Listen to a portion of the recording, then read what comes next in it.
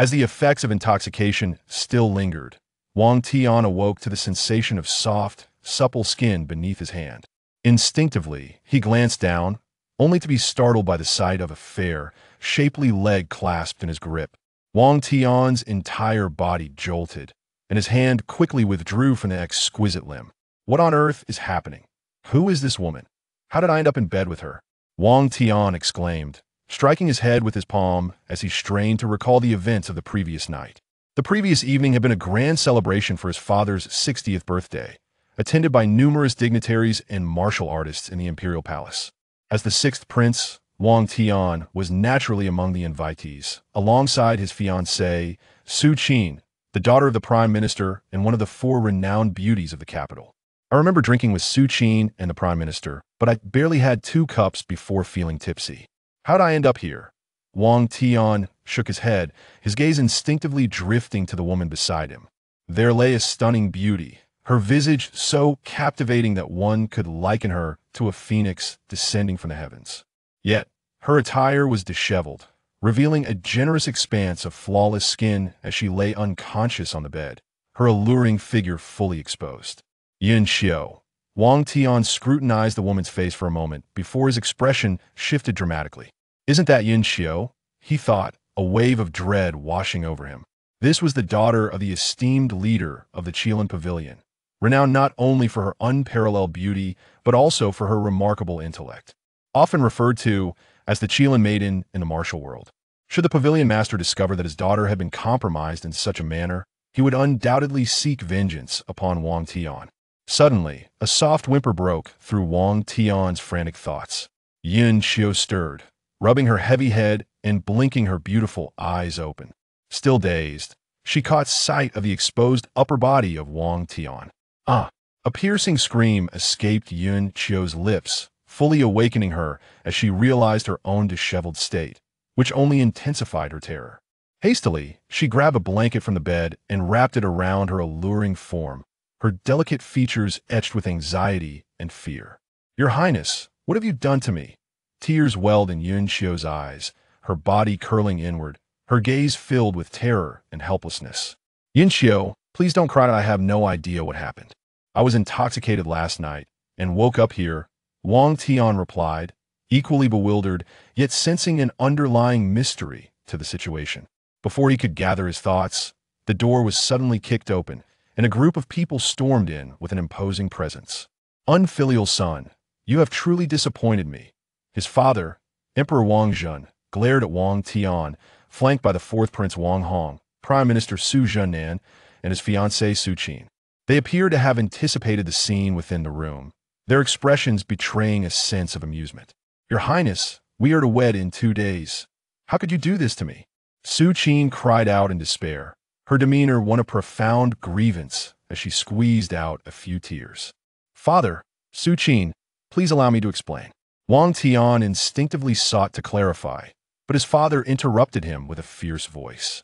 No need for explanations. You are nothing but a waste of space. From this day forth, you shall vacate the West Wang Palace, forfeit all princely privileges, and guard the imperial tomb. Without my decree, you shall remain there for the rest of your life, Emperor Wang Zhen declared with fury. Wang Tian, already a neglected sixth prince, was now utterly cast aside. Wang Hong and Zhuxian exchanged knowing glances, a hint of triumph evident in their expressions. Seizing the moment, Prime Minister Su Zhennan stepped forward. Your Majesty, given the sixth prince's egregious actions, the betrothal between Zhuxian and him can no longer proceed. I beseech your Majesty to annul the engagement. Upon hearing the call for the annulment, Wang Tian suddenly comprehended the scheme laid out by those he had trusted most. No wonder he had succumbed to intoxication after only 2 cups. Zhuxian, Su Zhennan, you are targeting me for the annulment. Yet why drag others into this disgrace? Wang Tian retorted coldly.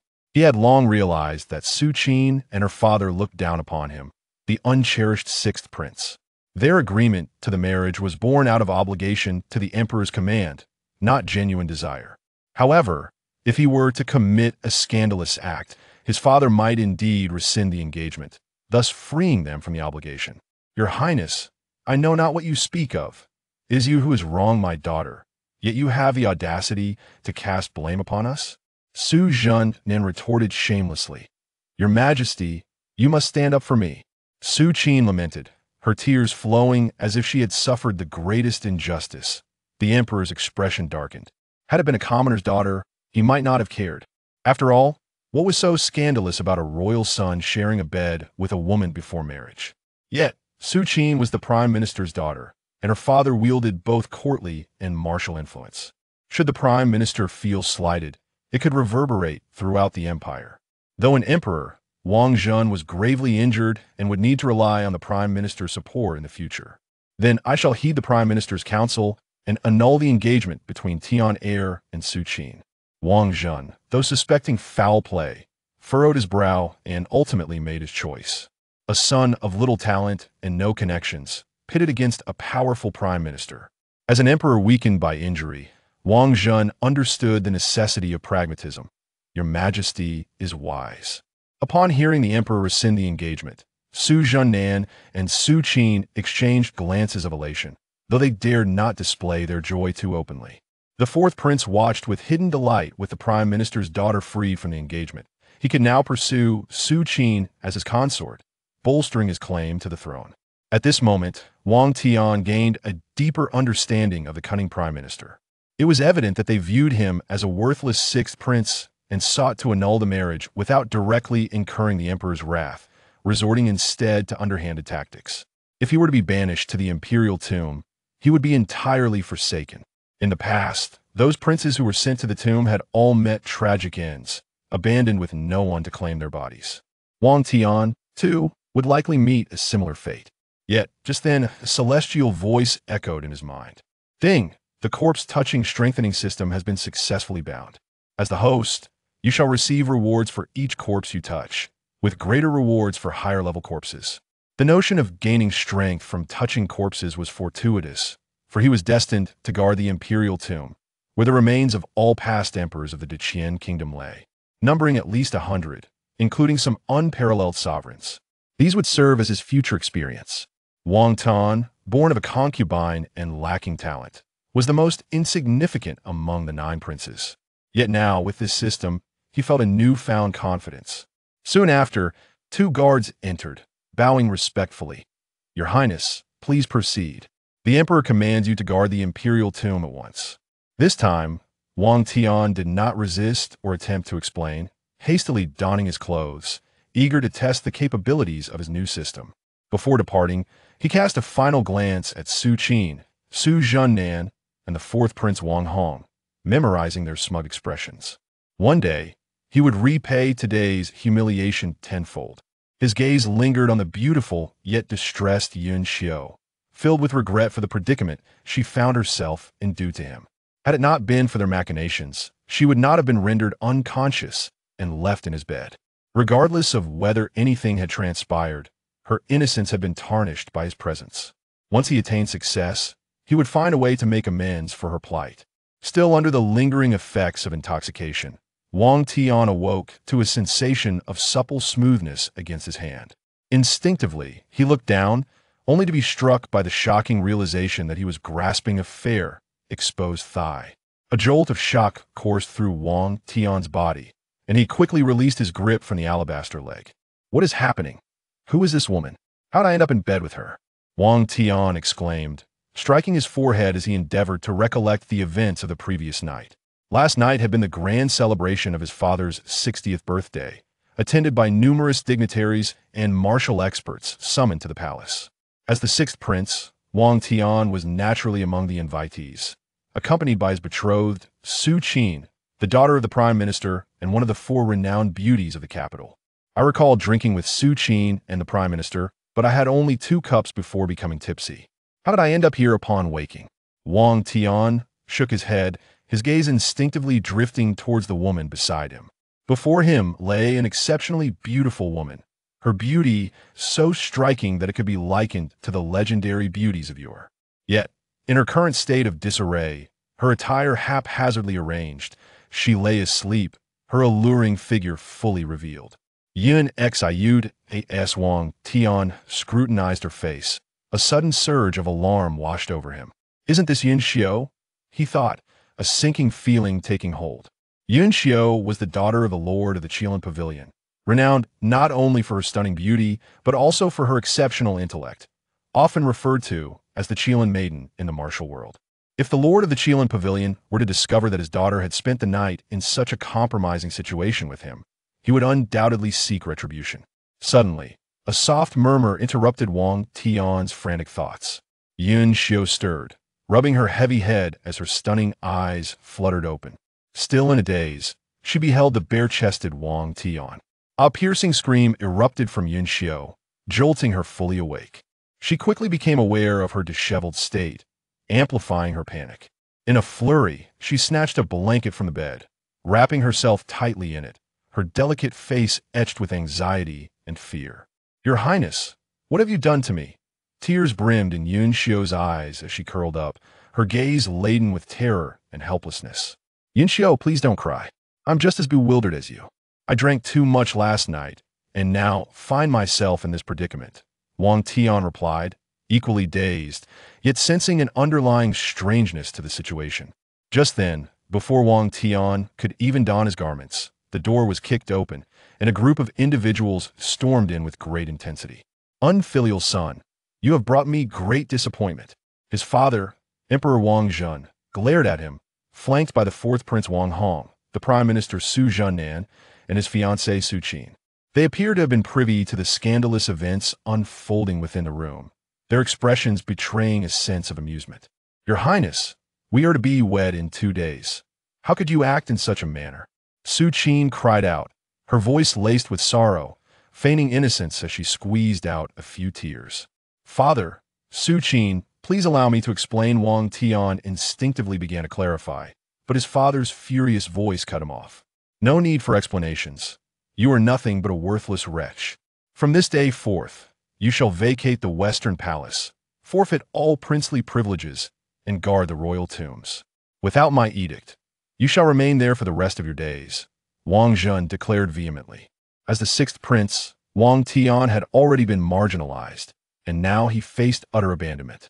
The fourth prince Wang Hong and Qilin exchanged knowing glances, as if reveling in the success of a scheme. Seeing this, Prime Minister Su Zhuxian seized the opportunity to step forward. "Your Majesty, given the sixth prince's disgraceful actions, the engagement between Qilin and him can no longer proceed. I implore you to annul the betrothal," he urged. Upon hearing the request to annul the engagement, Wang Tian suddenly grasped the truth. He had been ensnared in a trap laid by those he had trusted most. It was no wonder he had succumbed to drunkenness after only 2 cups. "Qilin, Su Zhuxian, your intentions are clear. Why drag others into your schemes?" Wang Tian retorted coldly. He had long recognized that Qilin and her father had never held him, the unappreciated sixth prince, in high regard. Their agreement to the marriage had been born of obligation, not desire, as they dared not defy the emperor's command. However, if he were to commit a scandalous act, his father might very well rescind the engagement to appease the prime minister. "I know not what you speak of, sixth prince, that it was you who wronged my daughter first. How dare you cast blame upon us?" Su Zhuxian shot back shamelessly. "Your Majesty, you must stand with me." Qilin lamented dramatically, as if bearing the weight of the world's injustices. Emperor Wang Zhun's expression darkened. Had this been the daughter of a commoner, he would not have cared. What harm was there in a royal son enjoying a woman before marriage? Yet, Qilin was the prime minister's daughter, and Su Zhuxian wielded both courtly and martial power. Should the prime minister's heart turn cold, it would send ripples through the entire realm. Despite being an emperor, Wang Zhun, injured and vulnerable, still relied on the prime minister's support. "Then I shall heed the prime minister's counsel and annul the engagement between Tian heir and Qilin," he decreed, having sensed the underlying complexities of the situation, but ultimately choosing expedience. A son of little talent and no connections versus a powerful prime minister. As an emperor weakened by injury, Wang Zhun understood the necessity of making sacrifices. "Your Majesty's wisdom is unparalleled." With the engagement annulled, both Su Zhuxian and Qilin rejoiced inwardly, though they dared not display their delight overtly. The fourth prince, too, felt a surge of satisfaction with the prime minister's daughter no longer engaged. he could pursue Zhuxian himself, thus gaining an advantage in the contest for succession. At this moment, Wang Tian gained a clearer insight into the cunning nature of Prime Minister Zhuxian. It was evident that they had sought to rid themselves of him, the sixth prince, without directly offending the emperor, resorting instead to this underhanded tactic. Being dispatched to the royal tombs would mean his complete abandonment. Historically, there had been princes sent to the tombs, all of whom met tragic ends, their bodies left unclaimed. Should he follow this path, his fate would likely mirror theirs. Yet at that moment, an ethereal voice echoed in Wang Tian's mind. Ding! The corpse-touching strengthening system has been successfully bound. As long as the host touches a corpse, corresponding rewards will be granted. The higher the corpse's rank, the more bountiful the rewards. The notion of gaining power through touching corpses aligned perfectly with his impending duty at the royal tombs, where the remains of all past emperors of Zhuxian lay interred, at least 100, including some unparalleled sovereigns of their time. These would serve as his future resources. Wang Tian, born of a palace maid, had always been the most despised and overlooked among the 9 princes. But now, with this system, he felt a newfound sense of purpose. Soon, 2 guards entered and bowed respectfully. Your Highness, please proceed. His Majesty commands you to guard the royal tombs immediately. This time, Wang Tian refrained from further explanations or struggles and quickly donned his clothing, eager to test the capabilities of this newfound system. Before departing, he cast a final glance at Zhuxian, Zhuxian, and the 4th Prince Wang Hong, imprinting their triumphant expressions in his memory. One day, he would repay today's humiliation tenfold. His gaze finally settled on the stunning yet fearful figure of the Qilin maiden beside him. A pang of guilt washed over him for the predicament she found herself in due to his involvement. Had it not been for their machinations, Yunxiu would not have been drugged and left in his bed. Regardless of whether anything untoward had occurred, her reputation was now irrevocably tarnished because of him. Once he achieved success, he would find a way to make amends. Chapter 2. The exquisite corpse in the depths of the imperial tomb. The imperial tomb is situated in the northern suburbs of the capital, a place where human presence is scarce and desolation reigns supreme. Nevertheless, it encompasses an extensive area and is constructed with remarkable grandeur. Upon being escorted to the tomb, Wang Tian found himself awestruck by the magnificent yet desolate sight before him, as far as the eye could see. The tomb stretched to a size comparable to half the capital itself, with lavish yet diverse mausoleums rising prominently, roughly estimated to number over 100. Such a vast imperial tomb, steeped in desolation, was only graced by the presence of a frail old man, his white hair flowing as he leaned on a cane. This is a restricted area. I must ask any unauthorized personnel to leave, he declared with a rasping voice that belied a fierce authority, as though any further movement from Wang Tian would elicit a lethal response. I am the 6th prince, Wang Tian, sent by my father to guard the imperial tomb. He replied respectfully, bowing his hands. The old man, capable of exuding such an imposing aura, surely possessed formidable strength. The prince comes to guard the tomb. The white-haired elder was momentarily taken aback before his expression softened with sympathy. Ah, another unfortunate soul abandoned here. Come in. From the elder's words, Wang Tian sensed that he too had been forsaken in the tomb, though the specifics of his identity remained a mystery. Elder, are you also a guardian of the tomb? Wang Tian inquired, hastening to follow. Call me Lafuzi.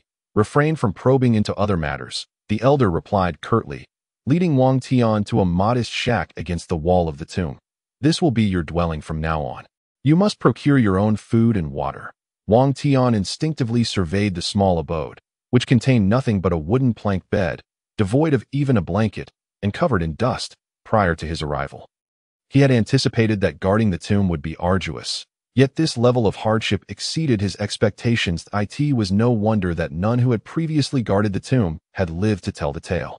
Old master, what tasks are required in guarding the tomb? Wang Tian turned to the elder, eager to ascertain the boundaries of his duties, particularly regarding his desire to touch the imperial corpses, having been relegated to the tomb. What work could there possibly be? If you are earnest, you may clear the weeds from the various mausoleums. After all, they are your ancestors. Tending to their graves is a form of filial piety. Lafuzi rasped. Upon hearing that he could tend to the mausoleums, Wang Tian's eyes sparkled with excitement. This was a splendid opportunity to encounter the corpses that I take great pleasure in clearing the graves of my ancestors. May I begin now? He tentatively asked. Surprised by Wang Tian's enthusiasm, Lafuzi silently marveled at the prince's filial spirit, even in his state of disgrace. Since you exhibit such devotion, I shall now take you to tour the various mausoleums of the imperial tomb, he said, turning to lead the way. Wang Tian eagerly followed. Under Lafuzi's guidance, Wang Tian beheld the grandeur and opulence of the imperial tomb up close. The tomb currently housed the remains of 108 great emperors of the Qilin dynasty, each possessing a mausoleum, though their sizes varied according to their merits and strength. Lafuzi elaborated. He directed Wang Tian's attention to the features of each mausoleum. Each mausoleum, besides housing the emperor's tomb, also contained the tombs of their empresses and accompanying nobles. Wang Tian nodded in understanding, well aware that the Qilin dynasty maintained the custom of burial with attendants. Thus a significant number of individuals accompanied the emperors in death. Old master, may I enter the mausoleums to pay my respects to our ancestors? Wang Tian continued to probe. Touch the imperial corpses. Entry was essential. The mausoleums are classified into 6 tiers based on the emperor's accomplishments and strength. Generally, the mausoleums of juvenile emperors are white, with minimal restrictions, allowing free entry, Lafuzi explained, gesturing towards several white mausoleums. Juvenile emperors typically referred to those who perished before the age of 14, lacking significant power or accomplishments. And thus their mausoleums were modest in size, hardly qualifying as grand structures. The mausoleums of incompetent rulers are gray, fortified with dragon energy restrictions. However, as a member of the royal bloodline, you may enter freely if you reach the 8th tier of strength, Lafuzi added. Wang Tian paused, taken aback by the revelation of restrictions, which inherently complicated his quest to touch the corpses. Currently at the 9th tier, he knew that with the aid of his system, attaining the 8th tier was within reach with some effort. The mausoleums of mediocre emperors are a yellowish-brown, the most numerous within the tomb. Once you reach the 7th tier, you will also gain unrestricted access. Lafuzi continued. The mausoleums of notable emperors are blue, similarly fortified with dragon energy, and entry is granted upon reaching the 6th tier. Wang Tian nodded, intrigue blossoming within him. Old master, are all the restrictions in these mausoleums based on dragon energy? Indeed, dragon energy is exclusive to the descendants of the Qilin dynasty, a precious legacy bestowed by the first emperor, vital for the dynasty's longevity over millennia, Lafuzi affirmed. The imposition of dragon energy restrictions in each mausoleum serves a significant purpose. Lafuzi did not elaborate further, and Wang Tian refrained from pressing for more details. Further within lie the mausoleums of the revered emperors, martial emperor, literary emperor, and the glorious emperor, among others, as well as our dynasty's sole empress. Each of them possessed great powers and unwavering resolve, hence their mausoleums are a deep crimson. You may attempt entry if you attain the 3rd tier of dragon energy. As they ventured deeper into the tomb, Wang Tian beheld 6 imposing crimson mausoleums, their grandeur palpable even from a distance, instilling a sense of formidable pressure upon him.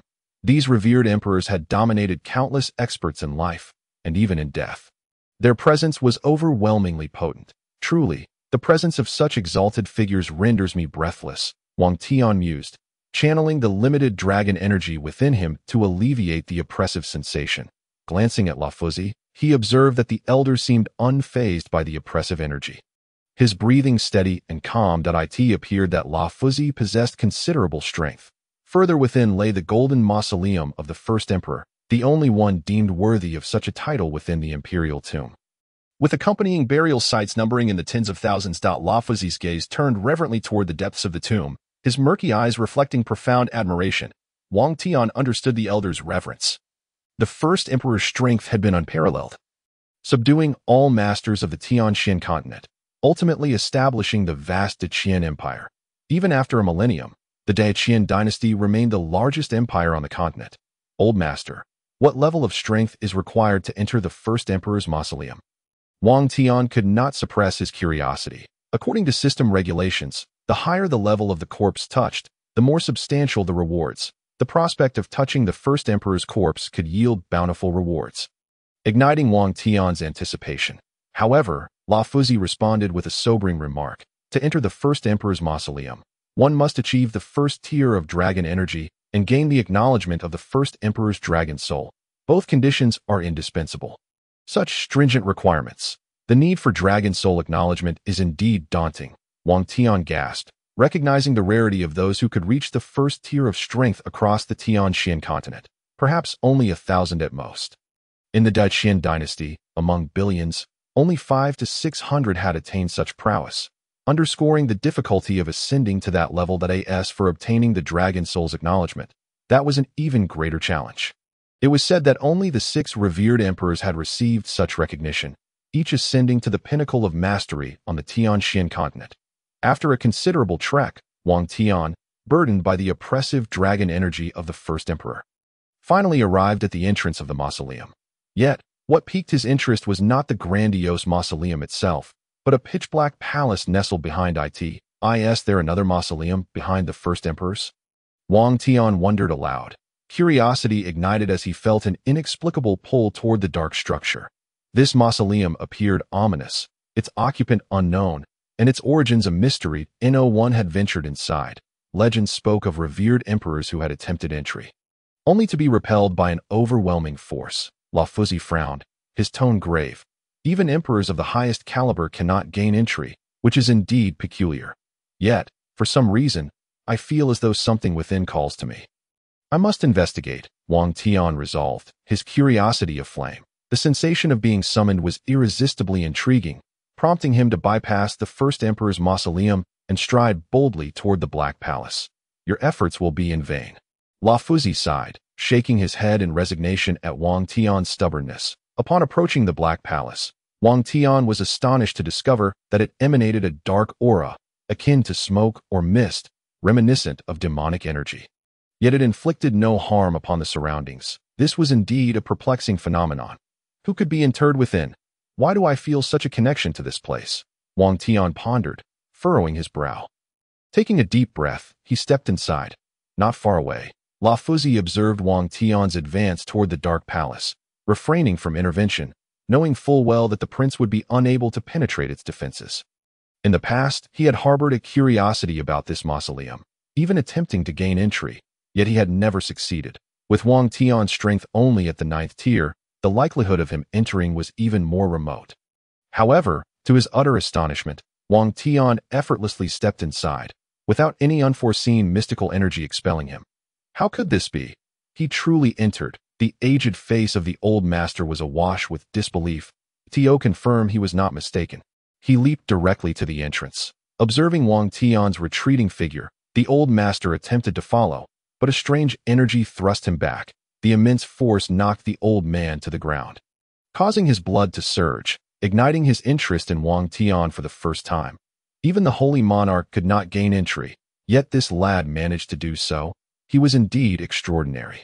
Once Wang Tian successfully entered the mausoleum, the grand door swung shut behind him. He surveyed his surroundings and discovered that the entire hall housed only an ice-cold bed, upon which lay a breathtakingly beautiful woman clad in a black gown. Was this mausoleum her final resting place? Cautiously, Wang Tian approached the stunning corpse, wary of the energy emanating from her. Fortunately, the exquisite corpse did not emit any energy, allowing Wang Tian to draw closer in safety. Upon closer inspection, he was astonished to find that the corpse showed no signs of decay.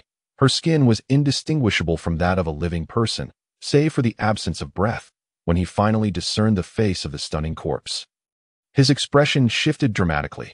How could this be? How could it possibly be her? Chapter 3. Whose hands did I touch? The millennia-old corpse lying on the icy bed bore an uncanny resemblance to Yunxiu. Even their figures were identical. How could this not astonish Wang Tian? How could it be? This ancient corpse looked exactly like Yunxiu, as if it had been replicated. Wang Tian was overwhelmed with an indescribable shock. How could there exist two individuals so strikingly similar? Had he not seen Yunxiu just that morning, he might have even doubted whether the millennia-old corpse on the ice bed was indeed her.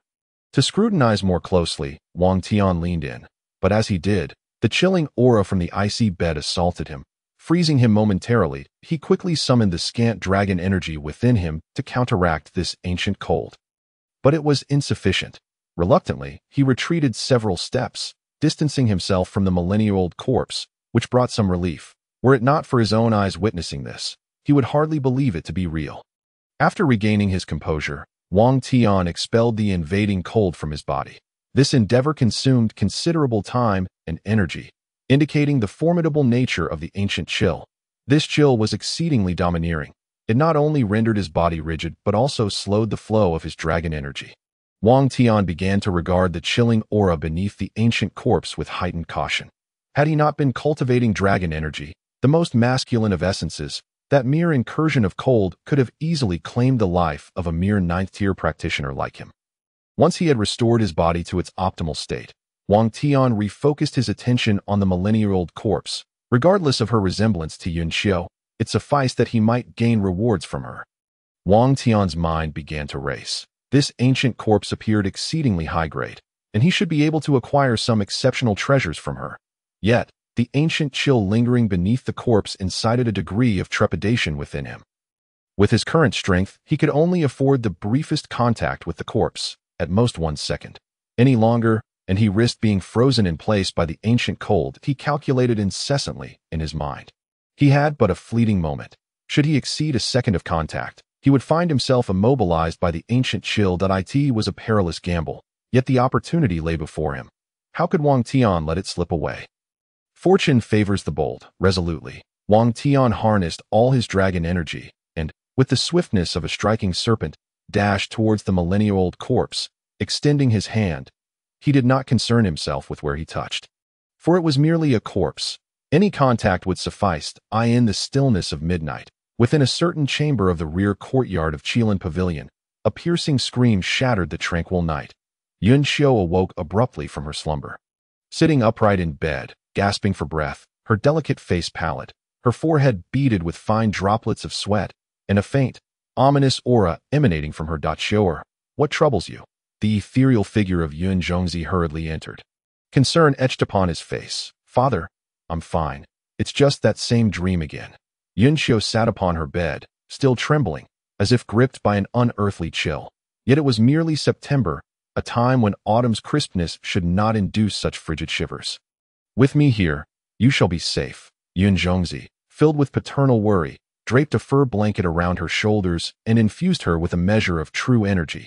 However, even this did not alleviate her trembling.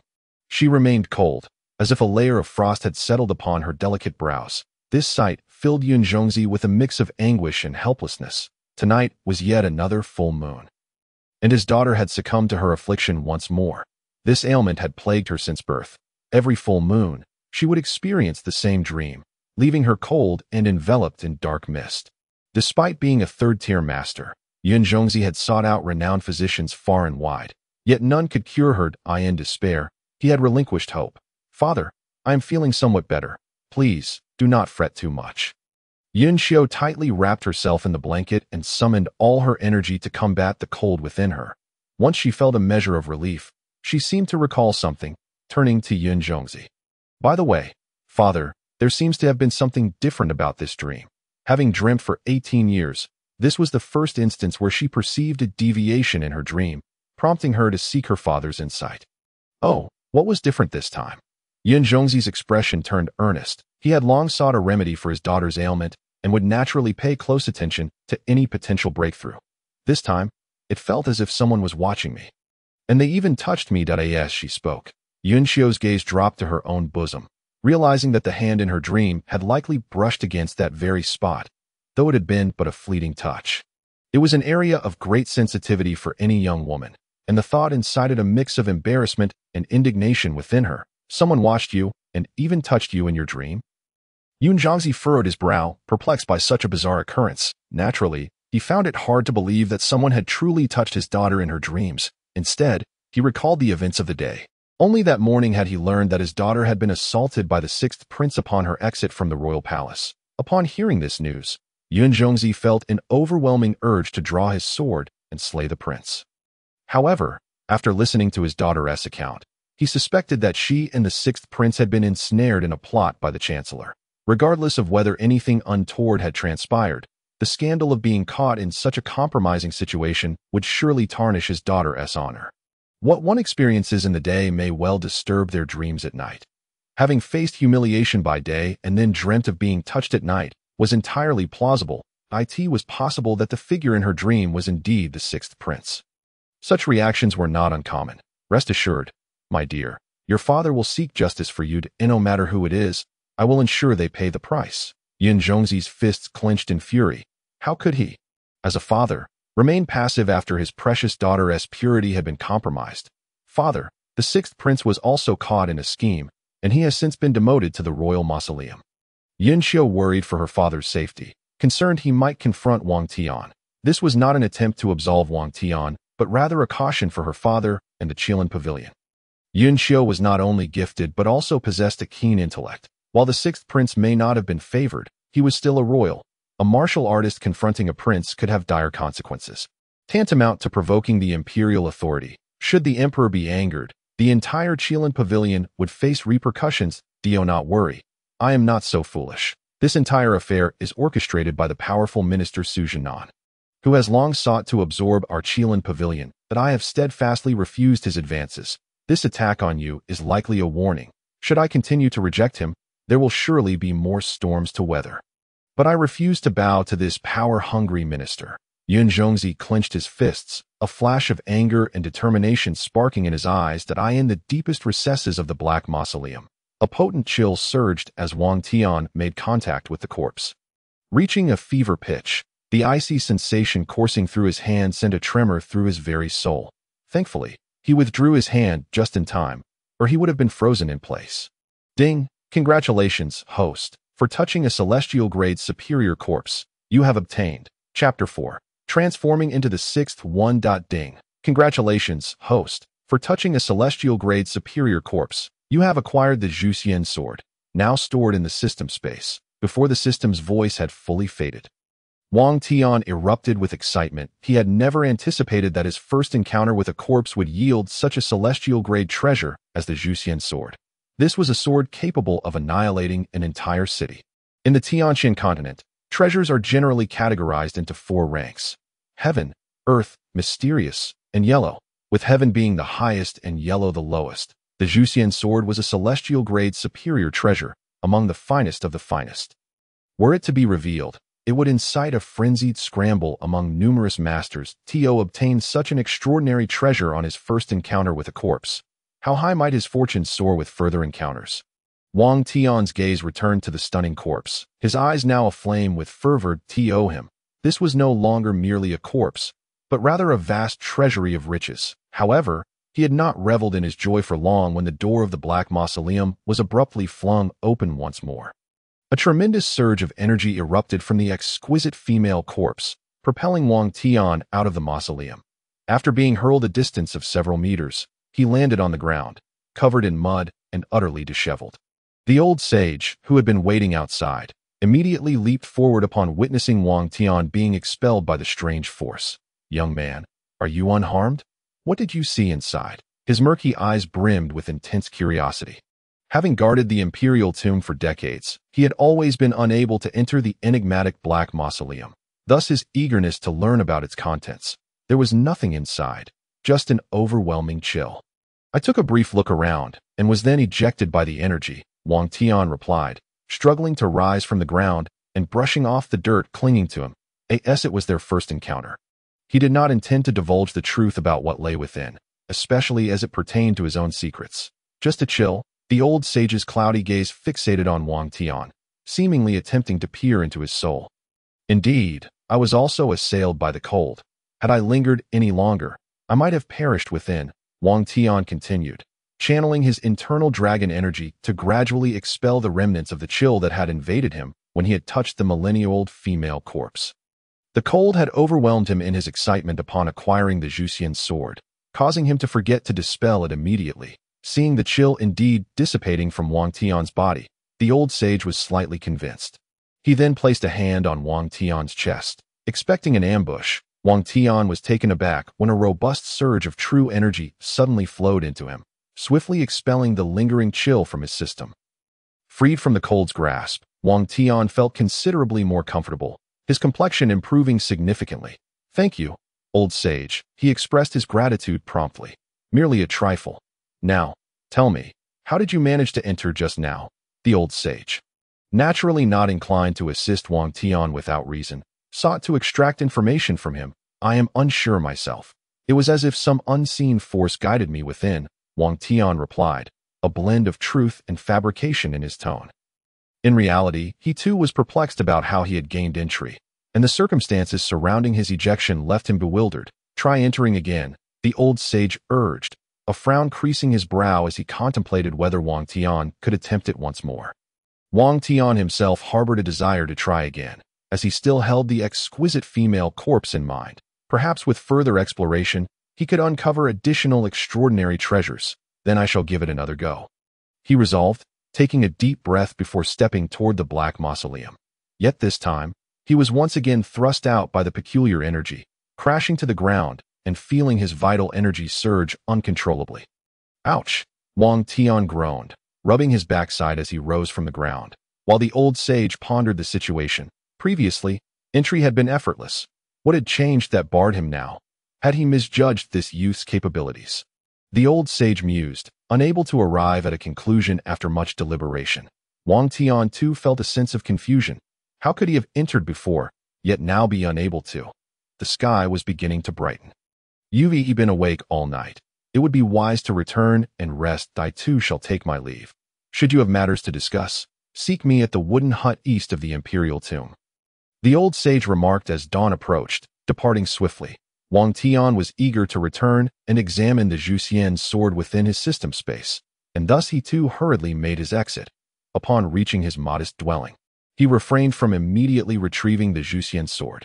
Instead, he waited until he was certain the old sage had not followed him before carefully extracting the sword from his system space. The instant the Zhuxian sword was unveiled, the entire small room was suffused with an aura of sword energy, prompting Wang Tian to hastily rein it in. Once the energy was contained, he turned his attention to the sword, scrutinizing it closely. The Zhuxian sword measured 3 feet in length and 3 inches in width, its blade gleaming a brilliant silver, radiant as the sun. Both sides were sharp enough to effortlessly sever hair and slice through strands. Upon closer inspection, he noted that the blade bore mysterious inscriptions, the precise nature of which eluded him. Indeed, the Zhuxian sword was worthy of its title as a celestial weapon. It required no deliberate control to emit its sword energy. Holding the sword, Wang Tian found himself increasingly enamored, though a tinge of regret soon surfaced. Alas, my strength remains insufficient to fully wield this sword. I cannot unleash its full potential. He resolved to find a means to enhance his abilities swiftly. Determined, Wang Tian chose not to rest, but instead opened the door, setting out to find more corpses to explore. The black mausoleum was beyond his reach, and with his 9th-tier strength, he could only access the most rudimentary of tombs.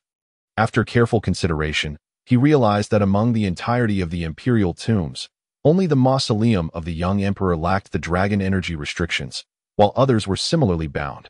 But surely, a corpse of the young emperor's caliber holds little promise of treasures? Wang Tian furrowed his brow, yet suddenly an idea struck him, and his eyes brightened. Indeed, in the annals of Qilin, there was a 10-year-old prodigy young emperor, said to possess a dragon bone and golden dragon energy. Much like the first emperor, regrettably, he was assassinated after only a year on the throne due to his exceptional talent, his dragon bone taken by others.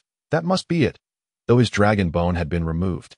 His remains would certainly be of greater significance than those of other young emperors. With this thought in mind, Wang Tian re-entered the imperial tombs. The mausoleum of the young emperor was white and relatively small, with 8 such white tombs scattered throughout the imperial grounds, making it relatively simple for Wang Tian to locate the resting place of this illustrious young emperor. After sequentially inspecting the 8 white mausoleums, Wang Tian finally halted before one named the Tomb of the Grieving Emperor. This title belonged to the young emperor in question, and one could not help but lament that aside from the first emperor, he was the most gifted individual of the Qilin dynasty over the past millennium, tragically cut down in his prime. What a pity! Had he lived longer, he could have elevated the Qilin dynasty to unprecedented heights. Wang Tian mused, bowing respectfully before the tomb. Dear ancestor, I have come to tend to your grave. With that, he pushed open the tomb's door and stepped inside, transforming into a seeker of his ancestors' remains. Upon entering the mausoleum, Wang Tian was greeted by the sight of a bronze coffin lying in the center. Ancestor, I have come to pay my respects, he said, pressing his palms together in reverence before the coffin. Feeling an intense mix of nerves as he placed his hands on the coffin, to touch the corpse. He would need to open the coffin, as mere surface contact would be inadequate. However, the coffin lid was secured tightly, adorned with the royal dragon patterns, and with Wang Tian's 9th-tier strength, it was simply beyond his ability to open. Despite exerting every ounce of strength, the lid remained immovable. Indeed, the coffin of my ancestor is not easily opened. This is a tomb of the young emperor, and the coffins of other ancestors must be even more formidable, Wang Tian huffed, leaning against the bronze coffin to catch his breath. Suddenly, a spark of inspiration ignited in his mind. I possess the Zhuxian sword. Why not give it a try? Without further ado, Wang Tian drew forth the Zhuxian sword from his system space. The sword effortlessly sliced through the nails securing the bronze coffin, rendering them powerless against its razor-sharp edge. Success! Wang Tian exclaimed as he watched the nails drop away one by one. However, at that moment, a surge of white energy erupted from the dragon patterns on the coffin, shooting toward him. This was the protective energy meant to safeguard the emperor's coffin from grave robbers, and it struck with terrifying speed, leaving Wang Tian no time to react. Thankfully, the sword energy emanating from the Zhuxian sword shattered the threatening energy, ensuring his safety. This entire sequence transpired in the blink of an eye. Gasping for breath, Wang Tian felt his body tremble slightly from the adrenaline. Had it not been for the Zhuxian sword, he would have met his demise from that single strike. That was close. If not for the Zhuxian sword, I would have been done for. He breathed deeply, striving to calm his racing heart. Surely, it should be safe now. Gripping the Zhuxian sword tightly, Wang Tian cautiously began to push the coffin lid open, remaining vigilant against any further assaults from the dragon energy. With the nails removed, the lid finally loosened, and this time, he was not met with another attack. As he exerted pressure, the coffin lid gradually began to yield, releasing a pungent odor of decay that wafted into the air. The stench nearly made Wang Tian choke. But he quickly summoned his dragon energy to shield himself from the noxious fumes, feeling a tad better. For the sake of my ancestor, I shall endure this, he thought, holding his breath as he peered into the coffin. Inside, he beheld the remains of a small, white skeleton, its spine missing a vertebra, the very bone that had been excavated. How tragic for the grieving emperor. Had he been given a few more years to grow, he might have become a second first emperor. Wang Tian sighed inwardly, extending his hand toward the skeleton. You unfulfilled grand ambitions, allow me to assist you in realizing them. Ancestor, may you bless me with a worthy reward from your remains. He silently prayed as his hand made contact with the young emperor's skeletal remains. Ding! Congratulations to the host for touching a terrestrial-level corpse. Gaining. Ding! Congratulations, host. You have discovered a terrestrial-grade corpse and obtained a dragon bone. As the system's voice faded, Wang Tian was filled with excitement. Could it be that even the dragon bones of our ancestors have been excavated, yet I still managed to find a terrestrial treasure? Wang Tian could hardly believe his eyes. To confirm that he had not misheard, he promptly checked the system space, where indeed lay a golden dragon bone. He had genuinely stumbled upon a dragon bone. His luck was astonishingly fortuitous. With this dragon bone, his mediocre talent could finally be transformed. Ancestor, you are truly both adorable and enchanting. With eager anticipation, Wang Tian retrieved the golden dragon bone from the system space. And instantly, the small tomb was enveloped in a rich aura of dragon energy. What an intense dragon aura! Is this the power of the dragon bone? Merely holding the dragon bone caused the dragon energy within him to surge wildly, moving even faster than during his own cultivation. This heightened his excitement further. Due to his mediocre talent and lack of background, Wang Tian had always been looked down upon, suffering numerous disparaging glances.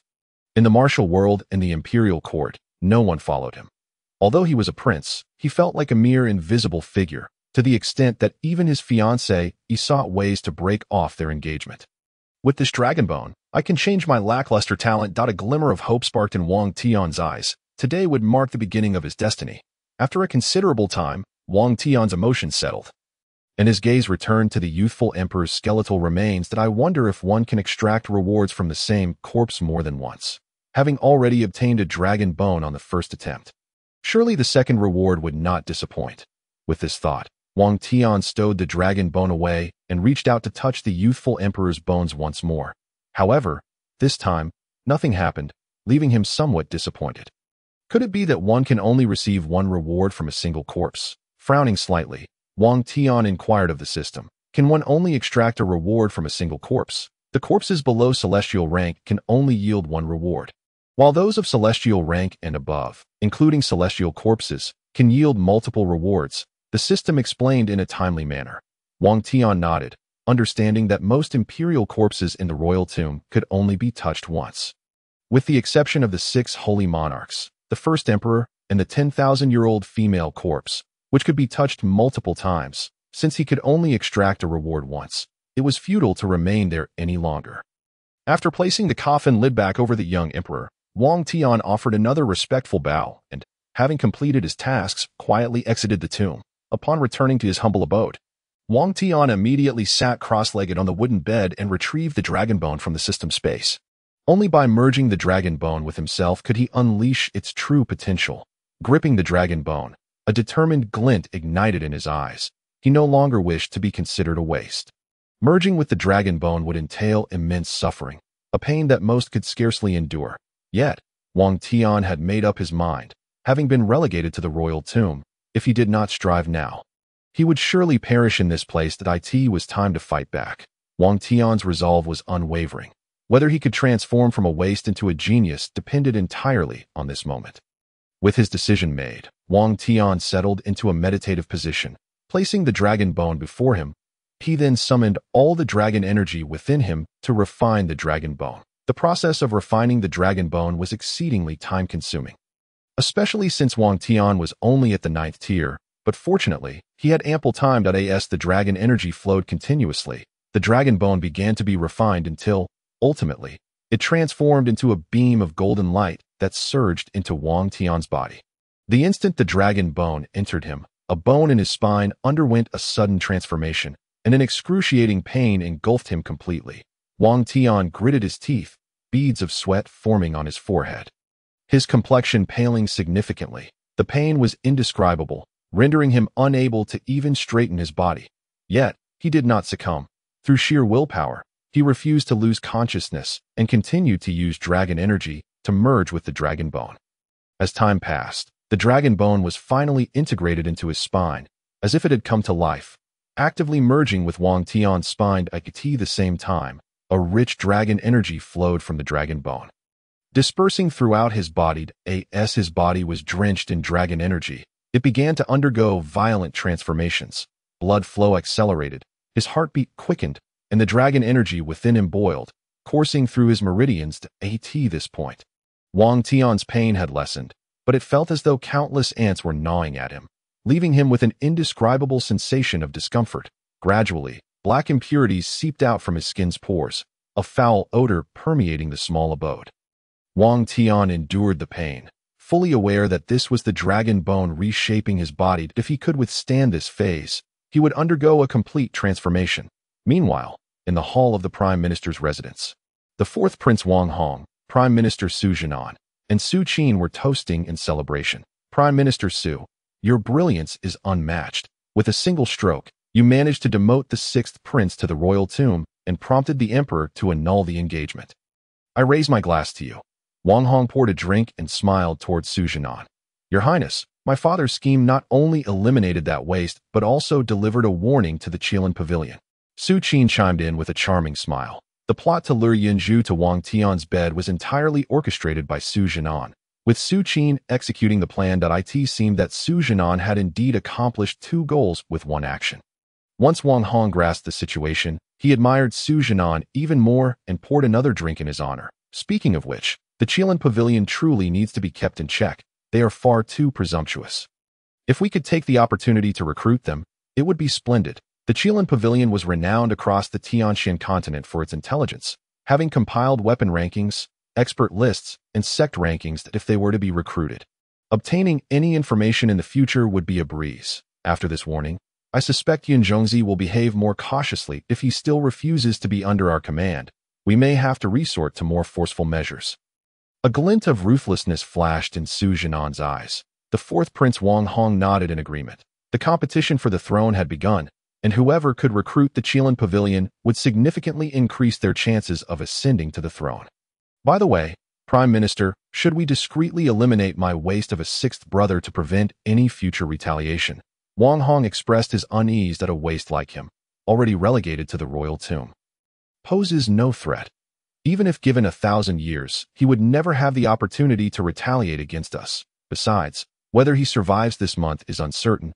There are many mountain demons around the royal tomb, and even one of them could drain his essence. Zhuxian replied dismissively, completely disregarding Wang Tian as a threat. His primary focus was on recruiting the Qilin pavilion. Upon hearing about the mountain demons surrounding the royal tomb, both Wang Hong and Zhuxian exchanged glances, a flicker of fear crossing their faces. Before they smiled at each other, their worries alleviated. The mountain demons near the royal tomb were far more formidable than ordinary beasts. Not only could they shape-shift, but they also possessed mesmerizing techniques. Even skilled practitioners could easily fall victim to them, ultimately being drained of their essence and perishing as the night deepened. After the sun had set, Wang Tian successfully integrated the dragon bone into his body. The moment he opened his eyes, 2 beams of golden light shot forth, a truly terrifying sight. The body transformed by the dragon bone. He felt an overwhelming surge of strength coursing through him. His senses heightened significantly, and astonishingly, he had even advanced to the 8th tier. Wang Tian clenched his fists, thoroughly satisfied with his transformed body. What he had once only dared to dream about had now become his reality. With the dragon bone, his future in cultivation seemed boundless. The newfound sense of hope surged within him. However, upon inspecting his physical state, Wang Tian realized he was covered in grime, the dark filth clinging to him and emitting a foul odor. Not to mention, having gone without food for 2 days and nights, he felt a pang of hunger. I need to find a place to clean up and eat. I am far too dirty. Emerging from his humble abode, Wang Tian discovered that there was no food within the royal tomb. Nor was there any place to bathe. He could only venture out to search the surroundings. With his mind made up, Wang Tian set forth towards the royal tomb's exit. The royal tomb was flanked by mountains on 3 sides. With a road leading to the capital on one, given Wang Tian's current status, it was impossible for him to go to the capital to bathe, so he would have to search the nearby mountains for a bathing spot. While foraging for wild fruits to satiate his hunger, night had already fallen. The pale moonlight bathed the forest in a silvery sheen, as if draping the earth in a layer of frost. Wang Tian tread carefully along the mountain path, diligently searching for a place to bathe when suddenly, the sound of rushing water caught his attention. There is a spring. Wang Tian's heart leaped with joy as he hurried towards the sound of the flowing water. Upon nearing, he indeed discovered a waterfall, with a large pool beneath it. A spring in the mountains. How wonderful. Finally, a place to wash. Wang Tian, feeling sticky and foul, rushed towards the bathing spot. The spring water was crystal clear, with no signs of water-based demon beasts. Satisfied that the spring was safe, Wang Tian stripped off his clothes and leaped into the water. The cool, sweet spring water invigorated him, and he could not help but frolic in it, washing away the grime while his spirits lifted considerably. However, halfway through his bath, a sultry voice suddenly called out from behind him, "Little brother, you're still bathing at this hour. Would you like to wash together with me?" Upon hearing this voice, Wang Tian instinctively turned to look, and at that moment, his blood surged. Chapter 6. One is no longer a child. After trying before him lay a mesmerizingly enchanting woman. Her exquisite form half submerged in the water, completely bare.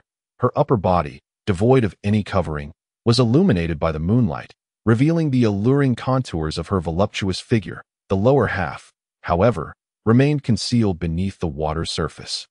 Though the spring was crystal clear, the darkness of the night obscured its delicate beauty. Her 3,000 strands of silken hair cascaded down her smooth back, flowing like a gentle breeze, creating ripples as the wind stirred. "Young master, still bathing at this late hour? Would you like me to join you?" The woman cast a seductive glance at Wang Tian, beckoning him with a playful curl of her finger, exuding an irresistible charm. Faced with such a tantalizing scene, Wang Tian remained composed, furrowing his brow. This was a secluded mountain forest, and at this hour, which respectable woman would bathe in the nude, let alone with a stranger? Could she be a mountain spirit in disguise? Suddenly, a thought struck him. Mountain spirits were known to frequent the vicinity of royal tombs, and many skilled individuals had met their demise at their hands. Wang Tian had heard rumors regarding these spirits. "Miss, please maintain your dignity. In the face of such a stunning temptation, Wang Tian remained remarkably calm. If this woman was indeed a mountain spirit seeking to drain his essence, he would not hesitate to strike her down. Come now, don't be shy, young master. Allow me to assist you with your bath. It is quite delightful. Once you've tried it, you won't feel like a child anymore. The woman giggled, taking slow steps toward him as she observed his stillness. If you won't come over, then I shall have to come to you. With each step, her beguiling eyes shimmered with a pink glow. Enchanting and alluring, drawing one in with a mere glance, as Wang Tian briefly met her gaze. A wave of dizziness washed over him. Fortunately, he maintained his vigilance, bolstered by the power of the dragon bone, which shielded him from her enchantment. Indeed, she was a mountain spirit, attempting to bewitch him.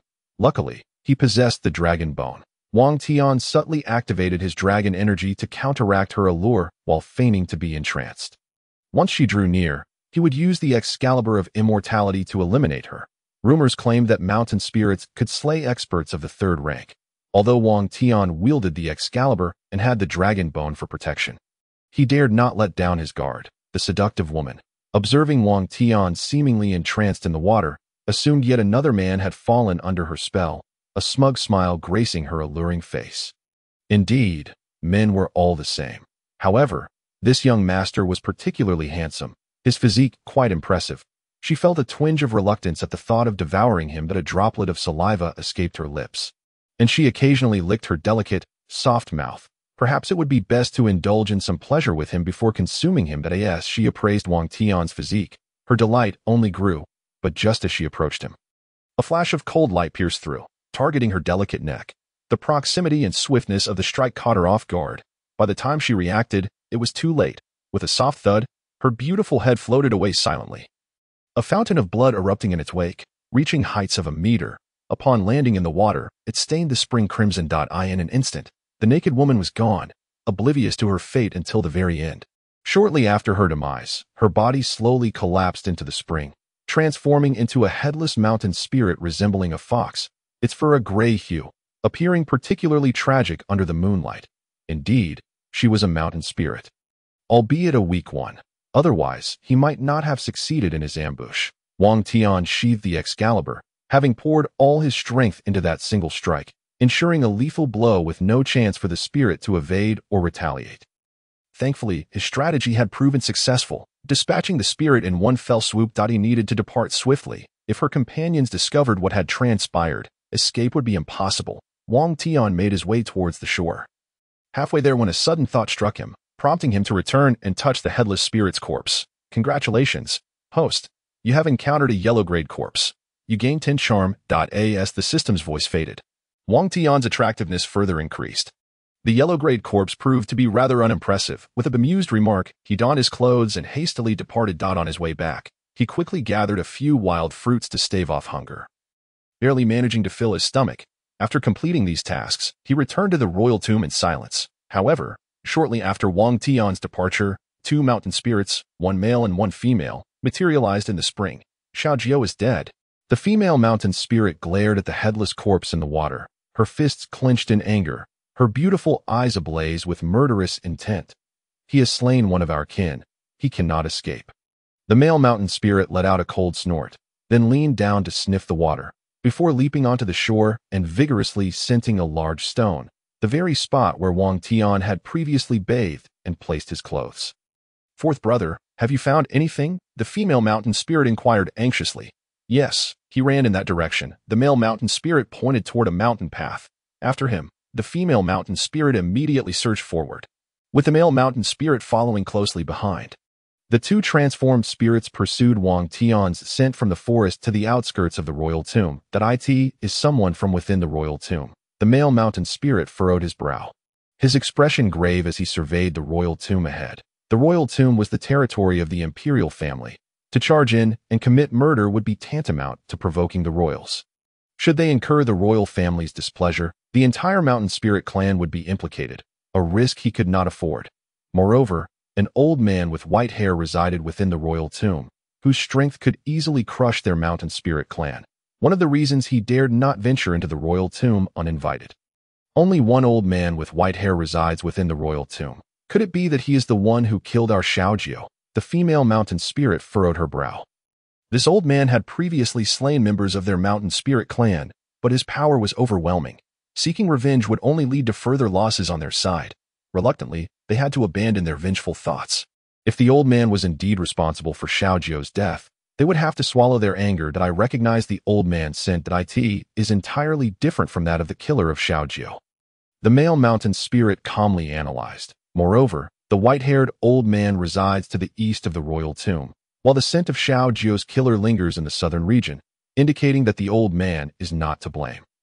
Could it be that new arrivals have come to the royal tomb recently?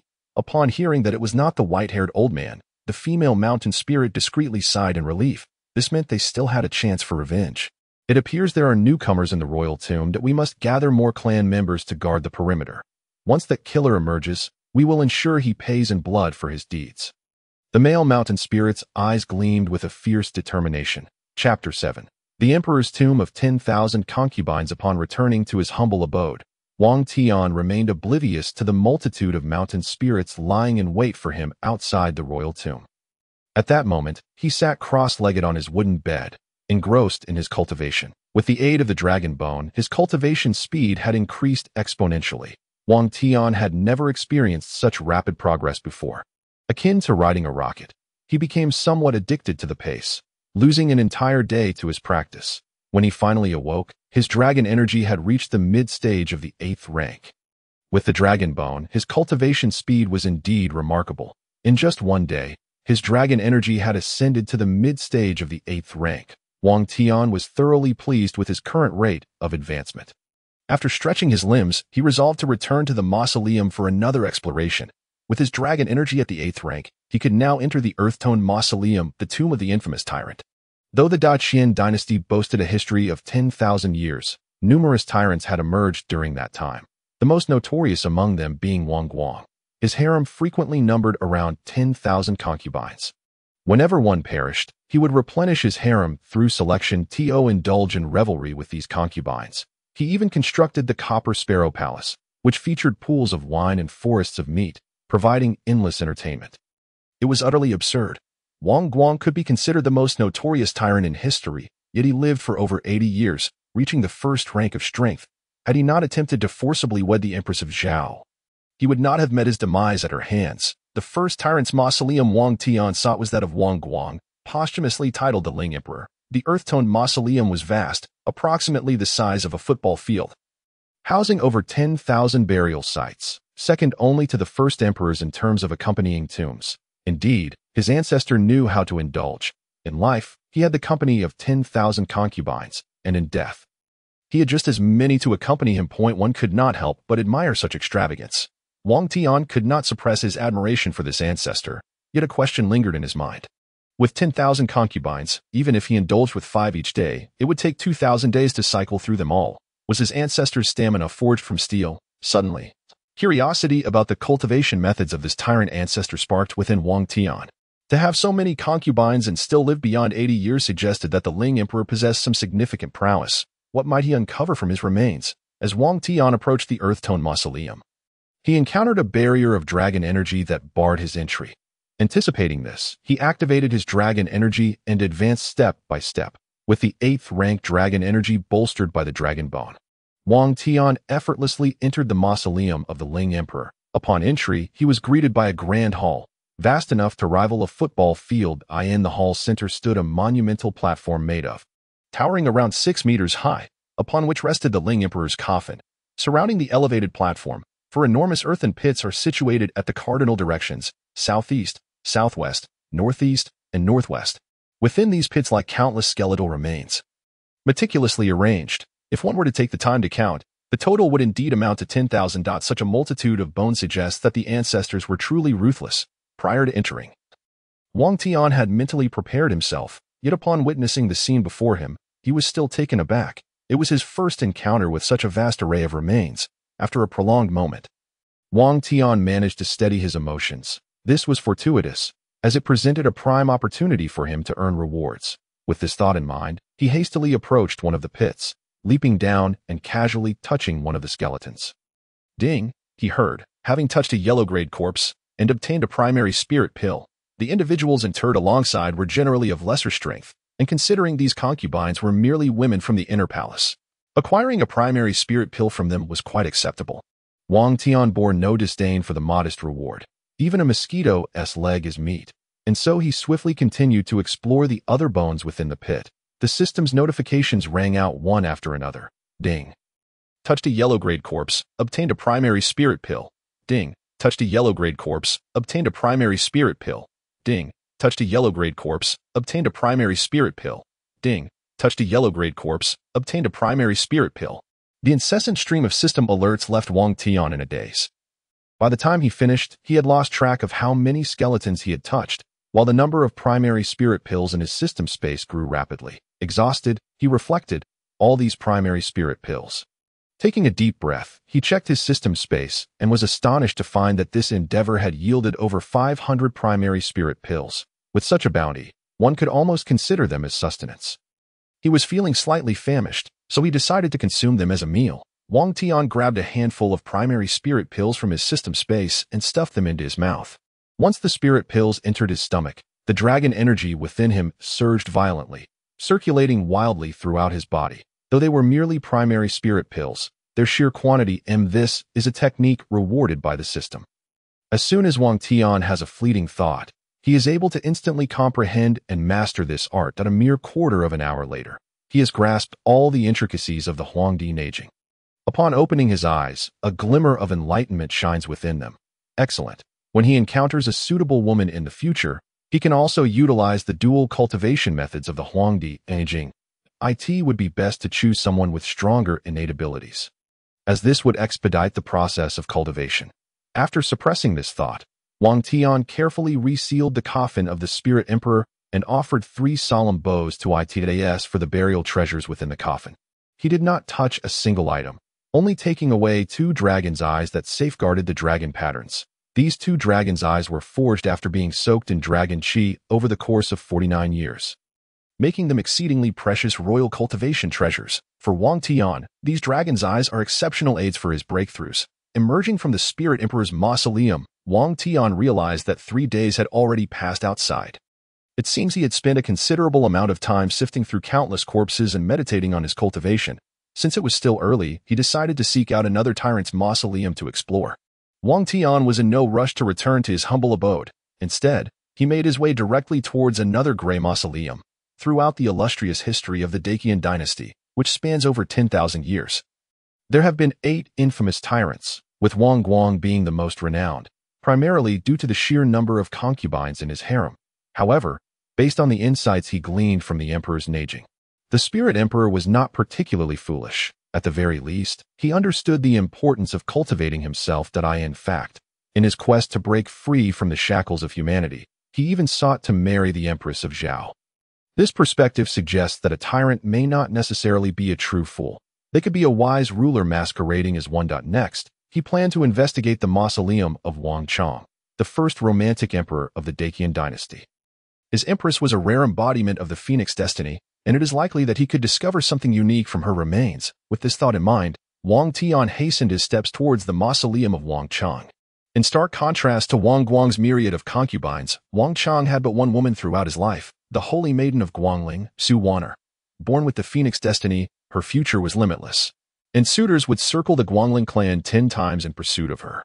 Yet, she chose to favor a poor scholar. Naturally, Su Waner's father vehemently opposed this, and to dissuade her from her infatuation with the impoverished scholar, he secretly sent her to the palace for the selection of candidates.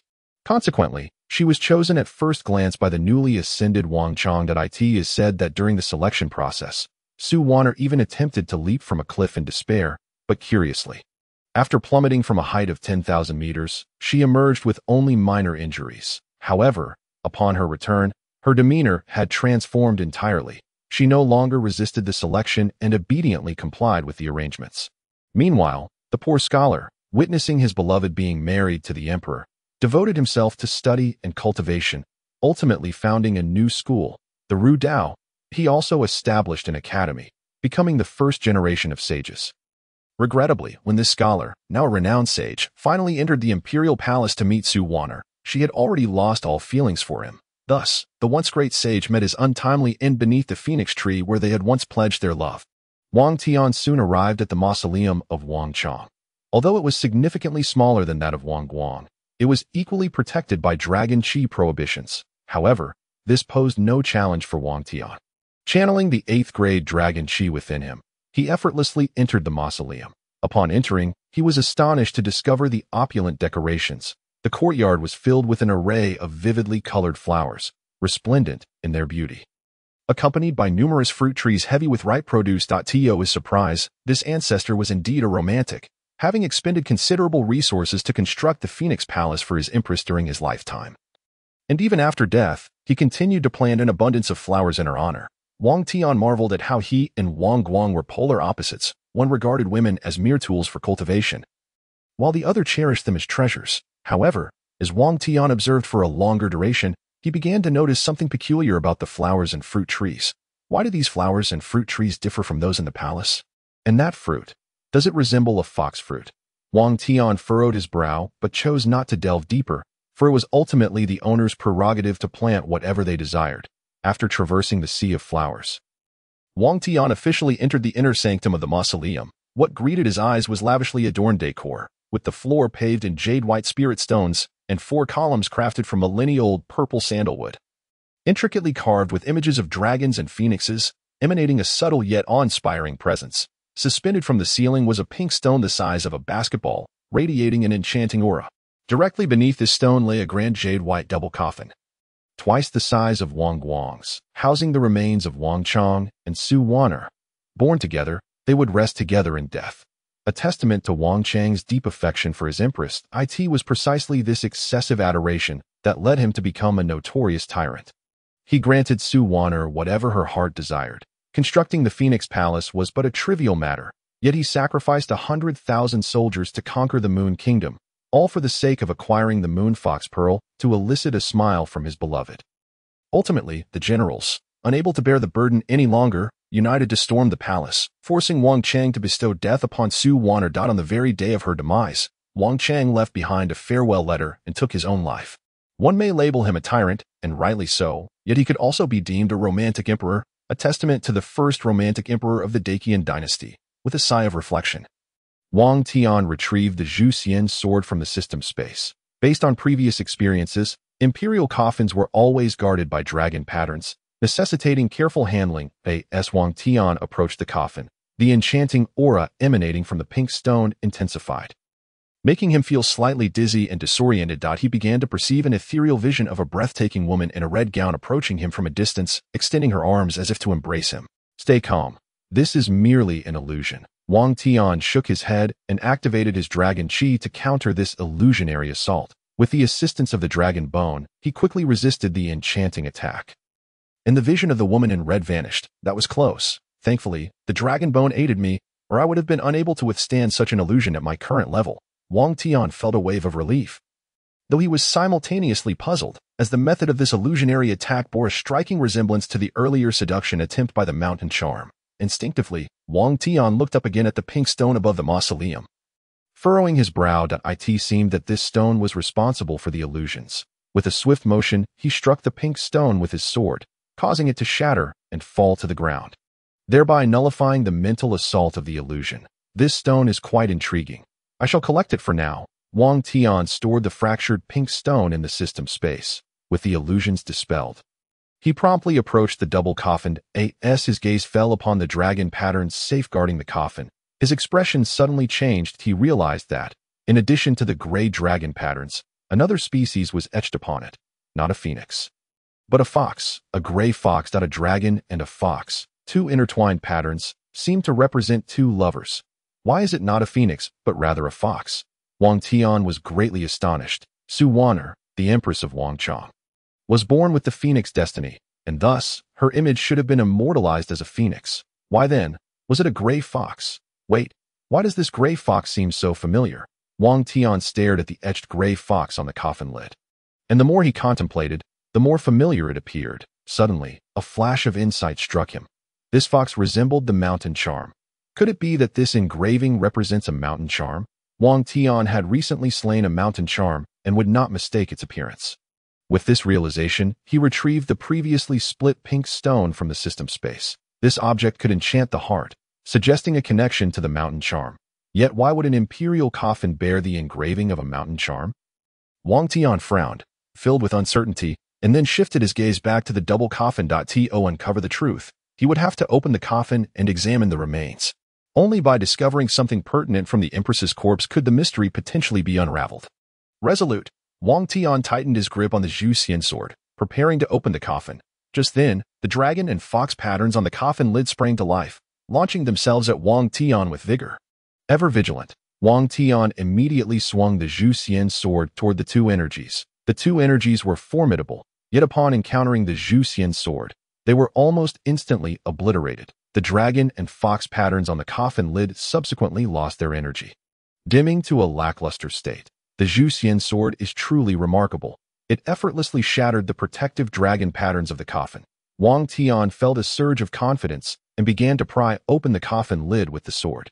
With each effort, the lid gradually yielded. Before fully opening it, Wang Tian enveloped himself in dragon qi, which would serve to block the foul odor of decaying corpses within and protect him from any potential traps.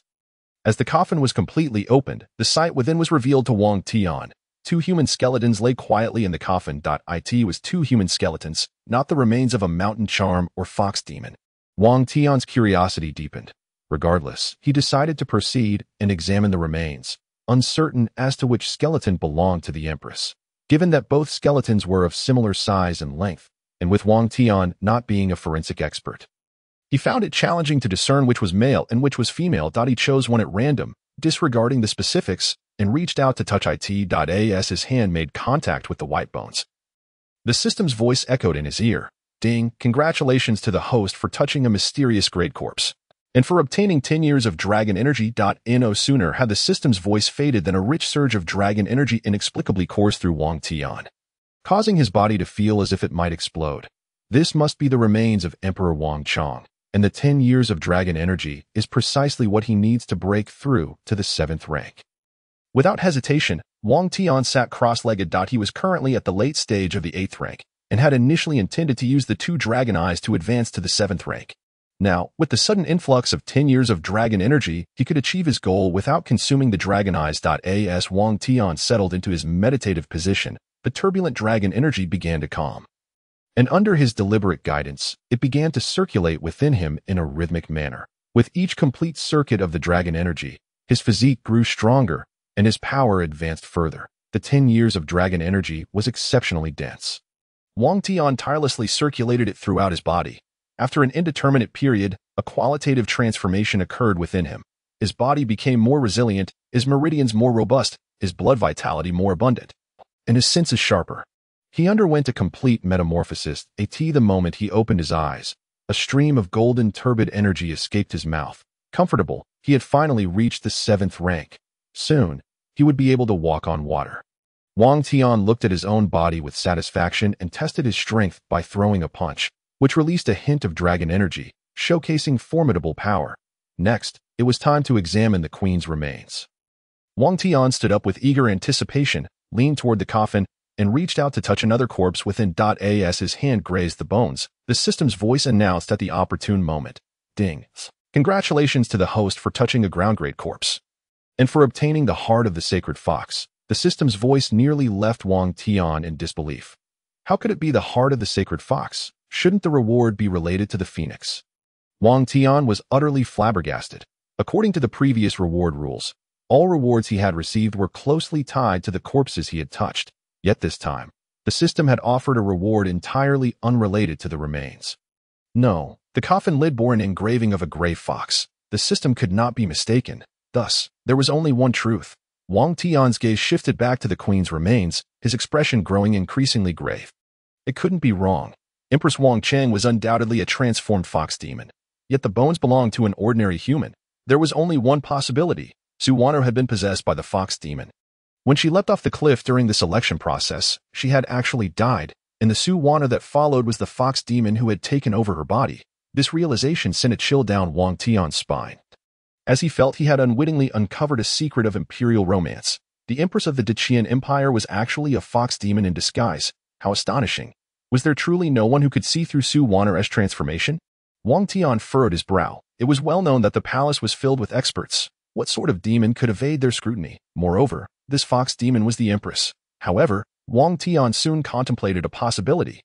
Unless this fox demon had achieved sainthood, it could conceal its demonic aura entirely, thus escaping detection by the masters. To reach sainthood as a demon was exceedingly difficult.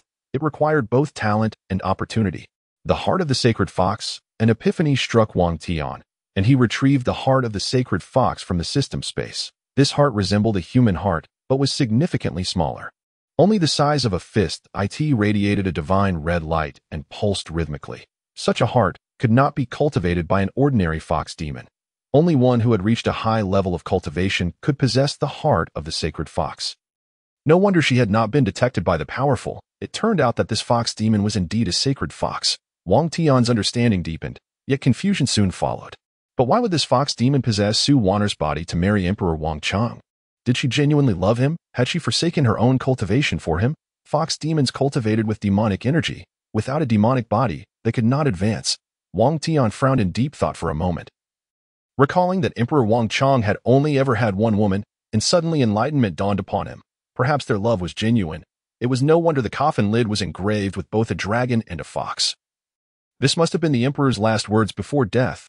What is love, that it binds life and death? Wang Tian sighed, then replaced the coffin lid, bowing thrice before the ill-fated couple.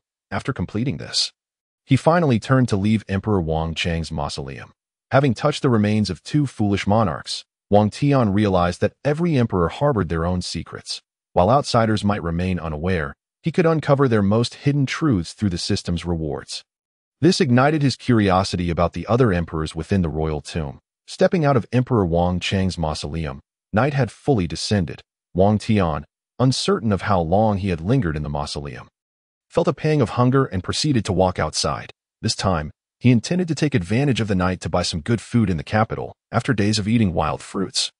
His palate craved something more flavorful. However, just as he exited the royal tomb, he was surrounded by a group of people. "Kid, you finally came out. We've waited 10 days for you. Prepare to meet your end." Chapter 10. Counter-enticement in pursuit of vengeance for Xiaojiu. Zhuxian led 9 members of the Mountain Enchantress clan, vigilantly guarding the perimeter of the royal tomb, whether day or night, in wind or rain. He had remained on watch. Just as they were about to lose patience, a familiar scent finally wafted from within the tomb. "He's finally out. Brothers, keep a close eye on that shadow ahead. He is the one who killed our Xiaojiu."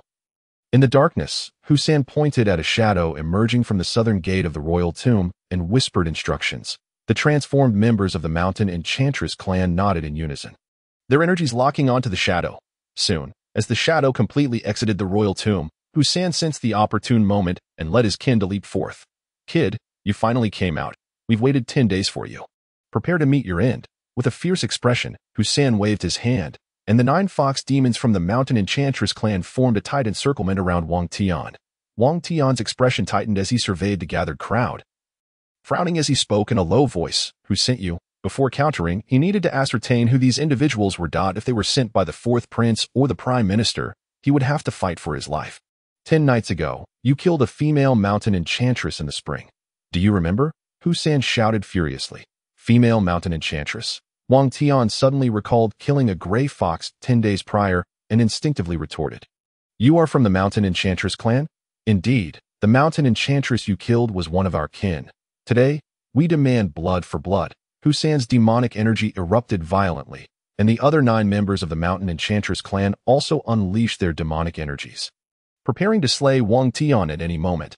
Wang Tian confirmed that they were merely a group of Mountain Enchantresses and felt a sense of relief. The Mountain Enchantresses were no match for the likes of the Prime Minister or the 4th Prince.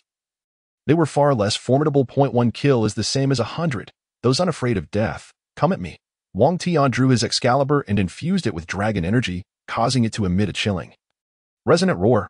Rather than retreating in fear, Zhuxian and his companions charged at Wang Tian with fierce cries. Wang Tian, of course, would not hold back. "Come at me." His gaze sharpened, and with a swift motion, he struck down the 2 nearest Mountain Enchantresses, severing their heads from their bodies. The remaining female Mountain Enchantresses, seeing this, unleashed their enchanting techniques upon Wang Tian. "You wish to enchant me? You are still too inexperienced. Allow me to show you how it's done." Wang Tian produced a piece of pink stone, the very charm he had acquired in Emperor Wang Chang's mausoleum, though he had split the stone in 2.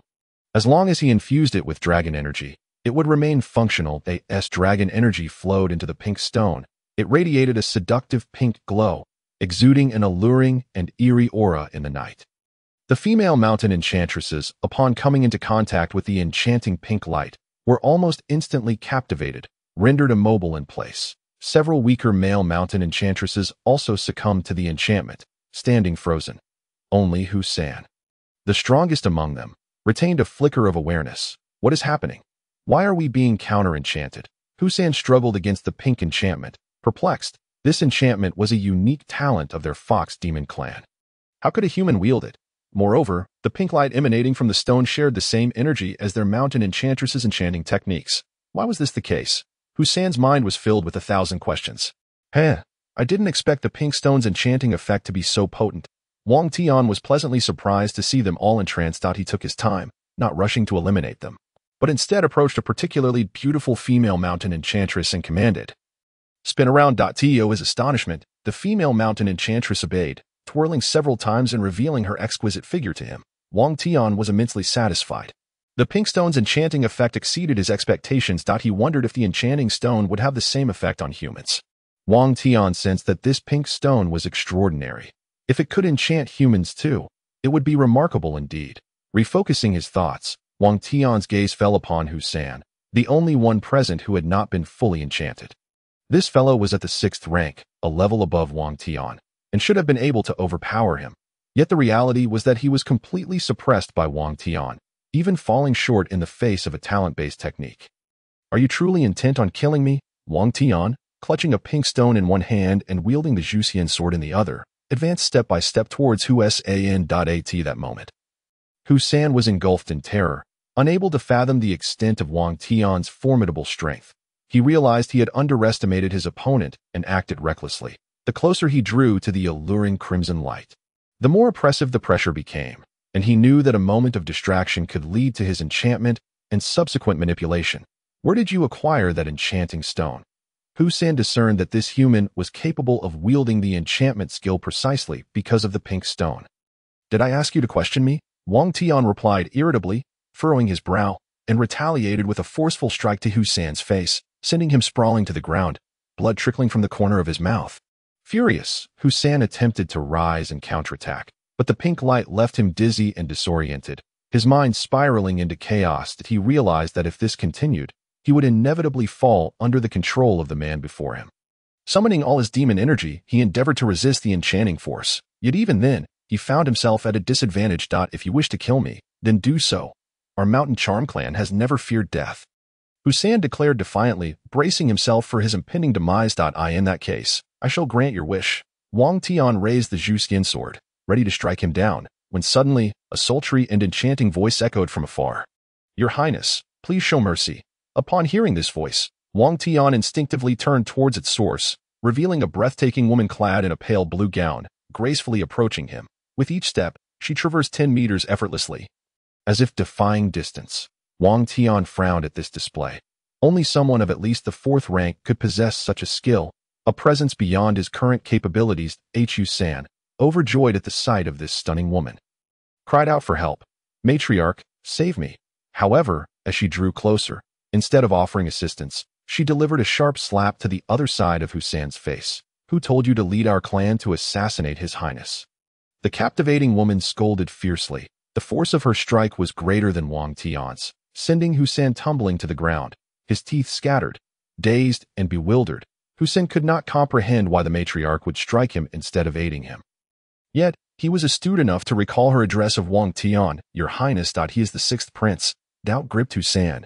It seemed implausible that a prince would guard the imperial tomb. In his heart, he wrestled with disbelief. According to reason, a prince of such high status would never stoop to this remote site. But these words came from the lips of their most trusted matriarch, indicating that this man was indeed likely the 6th prince. A chill ran down Zhuxian's spine as he realized he had led his kin to attempt the assassination of a prince. Should the emperor learn of this, their entire mountain charm clan would be doomed. Matriarch, could it truly be that he is the 6th prince? As Zhuxian trembled to his feet, his face pale with fear, he gazed at the exquisite woman. Do you not believe my words?" The matriarch replied coolly, her gaze hardened with resolve. "The mountain charm clan, hidden in these desolate mountains, was merely clinging to existence, and Hussein's audacity to lead an assassination against the sixth prince could spell their ruin. Upon receiving confirmation from the matriarch, Zhuxian was paralyzed with fear, collapsing to the ground. Meanwhile, Wang Tian observed the scene with indifference, yet he was intrigued by how this stunning woman had discerned his identity. "Your Highness, allow me to apologize on behalf of my kin." The matriarch bowed respectfully to Wang Tian. "If apologies held any weight, why would we need the law?" Wang Tian replied with a slight smirk. Realizing that while she sought to spare her people, she must also pay a price, he would not let them go with mere words. "If your Highness would consider sparing my kin, I am willing to offer my personal loyalty to you." The matriarch proposed after a moment of contemplation. Chapter 11. The loyalty of the enchanting fox. Upon hearing the matriarch's willingness to pledge loyalty to this enemy, Hussien was immediately alarmed. "Matriarch, you need not go to such lengths for us. I would rather die than see you subjugated." As he spoke, he attempted to take his own life, but the matriarch swiftly incapacitated him with a single strike. Her choice to pledge personal loyalty to Wang Tian stemmed from her own calculations. Rumors in the martial world painted the sixth prince as a useless figure, yet what she had witnessed today suggested otherwise. He was adept at concealing his true capabilities. In the current struggle for the throne, the sixth prince lacked any solid foundation. Choosing to ally with him would be akin to offering timely aid. Should he ascend to the throne, their clan would no longer have to languish in these wild mountains, perhaps even soaring to great heights. Moreover, her decision was heavily influenced by the fact that Wang Tian possessed the treasured artifact of their fox demon clan, indicating a connection to their kind. "You wish to pledge your loyalty to me?" Wang Tian responded, somewhat surprised, as he appraised the mesmerizing woman before him. Her features were exquisitely delicate, with brows resembling distant mountains and eyes akin to autumn waters filled with emotion. Her alluring gaze hinted at a blend of pride and charm. Cascading locks flowed like a waterfall, glossy and supple, dancing in the wind, exuding a subtle fragrance of peach blossoms that enchanted the senses. Her figure was graceful, with curves that swayed like slender willow branches, delicate and ethereal. Under the moonlight, her skin gleamed like jade, pale and seemingly fragile, radiating a soft glow akin to a goddess, both noble and mysterious. With a hint of allure, such a breathtaking woman would tempt any man to take her under his wing. However, Wang Tian remained composed. "Indeed, if your Highness would spare my kin, I am willing to pledge my loyalty to you." The matriarch humbly bowed. "But how can I trust your words? What if I spare your kin, and you turn against me?" Wang Tian's gaze bore into her, as if seeking to unravel her intentions. Should she genuinely wish to serve him, he would accept her loyalty and nurture her, bestowing upon her the sacred fox heart, a precious treasure that held no value for humans, akin to an ordinary pig's heart.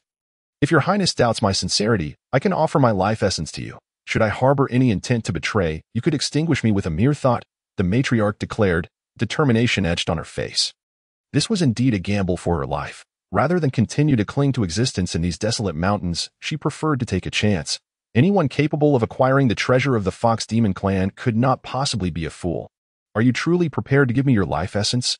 Wang Tian inquired, astonished. The essence could indeed control a person, yet she was a fourth-rank leader of the Mountain Charm clan. Was she truly willing to be bound to him?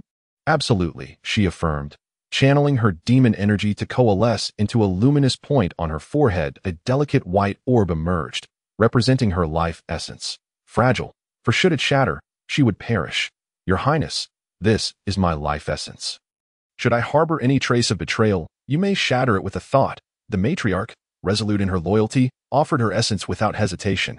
Wang Tian, taken aback by her sincerity, decided to accept her offering. "In that case, I shall accept it. As a reward for your loyalty, I have a gift for you." With a wave of his hand, he received her life essence, storing it within his consciousness. With a mere thought, he could obliterate it, leading to her immediate demise. The matriarch, having accomplished nothing yet, dared not expect a reward. "This is of no use to me, but it will greatly benefit your Fox Demon clan," Wang Tian stated, producing the sacred fox heart, its rich aura spreading instantly. If she was genuinely committed to serving him, he would not treat her unfairly. This is the sacred fox heart." The matriarch gazed in disbelief at the pulsating treasure in her hands. Indeed, the sacred fox heart can only be cultivated by a fox demon who has attained the sacred realm, Wang Tian explained, pleased by her astonished expression. "You need not doubt. This is genuinely the sacred fox heart, and it is now yours." He handed the heart to her, and as she cradled the pulsating artifact, her delicate hands trembled uncontrollably, her alluring form overwhelmed with excitement. Such a rich and pure fox demon aura. This truly is the sacred fox heart. At last, she believed in the authenticity of the heart, for only those who reached the sacred realm could exude such purity. Find a place to exchange your heart. However, before that, I would appreciate some delicious food brought to me, as I am quite hungry, perhaps some wine as well. Wang Tian instructed the matriarch, simultaneously dispelling the enchanting pink light, with the matriarch's allegiance secured. He deemed it acceptable to release the Mountain Charm clan members. Freed from the enchanting light, the mountain spirits gradually regained their senses, except for Zhuxian, who remained unconscious from the matriarch's blow. Did the matriarch come to rescue us? Upon regaining consciousness, the mountain spirits instinctively turned to their revered matriarch, believing she had saved them. Yet, in their eyes, the exalted matriarch now bowed respectfully before their enemy. Indeed, the Fox Princess shall promptly prepare for your excellency. This scene left them all utterly astonished. Clan leader, he is the enemy of our Mountain Charm clan. How can you address him as your excellency? A female member of the Mountain Charm clan anxiously stepped forward. Yes, clan leader, what virtue does this man possess to be worthy of being called the lord of our esteemed clan? The other members of the Mountain Charm clan voiced their dissent in unison. To them, their leader was a figure of utmost reverence. How could she so humbly bow before another? Esteemed clan members, this gentleman is the sixth prince. He is not our adversary, but rather the savior who can lead us out of the mountains. The Fox Princess proclaimed loudly, raising the sacred heart of the fox high above. This is the sacred heart of the fox, bestowed upon us by His Highness the sixth prince. With this treasure, our Mountain Charm clan shall surely rise to prominence. The rich and pure aura of the fox demon instantly enveloped the surroundings, and the members of the Mountain Charm clan were left in awe upon witnessing the sacred heart of the fox. Such pure fox demon power. Could this truly be the legendary sacred heart of the fox? The members of the Mountain Charm clan began to stir with excitement. They might doubt the words of others, but they could place absolute faith in their leader's declarations, especially in the presence of such an unprecedentedly pure demonic energy. We are willing to follow His Highness the sixth prince. Soon, the members of the Mountain Charm clan knelt in reverence. Their perceptions of Wang Tian completely transformed. Seeing the Mountain Charm clan kneeling, Wang Tian nodded in satisfaction. This was an unexpected delight. He silently expressed gratitude to Emperor Wang Tian, for it was his resolute decision to marry a fox demon that had allowed Wang Tian to effortlessly command the allegiance of the Mountain Charm clan. Observing her clan members kneeling, the Fox Princess stepped forward and also bowed before Wang Tian, solemnly declaring, I, the Fox Princess, lead the Mountain Charm clan in officially pledging our loyalty to His Highness the sixth prince. This pledge of loyalty was markedly different from the previous one. Earlier, the Fox Princess acted on her own accord, while now, she represented the entire Mountain Charm clan in their allegiance. Chapter 12. It is indeed the Moon Fox Pearl. Wang Tian watched with satisfaction as the Mountain Charm clan pledged their loyalty to him. This was his first experience of possessing a force of his own, albeit a modest one, Your Highness. May I have a glimpse of the pink stone you held earlier? The Fox Princess hesitated for a moment before yielding to her curiosity. The pink stone was of immense significance to their fox demon clan.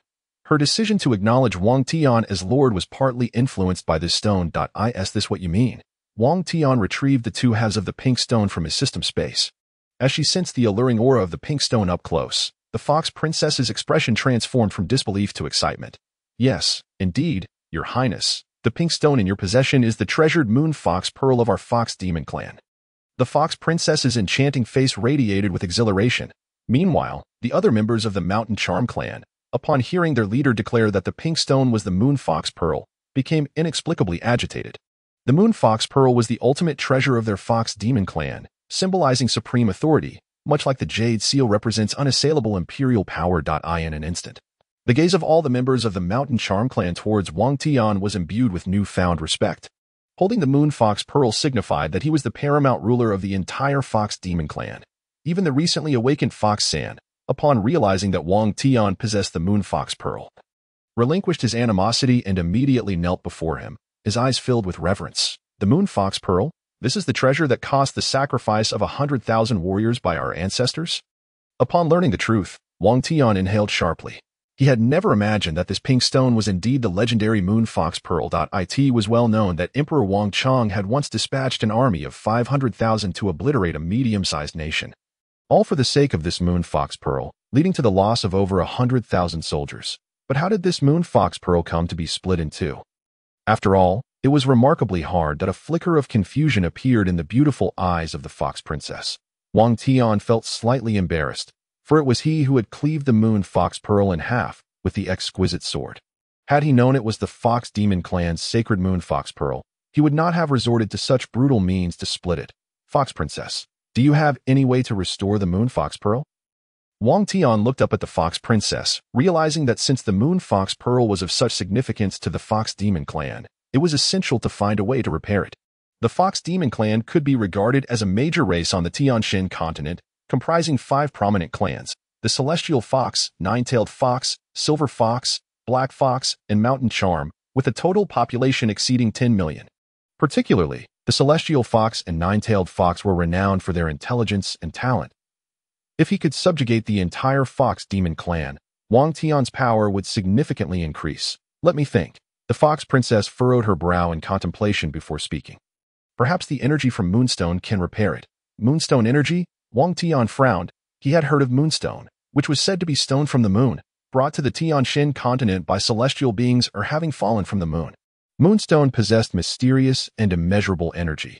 Yes, the moon fox pearl was forged from the energy of all fox demons infused into moonstone after the death of the first generation of fox fairies. The fox princess paused before continuing. It seems plausible that moonstone could indeed restore the moon fox pearl. That makes sense. After hearing the explanation, Wang Tian nodded, finding the fox princess's reasoning sound. Since the moon fox pearl was forged from moonstone, it stood to reason that moonstone energy could repair it. By the way, Your Highness, may I ask how the moon fox pearl came to be split in two? The hardness of moonstone is extraordinary. And the moon fox pearl also contains the power left by the first generation of fox fairies. The fox princess once again voiced her lingering curiosity. The hardness of moonstone ranks among the top 10 hardest materials on the Zhuxian continent. And combined with the power left by the first generation of fox fairies, its overall hardness would undoubtedly place it in the top 3. To cleave such a hard moon fox pearl in half is indeed puzzling. It was already in 2 halves when I acquired it. Wang Tian certainly could not admit that he had split it himself. However, he marveled at the might of the exquisite sword, which could effortlessly cleave even the hard moon fox pearl. If only the moon fox pearl were whole, perhaps our mountain charm clan's ancestors would choose to pledge allegiance to Your Highness, and perhaps other fox demon clans would also consider doing the same. The fox princess gazed at the severed moon fox pearl with a hint of regret. This sentiment caused Wang Tian to feel a twinge of remorse as well. However, had he not split the moon fox pearl in 2, he would not have been able to approach Emperor Wang Chang's coffin so easily. I will find a way to restore the moon fox pearl, Wang Tian resolved firmly, and then instructed the fox princess. Please bring me some food and wine, as much as you can, enough for at least 10 days. Wang Tian recalled that there had been an emperor in the Decayed dynasty who, though mediocre and inept, had a penchant for collecting treasures from across the land, and moonstone was among them. After his death, he had even buried these treasures with him. Initially, Wang Tian had little interest in burial goods, but this time he felt compelled to take an interest. Moreover, this ancestor, though lacking in innate talent, had frequently consumed rare herbs and treasures, thus elevating himself to the rank of a first-class expert. What treasures might be concealed among the relics of such a person? Wang Tian found himself filled with anticipation. At dawn, Wang Tian stored all the food and wine brought by the fox princess in his system space, sufficient to last 10 days, allowing him ample time to explore. Now that I am at the 7th tier realm, I should be able to enter the tomb of Emperor Wang Hao. As he walked through the royal tomb, Wang Tian sought out the so-called Spirit Treasure Emperor. The posthumous title of Spirit Treasure Emperor was conferred upon him due to the immense collection of treasures he amassed during his lifetime. He had gathered all manner of spirit treasures, leaving nothing uncollected. Given the vast array of treasures collected by the Spirit Treasure Emperor during his lifetime, he must have left behind a great many upon his death. Surely, I can take a few pieces, Wang Tian mused. Previously, there had been several burial items within Emperor Wang Chang's coffin, but they were all rather mediocre. In contrast, the treasures collected by the Spirit Treasure Emperor would surely be far more valuable, with some even coveted by experts outside. As he contemplated this, Wang Tian finally arrived at the entrance of the Spirit Treasure Emperor's tomb, a grand edifice of earthy yellow, slightly smaller than that of Emperor Wang Guang, requiring the dragon energy of the 7th tier realm for entry. Fortunately, I have now reached the 7th tier realm. Otherwise, I would have been unable to enter. Taking a deep breath, filled with anticipation, Wang Tian stepped inside. A barrier of dragon energy obstructed his path, but with a surge of his 7th tier dragon energy, he successfully passed through. Upon entering the tomb, he needed to traverse a long corridor to reach the main hall. Wang Tian glanced down and was astonished to find that the corridor was paved entirely with precious pearls and jade, a sight to behold. My heavens!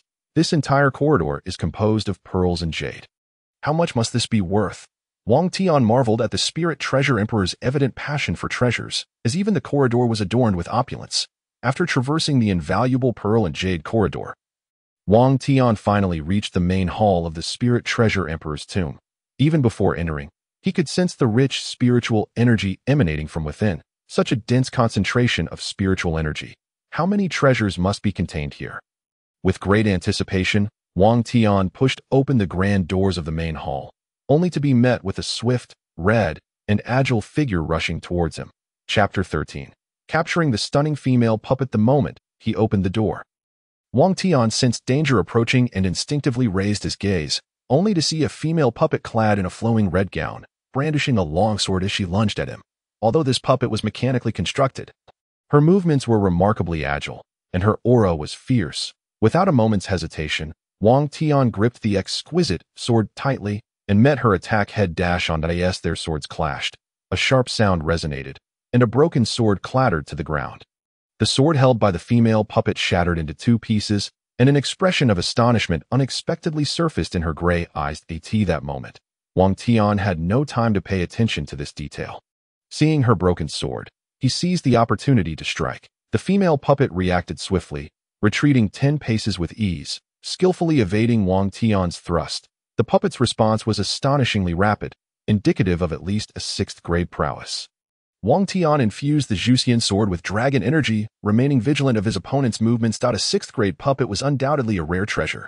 Wang Tian never anticipated that within a yellow-hued mausoleum, there existed such a formidable guardian puppet. Your sword is commendable. The master would surely appreciate it. The female puppet suddenly spoke, her gaze fixed on Wang Tian's Zhuxian sword. The master she referred to was none other than the deceased Lingbao Emperor, Wang Hao. Wang Tian was slightly taken aback. He had initially thought this female puppet was merely an unconscious combat mechanism, only to discover she possessed sentience. This revelation elevated her status even further. The treasures collected by the Lingbao Emperor were indeed extraordinary. Even a puppet could exhibit awareness and understand its master's preferences, rendering her worthy of subjugation. A desire to capture her blossomed within Wang Tian. Typically, a puppet endowed with awareness could be enhanced through specialized methods, potentially cultivating her into a 1st grade expert. Such a puppet would be formidable indeed. Cackling ominously, the female puppet hurled the broken sword at Wang Tian. He deftly tilted his head and easily dodged the projectile. However, when he turned back, he was horrified to find that the female puppet had vanished from sight. Where has she gone? Wang Tian scanned his surroundings, failing to catch a glimpse of her presence, which filled him with a sense of foreboding. Suddenly, a distortion rippled through the shadow before him, and the female puppet emerged silently from his own shadow, launching a surprise attack. Fortunately, Wang Tian possessed dragon bones that heightened his perceptive abilities.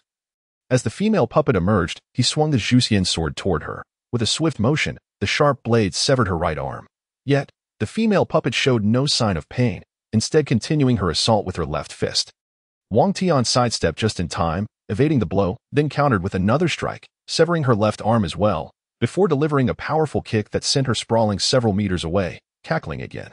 The female puppet quickly sprang back to her feet, her mechanical visage devoid of fear, instead resonating with that chilling laughter. Her severed arms, concealed within the laughter, silently soared from the ground and launched a surprise attack from behind. Realizing the tenacity of this puppet, Wang Tian's resolve hardened. He understood that unless he incapacitated her, capturing her would be impossible. Consequently, he channeled all his dragon energy into the Zhuxian sword, causing its melodic resonance to echo throughout the mausoleum.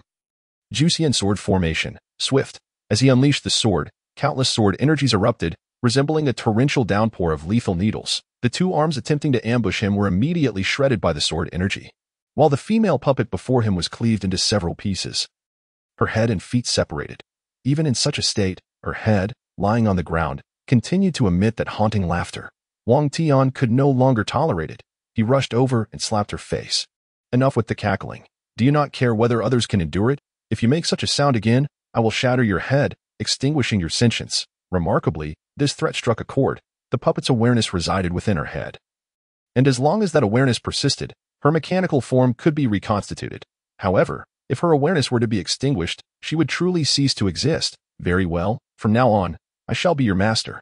Wang Tian breathed a sigh of relief as she finally fell silent. That last strike had depleted all his dragon energy and strength, and had she retaliated, he would have been defenseless. Subsequently, he opened the back of the puppet's head and extracted a dragon stone, the very energy source that activated this mechanical construct. Without this energy support, even a sentient puppet would be unable to unleash any abilities. The dragon stone had been around for over 1,000 years.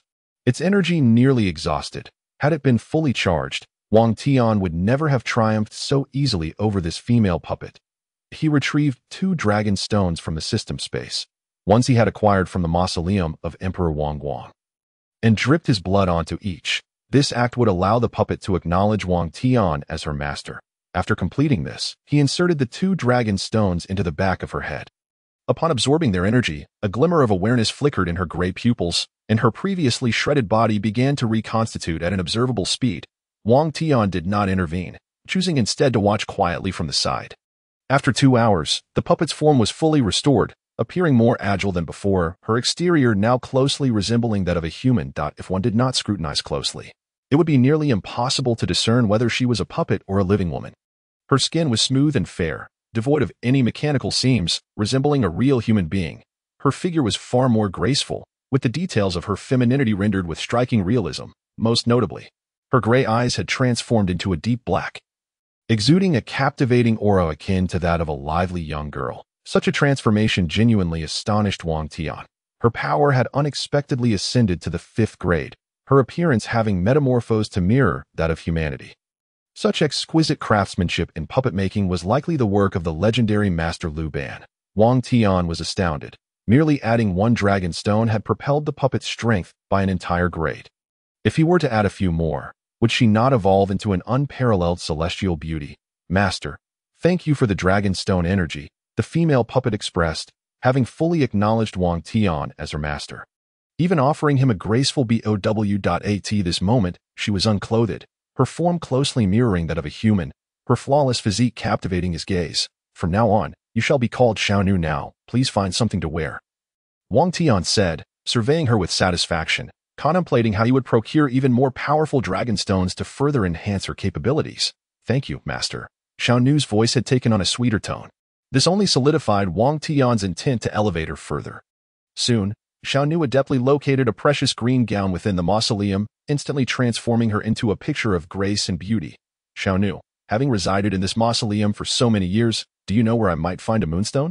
Wang Tian surveyed the surroundings, noting that the mausoleum was filled with countless burial treasures. Gold, silver, and jewels were merely trifles, accompanied by numerous antiques, paintings, medicinal pills, talismans, manuals, and weaponry. Sifting through such a plethora of items to locate a moonstone would undoubtedly consume considerable time. So Wang Tian decided to consult Xiaonu directly. She had lived here for over 1,000 years and was naturally familiar with the layout. Master, the moonstone is located within the coffin of the Lingyao Emperor. Xiaonu replied respectfully. Wang Tian nodded in understanding. The moonstone was far more precious than any of the treasures within the hall. Its value only evident when interred alongside the deceased. I should have suspected that such a rare item would not be placed within the hall. Wang Tian tightened his grip on the Zhuxian sword, preparing to open the coffin. Based on past experiences, the higher the mausoleum's level, the more formidable the dragon-patterned energy guarding it would be. Xiaonu, please open the coffin. Wang Tian, unwilling to let his guard down, intended for the puppet to take the lead. Should any danger arise, she would serve as a buffer. Yes, master. Xiaonu nodded and approached the central coffin of the hall. Wang Tian followed closely behind, firmly grasping the Zhuxian sword while remaining vigilant of his surroundings. Soon, Xiaonu reached the coffin, and as she drew near, a surge of yellow energy erupted from the coffin lid, transforming into a massive yellow dragon that lunged toward her. Cackling, Xiao Nu displayed no fear. Instead, she tightened her fists and struck fiercely at the yellow dragon. In an instant, the dragon dissipated into nothingness, while Xiao Nu maintained her signature smile, not even flinching. Impressive. Wang Tian had anticipated that Xiao Nu would at least sustain some injury, but in reality, he had underestimated her post-evolution strength. She now possessed the prowess of a fourth-grade expert. Had Xiao Nu's current abilities been what Wang Tian faced earlier, he would have stood little chance of victory. The puppets crafted by Master Lu Ban were indeed formidable. After vanquishing the dragon-patterned energy, Xiao Nu did not relent. Instead, she grasped the coffin lid and began to exert her strength to lift it. Wang Tian stood nearby, observing the seemingly delicate Xiao Nu with a sense of awe. Reminiscent of Lin Daiyu pulling up willows, with a resounding tear, though the coffin lid was sturdy, it could not withstand Xiao Nu's relentless efforts, and soon signs of loosening became apparent. After persevering for a brief while, Xiao Nu finally succeeded in completely lifting the coffin lid. The Lingbao Emperor would never have expected that the very puppet assigned to guard his tomb would ultimately be the one to unseal his coffin. Master, the coffin is now open. The moonstone is within. Xiao Nu turned to inform him. You have worked hard. Wang Tian acknowledged with a pleased nod, then stepped forward to peer into the coffin. The sight that greeted him caused him to gasp in astonishment. Chapter 14. In the vast waters, only a single ladle inside the coffin lay a staggering array of treasures, densely packed and gleaming with opulence. Moonstones, dragon stones, dragon pearls, 9-colored corals, and unique ancient tomes. To name but a few. Each item, if extracted, would be worth a fortune, and yet the coffin of the Lingbao Emperor was filled with multitudes of such riches. These treasures encircled the Emperor's remains in a mesmerizing display. Overwhelming to the eye, did the Lingbao Emperor intend to use the rare items he had collected in life as his burial goods, as a prince accustomed to the sight of exquisite treasures? Wang Tian found himself utterly spellbound by the spectacle before him. Yet amidst this abundance, one particular violet hairpin captivated his attention. This hairpin was the sole treasure held tightly in the grasp of the Lingbao Emperor's skeletal hand. While the others lay scattered around, it was evident that this hairpin held significant importance for him. Instinctively, Wang Tian reached out and carefully extracted the hairpin from the Emperor's bony fingers that felt icy to the touch, emanating an aura of coldness. Upon holding it, he discerned that the hairpin radiated an intense chill. Fortunately, his strength had reached the 7th tier, or he might have suffered injury from its frigid energy. The violet hairpin was exquisitely crafted, crystal clear, and adorned with the intricate carving of a phoenix. Its feathers were depicted with such vividness that they seemed poised to take flight. The phoenix's eyes sparkled with a mysterious light, evoking thoughts of legendary artifacts. The hairpin's body flowed with graceful lines, and the meticulous craftsmanship left one in awe. Every detail had been painstakingly sculpted, bringing the phoenix to life. After studying it for some time without discernible insight, Wang Tian sought the assistance of Xiao Nu. Xiao Nu, do you know the origin of this violet hairpin? As the guardian automaton of the Lingbao Emperor's tomb, Xiao Nu was likely to possess some knowledge. This appears to be the ice phoenix hairpin. Since I gained consciousness, I have often seen my previous master lost in thought, while holding it is said to have belonged to the cold concubine, Xiao Nu remarked after glancing at the violet hairpin. The ice phoenix hairpin, the cold concubine. Wang Tian searched his mind for information about the cold concubine and suddenly recalled a poignant love story.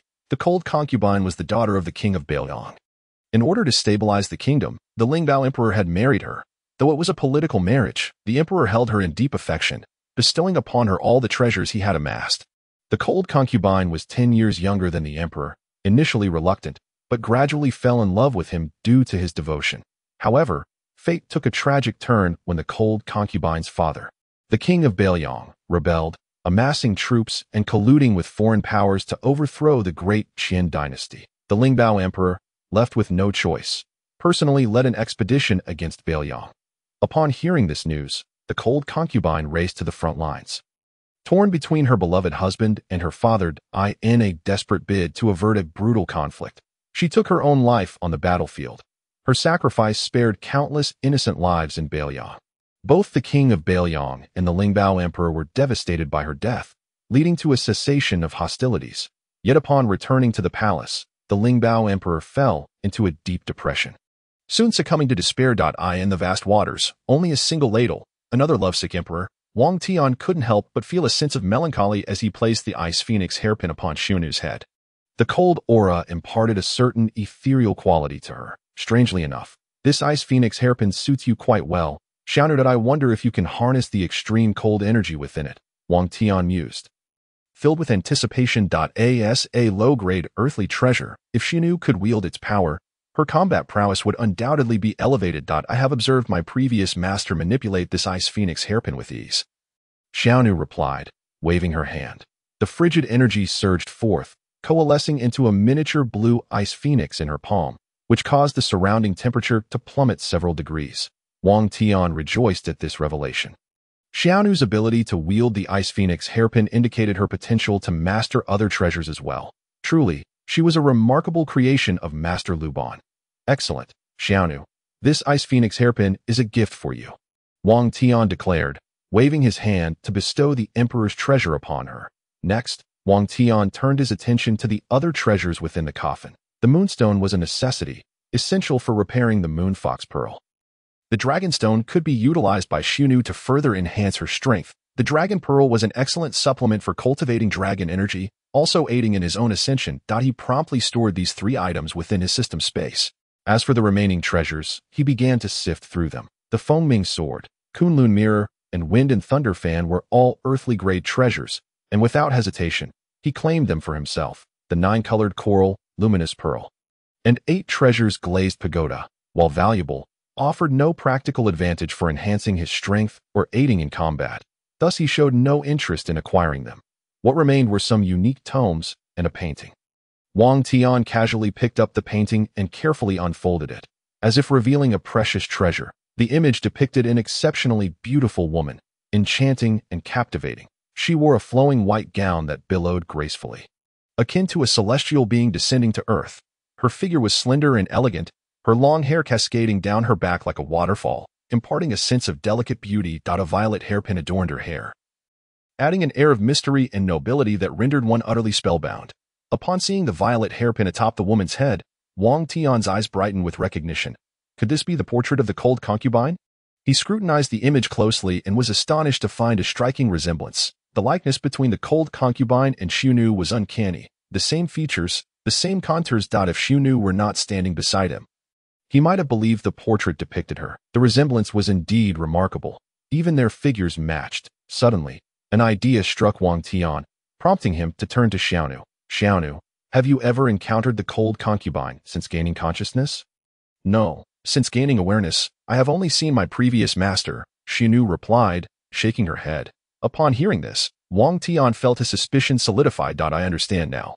After the cold concubine's passing, the Lingyao Emperor, overwhelmed by longing for his beloved, commissioned Master Lu Ban to create you in her likeness. Yet, as a mechanical automaton, you are not truly her, despite having gained consciousness. Thus, the Lingyao Emperor succumbed to despair. All conjectures fell into place, leaving Wang Tian contemplative. It turned out he was crafted in the likeness of the cold concubine. Xiaonu, too, came to comprehend her own origins, and as an automaton, she quickly accepted this revelation, expressing gratitude for her previous master. Without him, there would be no Xiaonu as she was now. Very well, it is time to examine the Lingyao Emperor's remains. Though he possessed mediocre talents, he consumed countless elixirs, relying solely on their power to attain the mastery of the first tier. I wonder what I might discover from his remains. With a sense of anticipation, Wang Tian slowly reached out towards the Lingyao Emperor's skeletal form. As his fingers brushed against the bones, the system's voice chimed in.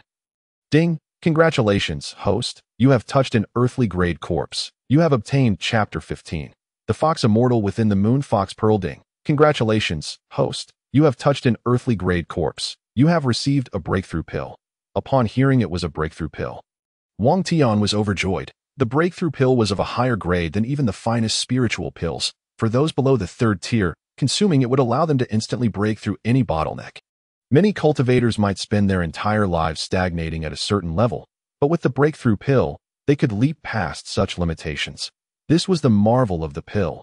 Indeed, the treasures extracted from an emperor crafted through elixirs were extraordinary.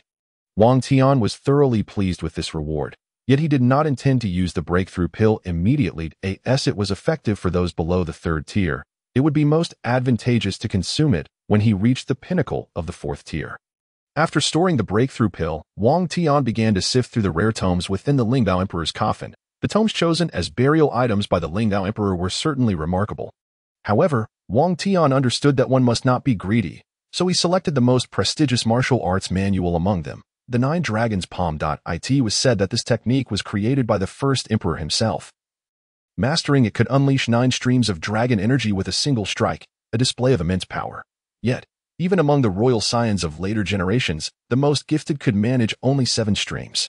Wang Tian had long desired to learn this royal martial art, but his previous lack of talent had barred him from such elite training. Now, he could pursue it without hesitation. How many streams of dragon energy could I unleash?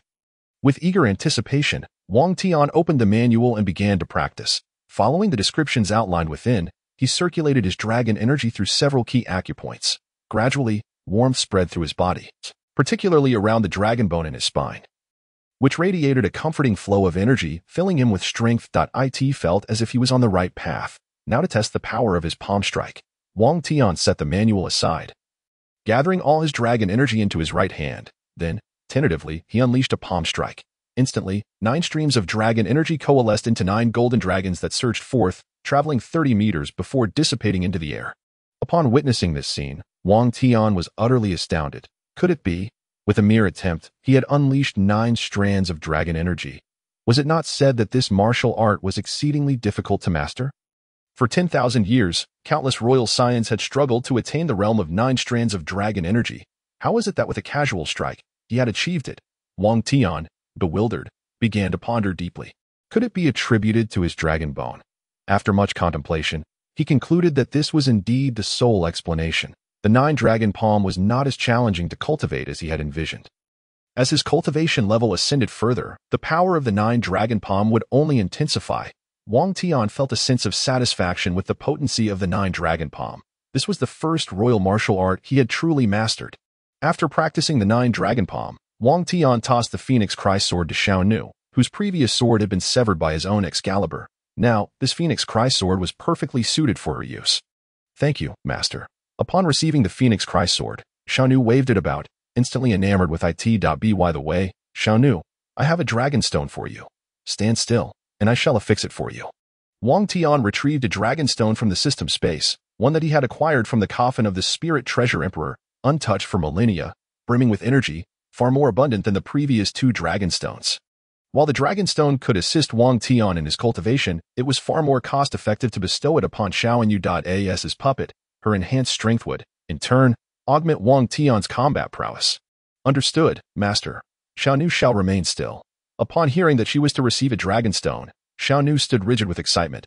Wang Tian wasted no time. He dripped a drop of blood onto the dragon stone, opened the back of Xiaonu's head, and then inserted the blood-soaked dragon stone. The moment the dragon stone was placed within, a surge of rich energy coursed through her entire being, and Xiaonu began to evolve once more.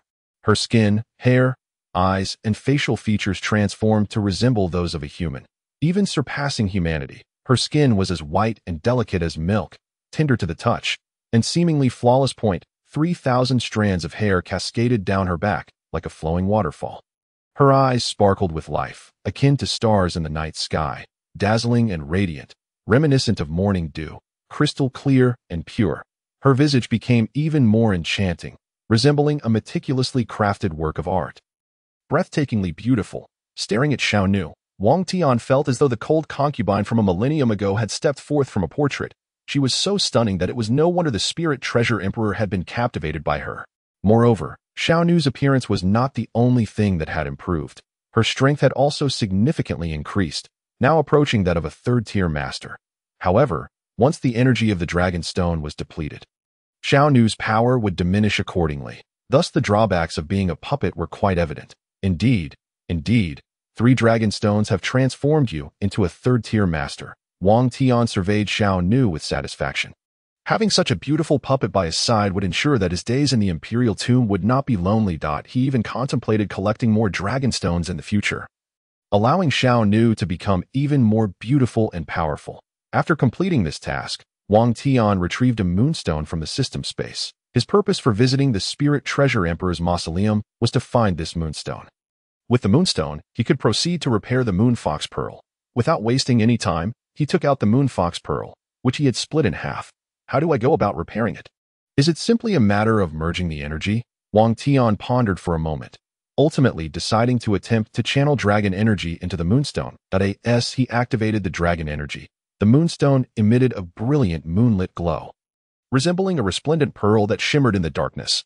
Under the radiance, the moonstone's energy radiated outward, flowing like a gentle current. Its reacting. Wang Tian's face lit up with joy upon witnessing the moonstone's response, and he began to guide the moonlit energy into the moon fox pearl using dragon energy. As the energy from the moonstone flowed into the moon fox pearl, it emitted a captivating pink glow, and the two halves of the moon fox pearl began to draw closer together, akin to two magnets of opposite polarity. Wang Tian's heart soared at this sight, and he intensified his efforts to channel the energy of the moonstone, accelerating the fusion of the moon fox pearl. As time passed, just as the moon fox pearl completed its fusion, a surge of pink energy ascended from it, swiftly coalescing into an ethereal fox.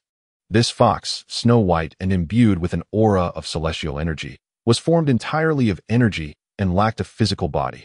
Wang Tian was taken aback. How was there a fox within the moon fox pearl? However, upon noticing the wisps of celestial energy surrounding the fox, an idea struck him. Could this be the first-generation fox spirit whose energy had been infused into the moon fox pearl? He recalled that the fox Empress had mentioned that the moon fox pearl contained the power of their first-generation fox spirits. Fate has brought you here. This is the last remnant of my soul left in the world. Before Wang Tian could fully comprehend, the energy-formed fox spirit suddenly spoke. Its voice, deep and alluring, suggested it was a male fox spirit. Who are you? Why does a remnant of your soul linger in the moon fox pearl? Wang Tian instinctively inquired. I was once the celestial fox ancestor, having cultivated for 3,000 years to attain the realm of celestial beings, leading 100,000 fox spirits. Alas, I was betrayed by the one I cherished, dying with resentment, my corporeal form sealed away in the valley of the moon's fall. The celestial fox ancestor's tone was laden with bitterness and regret. Indeed, it was the first-generation fox spirit, yet his words left Wang Tian astounded. The first-generation fox spirit had been betrayed by the very woman he loved. This revelation was shocking. Why telling me this? Do you wish for my assistance in some manner? Wang Tian sensed the resentment and bitterness in the fox spirit's voice, clearly seeking his aid. You are quite perceptive. I shall be direct. I wish for you to avenge me by slaying the nine-tailed celestial fox demon. And simultaneously assist me in lifting the seal on my corporeal form, allowing me to reincarnate. As the fox spirit spoke, his tone turned filled with profound hatred. Not only had he been betrayed, but his physical body had also been sealed, condemning his soul to an eternity without rebirth. Wang Tian inhaled sharply. The cruelty of the celestial fox demon, was truly staggering. Celestial fox ancestor, I fear I cannot assist you in this endeavor. I am merely at the 7th-tier realm, while she is a 9-tailed celestial fox, at least a 1st-tier master. How could I possibly contend with her?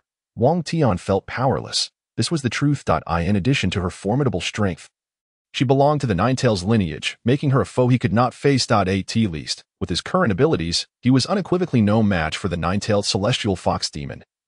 Alas, thousands of years have passed. Whether she still lives is uncertain, yet I can feel my corporeal form remain sealed. The fox spirit sighed, his voice heavy with the weight of time. The thought that his nemesis might have succumbed to the ravages of time left him with a lingering sense of regret and melancholy for not being able to exact vengeance himself. Wang Tian's eyes suddenly brightened. Indeed, the moon fox pearl had existed for several millennia. Although Yu was a 9-tailed celestial fox, her lifespan was finite, and it was highly probable that she had perished. I can assist you in lifting the seal on your corporeal form, but what benefit do I gain? Wang Tian contemplated aloud. If it were merely a matter of lifting the seal, it posed little danger. And he could also access the fox spirit's remains, an extraordinary celestial corpse, surely yielding remarkable treasures, and he could do so multiple times. I can teach you the true way to utilize the moon fox pearl. The fox spirit replied earnestly. The true way to use the moon fox pearl? Beyond its allure, does this treasure possess other remarkable capabilities? Wang Tian's interest was piqued. This treasure of the fox spirit clan was akin to the supreme imperial seal, and he had long suspected it could not merely be a tool for enchanting hearts. Indeed, the moon fox pearl is a pure and pristine moonstone I brought down from the moon. Possessing mysterious abilities unknown in the Tianxin continent. It is through the power of the Moon Fox Pearl that I managed to preserve a fragment of my soul and escape. The fox spirit's tone was grave. This statement only served to heighten Wang Tian's curiosity. Abilities unknown in the Tianxin continent were indeed extraordinary. Pray tell, what mysterious abilities does the Moon Fox Pearl possess? Wang Tian's curiosity had been thoroughly ignited by the fox spirit. Chapter 16. The Mountain Enchantress Ancestor. This Moon Fox Pearl allows for limitless retreat under moonlight, as long as your own dragon energy is sufficient. The fox spirit paused before continuing. Moreover, the Moon Fox Pearl contains my fox spirit's energy. I can teach you the incantation, allowing you to wield my fox spirit's power with your human form. The power of the fox spirit far surpasses your current dragon energy, even against a first-tier master. You could hold your own using my fox spirit's strength. However, the energy I have left within the Moon Fox Pearl is finite. Once it is exhausted, it will be gone. The fox spirit's words were sincere, laying bare both the advantages and limitations. Wang Tian could discern that the fox spirit genuinely sought his assistance. The sealing of his corporeal form and the inability of his soul to reincarnate brought him great anguish. Very well, I can assist you in lifting the seal on your corporeal form, but the timeline for this assistance remains uncertain. Wang Tian resolved to agree. Recognizing that both the ability to retreat infinitely under moonlight and to harness the power of the fox spirit would significantly enhance his combat capabilities. Thank you. The fox spirit sighed in relief upon hearing Wang Tian's agreement. However, you must first teach me these two abilities. Wang Tian shifted the conversation. No problem, but once I teach you these two abilities, I will enter a long slumber. The next time I awaken may coincide with the lifting of my corporeal seal, or I might never awaken again. From here on, I shall leave everything to you. After the fox spirit uttered these words, she summoned the last vestiges of her strength to unleash a surge of energy from her forehead, striking Wang Tian squarely at his brow. In the blink of an eye, Wang Tian instantaneously grasped two abilities related to the control of the Moon Fox Orb, the ability to flee under the moonlight and to harness the power of the fox spirit. Indeed, he was quite pleased with these newfound abilities. However, when he turned to look for the fox spirit again, he found that she had vanished, presumably returning to her slumber. Reflecting on the fox spirit's exploits, Wang Tian could not help but draw parallels to his own misfortunes. Had he not also been betrayed by the very woman he cherished? The thought clenched his fists, and a flicker of murderous intent flashed in his eyes. He vowed that one day, when his cultivation reached fruition, he would repay this humiliation tenfold. After concluding these contemplations, Wang Tian, accompanied by his servant, made his way out of the mausoleum. Having lingered there for so long and exhausted all possibilities for plunder, it was indeed time to depart. Upon exiting the mausoleum, he intended to return to his humble abode to continue his training, only to find a familiar figure awaiting his arrival. Fox Princess, what brings you here? Is there some urgent matter? Wang Tian inquired, puzzled. Previously, they had agreed that she would bring him food every 10 days, and if there were pressing issues, she could come to him at any time. Since he had only spent 3 days in the mausoleum, it was not yet time for food delivery, which meant she must have come for something urgent. Your Highness, our Mountain Charm clan's ancestor wishes to see you. The Fox Princess replied, her excitement palpable. The ancestor wishes to see me? Where? Wang Tian suddenly recalled that the Fox Princess had indeed mentioned wanting to introduce him to the ancestor of their clan. But he had not anticipated it would happen so soon. Fortunately, his Moon Fox Orb had been repaired. It is in the eastern hills of the Royal Mausoleum, which is also the ancestral ground of our Mountain Charm lineage. The Fox Princess continued after a brief pause. The ancestor has come all the way from the southern regions especially to meet you in the Moon Fox Orb. She places great importance on this matter. With the Moon Fox Orb in your Highness's possession, the ancestor will surely pledge her loyalty to you, the Fox Princess Novelli asserted. In her view, the Moon Fox Orb was the ultimate treasure of the Fox Demon clan, one that would compel all who encountered it to swear fealty. However, Wang Tian was not so optimistic. While the Moon Fox Orb symbolized the clan's treasure, allegiance depended on one's own strength. Just as the Jade Seal represented imperial authority, it could be contested if one lacked the power to secure it. I shall freshen up first. Take me to meet her after sunset, Wang Tian stated, glancing at the sky. It was still evening, and the moon had yet to rise. Should danger arise, he would be unable to employ the ability to flee under the moonlight. This decision was made purely for precaution's sake. A common man might be guiltless, yet possessing a precious item could invite trouble. Present, he was only at the 7th tier, while the mountain charm ancestor was at least at the second tier. Should she attempt to seize his moon fox orb, he might find himself at a disadvantage. Thus, he needed to devise a comprehensive strategy before confronting her. I shall wait for your highness outside the royal mausoleum. The fox princess nodded. Wang Tian was not in a hurry. He returned to his modest dwelling, washed his face, and then sat cross-legged on the rickety wooden bed, patiently awaiting the setting sun. 2 hours later, the sun finally dipped below the horizon, and the sky darkened. With the moon appearing shyly, half hidden like a lute, Wang Tian opened his eyes, aware that it was time to take action, though he prudently brought his servant along. Though merely a puppet, her combat prowess was comparable to that of a third-tier expert, which could prove invaluable in a critical moment. Under the guidance of the fox princess, Wang Tian stepped into the dappled moonlight, exiting the royal mausoleum and swiftly arriving at the neighboring eastern hill, where a large cave awaited. Inside, the cave was brightly lit, and Mountain Charm clan members stood guard outside. Your Highness, this is the ancestral ground of our lineage. The ancestor is waiting for you inside. The fox princess joyfully led Wang Tian toward the cave. He surveyed the Mountain Charm clan members outside. He noted their vibrant energy and robust auras, unmistakable signs of formidable warriors. Upon entering the cave, Wang Tian discovered a spacious interior, exceeding 100 square meters, furnished with some rudimentary pieces. At the far end sat an elderly woman, frail and haggard, leaning on a cane, her face etched with deep lines. Since Wang Tian's entrance, her murky gaze had fixed upon him with an intensity that suggested she might consume him whole, though she quickly reined in her predatory aura. Ancestor, the sixth prince has arrived, the fox princess announced as she brought Wang Tian before the elder. Sixth prince, the old woman pays her respects. The mountain charm ancestor quavered, struggling to rise from her chair to offer Wang Tian a shoddy bow. Although Wang Tian had been relegated to the royal mausoleum, he still bore the identity of a prince, which necessitated respect even from someone of greater strength like the mountain charm ancestor. Please, rise, grandmother, Wang Tian gestured dismissively.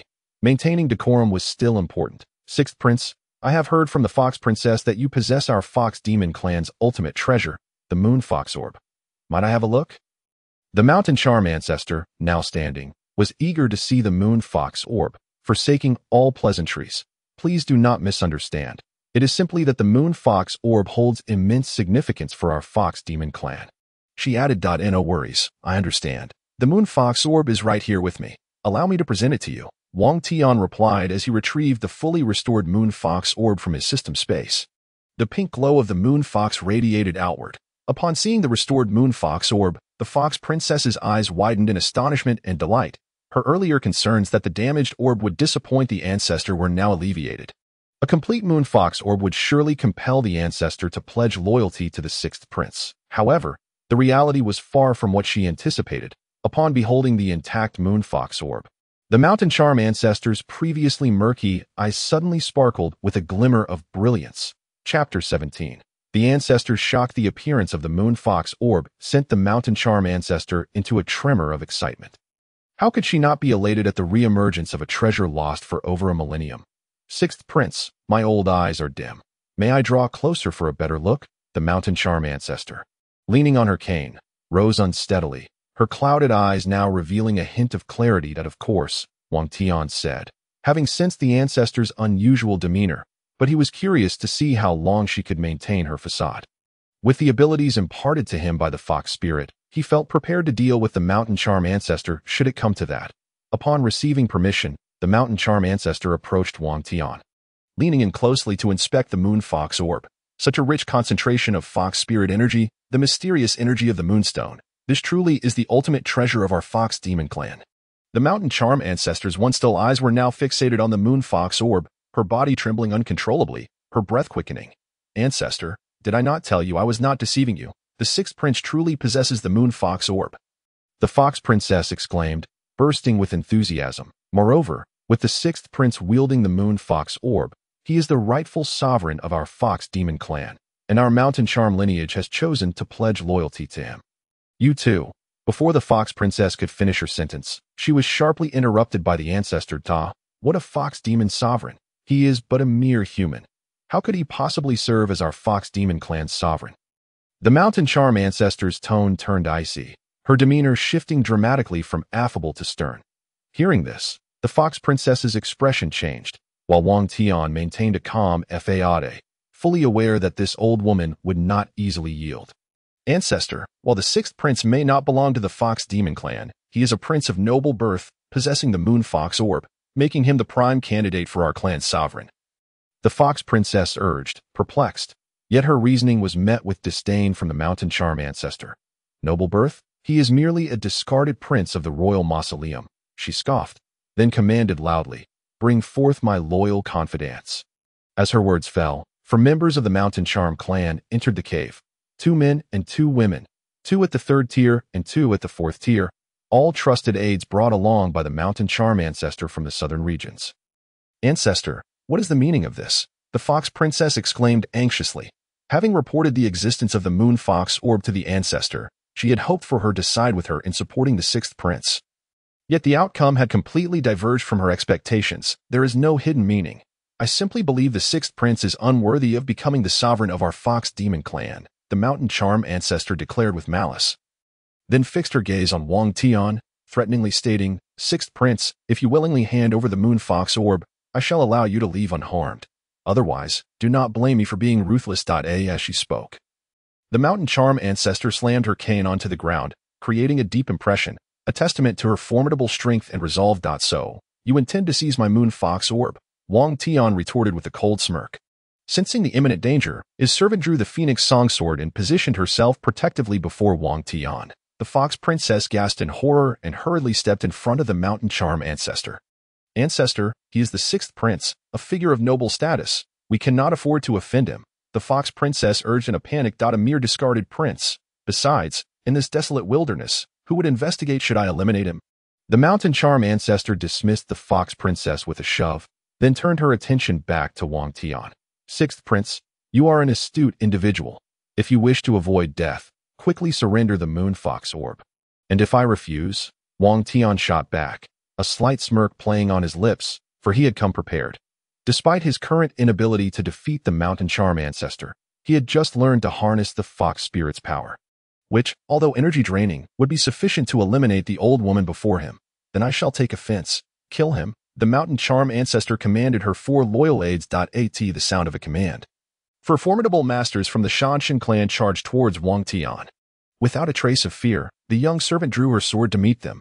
Observing the imminent danger to Wang Tian, Hujie swiftly unsheathed her weapon and rushed to his side. In an instant, the 2 women stood resolutely against the onslaught of the 4 Zhuxian masters. Initially, Hujie's strength was at the 4th tier, but after acquiring the heart of the sacred fox, she had recently broken through to the 3rd tier. And with the heart's enhancement, her combat prowess far surpassed that of her tier. Meanwhile, although the young servant was merely a puppet, after equipping 3 dragon stones, her combat ability could rival that of a 3rd-tier warrior. And her foaming sword, being an earth-grade weapon, significantly boosted her fighting power. The 2 against 4 surprisingly managed to hold their ground for a considerable time. However, as time passed, the young servant's combat effectiveness began to wane rapidly. For each attack, she launched drained energy from the dragon stones, and over time, her strength would diminish. This was dire. The young servant could not sustain a prolonged battle. Wang Tian perceived her weakness. Just then, one of the Zhuxian masters seized the opportunity presented by the young servant's waning strength and maneuvered around her to attack Wang Tian. Just in time, Wang Tian, having found an opportunity to unleash his power, summoned his dragon energy and struck out with a palm towards the assailant. As his palm surged forth, 9 golden streams of dragon energy transformed into 9 colossal golden dragons that lunged at the Zhuxian warrior.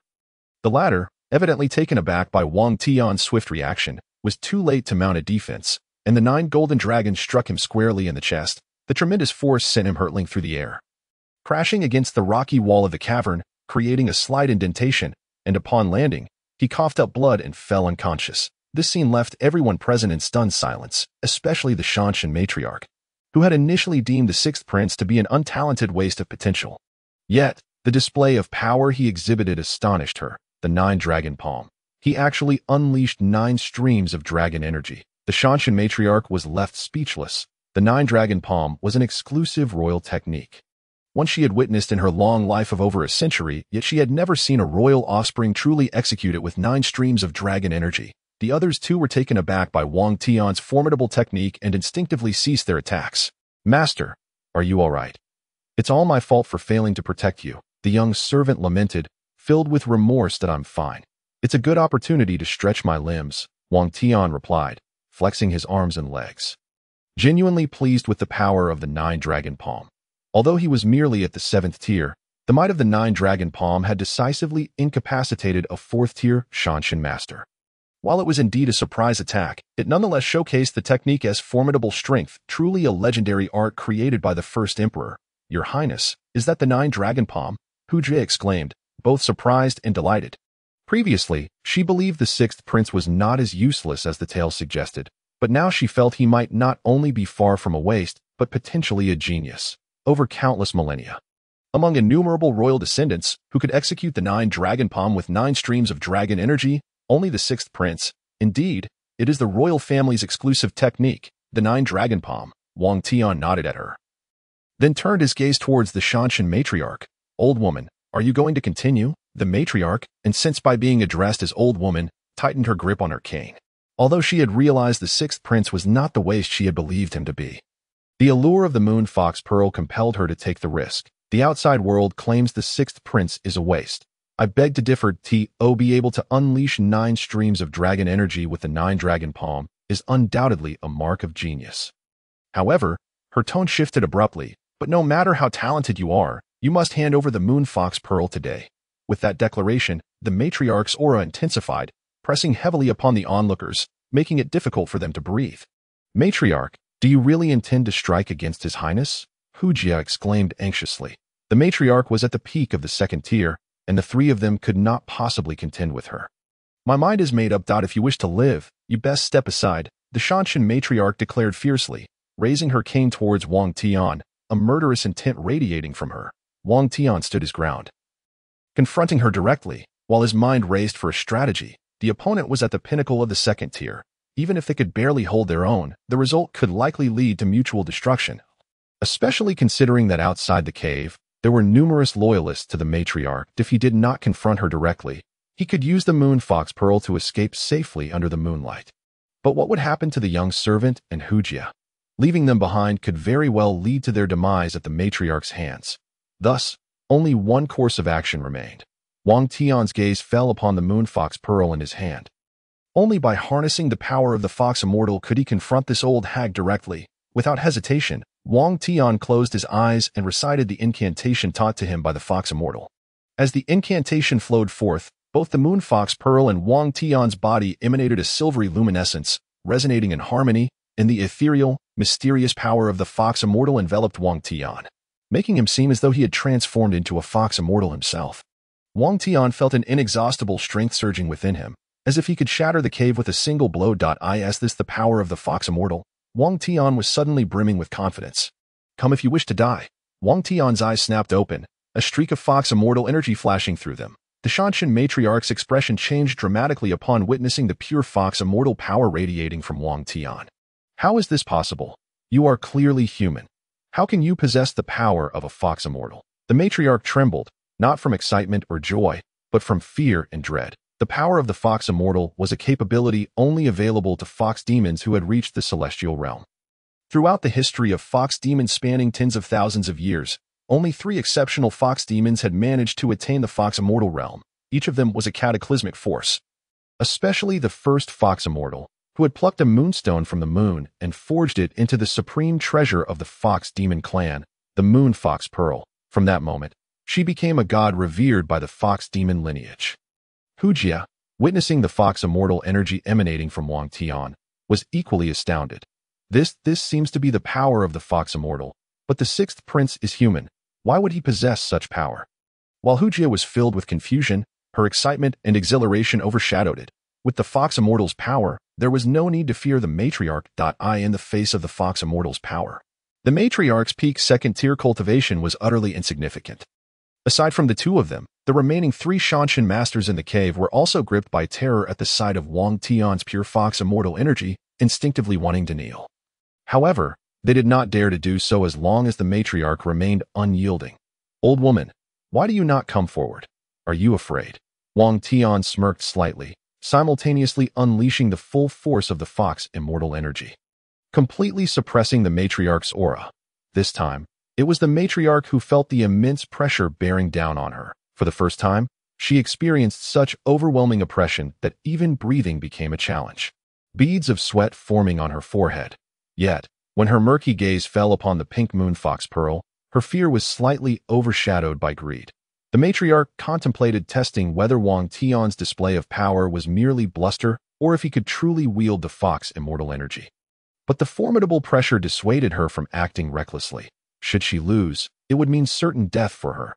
Moreover, such an intense aura made it nearly impossible to fabricate. The matriarch's grip on her cane trembled uncontrollably.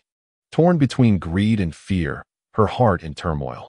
Finally, succumbing to the overwhelming pressure, the Zhuxian matriarch yielded. "Your Highness, how could I dare to covet your moon fox pearl? I was merely jesting with you." The matriarch feigned calmness, hoping to smooth things over, but Wang Tian was not inclined to relent. "Yes, that's so.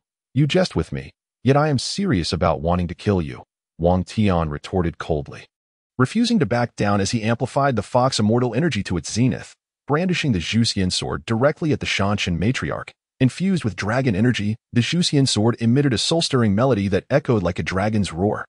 The matriarch trembled in fright. She had intended to feign innocence, but Wang Tian's overpowering stance instilled terror within her, under the dual pressure of the fox immortal energy and the Zhuxian sword. The matriarch's legs finally buckled, and she knelt. "Your Highness, I am willing to pledge my loyalty to you. Please spare my life." The matriarch was genuinely submissive this time. This so-called waste of a prince was anything but a waste. He was a terrifying force not to be trifled with. The matriarch knelt before him, and the other 3 Zhuxian warriors in the cave, unable to withstand the oppressive aura, had already prostrated themselves. The terrifying pressure of the fox immortal combined with the Zhuxian sword was too much for them to bear. Seeing the matriarch finally yield, Wang Tian let out a quiet sigh of relief. The fox immortal energy was depleting with each use. If he exhausted it, he would lose this trump card. Therefore, it was best to use it sparingly. Hujia, observing that Wang Tian had not yet relented, rushed to his side and knelt before him, pleading, "Your Highness, the matriarch understands her mistake. She is willing to serve you. Please grant her mercy with her presence. The Zhuxian clan will truly submit to you." After all, she was their matriarch, who had taught Hujia skills during her childhood. She could not bear to witness her mentor's demise. Furthermore, as the leader of the Zhuxian clan, the matriarch held great esteem among her people, and her survival would ensure the clan's genuine allegiance to the 6th prince. "For Hujia's sake, I shall spare you this time, but you must surrender your life essence to me," Wang Tian declared, unwilling to let the matriarch off so easily. Given her superior strength, he needed to secure her life essence to truly hold dominion over her. Upon hearing the demand to surrender her very essence, the mountain charm ancestor hesitated. To relinquish her life force meant placing her very existence in another's grasp. "What is this? You hesitate to entrust it to me." Wang Tian observed her reluctance, and his aura intensified further. "Ancestress, you must hasten to give your life force to His Highness, lest you find yourself unable to leave here alive today," the fox concubine interjected, urging her. Though the ancestor was most unwilling, the pressure of the situation left her no choice but to acquiesce. "Very well, I shall surrender my life force to you." With a heavy heart, the mountain charm ancestor complied, channeling her fox demon powers to extract her life essence and presenting it before Wang Tian. Once Wang Tian received her life force, he finally reigned in his fox immortal power, and the sword of extermination was returned to the system's space. Freed from the oppressive force, the mountain charm ancestor felt a slight relief, discreetly wiping the sweat from her brow before tremblingly rising to her feet. "Thank you, Your Highness." The ancestor had become markedly subdued.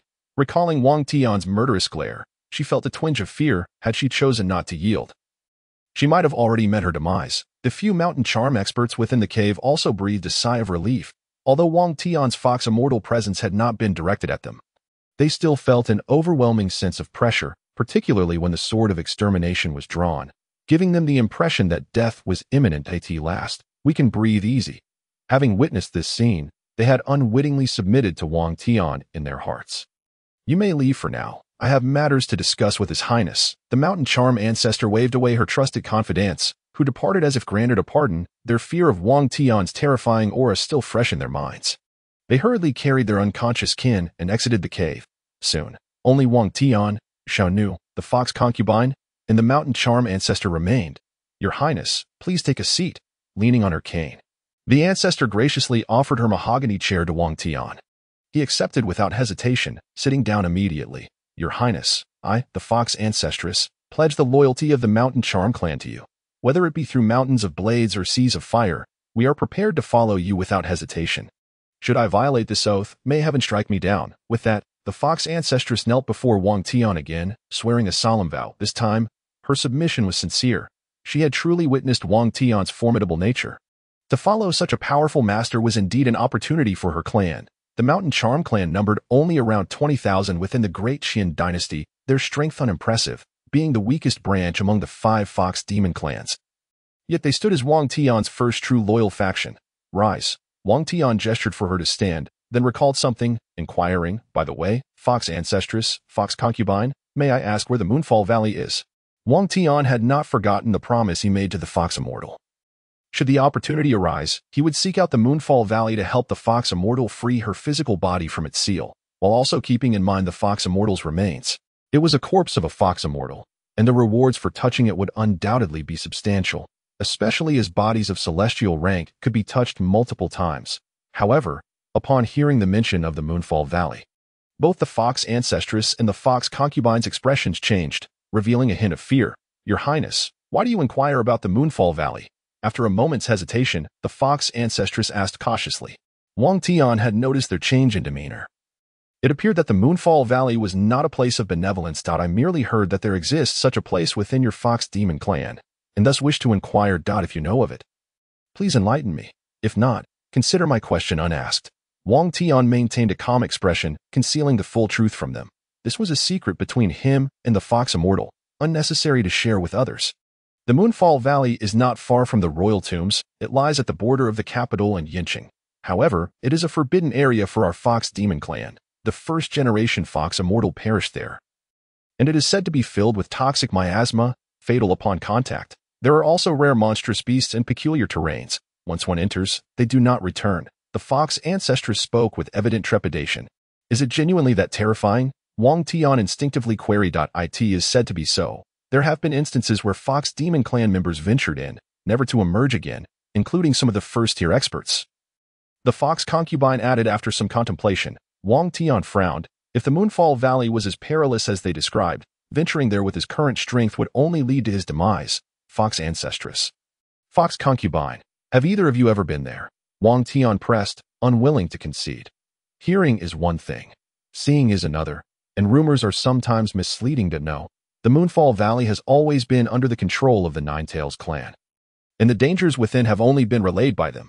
The Fox Ancestress shook her head, with the Fox Concubine beside her doing the same, indicating they had never personally ventured there. Upon hearing this, Wang Tian's eyes narrowed slightly. The Fox Immortal had been betrayed by the Ninetails clan's Yue, and now the Ninetails clan tightly controlled the Moonfall Valley, spreading tales of its dangers.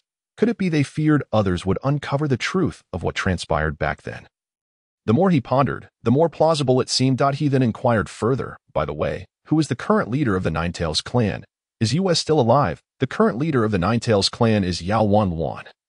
A first-tier expert, the Fox Ancestress replied after a brief pause. As for Yue, she has been dead for several millennia. Why does His Highness suddenly bring her up?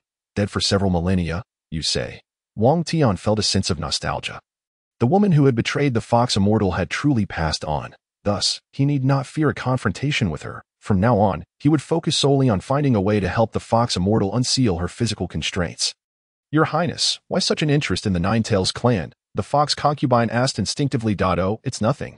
I was merely curious. Wang Tian fabricated a casual excuse. After a moment of silence, the Fox Ancestress cautiously continued. Your Highness, should we inform the other 4 major clans of the Moon Fox Pearl? After all, it is a treasure of our Fox Demon clan.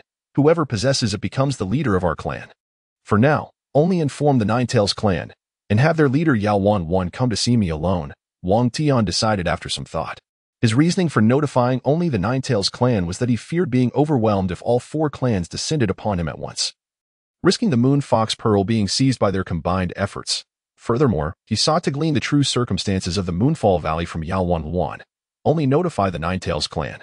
The Fox Ancestress contemplated before suddenly grasping Wang Tian's deeper intent.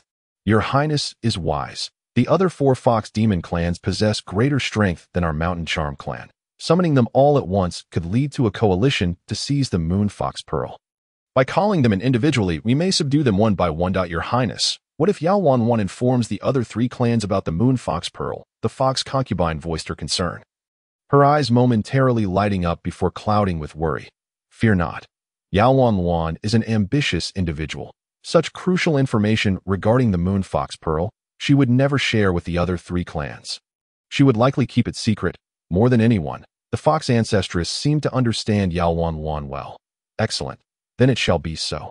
First, notify Yao Wan to come here. We shall set a grand banquet for her in half a month. Wang Tian promptly concluded. As you wish, Your Highness. The fox ancestress bowed in compliance. After settling this matter, Wang Tian rose and made his way toward the cave entrance, with Xiao Nu closely following. The fox concubine and the fox ancestress both saw them off. Watching Wang Tian's retreating figure, the fox ancestress couldn't help but sigh. The world claims the 6th prince is a powerless, talentless wastrel, yet today I witness and realize how utterly absurd that notion is. Indeed, when I first met the 6th prince, I was equally astounded by his strength. Upon witnessing him produce the Moon Fox Pearl, I resolved to follow him without hesitation. The fox concubine's gaze lingered on Wang Tian until he vanished from view. Her eyes reflecting a sense of reluctance, the fox ancestress cast a knowing glance at her. Having observed everything, that sacred fox heart of yours was also bestowed by His Highness, the fox ancestress inquired with a knowing look. Yes, after I pledged my loyalty to His Highness, he granted me the sacred fox heart. It was also thanks to the sacred fox heart that my strength surged to the 3rd tier in such a short time. The fox concubine spoke with gratitude in her eyes. Without Wang Tian, she might have remained trapped in the 4th tier for her entire life. Wang Tian, in contrast, had opened up boundless possibilities for her future. Did you know that our Mountain Charm clan once birthed a sacred fox? The fox ancestress suddenly remarked that a sacred fox among the fox demon clan is akin to a human in the earth immortal realm. Possessing formidable strength. Of course, I know. Her name was Hu Yao. She was once the Empress of the Great Qin dynasty. Our branch of Mountain Charm followed her to the capital. She was the former leader of the fox demon clan. Upon mentioning the revered ancestor Hu Yao, admiration sparkled in the fox concubine's eyes. The Mountain Charm clan had long been looked down upon, yet everything changed with Hu Yao's emergence. Not only did she elevate their clan to new heights, but she also ascended to the position of Empress of the Great Qin dynasty, an unprecedented event for the fox demon clan. The Hu Yao she spoke of was the very same who had assumed the throne after usurping Su Wan'er. Indeed, that was the most glorious era for our Mountain Charm clan, and now we have a chance to rise again. The fox ancestress gazed intently at the strikingly beautiful fox concubine, her eyes brimming with unprecedented hope. What opportunity do you speak of? The fox concubine instinctively inquired. I observe that the 6th prince possesses extraordinary talents, and it is not beyond the realm of possibility that he may ascend to the throne one day. Presently, he lacks a foundation and has been jilted. But if you take this opportunity to draw near to His Highness, you may very well become the Empress in the future. At that time, our Shanmei clan could once again bask in its former glory. The wise old fox gazed intently at Hu Jiami. Empress? Ancestor? Are you jesting? How could a mere wild fox spirit like me possibly ascend to such heights?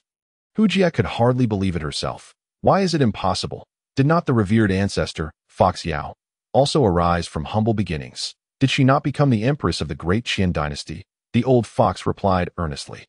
But the revered ancestor, Fox Yao, was a sacred fox. How could I possibly compare to her? Hu Jia's words were abruptly interrupted by the old fox. You possess the heart of a sacred fox. It is only a matter of time before you cultivate to the sacred fox realm, or even the fox immortal realm. Upon hearing the mention of the sacred fox heart, Hu Jia was momentarily taken aback. Indeed, she recognized her own sacred fox heart, and with such a gift, it was only a matter of time before she reached the sacred fox realm, or even the fox immortal realm. Hu Jia's ambition began to swell uncontrollably. If the revered ancestor, Fox Yao, could become the Empress of the Great Qin dynasty, then so too could Hu Jia. The old fox had administered a potent dose of encouragement. Hu Jia clenched her fists. She was breathtakingly beautiful and had been the first to pledge her loyalty to the 6th prince, making it seem as though she truly had a chance if you have made up your mind. It is best to act swiftly. In half a month, the 9-tailed demon, Wan, will be arriving. You are well aware of the enchanting skills of the 9-tailed clan. She may very well get close to His Highness before you do. The old fox cautioned solemnly. I understand. I will make sure His Highness comes to favor me. Hu Jia resolved quietly. determined to win His Highness's affection by any means necessary. Chapter 20. The Summoning of the Black Mausoleum. Once back in the royal mausoleum, Wang Tian had been meditating in a small, dilapidated room. He needed to subdue the remaining 4 clans of fox spirits, so he had to elevate his strength swiftly. Relying on the power of the fox immortal was merely a temporary measure, and its resources were finite. Only by strengthening himself could he truly command the fox spirit clan. For several consecutive days, Wang Tian remained in the small room, absorbing the dragon energy from the dragon pearl. This pearl was acquired from the coffin of the Lingao emperor, and for royal offspring, it served as the finest cultivation supplement. Previously, emperors would send skilled warriors to slay dragons for their pearls. But due to the dragon's low reproductive capacity, taking a century to mature, their numbers dwindled until they became exceedingly rare across the Tianshan continent. On the overseas Panlong Island, dragons could still be found, but the vast ocean made it difficult for humans to reach them. Perhaps it was this formidable ocean barrier that allowed the dragons to survive on the distant islands. Thus, dragon pearls were exceedingly precious in the Tianshan continent. On the market, a single dragon pearl could be worth an entire city, yet it remained a rarity. Wang Tian exhaled a breath of turbid air after finally absorbing the energy of the dragon pearl. Remarkably, the pearl had elevated his strength to the pinnacle of the 7th rank. Wang Tian was quite pleased with the effects of the pearl. After completing his cultivation, Wang Tian prepared to return to the mausoleum to seek out those captivating and adorable ancestors. Upon opening the door, he discovered that night had fallen. A full moon hung above, casting a pale and bright light over the entire royal mausoleum. In the radiant moonlight, a familiar, graceful figure approached Wang Tian's small, dilapidated room, carrying a large bag of food. "Your Highness, I have brought you food," Hujie said, swaying her enchanting figure as she gazed at Wang Tian with alluring eyes, her voice as sweet as honey. Today, she was dressed provocatively. Her light blue gauze dress was cut low, revealing her delicate, snowy shoulders and a deep cleavage that captivated the eye. The lower part of her dress resembled a qipao, with slits that reached her thighs, revealing her long, fair legs with every movement. In addition to her seductive attire, Hujie had applied light makeup, enhancing her beauty. Any man who beheld her would surely be entranced. Yet Wang Tian remained unmoved, eager to commune with his ancestors, entirely indifferent to her appearance. "Thank you, Hujie, but please return for now. I have matters to attend to." Wang Tian took the food from Hujie's hands and hurried toward the mausoleum. Seeing Wang Tian's cold demeanor, Hujie felt a tinge of disappointment. She had put considerable effort into her appearance today, only to find that His Highness did not even spare her a glance. Reluctantly, she called out, "Your Highness, this room is far too shabby. Shall I have someone come to repair it and add some suitable furniture? It would make your stay much more comfortable." Hujie wished to impress Wang Tian, but he interrupted her. "Absolutely not. If others discover that I reside in luxury, it will raise suspicions that a little dilapidation is preferable. Let the outside world continue to perceive me as a waste." Wang Tian understood the importance of concealing his talents, aware that it was not yet the time to reveal his strength, especially not to the Chancellor or the 4th Prince. Otherwise, they would dispatch assassins in an instant.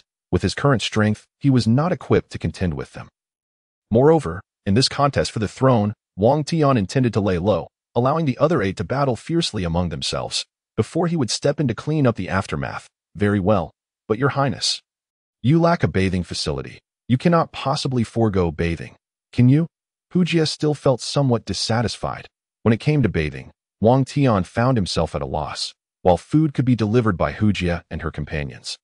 Bathing posed a significant inconvenience, as there was not a single drop of water in the entire mausoleum, let alone a place to bathe. This left him feeling quite speechless. "If Your Highness does not mind, I have a hot spring nearby. You may come to bathe there whenever you wish, just at the eastern hilltop." Hujie, noticing Wang Tian's hesitation, immediately proposed, "That sounds good. When I wish to bathe, I will come by." Wang Tian nodded and quickly made his way deeper into the mausoleum. Hujie watched Wang Tian's retreating figure, a hint of joy appearing on her delicate face. She secretly resolved that when His Highness came to her for a bath, she would ensure to serve him well, making him enamored with her tender care. As Wang Tian ventured deeper into the mausoleum, he pondered which ancestor to commune with next, only to find that the situation from a month prior was repeating itself. The deepest recesses of the mausoleum seemed to be summoning him once more. "Why do I feel that summons again?" Wang Tian furrowed his brow. This feeling of being called was quite peculiar. One he would never forget. It was the black mausoleum at the depths of the royal tomb. Could it be that I can enter again? Wang Tian did not hesitate. He could not afford to miss the opportunity to enter the Black Mausoleum. Last time, he had discovered an unparalleled treasure. Who knew what extraordinary artifacts awaited him this time? With these thoughts in mind, Wang Tian hastened his steps toward the depths of the royal mausoleum. With Xiao Nu closely following behind, the further he ventured inward, the heavier the weight of imperial pressure became, particularly at the first emperor's tomb. Even after a millennium, one could still feel its formidable oppression. Fortunately, Wang Tian's strength had improved vastly compared to a month ago, and he easily resisted the pressure by channeling the dragon energy within him. As he passed through various imperial mausoleums, Wang Tian finally arrived once more at the deepest part of the royal tomb, where the Black Mausoleum stood before him, exuding tendrils of black mist under the pale, bright moonlight. This is it. The Black Mausoleum seems to be calling me once again. Wang Tian's heart raced as he gazed at the Black Mausoleum. He wondered if he could enter once more. Wang Tian glanced at the closed door of the Black Mausoleum, feeling a twinge of nervousness. One must not hold too great expectations, lest disappointment follows. Xiao Nu, you stay here and guard. I will be out shortly. Wang Tian took a deep breath and stepped toward the Black Mausoleum. Chapter 21. Touching the beautiful corpse again as Wang Tian approached. The tightly shut door of the Black Mausoleum suddenly swung open. Overjoyed, Wang Tian realized that it was just like last time. As he drew near, the door had opened automatically. This is promising. I have not been repelled this time. And the door has opened on its own, indicating I should be able to enter. Suppressing his excitement, Wang Tian quickly stepped inside, fearing that if he hesitated, the door would close in no time. Wang Tian found himself within the Black Mausoleum once more. The moment he stepped inside, the door behind him closed automatically. The grand hall of the mausoleum still housed the stunning corpse of a beautiful woman, lying upon a bed of eternal ice. This time, Wang Tian's strength had improved significantly, allowing him to get a little closer. Yet he still dared not touch the exquisite corpse freely. The chill emanating from the eternal ice was no ordinary cold. It was an extreme frost that could freeze a person in place if invaded. Excellent. This time I should be able to stay longer. Wang Tian summoned all the dragon energy within him. Preparing to touch the exquisite corpse, he drew nearer to the stunning corpse. The frigid aura intensified, causing the flow of his dragon energy to slow. I cannot endure this.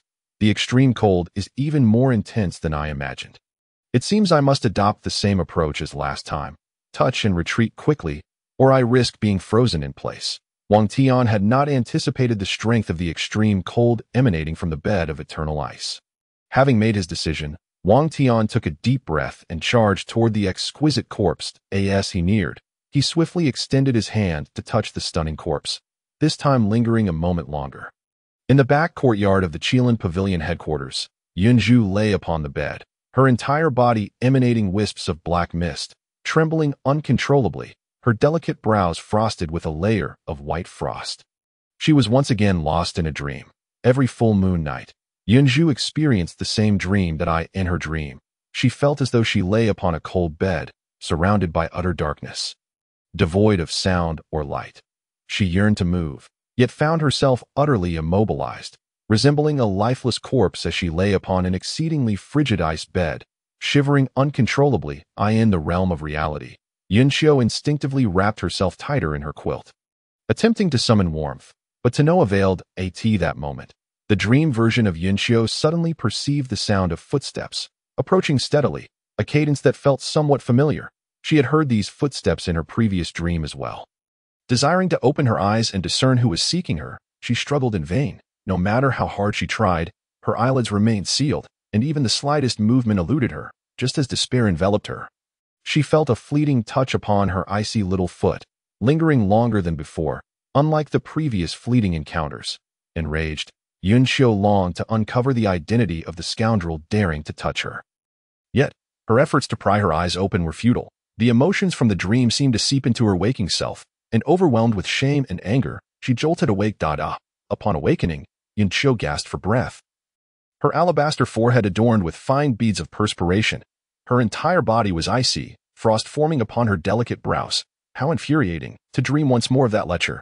Taking several deep breaths, she forced herself to calm down, channeling her inner energy to ward off the pervasive chill. After a while, she felt somewhat better. This marked the second occurrence, and based on the footsteps, it was likely the same individual. Once she regained her composure, she began to ponder. Why had she dreamed of this person twice in recent days when he had never appeared before? This could not be mere coincidence. Furrowing her brows in contemplation, she struggled to find reason, attributing it to a stress response following the inappropriate advances of the sixth prince. Perhaps it was best not to dwell on it. She decided to step outside for some fresh air. Not wishing to sleep again for fear of dreaming of the lecher's touch, she donned a thick cloak and stepped out into the night. The moon hung bright against a sparse, starry sky, casting a serene glow. After admiring the full moon for a moment, her spirits lifted considerably. Just as she was about to return indoors, she noticed the light still burning in her father's study. It was already the dead of night. Why had her father not yet retired? Moreover, tonight was a full moon night, and he had not come to keep vigil in her room. A flicker of concern crossed her mind. In the past, whenever she fell ill, her father would always watch over her, rushing in at the slightest disturbance to protect her. Yet this time, he had not done so. The only plausible explanation was that he must be entangled in a matter of great urgency. Otherwise, he would never neglect his daughter. Possessing a keen intellect, Yinqiu immediately surmised the situation and quietly approached the study, making every effort to remain silent. Once outside the window, she strained her ears to listen, catching the conversation between her father and the Grand Elder within. "Master, tomorrow marks the final deadline set by the Chancellor. Have you made your decision?" the Grand Elder inquired, his face etched with worry. "There is no need for deliberation. I will not align myself with them," Yin Zhongzi replied gravely from his seat, fully aware of the repercussions of offending the Chancellor, yet resolutely choosing to refuse. He knew well the Chancellor's true nature. They at Qilin Pavilion dealt in intelligence and were acutely aware of the Chancellor's vile deeds. Proud by nature, he could never lower himself to collude with someone like Zhuxian. The Chancellor wields control over Longhu Mountain, a sect ranked 5th among the religious factions, and is on the verge of a powerful alliance through marriage with the 4th prince. Offending him now could lead to our annihilation. "You are well aware of his ruthless disposition," the Grand Elder warned, his concern palpable. Yun Zhongzi furrowed his brow, falling silent, fully cognizant of Zhuxian's merciless reputation. Those who had defied him in the past had been eradicated without mercy. "Have there been any responses to my request for alliances with other sects?" he asked, casting a hopeful glance at the Grand Elder, only to be met with disheartening news. "No one dares to ally with us." Fearing the Chancellor's wrath, the Grand Elder sighed that if all else fails, I shall bear the brunt of it. You all should retreat with my daughter to Baifeng Mountain. The terrain is complex, and numerous traps have been laid there. While our Qilin Pavilion may face limitations, we should be able to ensure our survival. Yun Zhongzi concluded solemnly after much contemplation. That is indeed our only feasible escape route, he acknowledged. "Master, perhaps you should also consider retreating with us." The Grand Elder suggested with evident concern that I cannot leave. I must provide the Chancellor with an explanation. Otherwise, you will struggle to withdraw successfully, Yun Zhongzi insisted, having resolved to sacrifice his own life to buy time for Qilin Pavilion's retreat. "Old Su, if I am no longer here, please take care of my daughter. She is a child of misfortune." Yun Zhongzi's deepest concern remained with his daughter. "Rest assured, Master, I have watched over Qiu'er since she was young, and I will ensure her safety," the Grand Elder promised with a heavy sigh. Concealed outside the window, Yinqiu absorbed every word of her father and the Grand Elder's conversation, her eyes brimming with unshed tears. Yet she stifled any sound. Unbeknownst to her, the situation at Qilin Pavilion had grown increasingly dire, while she remained blissfully ignorant. Deep within the black mausoleum of the royal tomb, Wang Tian swiftly brushed his fingers against the delicate foot of the breathtaking female corpse. The touch was cold and smooth, yet he had no time to savor the sensation, retracting his hand hastily to avoid being frozen in place by the biting chill the moment his fingers grazed the exquisite corpse. The system's voice resonated in his mind. "Ding, congratulations to the host for touching a celestial-grade corpse. Gaining." Chapter 22. A gift of a zither to a fair lady. Ding. Congratulations to the host for touching a celestial-grade corpse. Gaining the heavenly demon zither. As the system's announcement concluded, a mysterious black wooden zither materialized in Wang Tian's system space. The heavenly demon zither, its name alone suggested an extraordinary caliber. Eagerly, Wang Tian retrieved the zither from his system space. The zither was entirely black, resembling a gem, emanating an enigmatic glow. Measuring 3 feet in length and 1 foot in width, its contours flowed gracefully, exuding an elegance that captivated the the head of the zither. A lifelike black phoenix was intricately carved, its beak wide open as if to devour all. Each string was taut, radiating an aura of lethality, as if even the slightest pluck could unleash calamity upon the world. Surrounding the heavenly demon zither was a faint black mist, identical to the ominous energy emanating from the black mausoleum. This black mist enveloped the air, resembling a delicate veil, forming a barrier that isolated the zither from the outside world. Approaching the heavenly demon zither, one could almost hear a low, mournful cry of the phoenix, a haunting call from the depths of hell that sent shivers down the spine. This zither must be an unparalleled treasure. Its mere sight sending tremors through the soul. Though Wang Tian lacked knowledge of the zither's art, he could sense an overwhelming power emanating from it. Regrettably, he did not know how to play. Strumming the strings haphazardly produced a cacophony of notes. Yet, surprisingly, the chaotic sounds repelled the surrounding cold air, leaving him utterly astonished. What a fearsome zither! A mere careless strum could dispel the frigid energy. Wang Tian realized this heavenly demon zither was no ordinary instrument, but lamented his inability to play. Just then, the great door of the black mausoleum swung open once more, and a surge of energy propelled him outside. Before he could react, he was forcefully ejected, rolling several times across the ground in a rather undignified manner. "Master, are you all right?" The little servant, who had been waiting outside, rushed to his side upon witnessing the commotion. "I am fine." Wang Tian waved his hand dismissively, scrambling to his feet and quickly retrieving the heavenly demon zither from the ground. Despite having fallen, the zither remained untouched by dirt, while Wang Tian was left muddied and disheveled. "Why did I get thrown out again? Is it only permitted for me to touch it once?" Wang Tian dusted himself off, turning to glance at the now closed door of the black mausoleum. "Master, what lies within that has left you in such disarray?"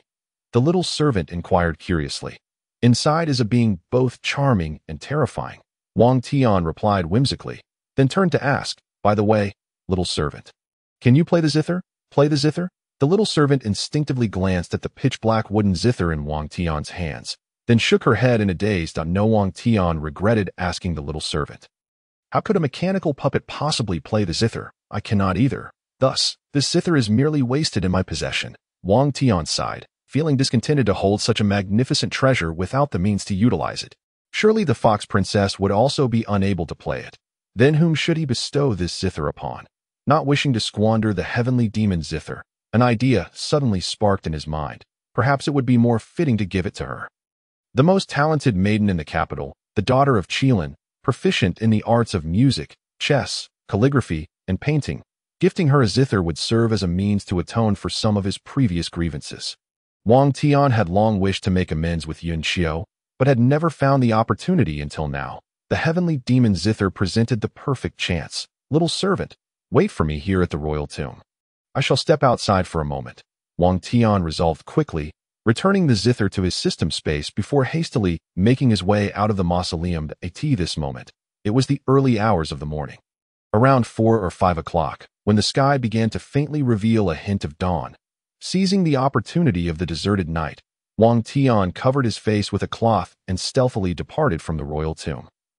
It was imperative that he remained undetected, for Wang Tian had been exiled to guard the royal tomb by the emperor's decree. Should his father, the emperor, discover that he had secretly slipped away, it would be considered a grave offense against the imperial command. Thus, he had to conceal his identity in order to venture out to be on the safe side. Wang Tian did not make his way directly to the Qilin pavilion headquarters.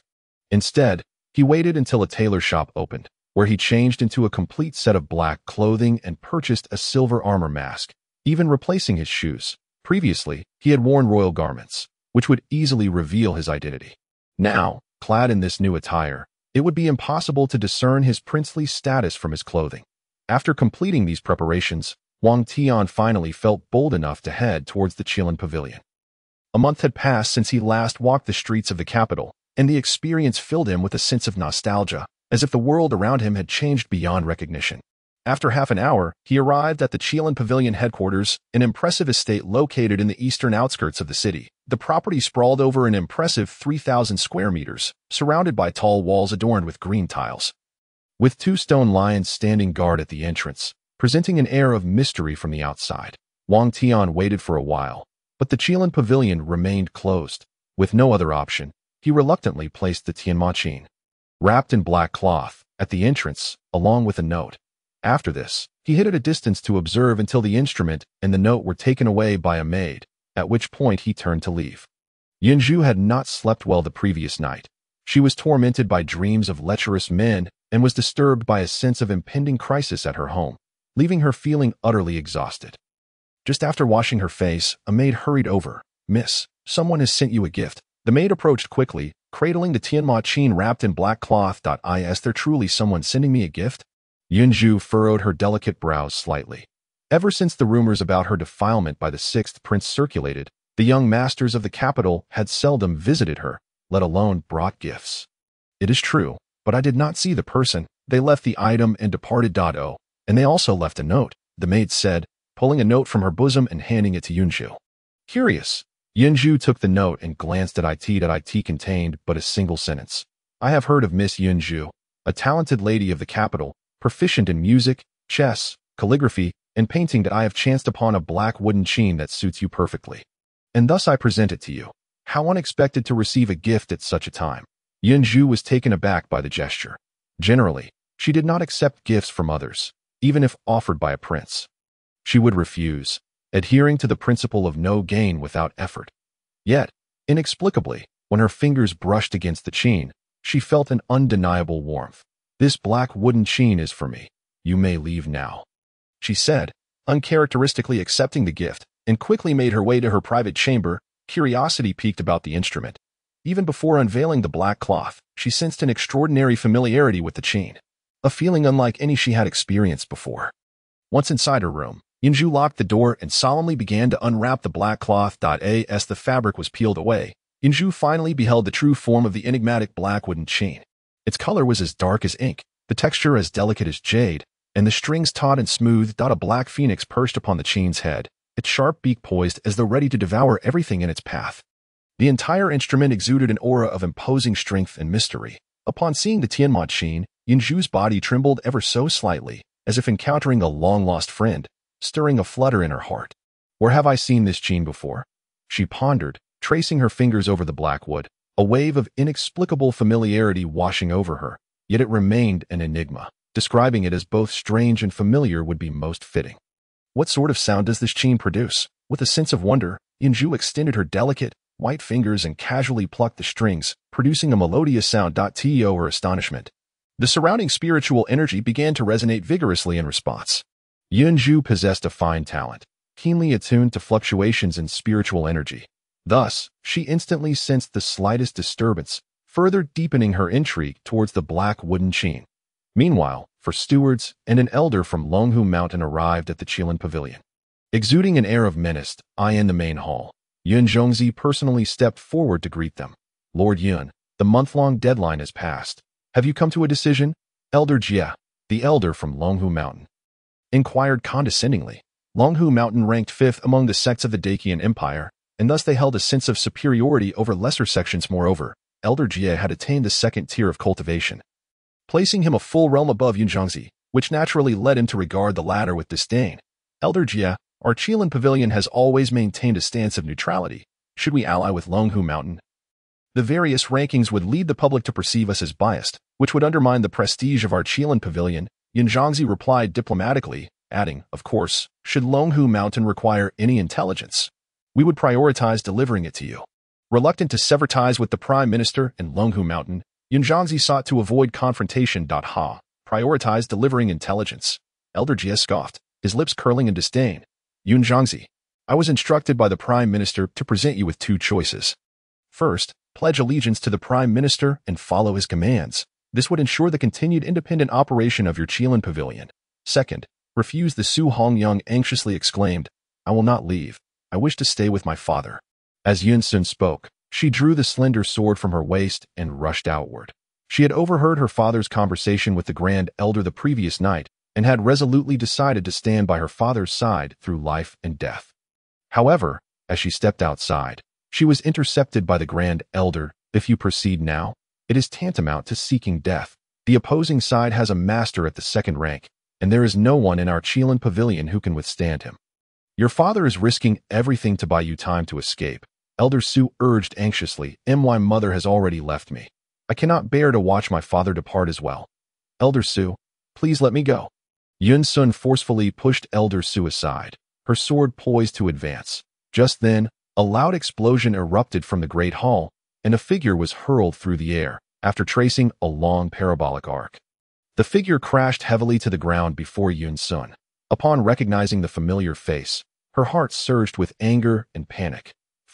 Seeing her father grievously injured, her eyes reddened, and an overwhelming fury surged within her. Quickly flee! Yun Zhongzi, lying wounded on the ground, spat out a mouthful of blood and managed to utter a single phrase with all his strength. However, before his words had fully left his lips, Elder Jie flew in from a distance and arrived before him in an instant. There is no need to escape. You shall all die. This is the consequence of resisting the Chancellor, Elder Jie declared, preparing to deliver a fatal blow to Yun Zhongzi, only to be thwarted by Elder Su standing nearby. He could not bear to witness the pavilion master being slain and fought desperately to intercept the attack. Sooner, hurry and flee. Elder Su shouted loudly. You old fool, daring to obstruct me. You seek death. Elder Jie roared, delivering a powerful punch to Su Hongliang's chest, sending him flying backward with tremendous force. Yun Sun, filled with both shock and anger, realized that Elder Jie's strength surpassed her expectations. If she recklessly charged in, it would indeed spell her doom. In her despair, she suddenly recalled the black wooden zither in her chamber. It was her only hope now. Resolving herself, Yun Sun swiftly turned and dashed into her boudoir. Tearing the black cloth covering the zither away. I wonder if this will work, she thought, forcing herself to calm down as she placed her delicate, snowy hands upon the Tianma zither. The moment her fingers touched the strings, she felt an inexplicable connection, as if she and the zither had become one. As she played East Wind Breaks, the melody resonated. Where in the world can one find a kindred spirit? Chapter 24. Yun Sun's desperate counterattack in the entire Qilin pavilion. There was not a single person capable of matching the strength of the fourth elder of Longhu Mountain, Jiao Yang. The pavilion master, Yun Zhongzi, lay grievously wounded upon the ground, blood pouring from his mouth. Yun Zhongzi, when you rejected the Chancellor, you should have anticipated this day. Prepare to meet your end. Jiao Yang approached Yun Zhongzi leisurely, his eyes filled with mockery and murderous intent. Zhuxian colludes with his faction to harm loyal subjects, maliciously annexing sects in the martial world and taking countless lives. Such a treacherous scoundrel. I would rather die than become complicit with him, Yun Zhongzi declared. Despite his severe injuries, his spirit remained unyielding. The Qilin pavilion possessed ample evidence of Su Zhanan's misdeeds, which was likely the reason he sought to annex the pavilion. If the emperor were to learn of these crimes, Su Zhanan would face dire consequences. Well said. In this world of the survival of the fittest, it is indeed admirable to find someone with such lofty ideals. Since you possess such resolve, I shall first send you on your way. Then take your daughter, allowing you both to reunite in the underworld. Jie Liang clenched his fist and struck downwards towards the prostrate Yun Zhongzi with tremendous force. This blow was infused with lethal intent, promising instant death. Yet, just as his fist was about to descend, a melodious, ethereal sound, akin to celestial music, suddenly emanated from the adjacent room. Under the enchanting melody, Jie Liang's massive fist inexplicably halted, as if an unseen force had intervened. What is happening? Why can't ISD? Elder Jie is undoubtedly a master of the second rank, and to inflict such severe injuries upon him, one must possess at least the pinnacle of the second rank. However, it seems that the Qilin Pavilion does not harbor such formidable experts. Even its leader has merely attained the pinnacle of the third rank. How is it that only the two of you remain? Elder Jie, forcing himself to remain composed, countered with a question. They are dead. 10 individuals besieged us, killing our 2 attendants, while we managed to slay all 10 of those from the Qilin Pavilion. The attendant wiped the blood from the corner of his mouth, evidently suffering significant injuries. 4 against 10, with 2 fallen but 10 eliminated in retaliation. This exemplifies the formidable strength of the disciples from Longhu Mountain. Fourth Elder, how could you be so grievously wounded? Is there someone in the Qilin Pavilion capable of injuring you? The attendant continued to probe. Perplexed, we shall discuss this later. Let us depart. Jie Liang, clutching his chest, limped outward. This mission had ended in failure, and lingering could jeopardize his life. Yet, before leaving, he cast a glance back at the chamber, where that expert resided, a figure he had never even glimpsed. The Qilin Pavilion is indeed protected by high-ranking individuals. With that parting remark, Jie Liang, dragging his injured body, slipped away in disgrace. Cloud Zhongzi collapsed on the ground, watched in astonishment as Jie Liang led his men away, but upon further contemplation, he felt a sense of relief. Severely injured by the sound of the Qilin, it would have been perilous to press on regardless. Departing now was undoubtedly the wisest choice. For the time being, the Qilin pavilion was safe, struggling to rise from the ground despite his injuries. Cloud Jonesy hastily made his way toward Yunxiu's chamber. His foremost concern was for his daughter, Yunxiu, and he was bewildered as to how she had managed to defeat Jie Liang with a single melody of east wind breaks. As he pushed open the door, he was met with the sight of his daughter, pale and haggard, her forehead slick with sweat, her alabaster fingers trembling incessantly, a sign of exhaustion. Xiu'er, Yudad as Cloud Jonesy began to speak.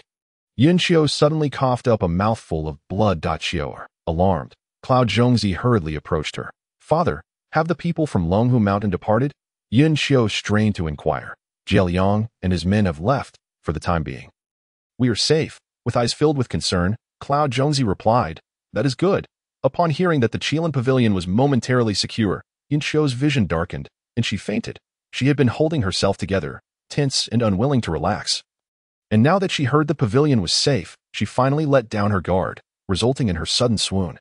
Cloud Jonesy, filled with worry, then noticed the black wooden Qilin on the table. This Qilin?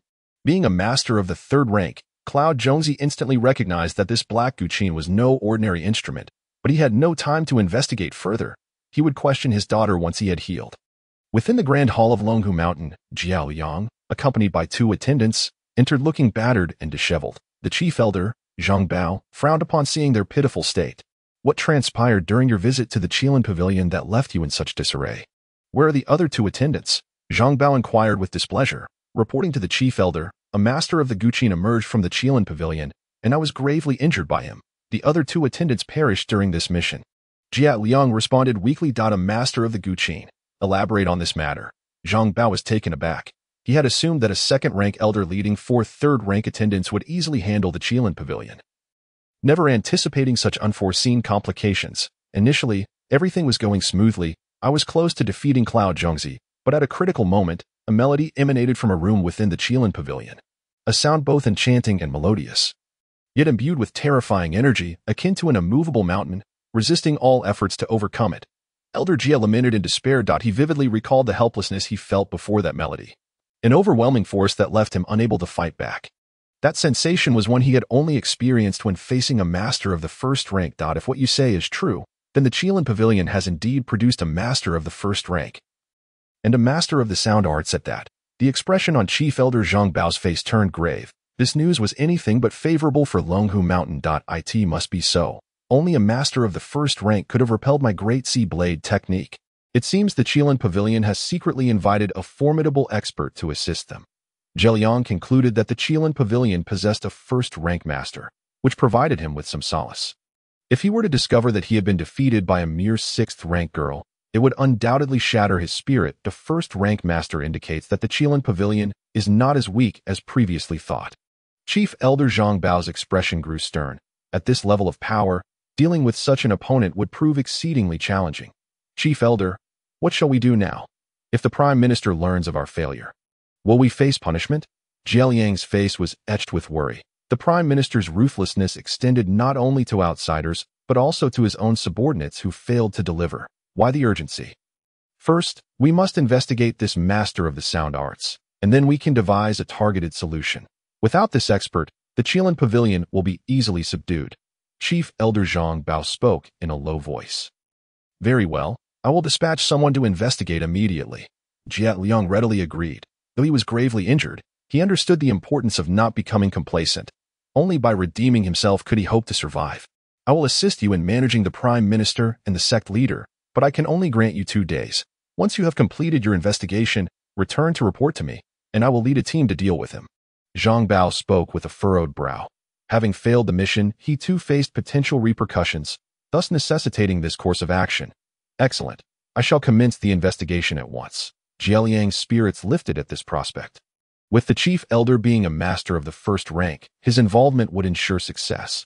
The crisis facing the Qilin pavilion had not truly abated. Rather, it had drawn forth an even more formidable adversary. When Wang Tian returned to the royal mausoleum, it was already noon. Upon arrival, he changed back into his princely attire and summoned Xiaonu. For the next few days, keep a close watch on the Qilin pavilion. I sense they may be in jeopardy, Wang Tian instructed with a furrowed brow. As he returned, He had overheard passers-by discussing how the Qilin pavilion had angered the prime minister and that the disciples of Longhu Mountain were preparing to deal with them, which left him feeling uneasy about their situation. "Yes, master, I shall set off immediately." Without further ado, Xiaonu turned and left. Wang Tian's concern for the Qilin pavilion stemmed from two reasons. Firstly, he felt a sense of guilt toward Yunqiu, as he had tarnished her reputation. Thus, he aimed to make amends. Secondly, he sensed a deep connection between Yunqiu and the stunning female corpse within the Black Mausoleum. To uncover the identity of that exquisite corpse, he needed to find a breakthrough through Yunqiu. After Xiaonu departed, Wang Tian consumed a light meal before heading deeper into the mausoleum, determined to continue seeking out his ancestors to enhance his own strength. With numerous mausoleums accessible to those of the 7th rank, which one should he choose? Wang Tian found himself in a quandary, as the mausoleum was filled with the remains of ordinary emperors, numbering no less than 30 yet. He dared not select arbitrarily. Time was of the essence, and he must choose wisely to maximize his benefits from his ancestors' mausoleum. I recall an emperor who was a disciple of Zhuxian. Possessing commendable cultivation, he fell in love with his beautiful master, but ultimately did not marry her. I wonder what became of them. Perhaps I shall visit this ancestor's mausoleum. Wang Tian made his decision and promptly proceeded toward the mausoleum of this ancestor. Zhuxian is one of the top 3 sects of the Decayed dynasty, and perhaps he could glean something useful from this ancestor. Chapter 26. The Secrets of the Sword Emperor. The Emperor Wang Tian intended to choose, who was a disciple of Zhuxian, was Wang Zhong, posthumously titled the Sword Emperor. He was the emperor of the Decayed dynasty with the highest swordsmanship talent, unmatched by any royal disciple throughout its millennia-long history. From a young age, the Sword Emperor exhibited extraordinary talent in swordsmanship, and to ensure that his gift would not be squandered, his father sent him to the foremost swordsmanship sect, Zhuxian, where he became a disciple of the esteemed sword immortal Qilin.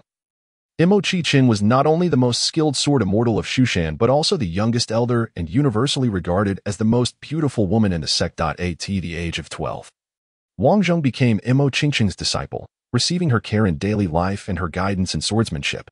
Over time, he developed romantic feelings for his stunning master. At that time, a romantic relationship between teacher and student was deemed taboo and socially unacceptable, especially given their 20-year age difference, which made it quite difficult for others to accept.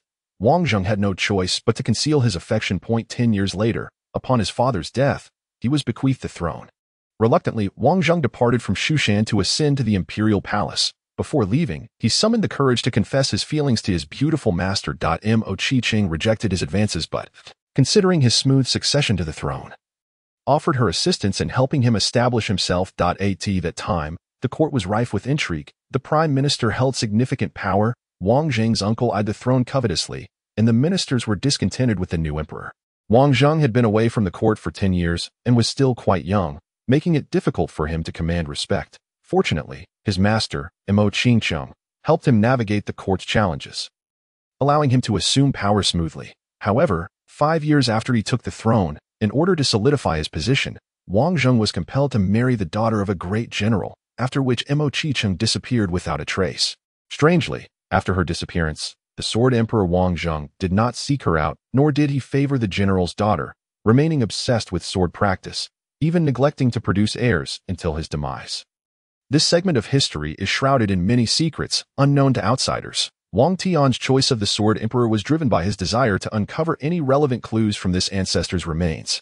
Reflecting on the life of the Sword Emperor Wang Zhong, Wang Tian couldn't help but feel a sense of melancholy. Even emperors were not immune to the trials of love, summoning the dragon energy coursing through his body. Wang Tian strode purposefully towards the mausoleum of the Sword Emperor. Upon encountering the barrier of dragon energy, he effortlessly passed through. However, the moment he stepped into the courtyard of the mausoleum, he was immediately enveloped by a palpable wave of sword energy that surged towards him like a tumultuous tide.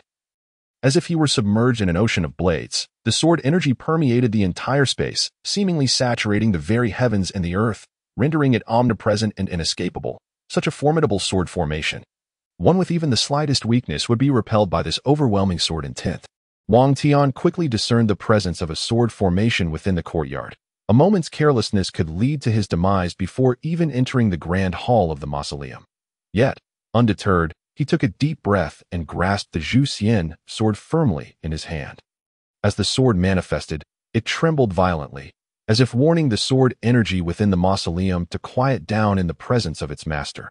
Indeed, following the fierce quaking of the Zhuxian sword, the sword intent within the mausoleum significantly diminished. Being the sovereign of swords, the Zhuxian sword made it considerably easier for Wang Tian to navigate the challenges ahead.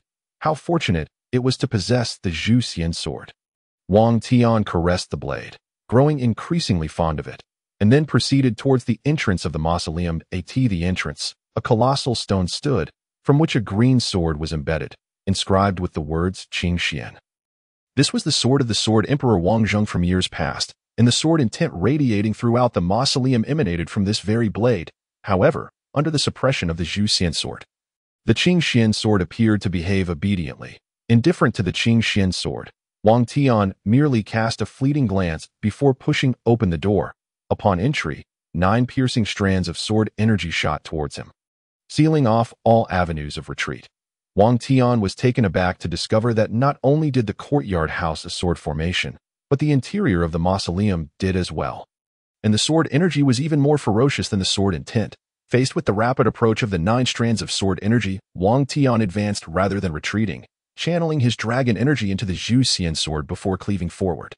The sword sang like a dragon, reverberating across the realms, its roar slicing through the air as if it sought to rend the very fabric of reality. Instantly, the 9 strands of sword energy were obliterated by the might of the Zhuxian sword's energy, disintegrating into fine particles that dispersed into the ether. In that moment, silence enveloped the world once more, as if time itself had come to a standstill, with only the Zhuxian sword in Wang Tian's grasp shimmering with a chilling light. How perilous it was! Had it not been for the Zhuxian sword, he might have met his end just moments ago. Wang Tian felt a twinge of anxiety, realizing he could no longer underestimate this mausoleum. From his personal experience, he gleaned a crucial insight. The higher the rank of a mausoleum, the more perilous it was. A moment's lapse could lead to death within its confines. After shattering the 9 strands of sword energy, Wang Tian cautiously stepped into the mausoleum. After surveying the surroundings, he discovered that 9 swords hung suspended from the ceiling, and at the center of the floor lay a double coffin. Aside from these, the entire hall was devoid of any further ornamentation. Such a pristine mausoleum, save for the swords, there was merely a double coffin. The 9 strands of sword energy earlier must have been projected from these suspended swords, Wang Tian surmised. His gaze fell upon the double coffin in the center, a flicker of confusion crossing his face. Although the Sword Emperor had taken a wife, he had never loved the Empress. They had not even shared a bed. How could he possibly choose to be interred alongside her? Wang Tian pondered this strange conundrum, but as his eyes caught the 2 swords engraved upon the coffin, a sudden realization struck him. The swords etched upon it must be the Qilin sword. But what of the other sword, the one inscribed in red?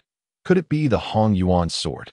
Wang Tian recalled that the Hong Yuan sword was entirely crimson, with the characters Hong Yuan inscribed upon its blade. To confirm his hypothesis, he approached for a closer inspection, and indeed, as he had surmised, the 2 swords engraved upon the coffin bore the inscriptions of Qilin and Hong Yuan.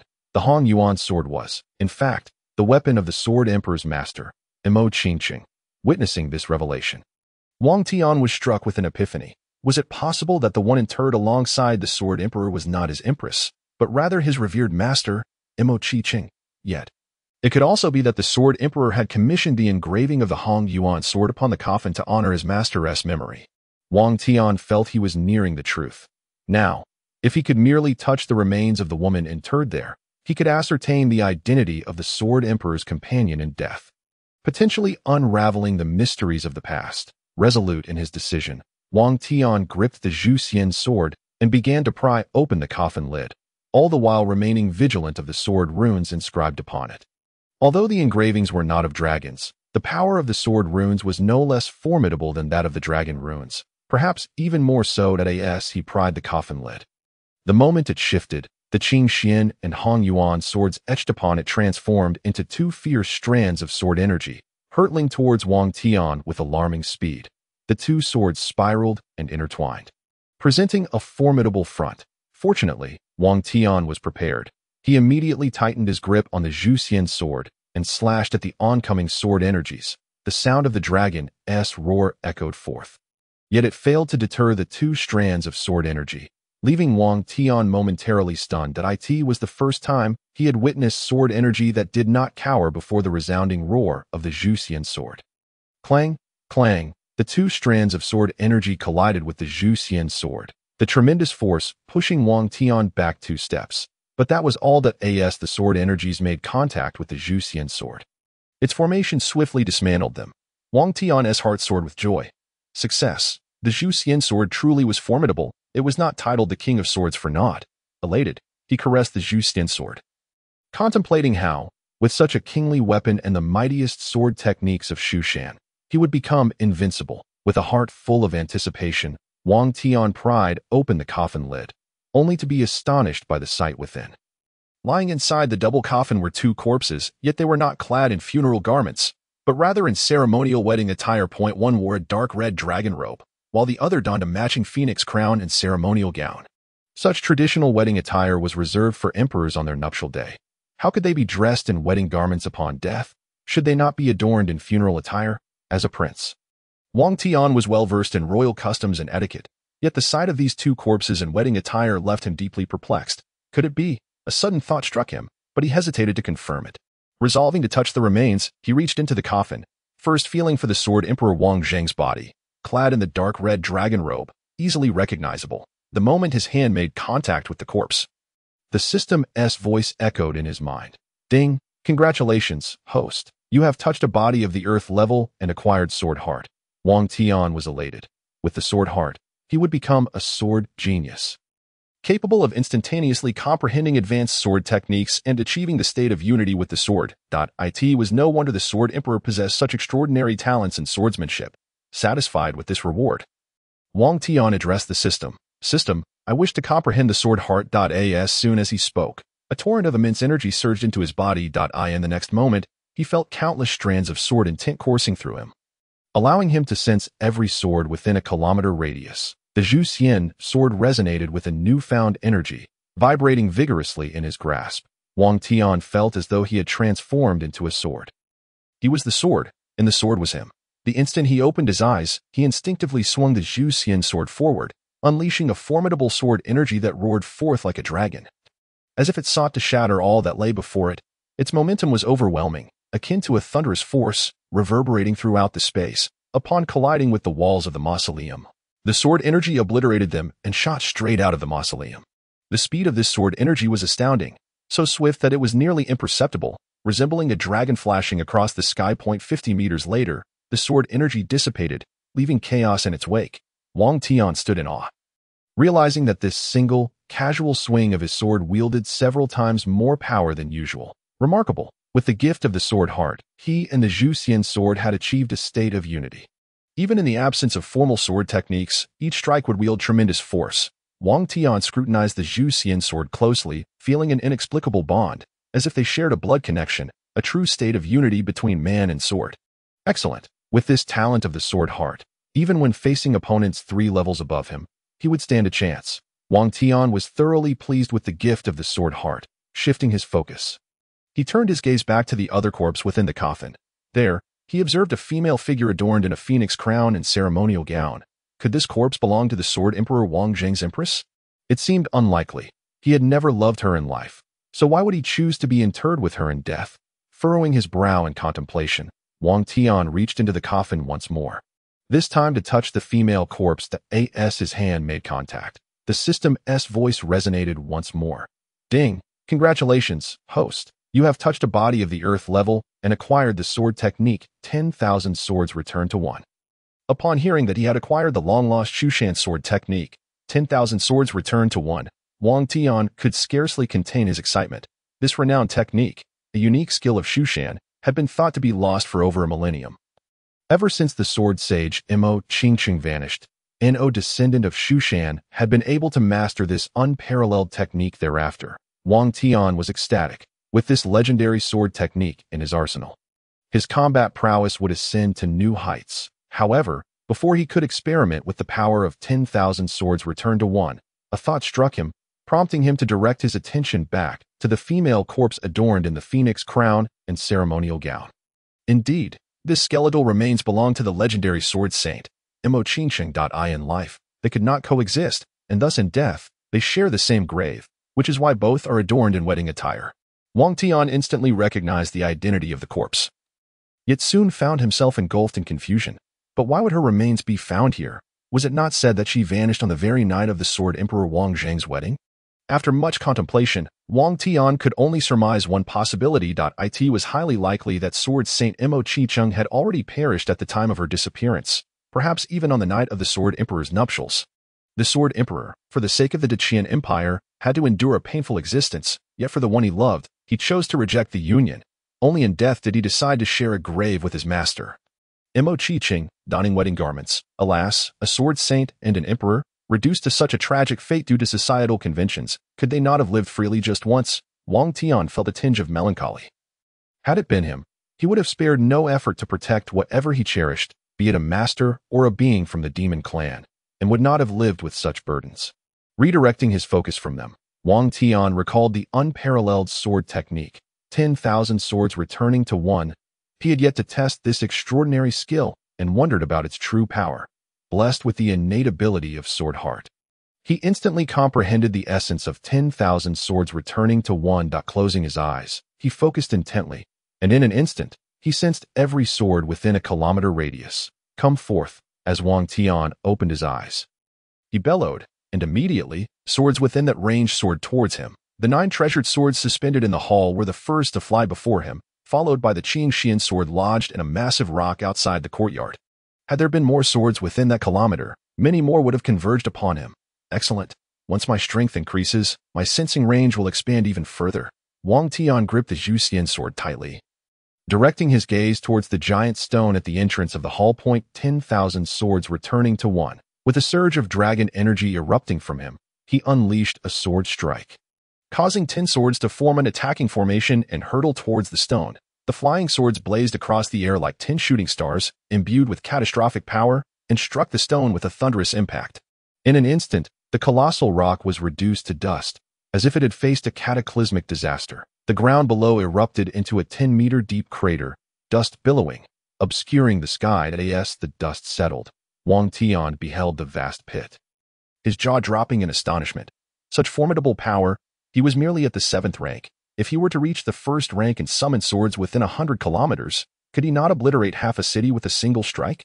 In that moment, Wang Tian realized that 10,000 swords returning to one truly deserved its title as an unparalleled sword technique. After calming his emotions, he stored the 10 swords within the system space.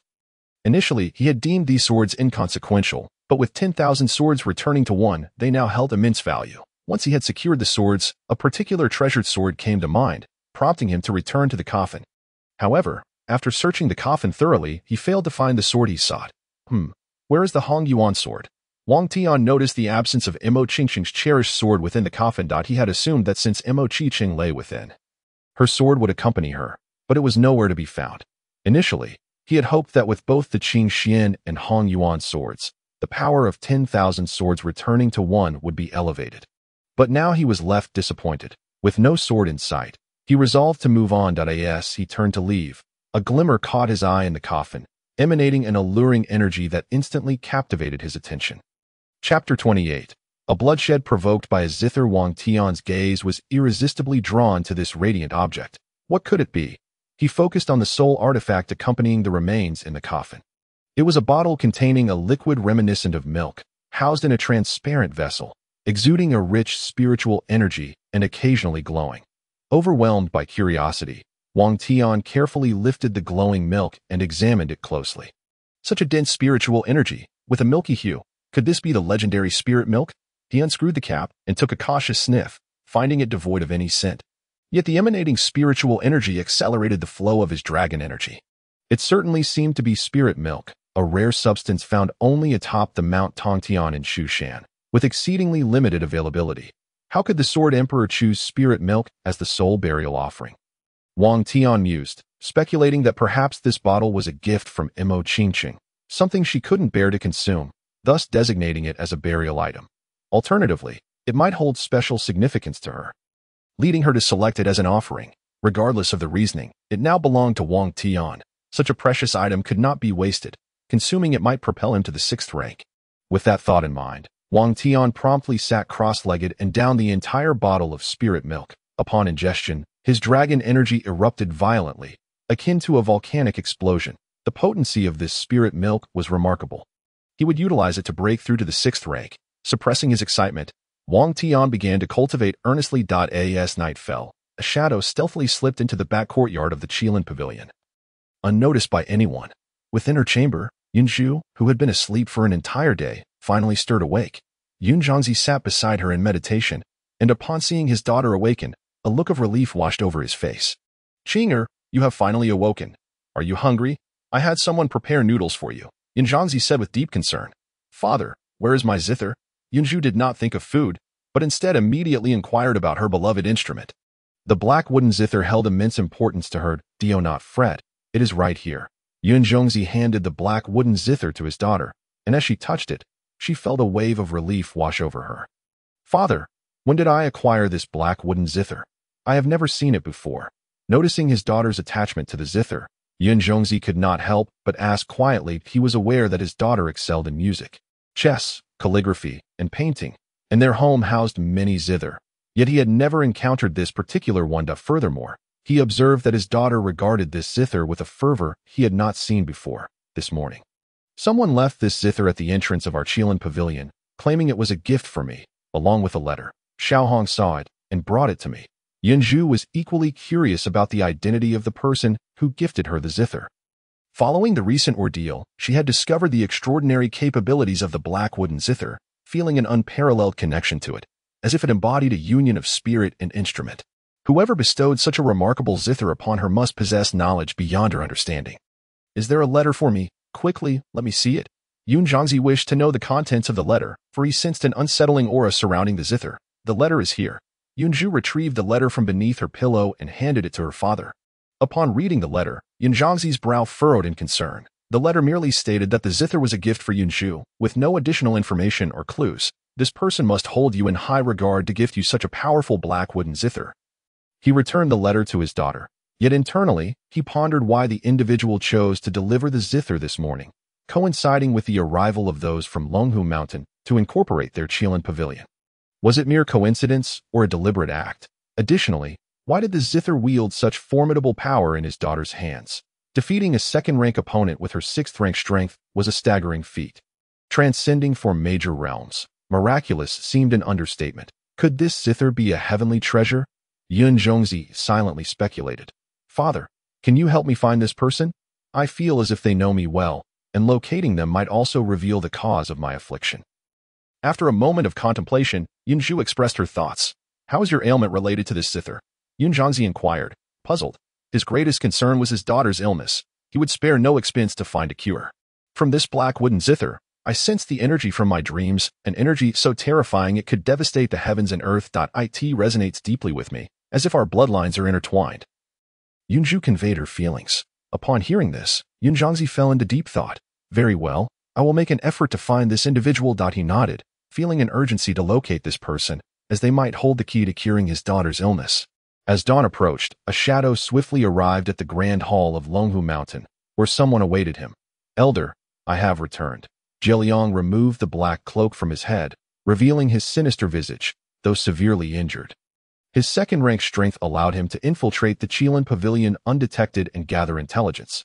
"Have you identified the zither player?" The elder, Zhang Bao, asked in a grave tone. "That I have ascertained that the zither player is Yun Zhongzi's daughter." "Yunzhu," Zhiliang replied, his expression betraying his reluctance to accept this information.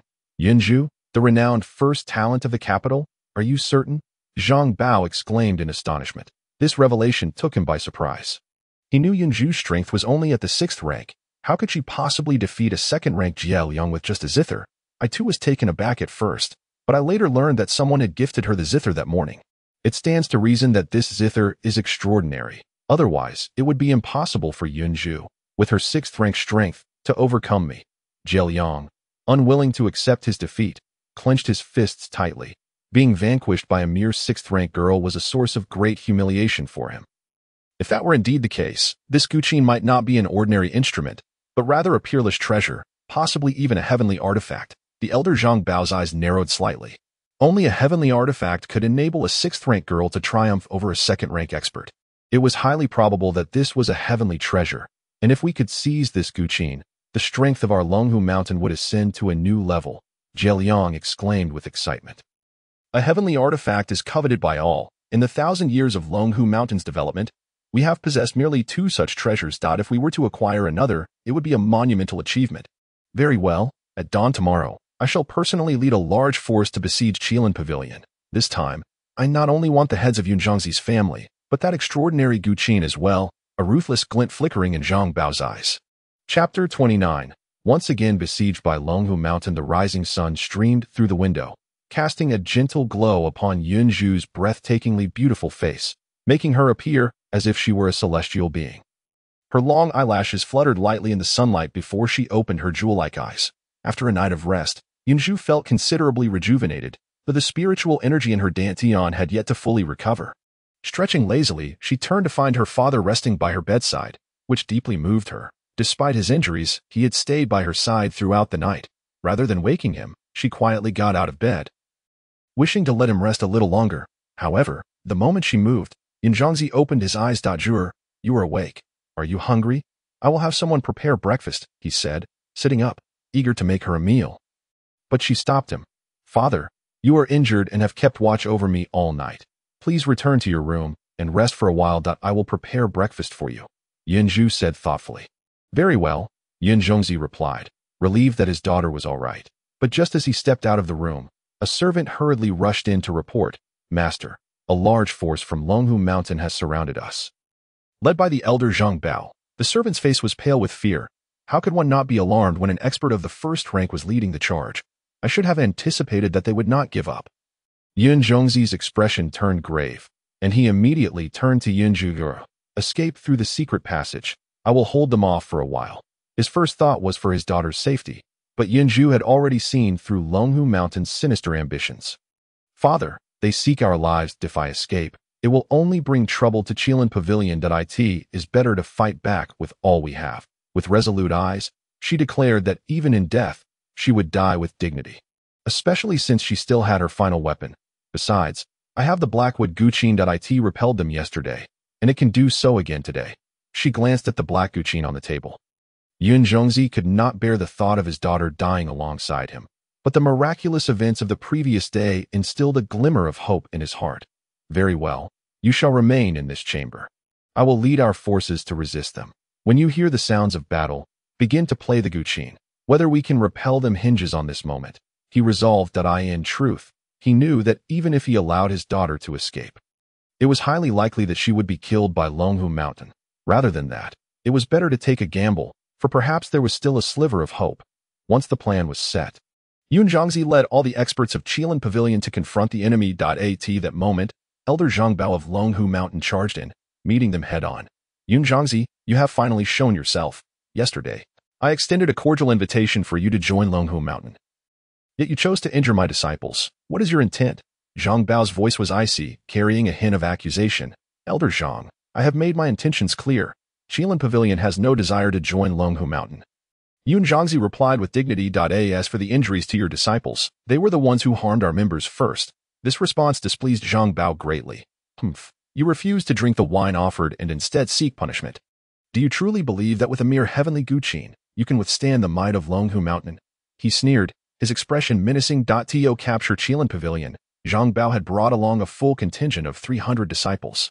Apart from himself, a 1st-rank expert, he had 2 2nd-rank experts and 5 3rd-rank experts, with nearly 300 others of various ranks.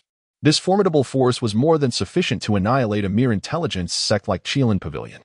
Yunzhangzi's heart sank as he observed the array of powerful opponents behind Zhang Bao. With so many experts, their small number at Qilin Pavilion could hardly mount any resistance.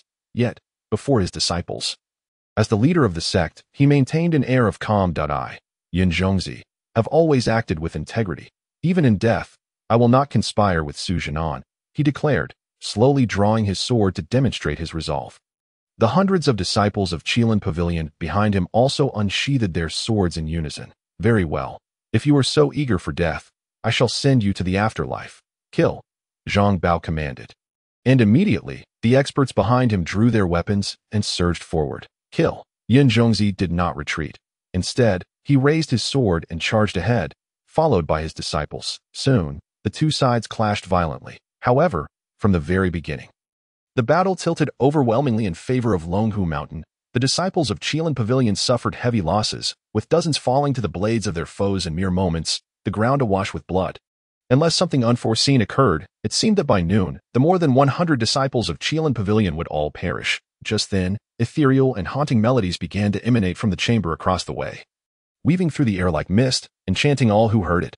Under the influence of this music, the once fierce disciples of Longhu Mountain seemed to fall under a spell, launching erratic and chaotic attacks, some even striking their own comrades. In an instant, the tide of battle shifted dramatically.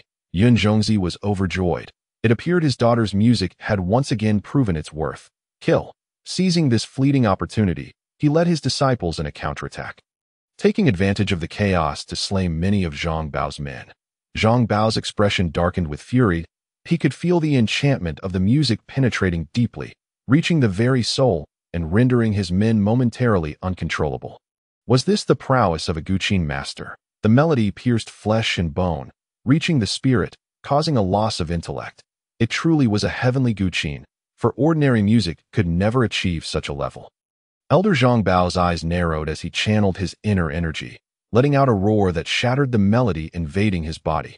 Meanwhile, Jieliang struggled for a long time to withstand the music. Elder, it was this melody that defeated me yesterday. Yunzhu is in the chamber across. If we kill her, the rest of Qilin Pavilion will pose no threat, Jieliang said, bitterness lacing his words. To be bested by a 6th-rank girl was the hardest pill for him to swallow. With just 6th-rank power, her music could confuse so many minds. This Zhuxian must be mine, he thought, a glimmer of greed flashing in Zhang Bao's eyes. If he were to possess this heavenly treasure, his combat prowess would increase significantly, granting him greater influence within the sect. Very well, let me have a word with you, Zhang Bao declared, a gray longsword manifesting in his hand. He infused it with energy, and the blade emitted a fierce hum. Once charged to its maximum potential, he hurled the sword towards the chamber where Yunzhu resided. Chapter 30. Yunzhu's Tragedy. The Gray Longsword. Flung by Zhang Bao, soared through the air, instantly transforming into a massive weapon 3 meters long and 1 foot wide. The sword streaked like a meteor, exuding a terrifying aura, akin to a ferocious dragon.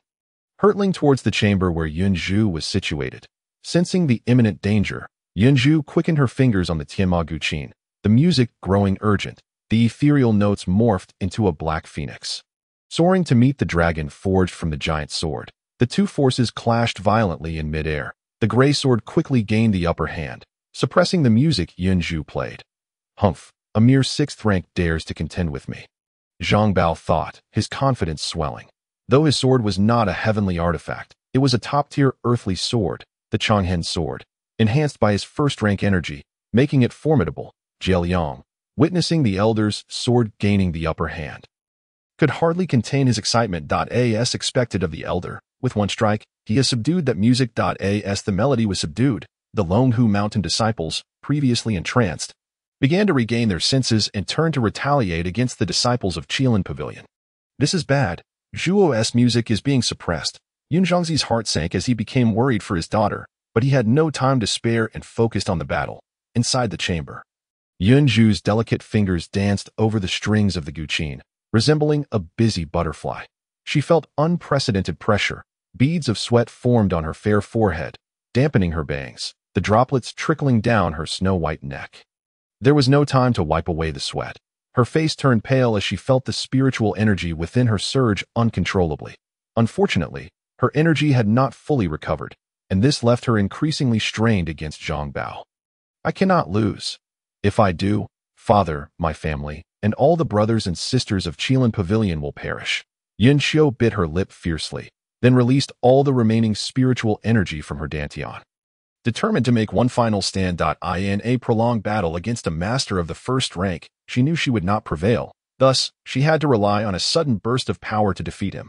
This was Yun Xiu's last hope. As she unleashed her spiritual energy, the sound of the zither intensified, resembling the proud cry of a black phoenix. The energy from the zither surged forth, obstructing the advance of the gray giant sword, slowing its trajectory towards the zither chamber until it came to a halt. This young girl truly was relentless. The elder Zhang Bao's expression grew grave. He had not anticipated that dealing with a mere girl of the 6th rank would prove so troublesome. Consequently, he resolved to exert his full strength. Do you think you can block my long hate sword? Prepare to die. With a casual flick of his hand, a robust surge of true energy flooded into the long hate sword once more, causing it to expand dramatically, its assault becoming significantly more ferocious. The sound of the zither was again suppressed. Even the proud Black Phoenix's cries were in vain. The disparity in their strengths was too vast. Despite Yunqiu possessing the celestial grade Tianma zither, she still could not triumph. I cannot lose. I cannot lose. Yunqiu felt her zither sound being once more subdued. A sense of urgency surged within her. Her slender fingers danced faster across the strings. Sweat trickled down her forehead like a string of broken pearls, landing on the zither strings and producing a crisp sound. Her gaze was focused and resolute, as if engaging in a silent dialogue with the notes on the strings. Her heartbeat quickened in rhythm with the music, as if it would leap from her chest. Yunqiu had exerted herself to the utmost, yet she still could not withstand the onslaught of the long hate sword. With a cough, blood erupted from her lips. The rapid depletion of her spiritual and physical strength began to take its toll on her body. Nevertheless, despite her weakening state, Yunqiu remained steadfast, bolstered by sheer will. Break for me. Zhang Bao grew impatient, once again waving his hand to infuse the long hate sword with true energy. The gray giant sword expanded once more. While Yunqiu found herself devoid of spiritual energy, her zither's sound growing weaker. Boom! The sound of the zither was finally shattered by the long hate sword, which then struck the room where Yunqiu resided, unleashing a tremendous force that reduced the chamber to rubble, enveloping it in a cloud of dust. Yunqiu, hearing the explosion behind him, Yun Zhongzi's eyes bulged in horror. His worst fears had been realized. His daughter was his Achilles heel, and he could not allow anyone to harm her. Without hesitation, Yun Zhongzi turned and rushed towards the devastated room, determined to prevent his daughter from perishing there. Zhao Yang, witnessing the elder shattering the sound of the zither, was greatly excited. Truly worthy of the elder, it had to be you to take action. Zhao Yang lavished praise, much to Zhang Bao's delight, especially as he was on the verge of acquiring a celestial grade zither, putting him in high spirits. Once I eliminate Yun Zhongzi and his entire family and take control of the Qilin Pavilion, I will be able to report to the Chancellor. Zhang Bao felt assured of his impending victory. As the dust began to settle, he finally caught sight of Yunqiu amidst the ruins. The emergence of this voice drew the attention of all present to Wang Tian. Yun Zhongzi and Yunqiu instinctively turned their gazes towards him, only to behold a man clad in a black cloak, adorned with a silver armored mask, standing majestically atop the roof. As a gentle breeze swept by, his black cloak billowed like ink clouds, and the silver mask glimmered with a chilling light, resembling stars twinkling in the night sky. He appeared as a savior, suddenly manifesting in that very moment. Yunqiu's gaze fixated on Wang Tian, a strange flutter of emotion stirring within her heart. Yun Zhongzi felt a deeper sense of gratitude. When Qilin Pavilion found itself in dire straits, there was still someone willing to offend Longhu Mountain to extend a helping hand. This sentiment was etched deeply in his heart. Conversely, Zhang Bao and Zhao Yang, upon looking at Wang Tian, found themselves tinged with irritation. Who dares to disrupt our endeavors at Longhu Mountain? With a wave of his hand, Zhang Bao summoned his sword. Chong Hen, back to him. I am a disciple of the revered ancestor of Zhuxian, here to aid Qilin Pavilion. Your attack on Qilin Pavilion is tantamount to an assault on us from Zhuxian. Wang Tian had woven an identity for himself when he had conceived prior to his arrival. Since he intended to traverse the martial world under a false identity, it was only fitting that he adopt a prestigious one. The title of the revered ancestor's disciple from Zhuxian was perfect, as he possessed the sword heart and was adept in one of Zhuxian's 3 unparalleled sword techniques, Wanjian Gue Zong. Anyone who encountered him would undoubtedly perceive him as a disciple of Zhuxian. A disciple of Zhuxian. Zhang Bao's expression shifted slightly. Zhuxian was one of the top 3 sects of the Deqian Empire, its overall strength surpassing that of Longhu Mountain. If the opponent truly was a disciple of Zhuxian's revered ancestor, he would be a formidable adversary. Zhao Yang, standing nearby, began to feel anxious as well. Elder, he is but one man. What do we have to fear? If the mission fails, the Chancellor will hold us accountable. Moreover, that heavenly grade zither is right before us. Can you bear to watch it slip away? Zhao Yang hastily interjected. Annihilating Qilin Pavilion was his task, and should Elder Zhang Bao retreat, his own fate would be sealed. Thus, he must persuade the Elder to eliminate Yun Zhongzi. enabling him to report favorably to the chancellor and the sect leader. Furthermore, the masked figure's true identity as a disciple of Zhuxian remained uncertain. Noticing the elder's silence, Zhuxian added quickly, "How can we let a duck ready to be caught fly away?" Zhang Bao, gazing at the pristine zither on the ground, soon made up his mind. "Nonsense, you are not a disciple of Zhuxian." He pointed the Chonghen sword at the masked Wang Tian and bellowed. Disciples of Zhuxian are known for their integrity. They do not traverse the martial world under false pretenses. Your masked visage reveals you to be a mere impostor. Is that so? Wang Tian smirked slightly before roaring. "Sword, come." Instantly, every sword within a 5-kilometer radius seemed to respond to his call, soaring out of their sheaths towards him. The first to fly were all the swords from Qilin Pavilion, including those belonging to its disciples. Longhu Mountain disciples, and even the sword of Elder Zhang Bao shook in response. "What is happening? Why is Chonghen not under my control?"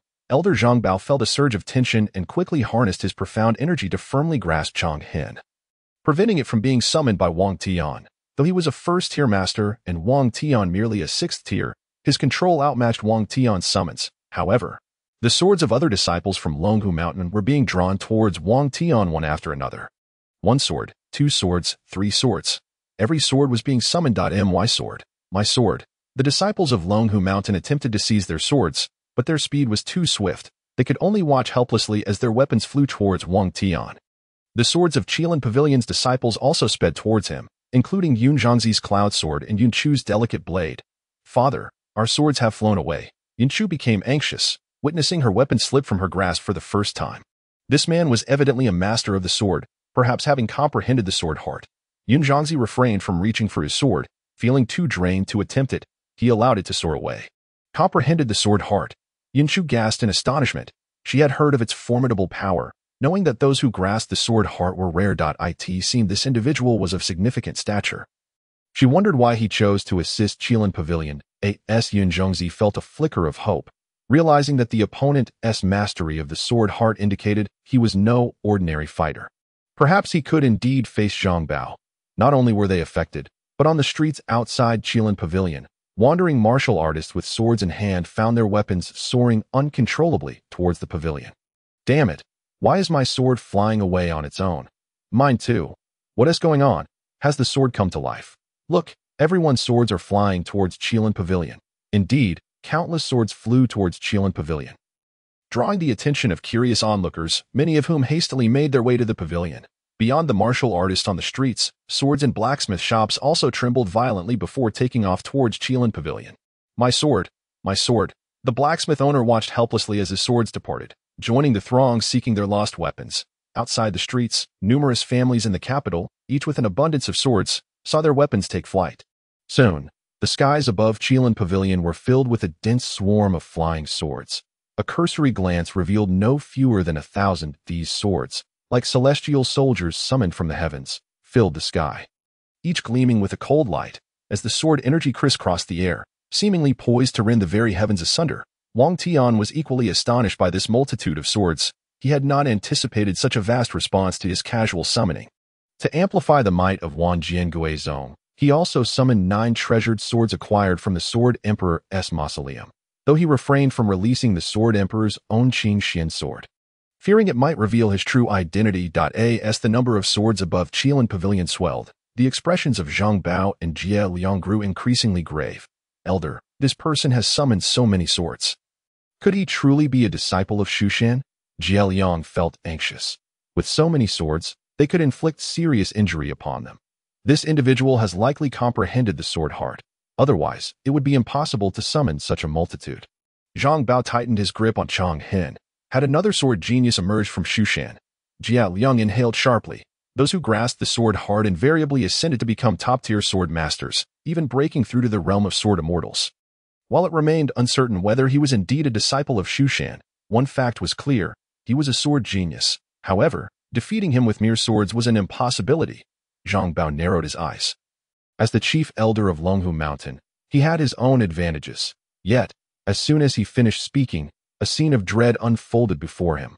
Wan Jiangui Zong, Wang Tian's thunderous cry reverberated across the cosmos. As if the very world trembled in response. At his command, the summoned swords soared above his head, spiraling into a vortex-like sword formation. This formation resembled a colossal black hole, drawing in everything around it, ensnaring all who dared approach.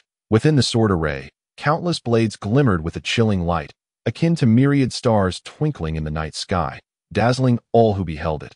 Wang Tian stood at the center of the formation, exuding an overwhelming pressure, as if a divine being had descended upon the mortal realm.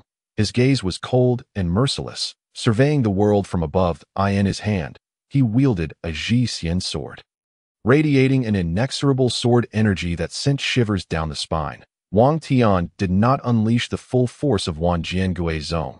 Instead, he maximized its imposing aura, intending to intimidate the members of Longhu Mountain. Though he had only attained the 6th tier, his opponents included a 1st-tier master, 2 2nd-tier masters, 5 3rd-tier masters, and numerous other formidable fighters. Such a powerful assembly would not be easily vanquished by a single technique. Even Zhang Bao himself would be hard-pressed to prevail. Thus, Wang Tian sought to use the overwhelming presence of Wan Jiangui's zone to compel them to retreat. The formidable aura of Wan Jiangui's zone indeed astonished all present. What a powerful sword formation! Father, this person is exceptional. Yin Chu's eyes sparkled with admiration as she gazed at Wang Tian. Could this be one of Zhuxian's 3 unparalleled sword techniques, Wan Jiangui's zone? Yin Zhongzi was once again taken aback.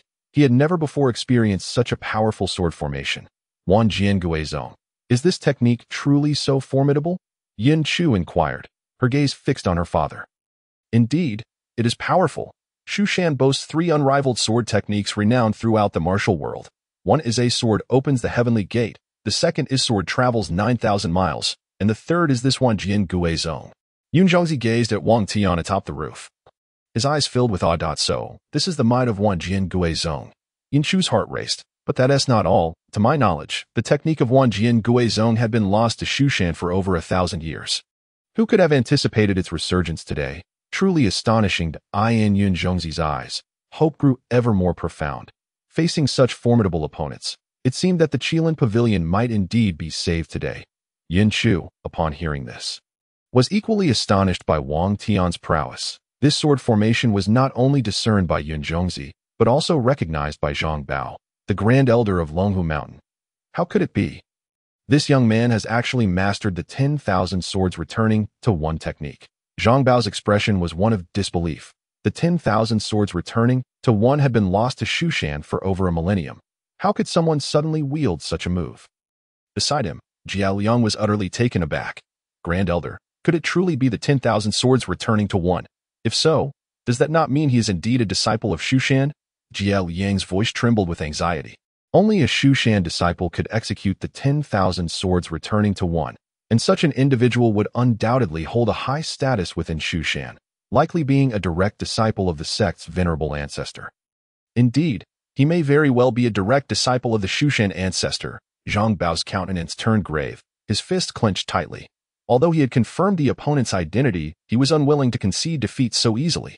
Now do you believe in my identity as a Zhuxian disciple? Wang Tian shouted from the rooftop, addressing Grand Elder Zhang Bao, aware of his inability to defeat the masters of Longhu Mountain.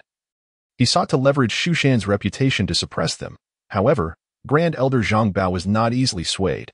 And what if you're a Zhuxian disciple? You stand alone, and your cultivation is inferior to mine. Do you think to repel us with just the 10,000 swords returning to one? Zhang Bao snorted coldly, then unleashed his own formidable aura. The sheer force of his presence caused his robes to billow and his hair and beard to flutter, creating an intimidating spectacle. To confront Wang Tian head-on, Zhang Bao even ascended into the air, leveling himself with Wang Tian. Seeing that Zhang Bao was willing to engage him directly, Wang Tian furrowed his brow. He was astonished that his intimidation failed to deter him. Resolute in his determination, Wang Tian decided that if he could not frighten him away, he would have to fight with all his might. You think you are the only one with a sword formation? Zhang Bao replied with a cold smile, promptly retrieving 8 exquisite swords from his spatial ring, combining them with his own Changhen sword.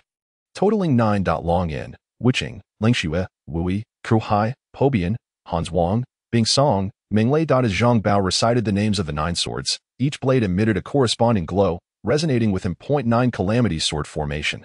Arise. With a swift motion, Zhang Bao commanded the 9 swords to form an attacking sword formation. exuding a terrifying sword energy, which was only slightly inferior to Wang Tian's 10,000 swords returning to 1. It is worth noting that the 9 Calamity sword formation is one of the 3 renowned techniques of Longhu Mountain. And as the chief elder, Zhang Bao's combat prowess was naturally formidable. The disciples of Longhu Mountain were invigorated to see their grand elder unleash his famed sword formation, especially Qilin. Excellent. The grand elder has revealed his ultimate technique. Qilin sighed with relief, having initially feared that the grand elder would retreat in fear of the 10,000 swords returning to 1 and Zhuxian, that in stark contrast to the excitement of the Longhu Mountain disciples. Yun Zhongzi's expression grew increasingly grave. Zhang Bao was about to unleash his full power. The 9 Calamities sword formation faced the 10,000 swords returning to 1, while the latter excelled in swordsmanship.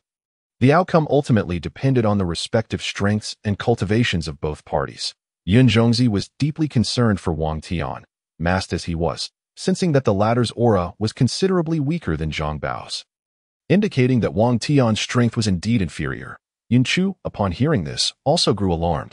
"Let me experience your 10,000 swords returning to 1, Zhang Bao declared, channeling all his true energy into the 9 swords. With a wave of his hand, the 9 swords shot toward Wang Tian with astonishing speed. At this moment, Wang Tian could not afford to falter. If a battle was to ensue, he would face it head-on. 10,000 swords returning to 1. Swift. Wang Tian gritted his teeth, sending forth his own sword formation. In an instant, the 2 formidable sword formations collided in midair. The powerful sword energies erupted, threatening to tear the very air apart. And the Qilin pavilion beneath them was devastated by the unleashed energy, collapsing in a thunderous roar. Onlookers scrambled for cover, seeking shelter from the chaos. As the 2 sword formations clashed, the 10,000 swords returning to 1, bolstered by its formation in the might of the Zhuxian sword, seemed to gain the upper hand, albeit only slightly, as it failed to completely shatter the 9 Calamities sword formation. I never anticipated the 10,000 swords returning to 1 to be so formidable. Let us see how long you can endure, Zhang Bao muttered through gritted teeth, continuously forming hand seals to intensify the sword energy of the 9 swords, which began to counter the advancing force of the 10,000 swords returning to 1. Wang Tian realized that his initial strike had not succeeded, and unease crept into his heart. With his cultivation at the 6th tier and his opponent at the 1st tier, engaging in a battle of attrition was not in his favor, especially since he dared not unleash his dragon energy for fear of exposing his identity. As time progressed, the 10,000 swords returning to 1 was gradually compressed, and the 9 Calamity sword formation began to dominate. Excellent, just as I surmised. The opponent's cultivation is significantly lower than mine, which gives me a solid chance of victory. A glimmer of confidence flickered in Zhang Bao's eyes. As Jie Liang observed the Grand Elder gaining the upper hand, his excitement knew no bounds. Yet, Yun Zhongzi's expression shifted once more, realizing the gravity of the situation. This Zhuxian disciple's cultivation is far inferior to Zhang Bao's. In a battle of endurance, he will certainly lose if this continues. Anxiety gripped Yun Zhongzi. Yun Chu, too, recognized the dire circumstances. "Father, pour all your spiritual energy into me. Whether we win or lose hinges on this moment." With that, Yun Chu grasped the black wooden chain before her. Yun Zhongzi immediately understood what was required and, sitting cross-legged, infused all his spiritual energy into his daughter, who, upon receiving this rich energy, visibly rejuvenated before their eyes. The ancient tales of Qin and Se, harmonizing now transformed into the resonance of Qin and sword. Yun Chu placed her delicate, snow-white fingers back onto the Tianma Qin and began to play with fervor. Above the Qilin pavilion, 2 powerful sword formations from different civilizations clashed fiercely. At first, Wang Tian's 10,000 swords returning to 1. Empowered by its overwhelming sword force and the kingly might of the Zhuxian sword, had gained the upper hand. However, as time wore on, he began to waver. The 1st-tier master was indeed a formidable opponent. Pushing him back, Wang Tian contemplated unleashing his dragon energy for a desperate gambit, but he feared that doing so would reveal his true identity, with many spectators present, not just within the Qilin pavilion but also outside. The risk of exposure loomed large if he resorted to his dragon energy. In his state of anxiety, he felt the need to unleash it, but was caught in a dilemma. Just then, a melodious and ethereal sound of Qin wafted up from below. The music was like heavenly melody, at times crisp and cheerful, at others graceful and lingering. Yet within this enchanting sound lurked a terrifying energy. reminiscent of a hellish black phoenix, shrieking to obliterate all in its path. Initially confident, Zhang Bao's expression changed abruptly upon hearing the re-emergence of the Qin music.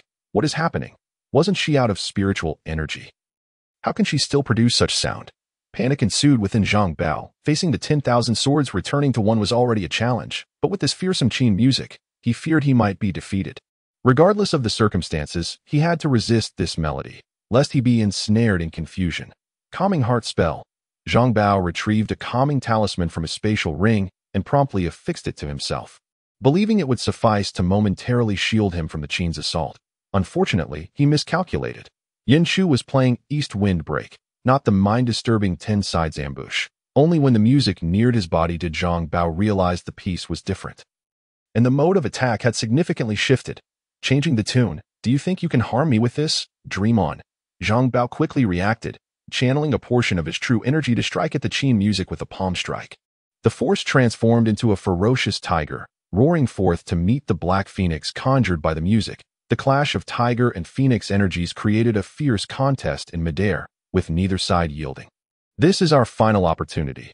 I cannot afford to lose. Yun Chu's gaze hardened, her long, delicate fingers dancing across the strings with increased speed, resembling busy butterflies. The melody intensified, and the power of the black phoenix grew significantly.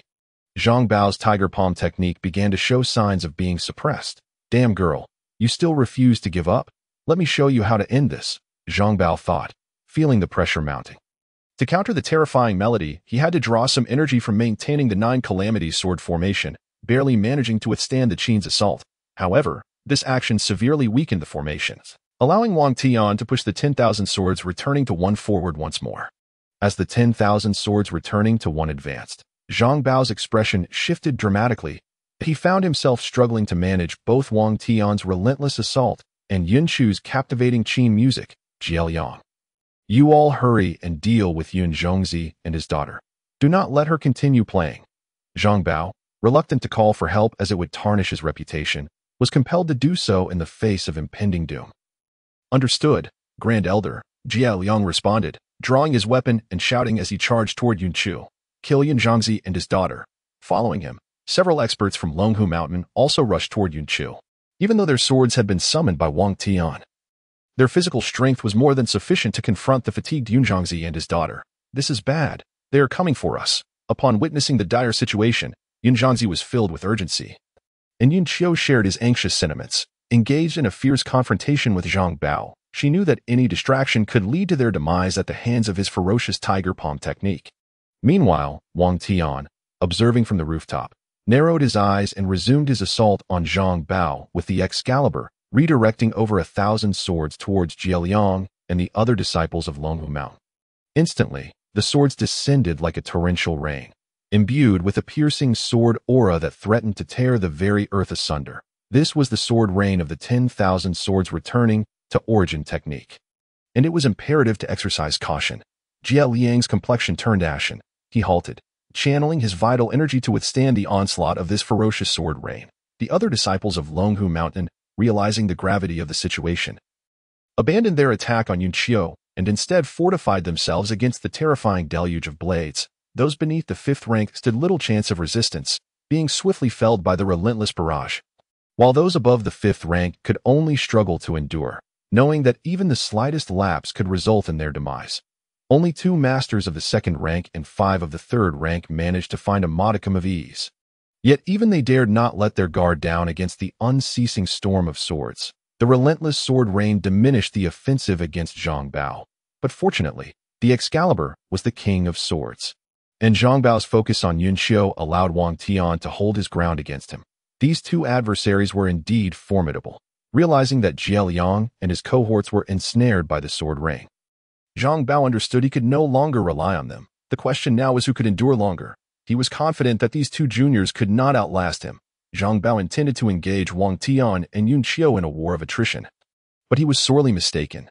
Sensing a surge of battle intent, the Excalibur and the Tianma Qin resonated in harmony. Wang Tian was astonished to see the Excalibur tremble subtly, while Yun Qiu noticed her ebony instrument vibrating in unison.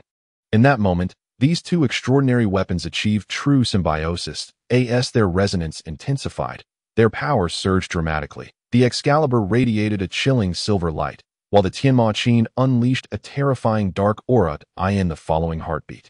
The sound of the Qin shattered Zhang Bao's tiger palm technique, crashing toward him with relentless force. Almost simultaneously, the Excalibur obliterated the Changhen sword at the forefront of the Nine Calamities sword formation, followed by the destruction of the Han Zhuang sword, and then the Ming Lei sword. One by one, the treasured swords were shattered under Wang Tian's command, and Zhang Bao's offensive faltered instantaneously. Upon witnessing this, terror finally gripped Zhang Bao's features. What was happening? Why had their assault suddenly become so formidable? For the first time, he felt genuine fear, desperately channeling his vital energy to withstand their onslaught. But it was already too late. The combined might of the Excalibur and the Qin struck him simultaneously. Chapter 34. A glimpse lasting a millennium. Confronted by the dual energies closing in, Zhang Bao experienced the chilling brush of death for the first time. In a moment of desperation, he unleashed his Earth-level protective talisman, his sole means of survival, acquired at great cost. Yet, it was a necessity he could no longer avoid. Failure to employ it would spell his doom. As the Qin sound approached, the talisman activated just in time, enveloping him in a radiant white light. In the next instant, the black phoenix conjured by the Qin screeched as it collided with the white barrier. Almost simultaneously, the Excalibur struck as well. The two colossal forces collided against the talisman, erupting in a blinding display of light. The Earth-level protective talisman held steadfast for but a moment before shattering, and the Qin sound struck Zhang Bao directly, forcing a torrent of blood from his mouth. With the Excalibur following suit, aimed directly at his chest. In a critical moment, Zhang Bao summoned his last vestige of strength to evade, narrowly avoiding a fatal blow to his heart. However, his right hand was severed by the Excalibur, blood gushing forth like a fountain, falling as crimson rain to the ground, while his severed limb plummeted from the sky. Ack! Zhang Bao cried out in agony, clutching his mangled arm as he tumbled from the air. This scene shocked all present. The chief elder of Longhu Mountain, a master of the first rank, had been disarmed, particularly for Jiaoliang. Witnessing the elder's severed arm chilled him to the core. It's over. Without the elder's hand, they stood no chance. Despair enveloped Jiaoliang as he felt the weight of impending failure in their mission. The other disciples of Longhu Mountain, witnessing this calamity, were similarly filled with dread. If even the chief elder could not prevail, what hope did they have? Seeing Zhang Bao's dismemberment and his subsequent descent, Wang Tian felt no inclination to relent. He commanded the Excalibur to hover ominously above Zhang Bao's head, reminiscent of how Zhang Bao had once suspended the Changhen sword over Yun Xiu and Yun Zhongzi. Listen well, disciples of Longhu Mo. Yet Yun Xiu's gaze remained fixed upon the rooftop, although Wang Tian had vanished.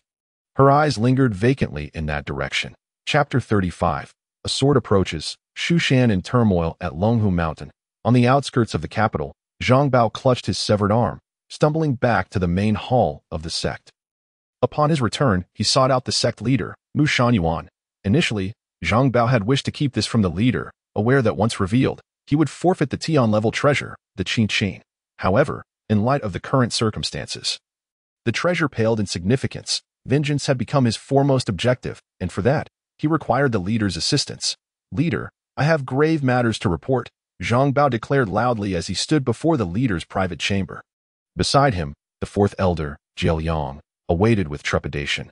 The mission had faltered, and with so many sect disciples perishing, he was certain of the consequences he would face.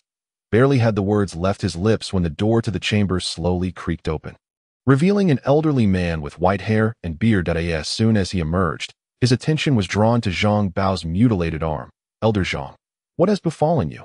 Where is your right arm? Mu Shangyuan inquired, his expression one of astonishment. He had been in seclusion, thus unaware of the incidents at Qilin Pavilion. In response to your query, my right arm was severed by a disciple of Zhuxian, Zhang Bao replied, his face etched with resentment. A disciple of Zhuxian? Mu Shangyuan's countenance shifted sharply at the mention of Zhuxian, though he quickly regained his composure. Which elder from Zhuxian did this to you, and what was the reason? Given Zhang Bao's prowess, Mu Shangyuan surmised that only the most esteemed elders of Zhuxian could achieve such a feat. Yet Zhang Bao's subsequent revelation left him even more astounded. It was not an elder of Zhuxian, but a disciple clad in a black cloak and donning a silver-masked helmet. Zhang Bao recounted in detail the events that transpired at Qilin Pavilion. As for the motive, he explained, it was as follows. With each word Zhang Bao spoke, Mu Shenyuan's expression grew increasingly solemn. The emergence of a swordsmanship prodigy capable of summoning a myriad of swords to return to their origin from Zhuxian was ominous news for Longhu Mountain. What is the name of this swordsmanship genius? Mu Shenyuan asked, furrowing his brow. He claimed to be the closed-door disciple of Zhuxian's ancestral master, yet did not disclose his name. Zhang Bao pondered before responding. Nonsense.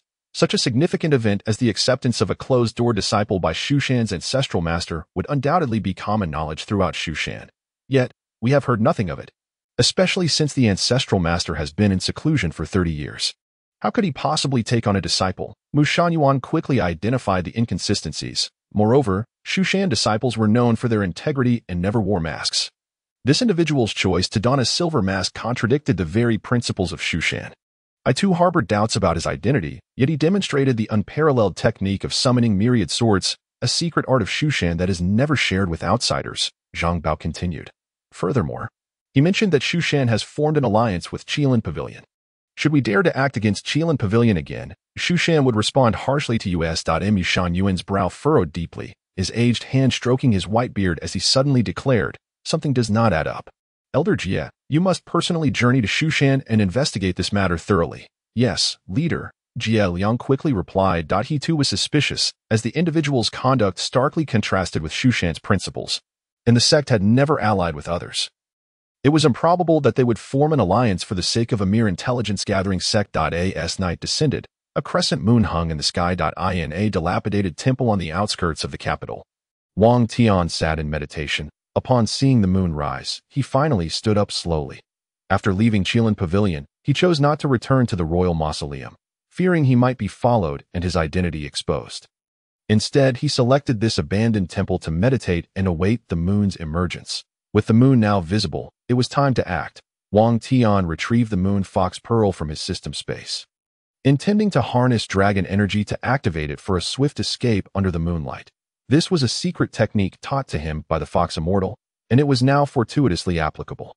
The distance from the capital to Zhuxian stretched for 10,000 miles. Even by cart or horse, it would take at least 7 days. Even a first-grade expert flying directly would require a full day and night without sustenance. Longhu Mountain would undoubtedly send someone to Zhuxian for verification, but it was unlikely they would dispatch a first-grade expert. At most, a second-grade elder would be sent. Second-grade cultivators cannot fly. They can only ride objects for limited durations.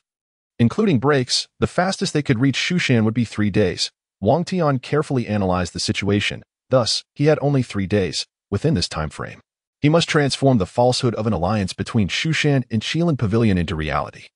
Only then would Qilin Pavilion be truly secure.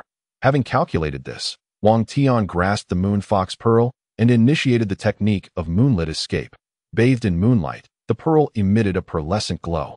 And moments later, Wang Tian vanished from the abandoned temple, reappearing in a desolate wilderness 100 miles away. Where am I? Wang Tian surveyed his surroundings, finding himself in an unfamiliar expanse. The initial use of moonlit escape had left him somewhat disoriented.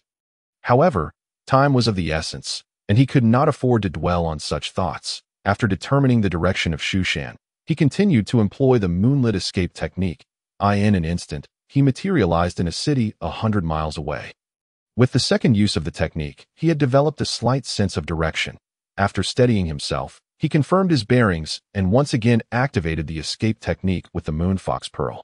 100 miles was the maximum distance for the moon fox pearl's escape. To cover 10,000 miles, Wang Tian would need to utilize the technique 100 times, which was incredibly taxing. Fortunately, there was no cooldown period. As long as he possessed sufficient dragon energy, he could continuously activate the moon fox pearl for moonlit escape. After the demise of the fox immortal, it was the infinite escape of the moon fox pearl that allowed his lingering soul to elude the pursuit of the demon moon. Throughout that night, Wang Tian persistently employed the moon fox pearl for escape. Initially, he struggled with the technique, often finding himself unsteady and dizzy. However, as he grew more adept, he began to master the secret art of moonlit escape. After executing the technique 100 times, Wang Tian finally arrived at the foot of Zhuxian. Just as dawn began to break. At last, I have arrived. Wang Tian gazed at the towering Zhuxian with excitement.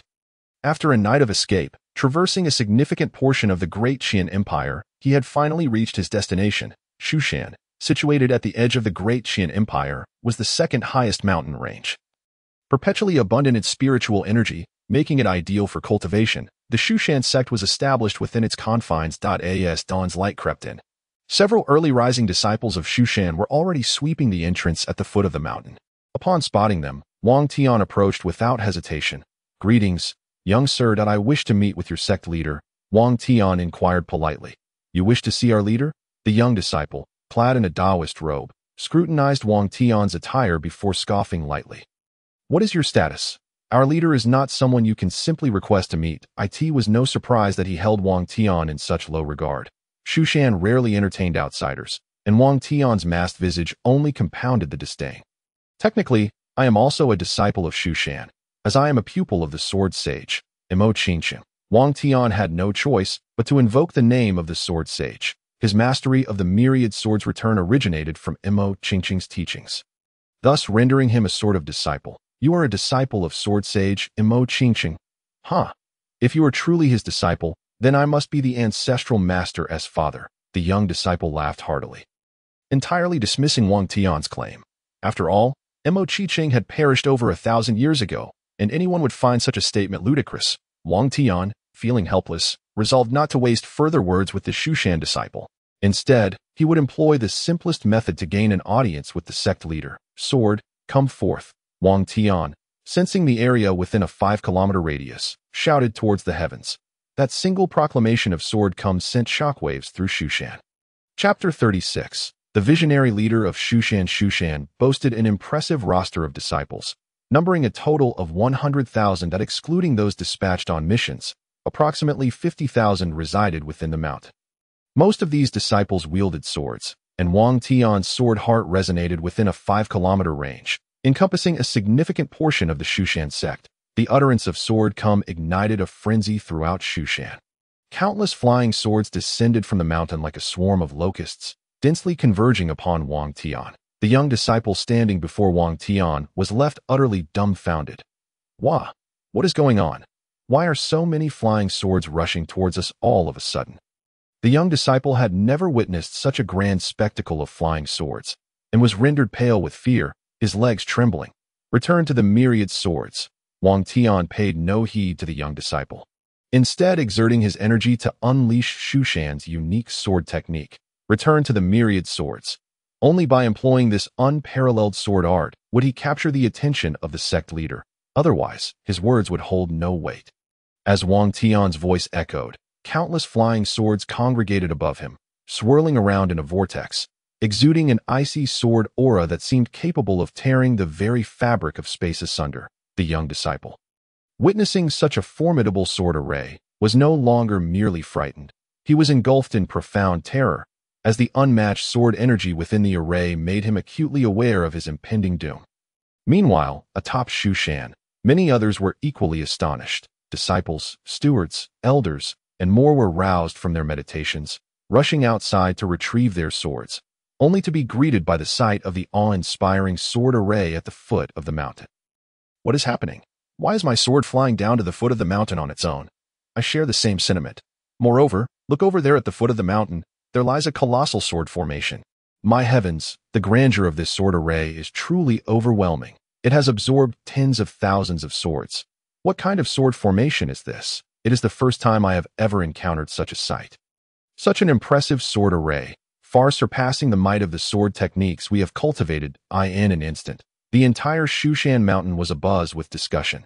The elders, upon hearing the commotion, emerged from their abodes, and their expression shifted dramatically upon witnessing the formidable sword formation at the mountain's base. "What sort of sword formation is this, exuding such immense power?" The plump elder fixed his gaze upon the sword array, remaining utterly still, as if his spirit had been profoundly shaken. He had devoted his entire life to sword cultivation, yet beneath this sword formation, the techniques he practiced paled in comparison. "Why does this sword formation seem so familiar? It feels as if I have seen it somewhere before." Elder Crane, clad in a blue robe, also stepped forth, his eyes reflecting the same astonishment as he beheld the sword formation at the foot of the mountain. "This sword array resembles the long-lost Wanjian Guizong of our Zhuxian." A middle-aged female elder in a blue robe then emerged, her expression suggesting she had made a realization, though her eyes were equally filled with awe. It was her first time witnessing such a potent sword formation. "What did you say?" This is Wang Tian Guizhong. All the elders gasped in unison, for Wang Tian Guizhong had been lost for over a millennium, with none among the younger generation of Zhuxian able to comprehend it. How is it that anyone can wield Wang Tian Guizhong at this moment? Just as the elders were engulfed in confusion, a voice resonated from behind them. Elder One was correct. This is indeed the long-lost sword technique of Zhuxian. Wang Tian Guizhong, the sect leader, Wei Xian, gradually emerged from the main hall, clad in a green robe. With a beard cascading to his chest and hair elegantly coiled atop his head, a small sword was nestled within his bun. He bore an ethereal presence, moving with a grace that left no sound in his wake. Sect leader, could it truly be that this is the long-lost Wang Tian Guizhong of Zhuxian? Surely you must be mistaken. The plump elder still held a measure of disbelief, for Wang Tian Guizhong had vanished over 1,000 years ago. And the individual at the mountain's foot was not from Zhuxian, making it difficult for him to accept. The other elders were equally stirred, their gazes fixed upon sect leader Wei Xian, awaiting his final confirmation. There can be no doubt. This is one of the three great sword techniques of Zhuxian, Wang Tian Guizhong. Come, let us descend to welcome this swordsmanship prodigy. After uttering these words, Wei Xian lightly leaped, gracefully descending from the mountainside like a delicate swallow. The other elders followed suit, all of them of the first rank, capable of flying through the AI. The sect leader and the elders descended. The disciples of Zhuxian hastened to follow, eager to see up close the individual capable of such a stunning sword formation. Upon witnessing the descent, Wang Tian's lips curled into a slight smile. At last, he would meet the sect leader of Zhuxian. After a few breaths, sect leader Wei Xian, accompanied by 4 elders, landed before Wang Tian.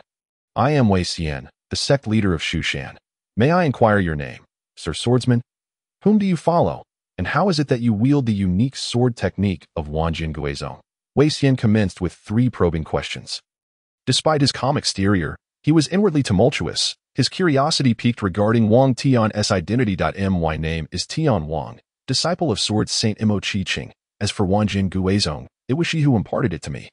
Wang Tian replied, half in jest, since I must traverse the world under a false identity, I shall embrace the imposing name of Tian Wang, disciple of Sword Saint Qilin. The elders were momentarily dumbfounded.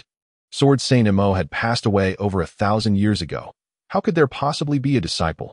Just as one elder was about to caution the sect leader to be wary, Wei Xian nodded affirmatively. I believe you. Qilin is undoubtedly one of the most brilliant talents Zhuxian has seen in millennia, and she alone could master Wang Tian Guizhong.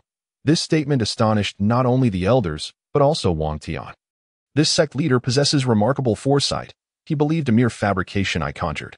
Sect leader Wei, do you not wish to inquire how I became a disciple of Sword Saint Imo? Wang Tian inquired. Testing the waters, there is no need to question. As long as you acknowledge yourself as a disciple of Zhuxian, that suffices, Wei Xian replied with a slight smile. Heroes do not inquire about their origins. Especially when the individual is a swordsmanship prodigy, the priority is to secure this talent under our banner. Wang Tian was filled with admiration. It was clear why he was the sect leader. His broad-mindedness allowed him to welcome anyone of talent, regardless of their origins. With such a leader, Zhuxian would find it difficult not to thrive. Wei Xian indeed possesses great vision. Wang Tian felt a favorable impression of the sect leader before retracting to Wang Tian Guizhong, causing countless flying swords to return to the hands of the Zhuxian disciples. This effortless manipulation of the flying swords once again left Wei Xian and the elders in awe. May I inquire? Brother Tian Wang, have you comprehended the sword heart? The plump elder could not restrain his curiosity. The ability to manipulate swords at will is achievable only by those who have grasped the sword heart. Understanding the sword heart is a goal pursued by every practitioner of swordsmanship. Indeed, I have comprehended the sword heart, Wang Tian affirmed with a nod. Now, the higher my value, the more Zhuxian will regard me. Allowing the words I speak to resonate with them, the elders collectively inhaled sharply to comprehend the sword heart and wield Wang Tian Guizhong. This could very well be the emergence of a second sword saint, perhaps even a sword immortal. Henceforth, you shall be the 18th elder of Zhuxian, and Qiling's Hongyuan Peak shall be your training ground. Wei Xian proclaimed. Such a formidable swordsmanship prodigy must be swiftly courted. The elders were all astonished. To be named an elder upon their first meeting was unprecedented. Even Wang Tian was somewhat taken aback. He had just arrived and was already made an elder of Zhuxian. How could they place such trust in him? Thank you, sect leader Wei. However, I have come today with a matter for which I seek your assistance, Wang Tian said after a moment's contemplation. Certainly, your affairs are our own. Follow me to the main hall to discuss. Wei Xian replied, nodding before turning to ascend the mountain. Wang Tian wasted no time in following closely behind. Upon reaching the main hall, Wei Xian guided Wang Tian into the grand chamber of Zhuxian. Accompanied by several elders. Very well, you may speak now. What assistance do you require from us? Wei Xian had long suspected that Wang Tian's significant disturbance had a purpose. Yet he refrained from questioning in order to attract this swordsmanship prodigy. I wish for Zhuxian to form an alliance with the Qilin Pavilion. What say you, sect leader Wei? Wang Tian stated directly, without preamble. This revelation astonished all the elders, and even Wei Xian was taken aback by Wang Tian's request. To be candid, Elder Wan, we of Zhuxian have a rule against forming alliances with outsiders, the plump elder voiced, somewhat reluctantly. Wei Xian hesitated, contemplating the implications of an alliance with the Qilin Pavilion. This matter held considerable weight. And in their millennia of history, Zhuxian had never entered into alliances. Is it truly so difficult to form an alliance? If you agree to ally with the Qilin Pavilion, I am willing to serve as your 18th elder. Wang Tian proposed, presenting his own conditions. While they would welcome an elder, Wang Tian seemed to treat this as a bargaining chip, which was quite infuriating. Wei Xian remained hesitant. This would break Zhuxian's long-standing tradition. Once the door to alliances was opened, would there be further demands? Zhuxian had always prided itself on independence, unwilling to be encumbered by others. Just as Wei Xian grappled with uncertainty, a voice, both cold and melodious yet imbued with gravitas, drifted in from outside. I can represent Zhuxian in forming an alliance with the Qilin Pavilion, but you must agree to one condition. Chapter 37. The beautiful ancestor Wang Tian instinctively turned to the source of the voice, where he beheld a stunning woman clad in a flowing purple gown, gracefully entering. She appeared to be around 30, exuding elegance and beauty, reminiscent of a blooming flower. Her steps were light, imbued with both grace and a touch of solemnity, embodying a mature yet ethereal aura, akin to a celestial fairy. Upon seeing this woman, Wei Xian and the others hurriedly stepped forward to bow in respect, their demeanor markedly deferential. Upon hearing her referred to as ancestor, Wang Tian was taken aback. This ancestor was far too youthful and beautiful. In his mind, ancestors were typically depicted as elderly figures with white hair, yet the ancestor of Zhuxian before him was undeniably young and striking, resembling a fairy. However, Wang Tian quickly considered the possibility that this ancestor had likely transcended the limitations of humanity, achieving a celestial state, which would explain her youthful appearance. My name is Zhuxian, the highest-ranking disciple of Zhuxian, known as the ancestor among them. Zhuxian spoke, her red lips parting as she paused before speaking with gravity. I can represent Zhuxian in forming an alliance with the Qilin Pavilion. But you must agree to one condition. What condition? Wang Tian inquired hastily, refocusing his thoughts. As long as it facilitates the alliance between Zhuxian and the Qilin Pavilion, I would agree to 10 conditions without hesitation. Help me procure 9 materials, Zhuxian stated after a moment of contemplation. 9 materials, no problem, just tell me what they are. Wang Tian readily agreed without a second thought, recalling that the royal tomb contained numerous burial items, which might include what the beautiful ancestor required. Even if they did not, he could stealthily infiltrate the royal treasury to search. The royal treasury is the largest repository in the Tianxian continent, containing all manner of treasures. You did not even inquire about the materials, and yet agreed. Are you so confident in your ability to find them? The exquisite visage of the venerable Zhuxian revealed a trace of astonishment. I have promised you, and I shall assist you in your quest, she affirmed. However, gathering the materials will require time, and we cannot afford to delay our alliance. Wang Tian, feeling a sense of urgency, paused momentarily before continuing. Before you seek the materials, I would like you to pledge an alliance with the Qilin Pavilion. As for the 9 materials, I will procure them for you later. The pressure mounted as Longhu Mountain would undoubtedly send emissaries to Zhuxian for verification, leaving him little time to spare. I can agree to an initial alliance between Zhuxian and the Qilin Pavilion, but the duration of this alliance will depend on the levels you achieve in the Sword Pavilion. Zhuxian remarked, intrigued by the masked youth's confidence in his ability to procure the 9 materials. Upon hearing the first part of her statement, Wang Tian felt a surge of joy. However, the latter half caused his heart to race. What is the Sword Pavilion? He inquired, perplexed. Growing up in the imperial city, his knowledge of Zhuxian was superficial, and he had never heard of such a place as the Sword Pavilion. The Sword Pavilion is our Zhuxian's repository for swords. When disciples pass away, their swords are enshrined there, the sect leader Wei Xian explained, stepping forward as Ji Shui made no move to stop him. To challenge the sword pavilion is a rite of passage for our disciples. Each sword within holds remnants of its former owner's energy, manifesting as shadowy sword figures that engage you in combat. The pavilion comprises 18 levels. The higher you ascend, the greater the caliber of the swords and the strength of the sword figures. I see. Wang Tian's understanding deepened. A repository of swords, with the Zhuxian sword in his possession and his own sword heart. Overcoming the sword pavilion should be a mere formality. No problem. Let us hasten to the sword pavilion. I can hardly contain my eagerness. Wang Tian was acutely aware that time was of the essence. Casting a glance at Ji Shui, and upon receiving a slight nod, Wei Xian declared, "Very well, let us proceed to the sword pavilion." He took the lead toward the direction of the pavilion, and Wang Tian followed suit, accompanied by the elders who were equally eager to witness how far this masked youth, capable of wielding the myriad swords, could ascend within the pavilion. As they journeyed, Wang Tian couldn't suppress his curiosity and posed a question to Wei Xian. "Sect leader, what is the highest record achieved by disciples of Zhuxian in the sword pavilion?" "The highest record was set by our 28th sect leader, Li Chunjun, who reached the 17th level. He is the only disciple to have achieved such a feat," Wei Xian responded, his eyes filled with reverence as he spoke of Li Chunjun. "Li Chunjun, the one who nearly ascended to godhood in swordsmanship," Wang Tian exclaimed in astonishment. He had read about Li Chunjun in historical texts, an unparalleled master of the celestial sword arts, on the brink of transcending to become a sword deity. Feared by all on the Tianxin continent, with only 3 rivals capable of matching him. Regrettably, he succumbed to emotional turmoil and perished while in seclusion, leaving behind the title of sword deity Li Chunjun. Indeed, sword deity Li Chunjun is a figure who surpasses even our founding ancestors, representing the pinnacle of Zhuxian's martial prowess, Wei Xian articulated with admiration. Even the sword deity could only reach the 17th level? Wang Tian furrowed his brow, feeling that the sword pavilion was more formidable than he had imagined. Generally, a disciple achieving the 7th level is commendable, while reaching the 10th level denotes a genius in swordsmanship. The 12th level is reserved for prodigies, the 15th for those with the potential of a sword saint, the 16th for a sword immortal, and the 17th for a sword deity. As for the 18th level, its contents remain a mystery. How far did sword Saint Imo reach in the pavilion, and what about his disciple Wang Zheng? Wang Tian pondered aloud.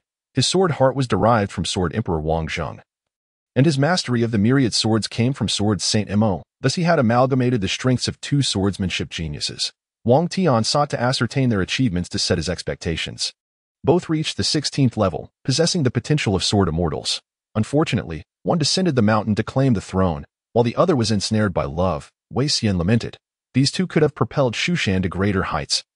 Yet they were hindered by worldly entanglements. Upon learning that both had reached the 16th level, Wang Tian felt a sense of assurance. If 2 had achieved that, he too could at least match their level.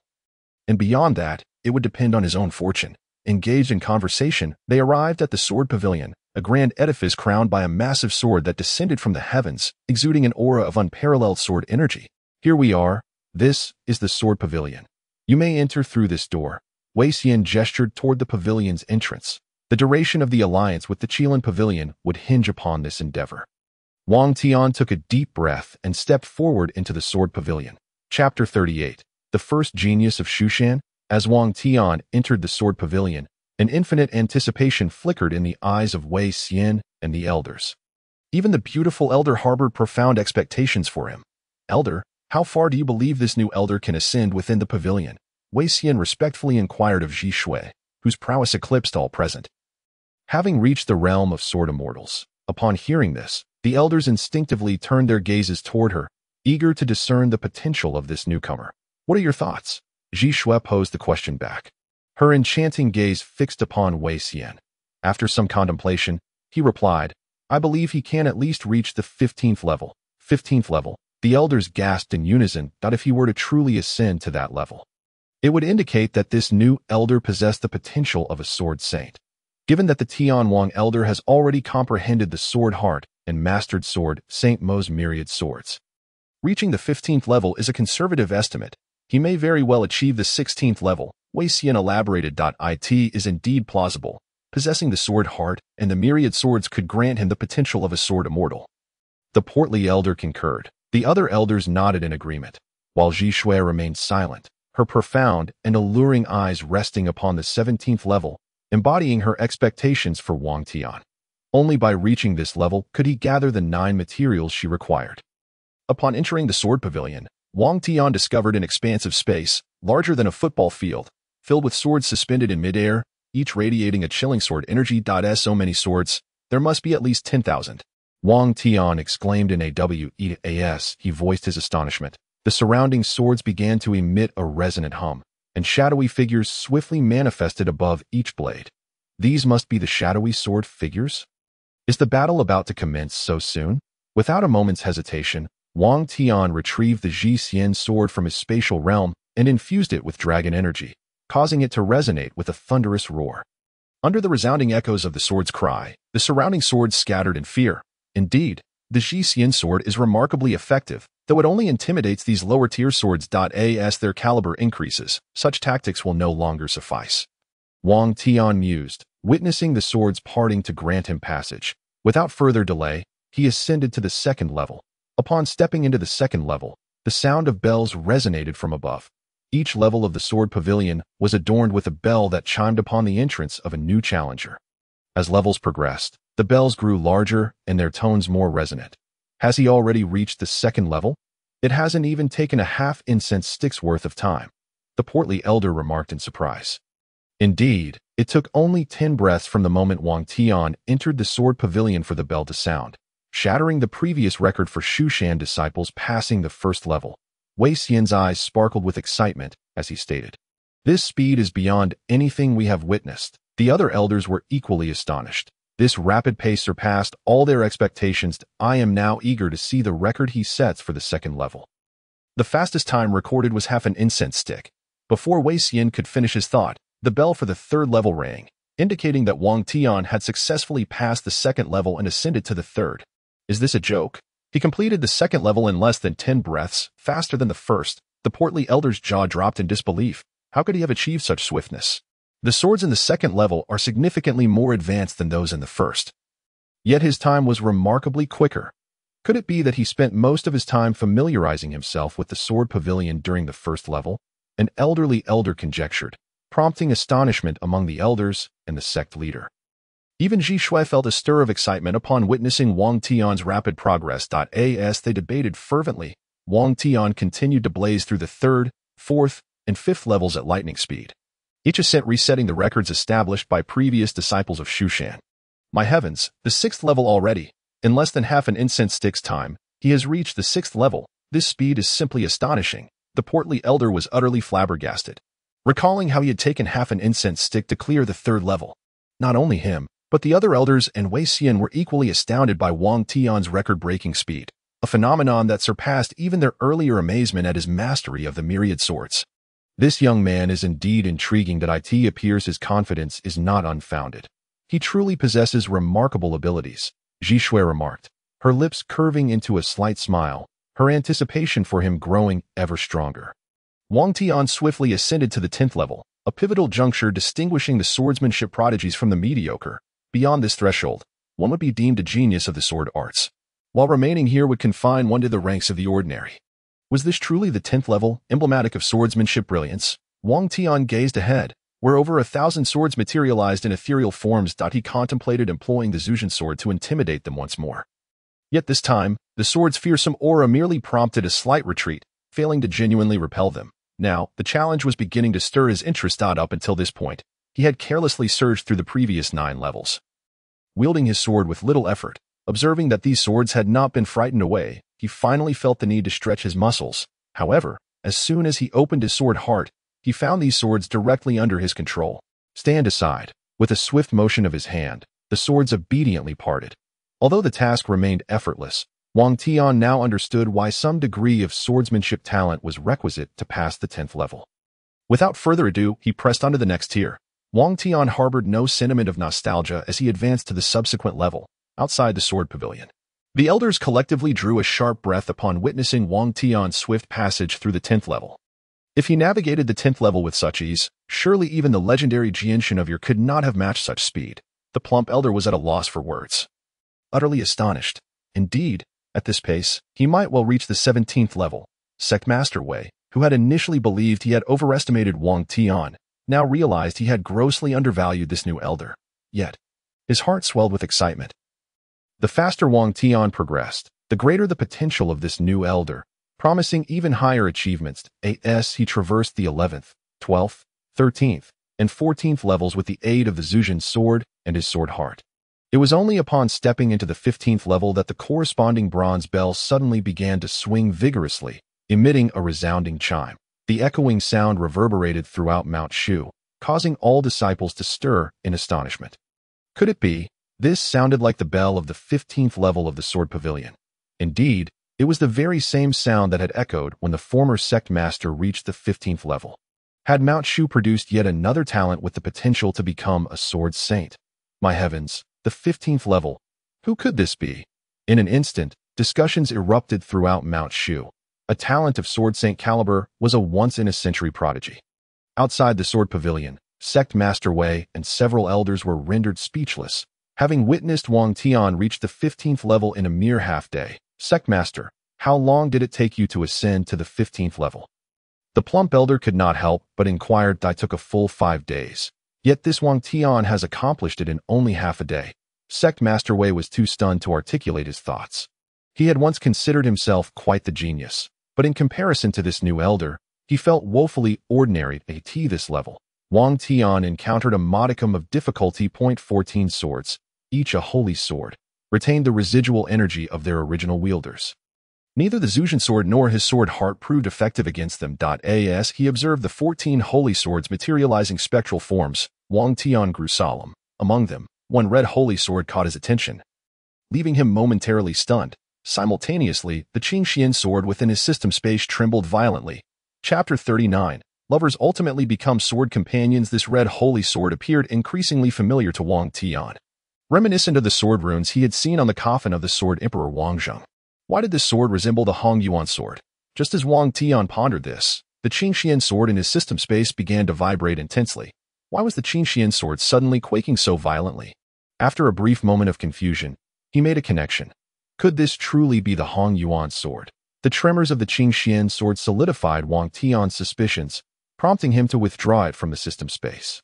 As the Qilin sword manifested in the 15th level of the Sword Pavilion, the opposing red holy sword also began to tremble violently, as if resonating with one another. It was indeed the Hong Yuan sword. After more than 1,000 years, the two swords had reunited under these extraordinary circumstances. Wang Tian couldn't help but reflect on the whims of fate, had he not appeared in the Sword Pavilion. These two swords might have never crossed paths again. Fortunately, he had taken the Qilin sword with him. Otherwise, even upon reaching the Sword Pavilion, the two swords would have remained apart. Go, Wang Tian, sensing the Qilin sword's long-suppressed energy, gently nudged it toward the Hong Yuan sword. The Qilin sword emitted a jubilant melody as it radiated a blue sword light towards the Hong Yuan sword, which responded with a crimson glow, reminiscent of long-lost lovers reuniting. Soon, the two holy swords intertwined in the air, fluttering gracefully like butterflies in a dance, their luminous auras interwove, forming a breathtaking rainbow, symbolizing their emotional bond. The blue radiance of the Qilin sword darted through the air like a nimble azure dragon, while the red glow of the Hong Yuan sword soared majestically like a vermilion phoenix, harmonizing in perfect unity, a match made in heaven. As they danced, the surrounding air seemed ignited by their passion. Growing fervent with the sparks of love, Wang Tian refrained from interrupting their reunion, instead watching in quiet admiration. The two swords were akin to Liang Shanbo and Zhu Yingtai, unable to unite in life but now entwined as blades in death. You have finally fulfilled your desires. Lovers ultimately become sword companions. Wang Tian felt genuine happiness for them. Yet, at that moment, a sharp sword energy suddenly shot toward him from a distance on his left. With his sword heart attuned, Wang Tian sensed the impending danger and narrowly evaded it. He almost forgot he was in the midst of a trial. Aside from the Hong Yuan sword, there were still 13 other holy swords, and a momentary lapse could spell his undoing. Determined not to be distracted further, Wang Tian tightened his grip on the Zhuxian sword and launched an attack against the approaching blade. It was a blue-green sword, another holy sword, and its residual energy manifested as a spectral swordsman. As it faced Wang Tian's assault, the phantom elegantly evaded with a series of light jumps, Almost simultaneously, several other spectral swordsmen emerged from the remaining holy swords, converging upon Wang Tian. Although these spectral figures had their powers suppressed to match Wang Tian's level by the Sword Pavilion's formation, their status as holy swords made them formidable opponents, especially in numbers. The reason for compressing the spectral swordsman's strength was to accurately identify gifted disciples. Even if the sect master were to enter with his current prowess, each sword's power would be adjusted to the appropriate level, meaning that even Wei Xian, with his talent, would still falter at the 15th level. Thus, this method of selection was remarkably scientific. Mount Shu had maintained its supremacy for 8 millennia through such a rigorous process. To have so many swords targeting me alone is quite unfair. I possess swords too. Wang Tian swiftly summoned 9 treasured swords from his system space, all collected from the tomb of the Sword Emperor Wang Zheng. Though their power did not match that of the holy swords, they could withstand a barrage. After launching the 9 swords to engage the 9 spectral swordsmen, Wang Tian directed the Zhuxian sword to entangle another blazing red holy sword. The Zhuxian sword was also a holy sword, and the clash between holy swords yielded an evenly matched outcome. However, as the Zhuxian sword moved, the Hongyuan sword, acting as the gatekeeper of the sword pavilion, unexpectedly sided with the Zhuxian sword.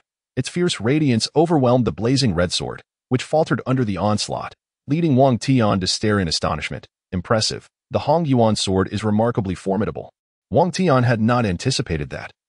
At a crucial moment, his ancestral sword would lend him such assistance. With the Zhuxian sword and the Hongyuan sword simultaneously engaged with 2 holy swords, only 2 spectral swords remained. Now, with just 2 swords left, Wang Tian infused dragon energy into the Zhuxian sword and charged forward, the blade emitting a resounding dragon's roar. With the Zhuxian sword at his side, Wang Tian felt confident in his ability to confront the 2 remaining swords. Outside the sword pavilion, the venerable Zhi Shui, sect master Wei Xian, and the assembled elders awaited with bated breath for Wang Tian's progress. The 15th level of the sword pavilion was the threshold for sword saint talent.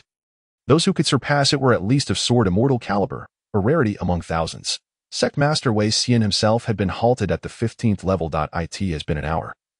Why is there still no sign from Elder Tian Wang? The plump elder was growing anxious. It has only been an hour. This is the 15th level of the sword pavilion, a trial that even the sect master could not surpass. How could he possibly be so swift? Elder Fong shot him a skeptical glance. Though he too felt a surge of anticipation, it's all the fault of Elder Tian Wang's previous rapid ascension, which led me to form a misguided impression. The plump elder chuckled sheepishly. The 15th level indeed posed a formidable challenge.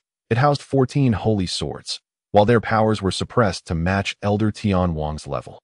Their status as holy swords still rendered them formidable adversaries. Sect Master Wei Xian stepped forward, recalling the harrowing experience of being surrounded by those 14 holy swords. Even now, the memory sent chills down his spine.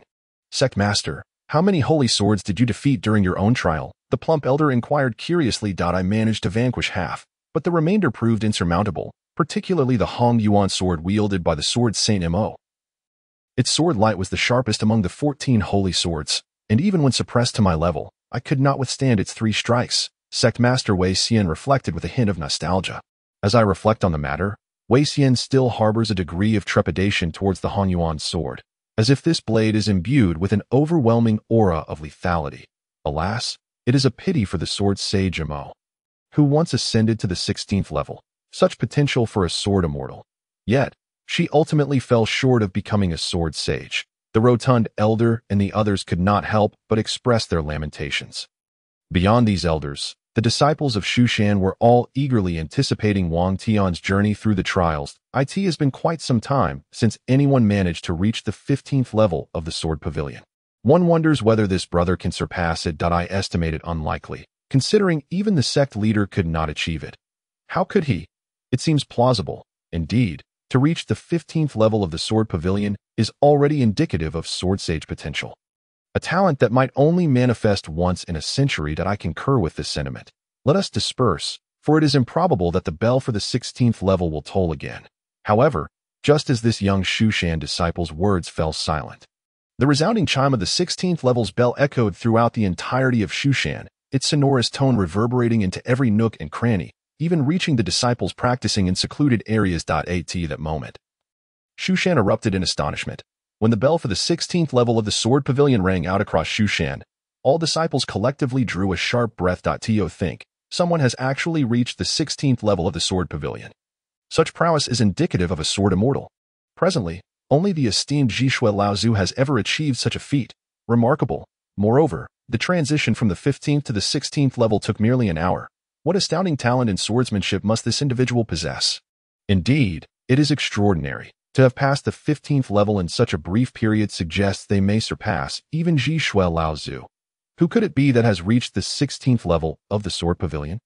Are we about to witness the emergence of another sword immortal level genius from Zhuxian? Surely, it cannot be the individual who deployed the sword formation earlier this morning. In an instant, all the disciples of Zhuxian were immersed in animated discussions. Their curiosity piqued regarding the identity of the one who had conquered the sword pavilion. Not only were the disciples exhilarated, but the elders and the sect leader were equally stirred. To traverse the 15th level of the sword pavilion in just 1 hour is astonishing.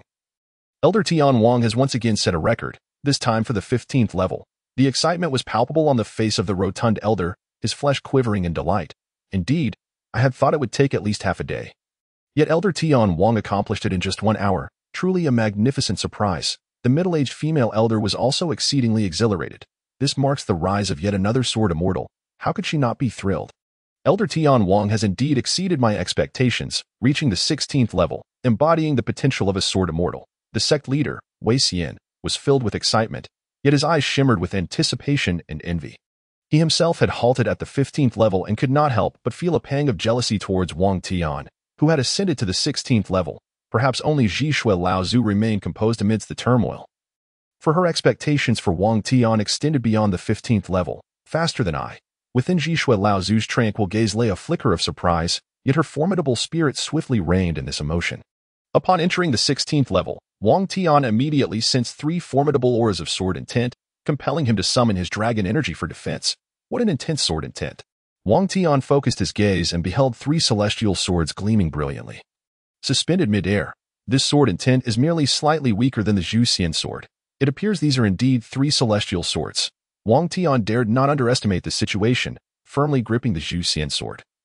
Ready to retaliate at a moment's notice, upon sensing Wang Tian's presence, the 3 celestial swords conjured ethereal sword figures, their silhouettes human-like yet indistinct, exuding an aura of sword energy far surpassing that of the ethereal figures from the 15th level. After manifesting the sword figures, the 3 celestial swords did not converge upon Wang Tian, but rather the central silver-gray sword surged forward. The star sword. Wang Tian's attention was drawn to the silver-gray blade, upon which the characters for star were inscribed. Only one celestial sword approaches. Wang Tian waited, but the other 2 celestial swords did not follow suit, indicating that this sword possesses its own character. Celestial swords are indeed distinct. Their battles are one-on-one, eschewing brawls. Seeing that only one celestial sword dared to engage him, Wang Tian's confidence surged. Come forth, allow me to experience the might of a celestial sword. Wang Tian tightened his grip on the Zhuxian sword, focusing intently on the approaching star sword. No sooner had he thought this than the ethereal figure of the star sword lunged towards him at an astonishing speed. Unleashing a torrent of silver-gray sword energy, Wang Tian deftly sidestepped, preparing to counterattack, only to be astounded as the star sword's energy veered around, hurtling back towards him. The sword energy can curve? Wang Tian was indeed gaining experience. Yet he sidestepped once more. After dodging the star sword's energy again, it twisted and continued its pursuit, this time unleashing 8 consecutive streams of sword energy, adding to the initial probing strike, totaling 9 streams that formed a mobile sword net aimed directly at Wang Tian, severing off all avenues of retreat. So, they have even conjured a sword net against me. Wang Tian realized he could not evade the curving sword energy and would have to confront it head-on. Zhuxian sword formation. Wang Tian infused his dragon energy into the Zhuxian sword and struck fiercely. Instantly, countless streams of sword energy erupted from the Zhuxian sword, resembling a torrential downpour of needle-like raindrops. Obliterating the oncoming sword net in an instant, the momentum remained unyielding, barreling straight towards the star sword. Sensing the pressure from the Zhuxian sword's energy, the star sword suddenly radiated with a constellation of shimmering starlight. In the next heartbeat, the ethereal figure unleashed a barrage of strikes, each one akin to a star. Each star transformed into a dart of sword energy, twinkling like the constellations scattered across the night sky, weaving together to create a breathtaking and magnificent cosmic tapestry. as if the entire universe were enveloped in this sword energy. The Zhuxian sword's energy collided with the celestial tapestry of sword energy. And at the moment of contact, an astonishing explosion of power erupted, scattering countless streams of sword energy in all directions. Wang Tian hastily summoned his dragon energy to shield himself from the dispersing sword energy while simultaneously using his sword heart to sense the movements of the star sword. Swish. In the instant when the sword energy was unleashed, the star sword darted through the chaos, resembling a shooting star, hurtling towards Wang Tian with terrifying force. Let us see whose sword is more formidable, yours or my Zhuxian sword. Wang Tian, disregarding all else, immersed his sword heart into the Zhuxian sword, achieving a state of unity between man and sword, and then propelled the Zhuxian sword forward in counterattack. In this state of unity, the Zhuxian sword's might surged exponentially. Upon contact, the star sword instantly sensed an inability to withstand the onslaught, yet it did not concede defeat, once more emanating starlight. However, this time, the unified Zhuxian sword decisively overwhelmed it. Denying any opportunity for retaliation, the colossal energy sent the star sword hurtling over 10 meters away, crashing heavily to the ground, its starlight considerably dimmed. Success. Wang Tian's heart swelled with joy, in the state of unity. The Zhuxian sword's power was indeed formidable. However, the battle was far from over. After the star sword's defeat, the remaining two celestial swords surged forth simultaneously, the Tai Yuan sword and the Hao Tian sword, both equally celestial in nature. Their might comparable to that of the Zhuxian sword. It appeared that Wang Tian's strength had exceeded these celestial swords' expectations. They could no longer maintain their pride as celestial blades and launched a joint assault. Even the previously defeated star sword returned to the fray, its brilliance diminished yet undaunted. Very well. It seems the three celestial swords are determined to confront me together. I shall not hold back. Wang Tian summoned the Qingxian sword, the Hanyuan sword, and the other 9 treasured swords from his system space. Indeed, the Hanyuan sword had also been claimed by Wang Tian, thanks to the prowess of the Qingxian sword. In an instant, he wielded 12 swords, their radiance rivaling that of the 3 celestial swords. Whoosh, whoosh, whoosh. The 3 celestial swords approached Wang Tian from exceptionally cunning angles, yet he showed no signs of retreat. He commanded the 9 treasured swords to confront the weakest star sword while the Qingxian sword and Hongyuan sword engaged the Tai Yuan sword, leaving himself to face the Hao Tian sword with the Zhuxian sword. The Hao Tian sword was the mightiest amongst the 3 celestial swords, its brilliance unparalleled. The Zhuxian sword clashed with the Hao Tian sword for the first time. A deafening clang of metal echoed, and the tremendous force pushed Wang Tian back 2 steps before he regained his footing. Whose sword is this Hao Tian sword? Its power is immense, as if I were striking against a mountain. I cannot budge it. Wang Tian, in a state of unity, surged forward once more. Simultaneously, the 9 treasured swords engaged the star sword in a fierce entanglement, though the star sword is a celestial sword. Having lost a substantial amount of energy to Wang Tian earlier, its might was significantly diminished. The 9 treasured swords, while not sacred blades, were extraordinary in their own right and formed a sword formation to counter the star sword, resulting in a stalemate. Meanwhile, the Qingxian sword and Hongyuan sword, both sacred blades, exhibited an impressive synergy, resonating perfectly, and matched the Tai Yuan sword blow for blow. As for Wang Tian, he was equally matched against the Hao Tian sword. In that moment, the 16th level of the sword pavilion resounded with the clamor of metal clashing. After an extended battle, neither side could gain the upper hand. Wang Tian, exhausted from the relentless assault, found himself breathless, while the 3 celestial swords exhibited no signs of fatigue. This cannot continue. If it does, I shall be worn down. While the 3 celestial swords remain indefatigable, it seems I must unleash my most formidable technique. Victory or defeat shall be determined in this decisive moment. Wang Tian's gaze hardened with resolve. Outside the sword pavilion, sect leader Wei Xian and the assembled elders awaited with mounting anxiety. As dusk descended upon them, after a considerable amount of time had passed, the elder Tianwang had yet to make any sound, leaving the corpulent elder anxious and concerned for his well-being. The 16th level is no easy feat, he remarked. It is said that there are 3 celestial swords there, Hao Tian, Tai Yuan, and Xingqian, each possessing extraordinary power. The sect leader, Wei Xian, added, indeed, even a single one of these celestial swords would be formidable to contend with, let alone facing all 3 simultaneously. The corpulent elder's worry intensified. Elder Tianwang may not succeed. Confronting all 3 swords together is beyond reach unless one possesses the caliber of a sword god. The middle-aged female elder sighed. expressing her desire for Wang Tian to overcome the 16th level, yet acknowledging the harsh reality that no one could withstand the combined might of the three celestial swords. In the 8,000 years of Zhuxian's history, only the sword god Li Jian had reached such heights that it was already commendable for Wang Tian to reach the 16th level, the corpulent elder side as well. Suddenly feeling a diminished hope for Wang Tian's success, even the sect leader believed that Wang Tian would be halted at the 16th level. Only the beautiful ancestor, Zhi Shui, remained silent and composed. It was not just the elders who held such doubts. The disciples of Zhuxian shared the same sentiments as night fell. Uncertainty loomed over the fate of the disciple challenging the sword pavilion. Stop thinking about it. Reaching the 16th level is already an impressive achievement. Progressing further is simply impossible. Indeed, in the 8,000 years of Zhuxian's history, only one sword god, Li Chunjun, has ascended to the 17th level of the sword pavilion. How could anyone else possibly do so? I concur. Let us disperse. It is impossible for him to advance beyond the 16th level. Almost the entire Zhuxian sect believed Wang Tian would be halted at the 16th level. When suddenly, the bronze bell of the 17th level rang out, its resounding tone echoing throughout Zhuxian. After a brief moment of silence, the entire sect erupted in commotion. My heavens, someone truly has passed the 16th level of the sword pavilion. It is simply unbelievable. Goodness, the only one to reach the 17th level before was the sword god Li Chunjun, and now there is a second. We are witnessing history. How remarkable!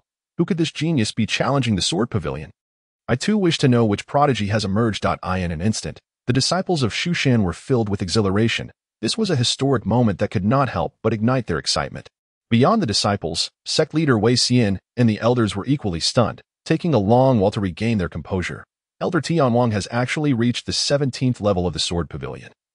This is simply astounding. The corpulent elder trembled with excitement, his flesh quivering in response to his elation. I never anticipated Elder Tianwang's swordsmanship talent to be so extraordinary. It has far exceeded my expectations. The middle-aged female elder also bore an expression of excitement. It had been several millennia since Zhuxian had produced a sword god-level talent. This is wonderful. With sword god potential, Zhuxian shall produce another figure akin to sword god Li. Our sect's renown will surely spread across the entire Tianshan continent.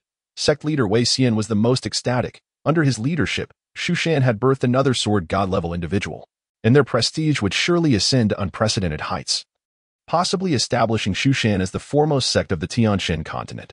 Amidst the fervor, only the ancestor Zhi Shui maintained her calm demeanor, as she had already predicted Wang Tian's ascension to the 17th level. He has not disappointed my expectations, yet the 17th level shall be your limit. Zhi Shui was pleased with Wang Tian's performance, yet she also passed judgment on the trajectory of his journey within the sword pavilion. Upon reaching the 17th level of the sword pavilion, Wang Tian took a deep breath and surveyed his surroundings, where he beheld an ancient sword hovering in the center of the space. Is this all there is to the 17th level? As he approached for a closer inspection, the Zhuxian sword in his hand emanated a powerful battle intent, quivering violently. This was the first time the Zhuxian sword had displayed such fervent combativeness. Wang Tian was astonished. Previously, the sword had remained composed in the presence of other blades, but now, facing this ancient treasure, it actively radiated its battle intent. There was but one conclusion. This sword might also be a supreme celestial sword. At the same caliber as the Zhuxian sword, Wang Tian speculated silently as he pondered. A hoarse and resonant voice emerged from the ancient sword. After 3,000 years, another disciple has finally arrived at the 17th level of the sword pavilion. As the voice faded, a thick aura of sword spirit emanated from the ancient sword, rapidly coalescing into the form of an elderly man with gray-white hair. This figure lacked a physical body, existing instead as a sword soul, clad in a gray robe, exuding a warm and amiable demeanor. Yet his calm eyes concealed a terrifying sharpness. "You are not the sword shadow," Wang Tian exclaimed in surprise upon witnessing the old man emerge from the sword. While every sword in the pavilion could conjure a sword shadow, none had spoken or exhibited consciousness, merely taking on a human silhouette. Yet, this elder not only had a distinct facial structure, but also displayed independent awareness. "I am Li Feng, the founding ancestor of Zhuxian, though merely a sword soul now, and this sword is my treasured blade, the Qishao sword." Li Feng regarded Wang Tian with a friendly gaze, as if assessing his successor. Stunned, Wang Tian could scarcely find his voice. He had never imagined that the founding ancestor of Zhuxian had not fully perished, with his sword soul remaining in the 17th level of the sword pavilion. If the founding ancestor guards the 17th level, then who presides over the 18th? A thought suddenly crossed Wang Tian's mind. I am Tian Wang, a disciple of the sword saint Mo Qingcheng, and currently an elder of Hanyuan Peak. The sword I wield is the Zhuxian sword. Regaining his composure, Wang Tian respectfully bowed and introduced himself, half in jest. Zhuxian sword. A flicker of surprise crossed the eyes of the sword soul Li Feng, soon followed by a glimmer of realization. Oh wonder you could pass my trial. Possessing the Zhuxian sword. This blade was renowned alongside my Qishao sword in its prime. Wang Tian finally grasped why the Zhuxian sword exhibited such intense battle intent. It had encountered an equally formidable supreme celestial sword. Ancestor, shall we commence? Wang Tian was eager to engage. It was a rare fortune to contend with the founding ancestor of Zhuxian. My Qishao sword is impatient as well. Here, my realm shall match yours. Unleash your full potential, and let me witness your capabilities. The sword soul Li Feng stood with his hands clasped behind his back, exuding an air of calm and composure. Then I shall begin. Wang Tian tightened his grip on the Zhuxian sword and swiftly charged at the ancestor. Li Feng, wielding the Qishao sword with one hand, faced Wang Tian's onslaught with remarkable composure. Wang Tian wielded the Zhuxian sword with relentless thrusts and strikes, exerting considerable effort, yet he could not breach Li Feng's defenses, failing even to graze him. Qingxian, Hanyuan. Wang Tian summoned the Qingxian sword and the Hanyuan sword. Employing 3 swords against him, Li Feng regarded Wang Tian's summoning of 2 more holy swords with an appreciative expression. Though have tamed 2 holy swords is commendable. However, these 2 shall be of no use against me. As Li Feng spoke, his gaze sharpened, and instantly, several strands of sword energy transformed into blooming peach blossoms, shooting forth at remarkable speed. The Qingxian sword and the Hanyuan sword were caught unawares, sent flying by the peach blossom sword energy. Fortunately, Wang Tian reacted swiftly, narrowly avoiding the attack. Very well. To evade my peach blossom sword energy at such close range demonstrates keen reflexes. Li Feng maintained an air of serene indifference, speaking as if imparting guidance to Wang Tian. Wang Tian retreated a few steps, recognizing that if the battle continued in this manner, he would exhaust his strength and lose. I cannot afford to fail here. Ancestor Ji Shui promised me that the higher I ascend in the sword pavilion, the longer our alliance with the Qilin pavilion will last. If I concede at this level, it may cost me dearly. Wang Tian steadied his mind and summoned all 9 treasured swords from his system space. I must resort to my final move. As the 9 treasured swords materialized, Wang Tian's gaze sharpened, and the surrounding sword intent thickened significantly. Observing the intensifying sword intent, Li Feng understood that Wang Tian was preparing to unleash a powerful technique. Yet he showed no intention of intervening. Feel free to reveal all your moves. Should you best me, I shall grant you one request. Li Feng remained confident. Prepare to receive my strike. Wang Tian bellowed before launching into the 10,000 swords, returning to one technique. The sword pavilion was isolated from the outside world. Previously, Wang Tian had attempted to borrow swords, but to no avail. This time, he decided to rely solely on his own swords to execute the move. In an instant, the Zhuxian sword, Qingxian sword, Hanyuan sword, and the 9 treasured swords coalesced into a miniature 10,000 swords, returning to one. Though fewer in number, the sword energy radiated fierce sharpness, rivaling the might of 1,000 swords. To think it was the 10,000 swords returning to one. Splendid. Strike me. Unleash your full force. Li Feng observed as Wang Tian executed one of the 3 grand sword techniques of Zhuxian. The 10,000 swords returning to one, and was immensely thrilled. The stronger the younger generation, the more it signified the might of the Zhuxian he had founded. Then brace yourself. A glint of cold light flickered in Wang Tian's eyes as he unleashed the full force of the 10,000 swords returning to one towards Li Feng. Instantly, 12 swords transformed into a terrifying whirlwind of sword energy, bearing an overwhelming pressure as they surged towards Li Feng, as if intent on engulfing him. Excellent, Li Feng shouted triumphantly, wielding his sword with one hand to draw a circle in the air, causing blossoms of peach flowers to bloom within the circle, the sword energy radiating outward as if to pierce through space. The peach blossom sword array. Countless streams of sword energy transformed into peach blossoms and hurled towards the 10,000 swords returning to one. The 2 formidable sword arrays collided mid-air, erupting with astonishing energy, sword energy scattering like a torrential rain of pear blossoms. Wang Tian's 12 swords were also sent flying by the explosive force. Rather than summon his swords back, Wang Tian swiftly advanced to fill the gap left by the blast of the Zhuxian sword, then struck towards Li Feng with a palm. Without your swords, how can you contend with me? Li Feng was taken aback by the power of Wang Tian's 10,000 swords returning to one, but with the Zhuxian sword now cast aside. He believed Wang Tian posed no threat. Yet in an instant, 9 golden dragon energies surged towards him, causing Li Feng's countenance to change dramatically. Chapter 42. All cards on the table faced with the 9 golden dragon energies rushing at close range. The master Li Feng finally changed his expression to in a moment of urgency. He summoned his sword's spirit energy and erected a simple peach blossom sword array around himself for protection. However, Wang Tian's 9 dragon palm, emanating from the dragon egg in his dantian, was extraordinarily potent. The 9 golden dragon energies struck fiercely against Master Li Feng's sword's spirit defense after negating 8 of them. The final golden dragon energy pierced through the peach blossom sword array, continuing unabated as it slammed into Master Li Feng. He staggered back several steps before regaining his balance, his face a mixture of astonishment and delight. Splendid. Back in the day, that fellow Li Chunjun couldn't even lay a finger on me. Yet you have landed a solid blow. You are slightly more formidable than Li Chunjun. Rather than being angry, Master Li Feng was quite pleased. Master, I advise you to take our duel seriously. My strength is far beyond what you perceive. Wang Tian casually waved, summoning the Zhuxian sword back into his grasp. You are indeed a child of royalty. It's no wonder you wear a mask. Master Li Feng seemed to recall something and inquired. Are you trying to conceal your royal identity from others? Indeed, or else why would I wear a mask? Wang Tian candidly admitted. Excellent. If you manage to defeat me, I can have that girl Zhixue open a spiritual vein within you, enabling a conversion between your dragon energy and spiritual energy. Sword Spirit Li Feng promised a rich reward. Wang Tian's heart soared at this prospect. To avoid revealing his identity, he had refrained from using dragon energy, having fought defensively against the Grand Elder Zhang Bao of Longhu Mountain. If he could achieve a conversion of energies, he would not have been so passive then. Very well, I accept. Wang Tian now had a compelling reason to secure victory. This time, I shall give my all.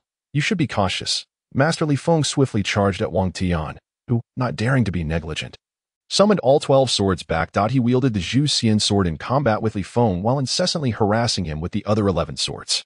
Yet, despite his efforts, he found it challenging to keep pace with Master Li Feng. Although the master's cultivation was suppressed to the 6th rank, his swordsmanship was exceptionally refined. Even a seemingly casual strike from him radiated immense sword light. After suffering a setback from a direct confrontation, Wang Tian dared not engage head-on again. Fortunately, his Zhuxian sword was formidable, and he could use dragon energy without restraint. Yet even so, he struggled to withstand the Master's Peach Blossom sword technique. With all his strength unleashed, Li Feng's combat prowess soared, keeping Wang Tian on the defensive, denying him any opportunity to counterattack. The sword strike spanned 90,000 miles. Master Li Feng unleashed his full capabilities, forcing Wang Tian to retreat repeatedly while also executing one of the 3 grand sword techniques of Zhuxian, the sword strike spanning 90,000 miles. Observing this, Wang Tian hastily initiated the 10,000 swords returning to 1. But the hastily assembled sword array was no match for the master's sword strike spanning 90,000 miles. A flash of white sword light streaked past, striking with the swiftness of thunder. In the next moment, Wang Tian's recently assembled 10,000 swords returning to 1 was shattered, and the immense sword energy sent him sprawling several meters away before he crashed heavily to the ground. Wang Tian tasted blood, and after a brief silence, the entire Mount Shu erupted in excitement. Even those disciples in closed-door training emerged, for the news was simply too explosive to ignore. My heavens. Someone has actually breached the 18th level of the Sword Pavilion. Who could this person be? They are even more formidable than the legendary Li Jianshan. Indeed, it is astounding that someone has shattered the record set by Li Jianshan. The 18th level of the Sword Pavilion. This is an unprecedented milestone in the history of Mount Shu. It's utterly insane. Hurry to the Sword Pavilion and discover who has dared to challenge it. This person could very well be the future foremost figure of our Mount Shu. I shall go as well.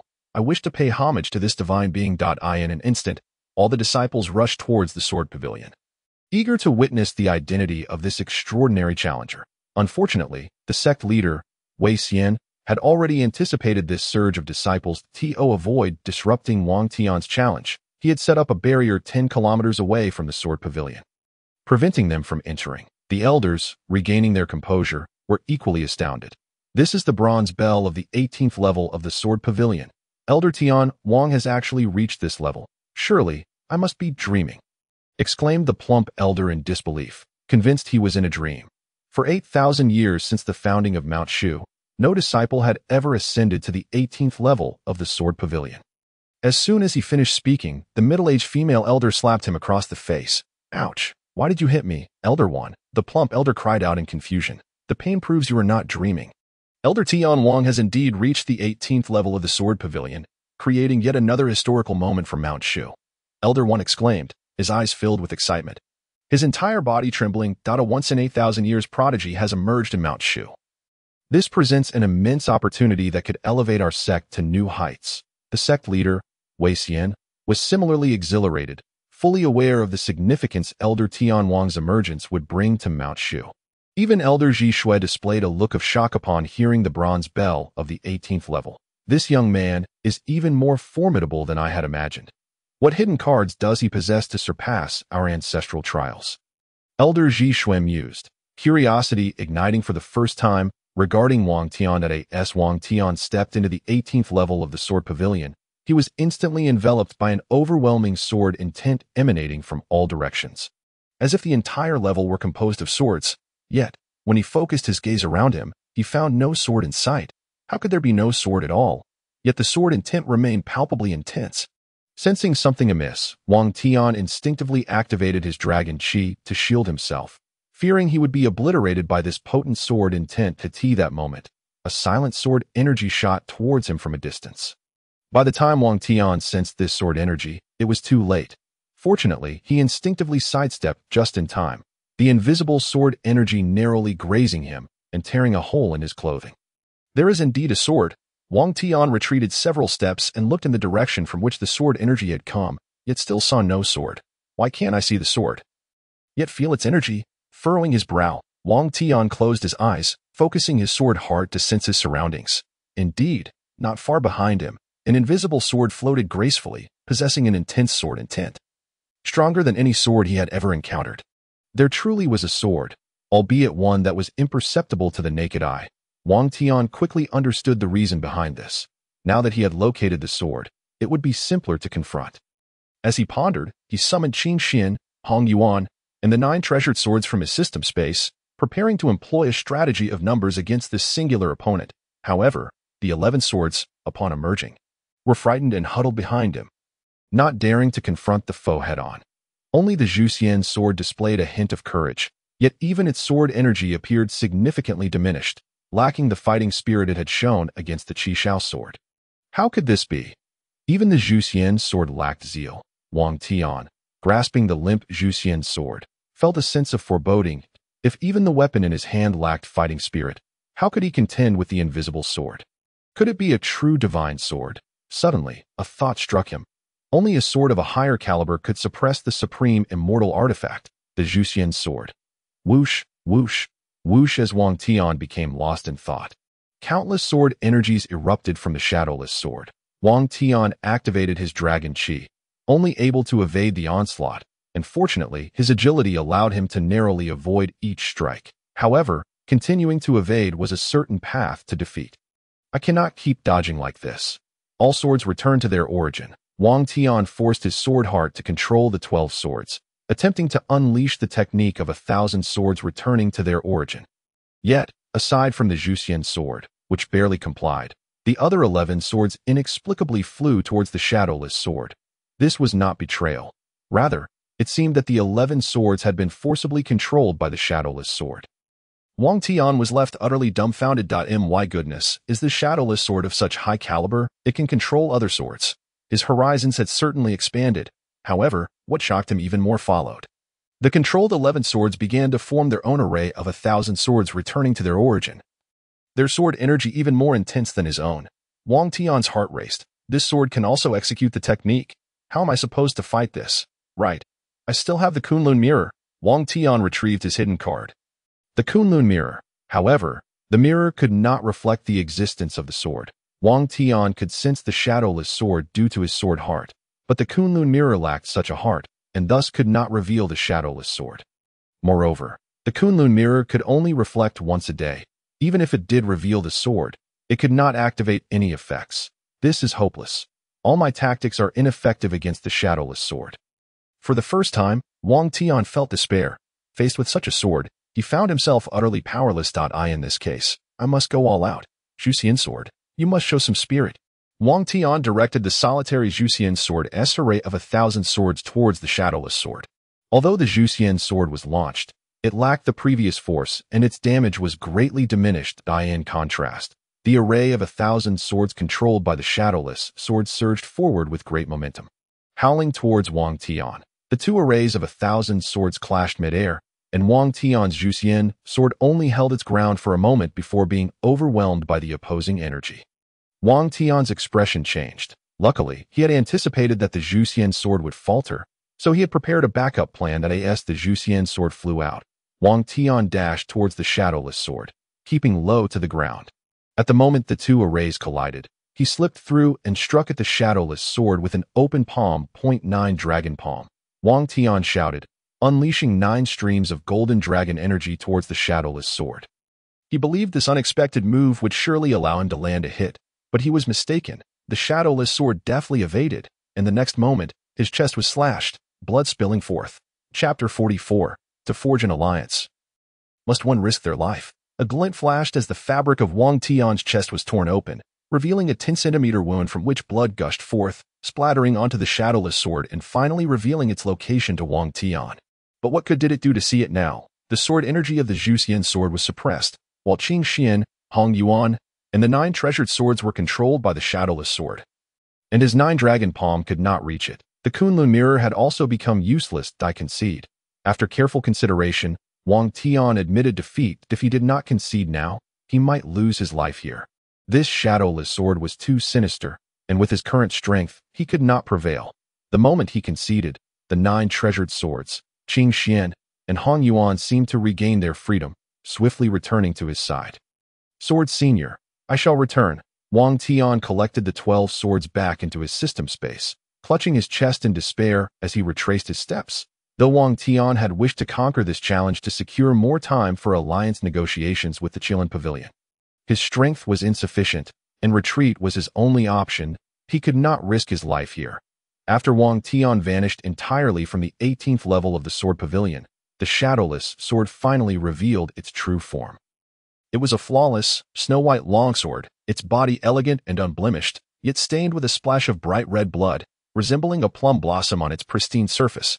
Rich spiritual energy emanated from this exquisite longsword. Gradually coalescing into the form of a beautiful girl, she appeared to be around 14 or 15 years old, donning a long, pure white dress adorned with pink flowers, accentuating her delicate and adorable appearance. Her eyes sparkled like clear water, untouched by the mundane world, glimmering with the brilliance of stars. Her skin was as white as snow, and her jade-like visage radiated a sweet and charming aura. Her hair, dark and lustrous, cascaded down her slender shoulders like a waterfall. Her smooth, fair legs were openly exposed to the air, her tiny jade feet bare and floating, untouched by any dust. The spirit of the divine sword lamented. I didn't even exert myself, and he just walked away. If I had known, I should have played with him first. After being trapped here for 8,000 years, it was so rare for someone to come. And now he's gone. I'll be bored again. The girl pouted, clearly displeased, then noticed the blood that had splattered onto her sword, her eyes suddenly brightening. After being trapped here for 8,000 years, this might be a chance to escape.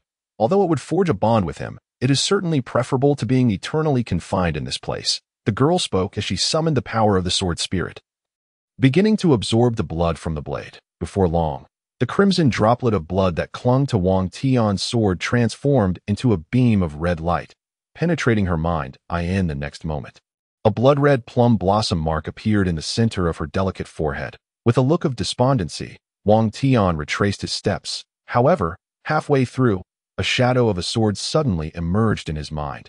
Its blade was nimble and graceful, yet exuded a chilling aura. Could it be that I have been cast into the shadow of that elusive sword? Wang Tian shook his head, attempting to rid himself of the sword's image. But no matter how hard he tried, the shadow remained firmly lodged in his consciousness. I can't believe it. I truly have been overshadowed. Wang Tian felt quite disheartened. Not only was he unable to defeat it, but now he was also haunted by its shadow. Consequently, he quickened his pace to return, hoping to get a good night's sleep and shake off this detestable sword's influence. Soon, Wang Tian exited the sword pavilion. As he stepped out, the sect leader, Wei Xian, along with a host of elders, approached him excitedly. Elder Tian Wang, you are finally out. You've truly given us a tremendous surprise. Wei Xian was the first to greet him, his face alight with enthusiasm. However, he quickly noticed the wound on Wang Tian's chest and, without hesitation, retrieved a bottle of premium healing medicine from his spatial ring, offering it to him. Elder Tian Wang, this is a healing medicine uniquely developed by our Zhuxian sect, specifically designed for sword injuries. You will recover swiftly after consuming it. Thank you, sect leader Wei. Wang Tian accepted it without refusal, as the pain from the sword wound was still quite acute, and the blood continued to flow. After taking a few healing pills, he felt a bit more at ease. Elder Tian Wang, could you share what you encountered on the 18th level of the sword pavilion? The plump elder squeezed to the forefront, his chubby face brimming with curiosity. Not only he, but the others were equally intrigued, including the venerable Zhuxian, whose beautiful eyes sparkled with interest. For 8,000 years, Wang Tian was the only one to have entered the 18th level of the sword pavilion. The 18th level contains an invisible sword, imperceptible to the naked eye, yet it can be sensed by the heart of the sword. In its presence, all swords lose their will to fight. Wang Tian recounted what he had witnessed on the 18th level of the sword pavilion. He too wished to uncover the origins of the shadowless sword. An invisible sword that cannot be seen but can be sensed through the heart of the sword. Wei Xian and the others furrowed their brows. This was the first time they had heard of such a sword. The only swords capable of rendering others devoid of fighting spirit were divine swords. Divine sword? Zhuxian suddenly spoke, her lips parting slightly. The others gasped in astonishment. Our Zhuxian sect possesses a divine sword. This is utterly inconceivable. Who placed the divine sword on the 18th level of the sword pavilion? Not only Wei Xian, but the others too were perplexed. Even Zhuxian was at a loss. Seeing their confusion, Wang Tian knew he would have to temper his expectations. Elder Tian Wang, come with me. Zhuxian suddenly called out. All right. Wang Tian had intended to discuss the alliance with the Qilin pavilion. Realizing that after breaching the 18th level of the sword pavilion, the alliance would require at least 18 years. After the sect leader Wei Xian and the other elders dispersed, Wang Tian followed Zhuxian to the place where she cultivated in seclusion. This was the highest peak of Zhuxian, Goddess Peak, named for its resemblance to a goddess. The peak was perpetually shrouded in spiritual energy.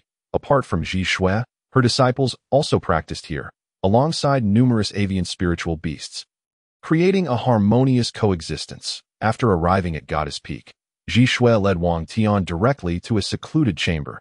Elder, we need not go through so much trouble to discuss the alliance. The previous hall is perfectly suitable.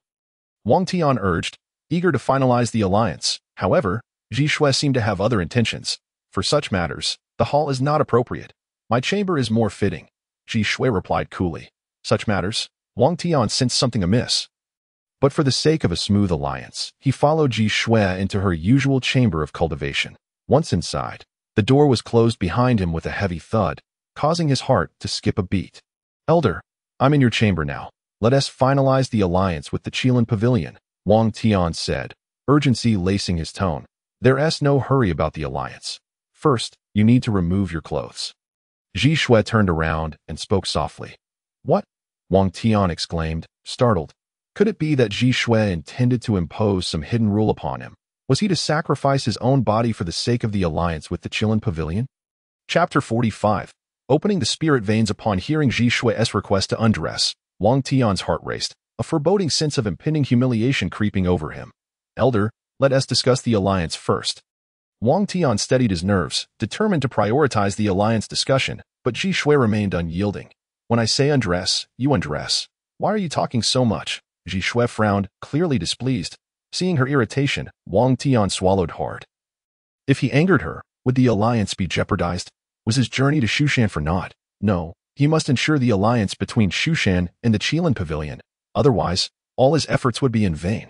As for the hidden rule, perhaps a sacrifice was necessary, especially considering Zhuxian's beauty. It might not be too great a loss. Yin Xiu, you owe me a tremendous favor. Resolute, Wang Tian began to shed his garments, tears welling in his eyes as he prepared to sacrifice his dignity for the alliance with the Qilin pavilion. As his clothes slipped away, revealing his toned muscles and well-proportioned physique, he felt a wave of shame wash over him. For it was his first time undressing in front of a woman, And now your pants as well. Zhuxian praised Wang Tian with an air of authority, her brow furrowing as she urged him on. Elder, please be gentle. I'm afraid it will hurt, Wang Tian lamented.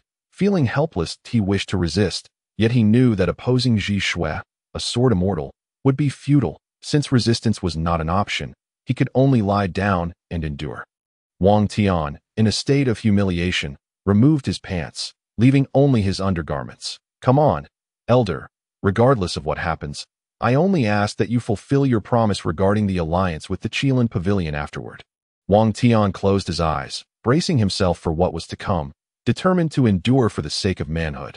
Zhuxian circled around the exposed Wang Tian, then gently brushed her slender, alabaster fingers against his chest. Feeling the warmth of her touch, Wang Tian's heart raced. Was it about to begin, my purity? Just as he feared that Zhuxian would violate him, her delicate fingers suddenly jabbed sharply at the center of his chest. Ouch, that hurts. Wang Tian gritted his teeth, cursing Zhuxian's peculiar methods, as she seemed to inflict pain before proceeding with whatever task she had in mind. Yet, the next moment, a surge of rich spiritual energy poured into him from that point, easing his discomfort and relaxing his tense brow.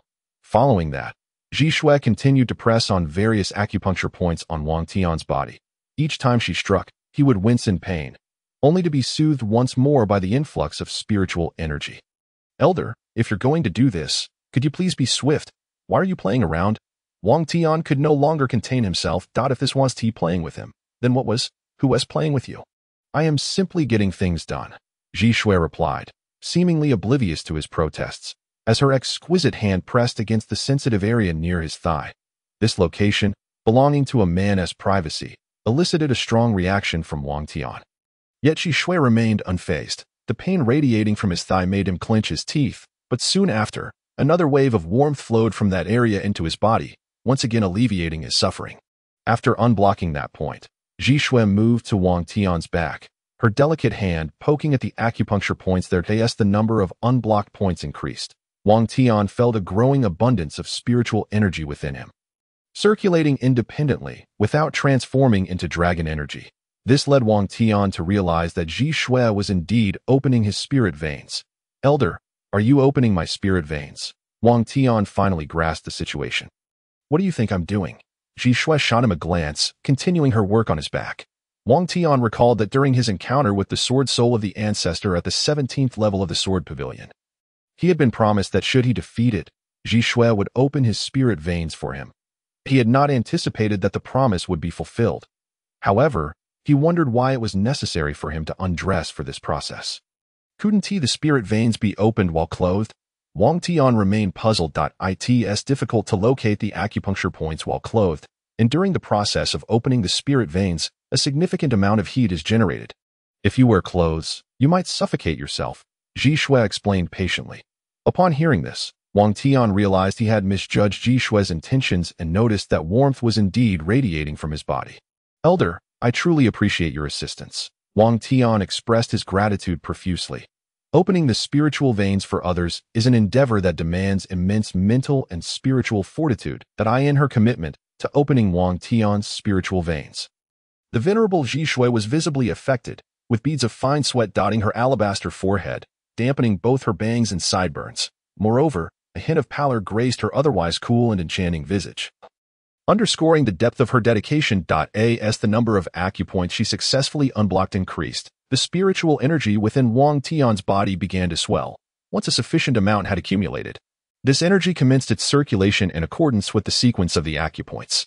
Filling Wang Tian with delight, it was a clear indication that his spiritual veins had begun to take shape. Only one final acupoint remained to be unblocked. Zhuxian's gaze fixed upon Wang Tian's lower abdomen, and with a gentle prod of her jade-like fingers at his dantian, the last acupoint was successfully opened. Thus, all the pathways for the circulation of spiritual energy had been established. After circulating within Wang Tian's body for a complete cycle, the energy converged at the dantian. Originally, there resided a golden dragon egg, which, upon absorbing the spiritual energy, subtly expanded in size. Wang Tian attempted to transmute the dragon energy within the dragon egg into spiritual energy, and to his astonishment, he succeeded. A sphere of spiritual energy manifested in the palm of his hand. The dragon energy contained within the dragon egg could effortlessly be transformed into spiritual energy. It was accomplished. The spiritual veins were now open. Overcome with excitement, Wang Tian exclaimed that with these spiritual veins, he would no longer need to fear revealing his identity as he traversed the world. That it was a success, and he felt he had fulfilled the task entrusted to him by his master. At this moment, Ji Shui, fatigued, settled into a chair within the secret chamber, her lovely face glistening with perspiration and weariness, her hair dampened by sweat, and even her purple gown was soaked. Witnessing Ji Shui in such a state deeply moved Wang Tian. Master, thank you for opening my spiritual veins. I shall forever remember your kindness. Should you ever require my assistance, I will do my utmost to help you, he expressed gratefully. Although it was the master's directive for Ji Shui to open his spiritual veins, her considerable expenditure of spiritual energy and mental focus warranted his gratitude. Do not delay. It is imperative we address this matter now, Ji Shui urged after regaining her breath. I have an important task for you. One I previously mentioned. Chapter 46. I would rather die than develop affections for a demoness. I have an urgent matter that requires your assistance. One I have alluded to before, Ji Shui said with unwavering intensity. Her beautiful eyes fixed intently upon Wang Tian. You mentioned it before. Is it about gathering the 9 materials? Wang Tian pondered aloud. Precisely, it concerns the gathering of those 9 materials. Ji Shui adjusted her posture. Reclining languidly against the back of her chair, displaying her graceful and elongated figure before Wang Tian. What 9 materials do you require, master? Wang Tian inquired with curiosity. That it was evident that Ji Shui's urgency in locating these materials was of great significance to her. The 9 materials are as follows: Demon Suppression Stone, Purifying Soul Water, Exorcism Talisman, Serenity Lotus, Heavenly Cleansing Pearl, Linglong Wood, 9 Young Iron Heart, Primordial Pure Land, and Blood of Sacred Beasts. Ji Shui articulated each material with meticulous care. And Wang Tian committed them to memory. Very well, but what purpose do you have for these materials, master? Wang Tian could not help but ask. To exorcise demons, Ji Shui replied after a moment of contemplation. Delivering the 2 words with resolute gravity. Exorcise demons? Are there still demons in this world? Wang Tian questioned, perplexed. As a prince, he had perused many texts within the imperial palace, including narratives concerning the demon race. It was said that prior to the establishment of the Zhuxian Empire, a millennium ago, the Tianxian continent was indeed plagued by demons. However, due to divergent cultivation methods and beliefs, a great conflict erupted between the demon race and human cultivators, culminating in a cataclysmic war that lasted a century. Ultimately, the demon race was eradicated, their empress perishing in the process. Shortly after the demise of the demons, the first emperor, in an invincible manner, established the greatest empire. Zhuxian, on the Tianxian continent. Demons have always existed. A millennium ago, following the fall of their empress, the demon race suffered heavy casualties, yet a remnant still survives, Ji Shui continued. For the past 10,000 years, they have infiltrated humanity, adopting human customs and concealing themselves within the Tianxian continent. Our duty as disciples of Shu Mountain is to eradicate these demons. Now that you are one of us, you must uphold our mission and show no mercy when confronting the demon race. Rest assured, as a disciple of Shu Mountain, I shall uphold justice. Wang Tian responded with righteous fervor, though internally he wrestled with conflicting thoughts. Demons and monsters, though both foreign races, possess both virtuous and vile individuals. To indiscriminately slaughter them without discernment was a philosophy he could not abide. Do you know why the sword god Li Jian fell into madness? Ji Shui pondered after a moment of silence. Was it not due to being tormented by love? Wang Tian queried, bewildered. If he had loved a common woman, he would not have been tormented by love. Alas, he fell for a demoness, Ji Shui replied. Her words shocking Wang Tian, but he could hardly fathom that the revered sword god Li Chunjun of Shu Mountain had developed affections for a demoness. It was no wonder he had been torn between the righteous mission of Shu Mountain and his beloved, leading to his tragic downfall. Such a loss for a once great sword god. Wang Tian sighed. Reflecting on the fate of Li Jian, he now understood why Shu Mountain harbored such animosity towards the demon race. It was they who had robbed Shu Mountain of a prodigy destined to become a sword god. Elder Tian Wang, you are the most gifted disciple in swordsmanship Shu Mountain has seen in 8,000 years. I do not wish for you to follow in the footsteps of sword god Li Jian. Ji Shui admonished with a grave expression. Shu Mountain cannot endure another cycle of such joy and sorrow. Fear not, master. I could never develop feelings for a demoness. Even if I were to perish outside, I would leap from this goddess peak rather than succumb to such feelings, Wang Tian declared with utmost conviction, adding a light-hearted jest at Ji Shui's expense. Moreover, what is so appealing about demonesses? They cannot compare to your beauty and charm, master. You cheeky child. Zhuxian maintained her stern demeanor, yet inwardly relished the compliment. Who does not enjoy being praised? Very well, let us cease discussions of the demon race. I shall assist you in gathering these 9 materials. Wang Tian readily agreed, then shifted the conversation. By the way, master, shouldn't we discuss the alliance with the Qilin Pavilion, according to our previous arrangement? Having breached the 18th level of the Sword Pavilion, should not the duration of our alliance be extended? You seem quite invested in the alliance with the Qilin Pavilion, Zhuxian remarked. Her interest piqued as she looked at Wang Tian. I have friends within the Qilin Pavilion, so naturally, I must take it to heart, Wang Tian replied casually. Friends? Female friends? Zhuxian teased, her gaze piercing into Wang Tian, as if attempting to uncover his secrets. Regardless, they are merely friends. Why the inquiry? Just tell me how long the alliance will last, Wang Tian said, feeling somewhat uncomfortable under her scrutiny. 3 years, Zhuxian stated, providing a figure before continuing. Within these 3 years. If you help me gather the 9 materials, I can extend our alliance with them for an additional 100 years. However, should you fail to procure them after 3 years, our alliance with the Qilin Pavilion shall officially conclude. 3 years? Only 3 years for an alliance? Wang Tian expressed his discontent. He had thought that having reached the 18th level of the Sword Pavilion would warrant at least 18 years of alliance. Yet it turned out to be a mere 3. Did you not express confidence in locating the 9 materials? If you succeed, the total duration of our alliance will be 103 years. Is that not sufficient? Zhuxian responded with a gentle smile. Wang Tian felt speechless. Several of the materials were unfamiliar to him, indicating that gathering them would indeed present a challenge. However, he recalled the Qilin Pavilion, renowned for their intelligence network, making the quest for materials their specialty. Very well, 3 years it is. However, I require that we formalize our alliance with the Qilin Pavilion through a binding contract, ensuring that we shall never renege on our agreement. Additionally, it must be publicly proclaimed so that other factions will not dare to act against them, and we must assign skilled individuals to protect them when necessary, Wang Tian stated thoughtfully. Agreed. After we exit, I will instruct Wei Xian to send someone to the Qilin Pavilion to formalize the alliance contract, ensuring we will never breach the agreement, and we will make a public declaration that should the Qilin Pavilion face peril, Shu Mountain will extend its utmost support, Zhuxian affirmed readily.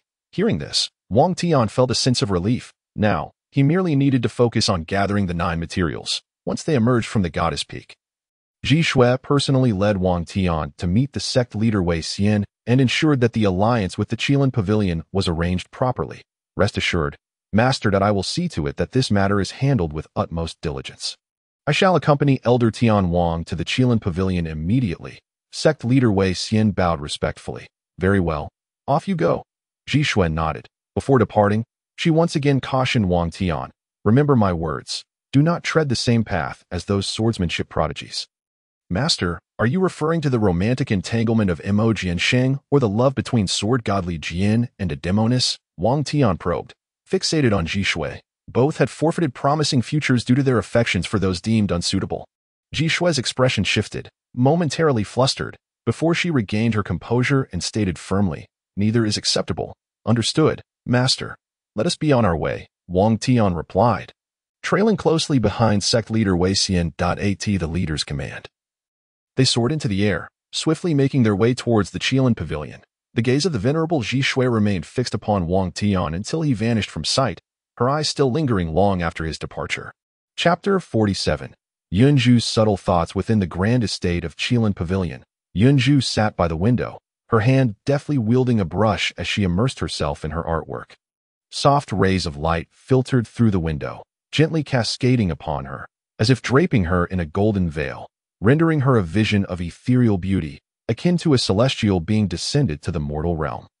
Her brows resembled distant mountains, her eyes sparkled like the stars, and the brush in her hand danced gracefully across the paper, reminiscent of a fluttering butterfly, elegantly sketching a mysterious figure clad in a silver mask and a black cloak.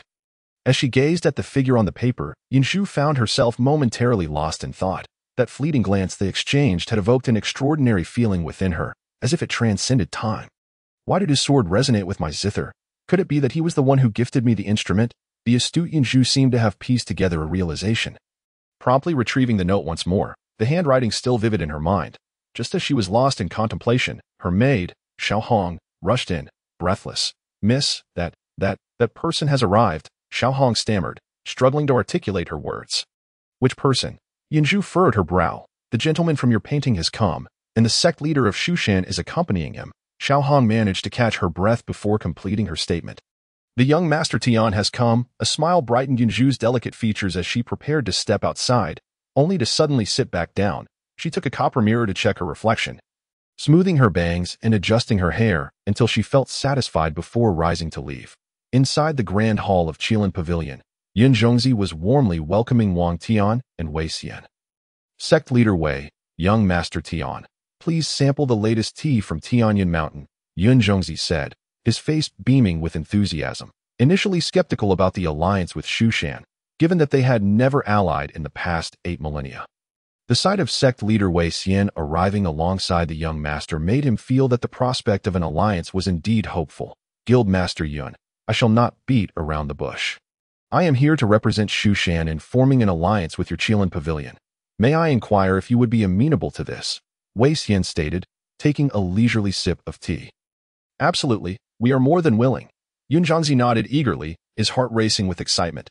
With the backing of Zhuxian, ranked among the top 3 sects, the reputation of Qilin Pavilion would surely soar, and more importantly, no one would dare to provoke them lightly, not even Longhu Mountain.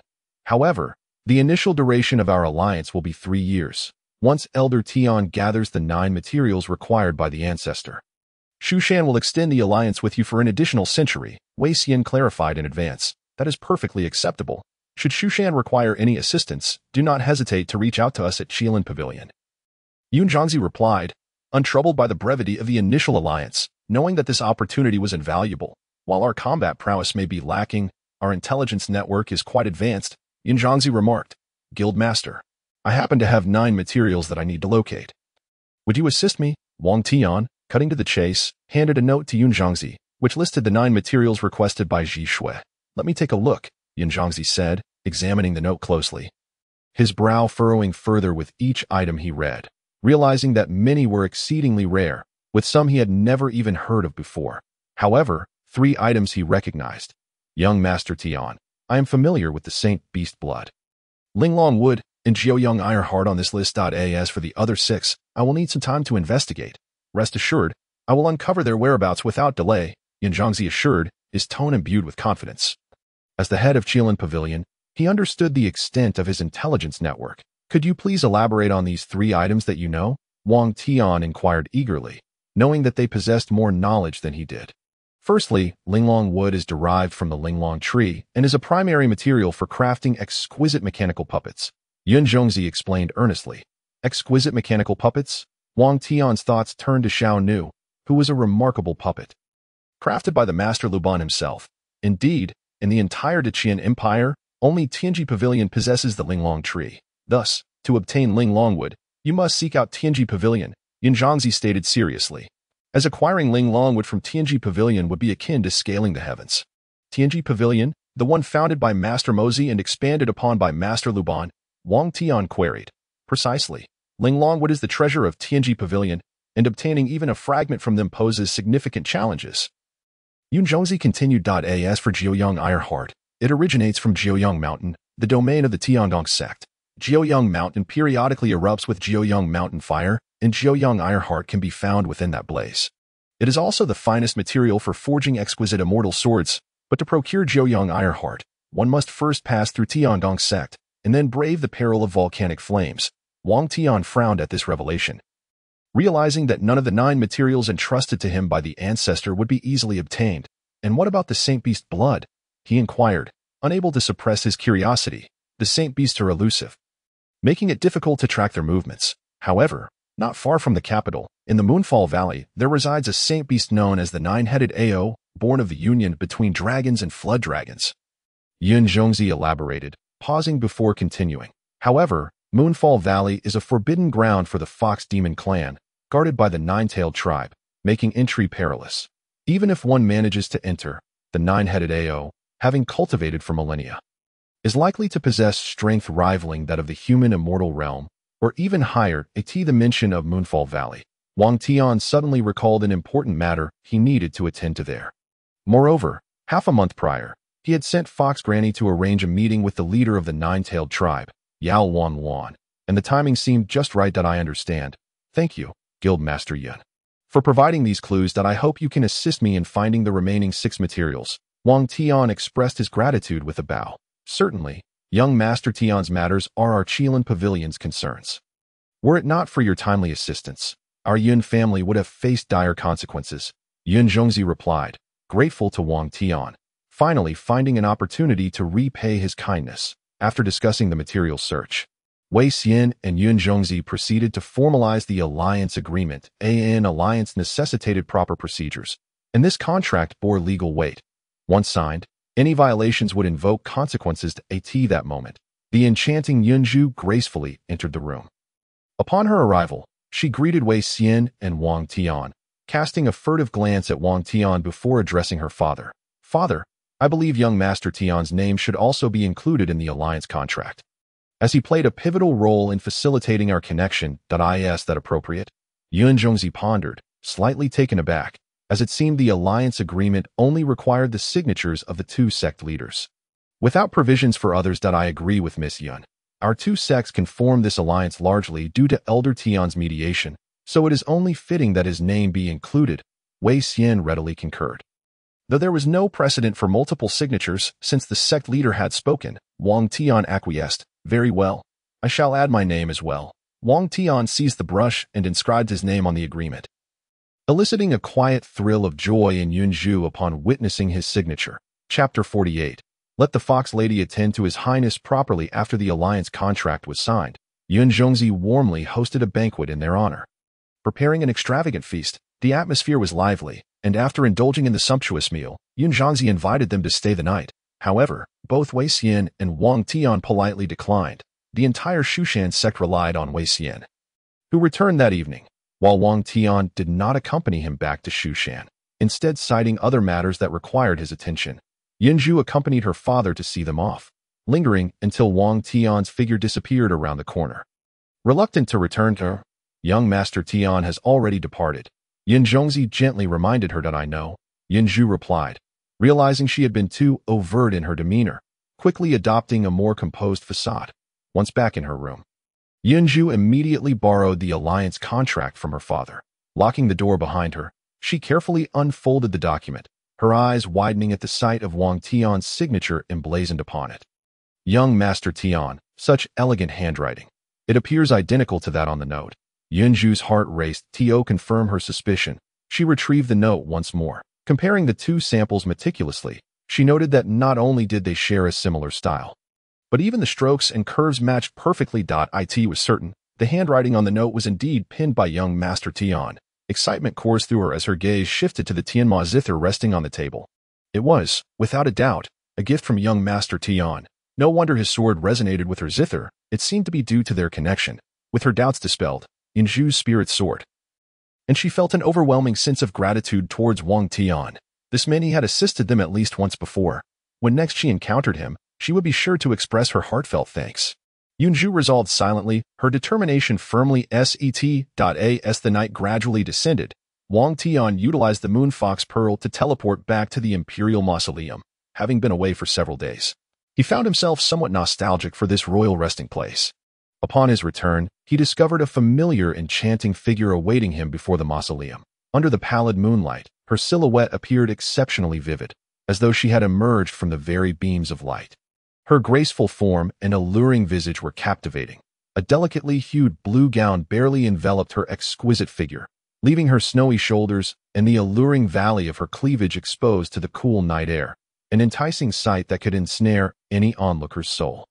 Fox Mistress. Wang Tian removed the silver mask from his face. Your Highness, I finally get to see you, the Fox Mistress exclaimed, her countenance lighting up with joy as she approached him with sultry strides, her every movement radiating beguiling charm. Any ordinary man would surely find himself entranced by her allure. There's something you need, Wang Tian instinctively inquired. Does your Highness not recall the matter regarding the 9-tailed fox demon?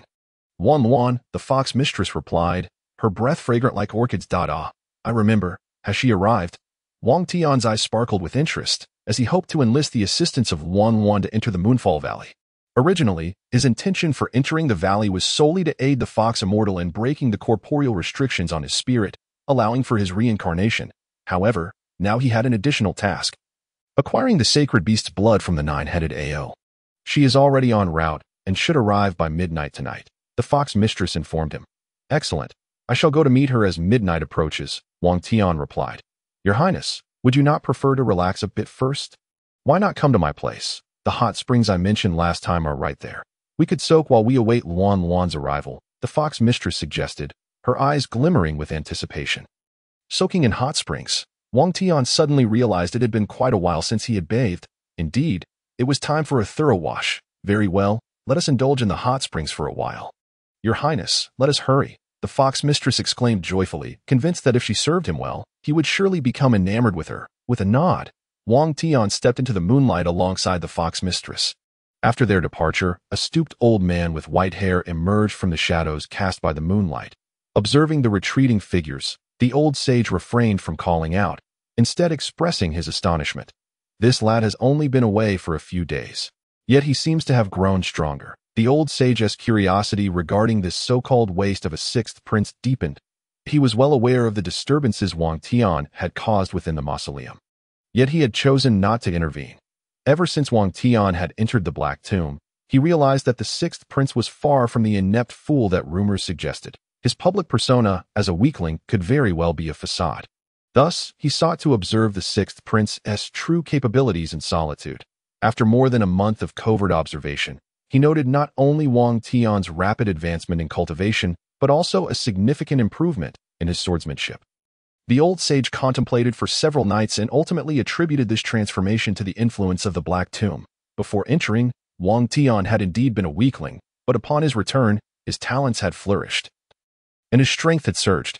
Anyone would surmise that he had encountered a fortuitous opportunity within the Black Tomb. As for the matter of disturbing the ancestor's coffin, the old sage believed Wang Tian was merely seeking cultivation resources or a suitable weapon. After being relegated to the mausoleum, the distribution of cultivation resources had ceased, leaving him little choice but to turn to his ancestors for aid, an entirely reasonable course of action. This lad continues to surprise me. Perhaps when your strength increases further, you may indeed assist me in completing that unfinished business. The glimmer of light flickered in the old sage's murky eyes. Upon reaching the eastern summit, the fox mistress led Wang Tian to a secluded hot spring nestled in the back mountains. Bathed in the pure white light of the moon, the clear spring water revealed its depths, with gentle warmth rising from the surface. Your Highness, this is our hot spring. Soaking here will not only dispel your fatigue, but also accelerate the flow of your dragon energy, the fox mistress said, leaning closer, her fragrance invigorating. This hot spring is delightful. Wang Tian nodded in satisfaction, promptly shedding his garments and leaping into the inviting waters. As soon as he entered, a wave of warmth enveloped him, causing his blood to circulate more rapidly. Both dragon energy and spiritual energy surged within him, enhancing his delight in this oasis. This feels wonderful. It has been far too long since I've had a bath. Wang Tian splashed water on his face, instantly revitalizing his spirits, truly effective in banishing exhaustion. Just as he immersed himself in relaxation, a sultry voice emerged from behind him. Your Highness, have you felt loneliness and emptiness during your month in the mausoleum? Allow the fox mistress to attend to you. I assure you, I can bring you great satisfaction. The fox mistress wrapped her arms around Wang Tian from behind. Chapter 49. The arrival of the nine-tailed demon Luan. The warmth radiating from her embrace caused Wang Tian to shiver slightly. Fox mistress, I merely wish to enjoy my soak in peace. Your attendance is unnecessary, he said, breaking free from her grasp and instinctively turning to face her. The sight of the fox mistress, drenched and alluring, startled him. He had never anticipated her boldness in drawing so close. What did she intend? The fox mistress's wet form was irresistibly tempting, her white skin subtly obscured, evoking a sense of longing that was more enticing than if she had been fully unveiled. Your Highness, are you truly certain you do not require my assistance? I promise to bring you pleasure, she said, her cheeks flushed, allowing him to gaze at her figure unabashedly, confident in her allure. Although Wang Tian was indeed the sixth prince, he was still a man, and having spent over a month in solitude within the mausoleum, he felt a stirring of desires awakened by her perfect form. Yet, to his surprise, he found himself disinterested. I assure you, I do not require your assistance, Wang Tian replied, turning away from her. While the fox mistress was undeniably beautiful, Her enticing figure and flirtatious demeanor failed to ignite any feelings within him. Moreover, he was preparing to confront Luan, the leader of the nine-tailed clan, and engaging with the fox mistress in a passionate encounter would only drain his energy. Upon hearing Wang Tian's refusal, the fox mistress felt a twinge of disappointment. Having revealed herself so completely, she was unprepared for his indifference. That I see. Your Highness must find me unworthy because I am a mere mountain demon. She lamented. That is not the case. It is simply that I must conserve my energy for the impending battle with Luan, that I cannot afford any distractions, Wang Tian explained earnestly. The ability to subdue Luan was crucial for his access to the Moonfall Valley. Thus, he could not be careless. I understand now. The fox mistress's expression shifted from sorrow to delight, and she coyly added, in truth, I only wished to give your shoulders a gentle massage. I had no ulterior motives. That would be best. Please wait for me outside while I enjoy my soak. I shall join you shortly. Wang Tian thought it prudent to send her away. Spending too much time with this enchanting little demon might lead him to lose control. Very well. I shall await your return. Once Luan arrives, I will inform you. The fox mistress acquiesced, departing from the hot spring. Her flawless, alluring form glimmered in the moonlight, a vision of exquisite beauty, gently lifting her discarded garments from the ground with her translucent toes. The fox mistress dressed slowly and gracefully. Wang Tian dared not turn to look, fearing that if he stole another glance, he would be unable to tear his gaze away. Observing Wang Tian's averted gaze, the fox mistress's lips curled into a subtle smile. For reasons unknown, seeing him so bashful stirred something within her heart. Your Highness, I shall take my leave now. You may turn around. Her voice was honeyed and inviting, evoking a sense of comfort. I understand, Wang Tian replied, still not turning, instead finding a stone to recline against in the spring, closing his eyes to relax. This time, the fox mistress felt no disappointment. Instead, she left with a gentle smile. After she had completely vanished, Wang Tian finally exhaled quietly. What a tempting little demon. I must ensure she does not accompany me to the hot springs again. He worried that if he were not careful, he might succumb to temptation. Meanwhile, as he soaked, Luan, the leader of the nine-tailed clan, had already arrived near the eastern mountain of the mausoleum. However, she did not ascend immediately. Instead, she surveyed the terrain, accompanied by two elders from her clan. One male and one female. Clan leader, can we trust the words of that mountain demon, the fox matriarch? The moon fox pearl has been missing for over 1,000 years. How could it suddenly resurface now? The male elder questioned skeptically. I too sensed something amiss. Why did the fox matriarch only notify our nine-tailed clan and not the other 3 clans of fox demons? The female elder echoed with a furrowed brow. Regardless of its authenticity, I had to come here. Before her demise, Ancestor Yaoyu specifically instructed our descendants to seek the moon fox pearl, regardless of the cost, Luan declared, determination gleaming in her fox-like eyes. While the moon fox pearl might merely symbolize leadership for the other fox demon clans, for the nine-tailed clan, it harbored a secret that must not be unveiled to outsiders. Leader, if this is a trap set by the Shamai clan, what should we do? The elder woman expressed her concern. After all, this is their territory, and if we fall into an ambush, it would spell disaster for us. Do not fret, for I have borrowed the Tianyao sword from the Tianyao alliance. Even that wretched old hag from the Shamai clan cannot best me. Should they dare to deceive me, I will reduce this place to ashes. A glint of ruthlessness flashed in Yao Yuanluo's enchanting eyes. She had paid a hefty price to acquire the Tianyao sword for the sake of the moon fox pearl, demonstrating her determination. Leader, you have indeed procured the Tianyao sword.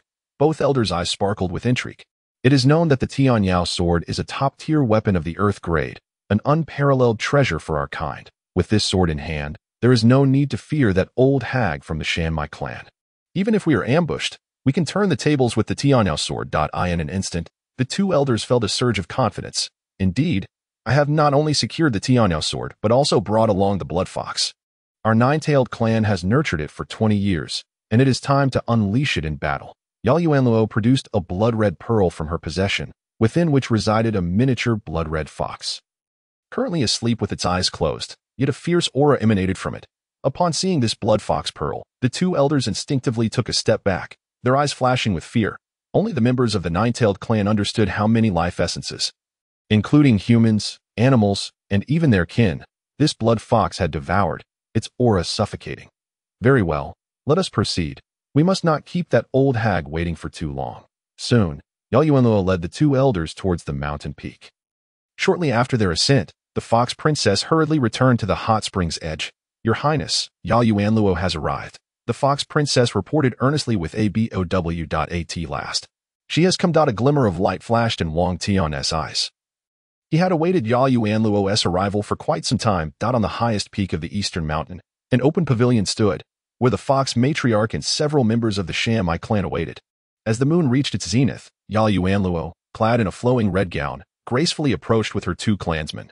The night breeze lifted her red skirt, its hem fluttering like a blooming red rose, swaying elegantly in the moonlight. Her steps were light, her figure enchanting, akin to a dancer gliding across a stage.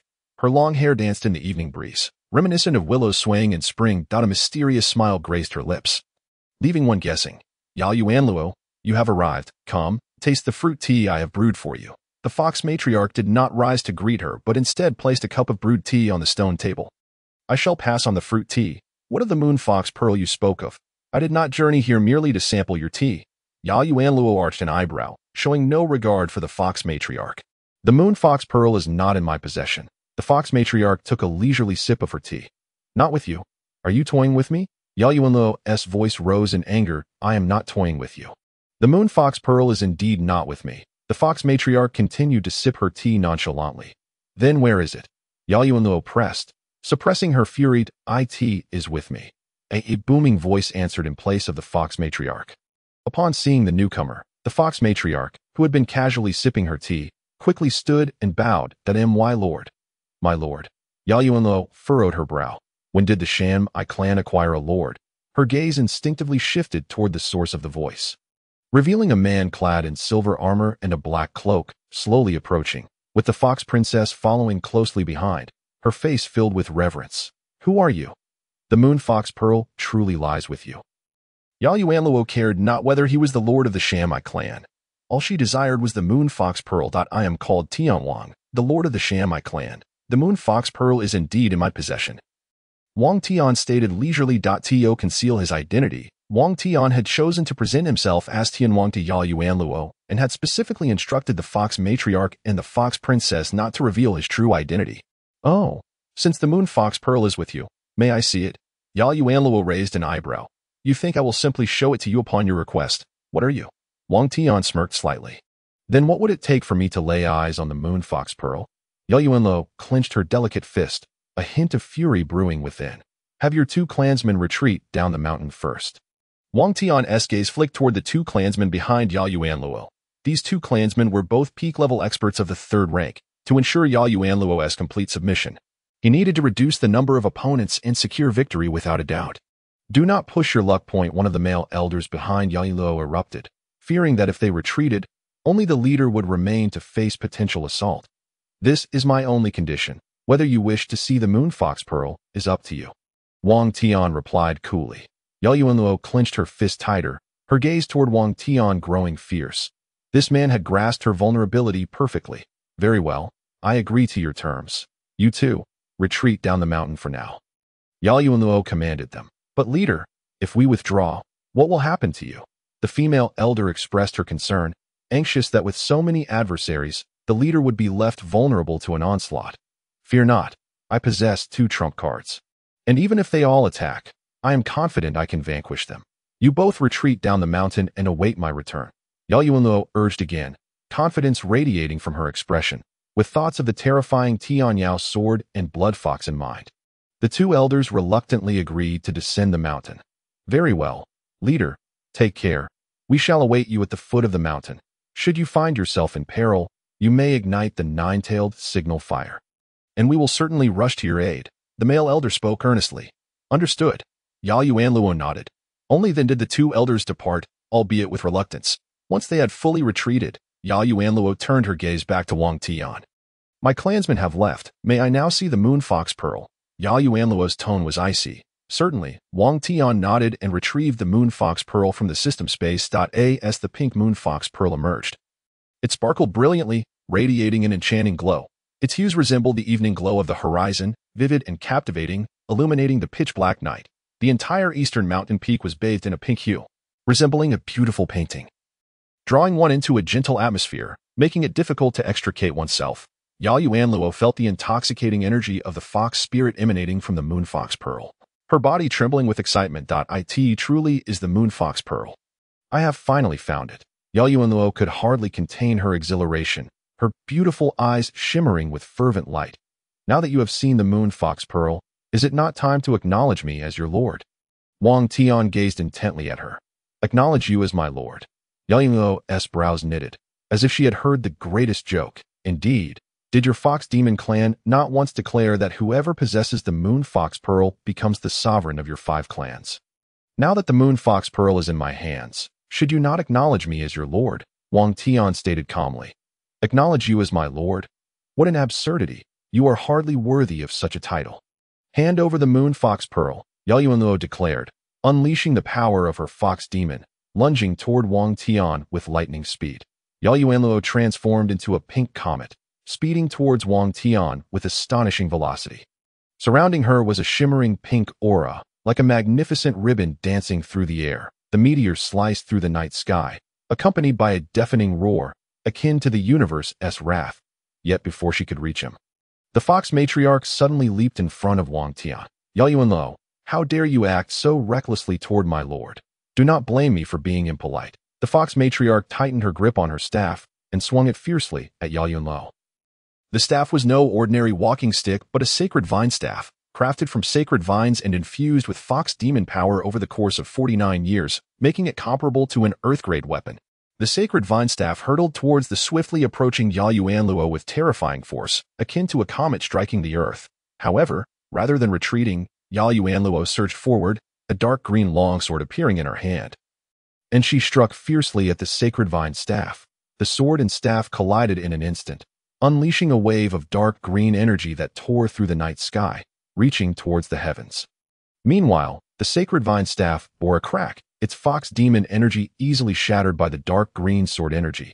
How is this possible? My sacred vine staff cannot withstand her sword. The fox matriarch's face was a mask of shock.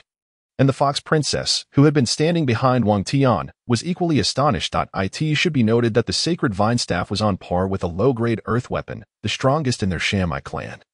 Yet it could not withstand even a single exchange against Yao Yuanluo's sword.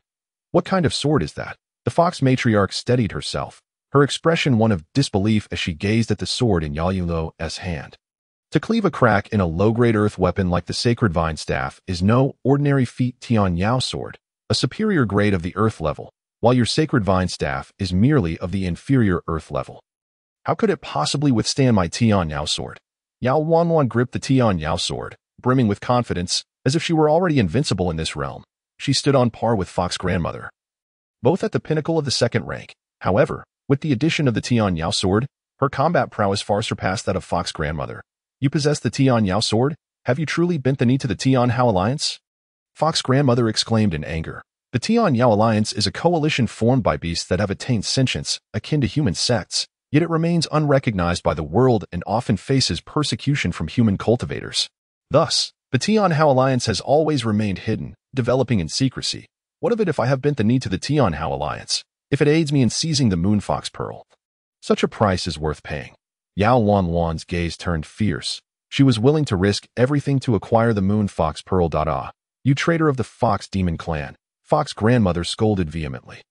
Among the 5 clans of fox demons, they have never bowed to the Tian Yao alliance, and now that the Ninetails clan has allied with them, it is tantamount to betrayal, inciting Fox Grandmother's fury.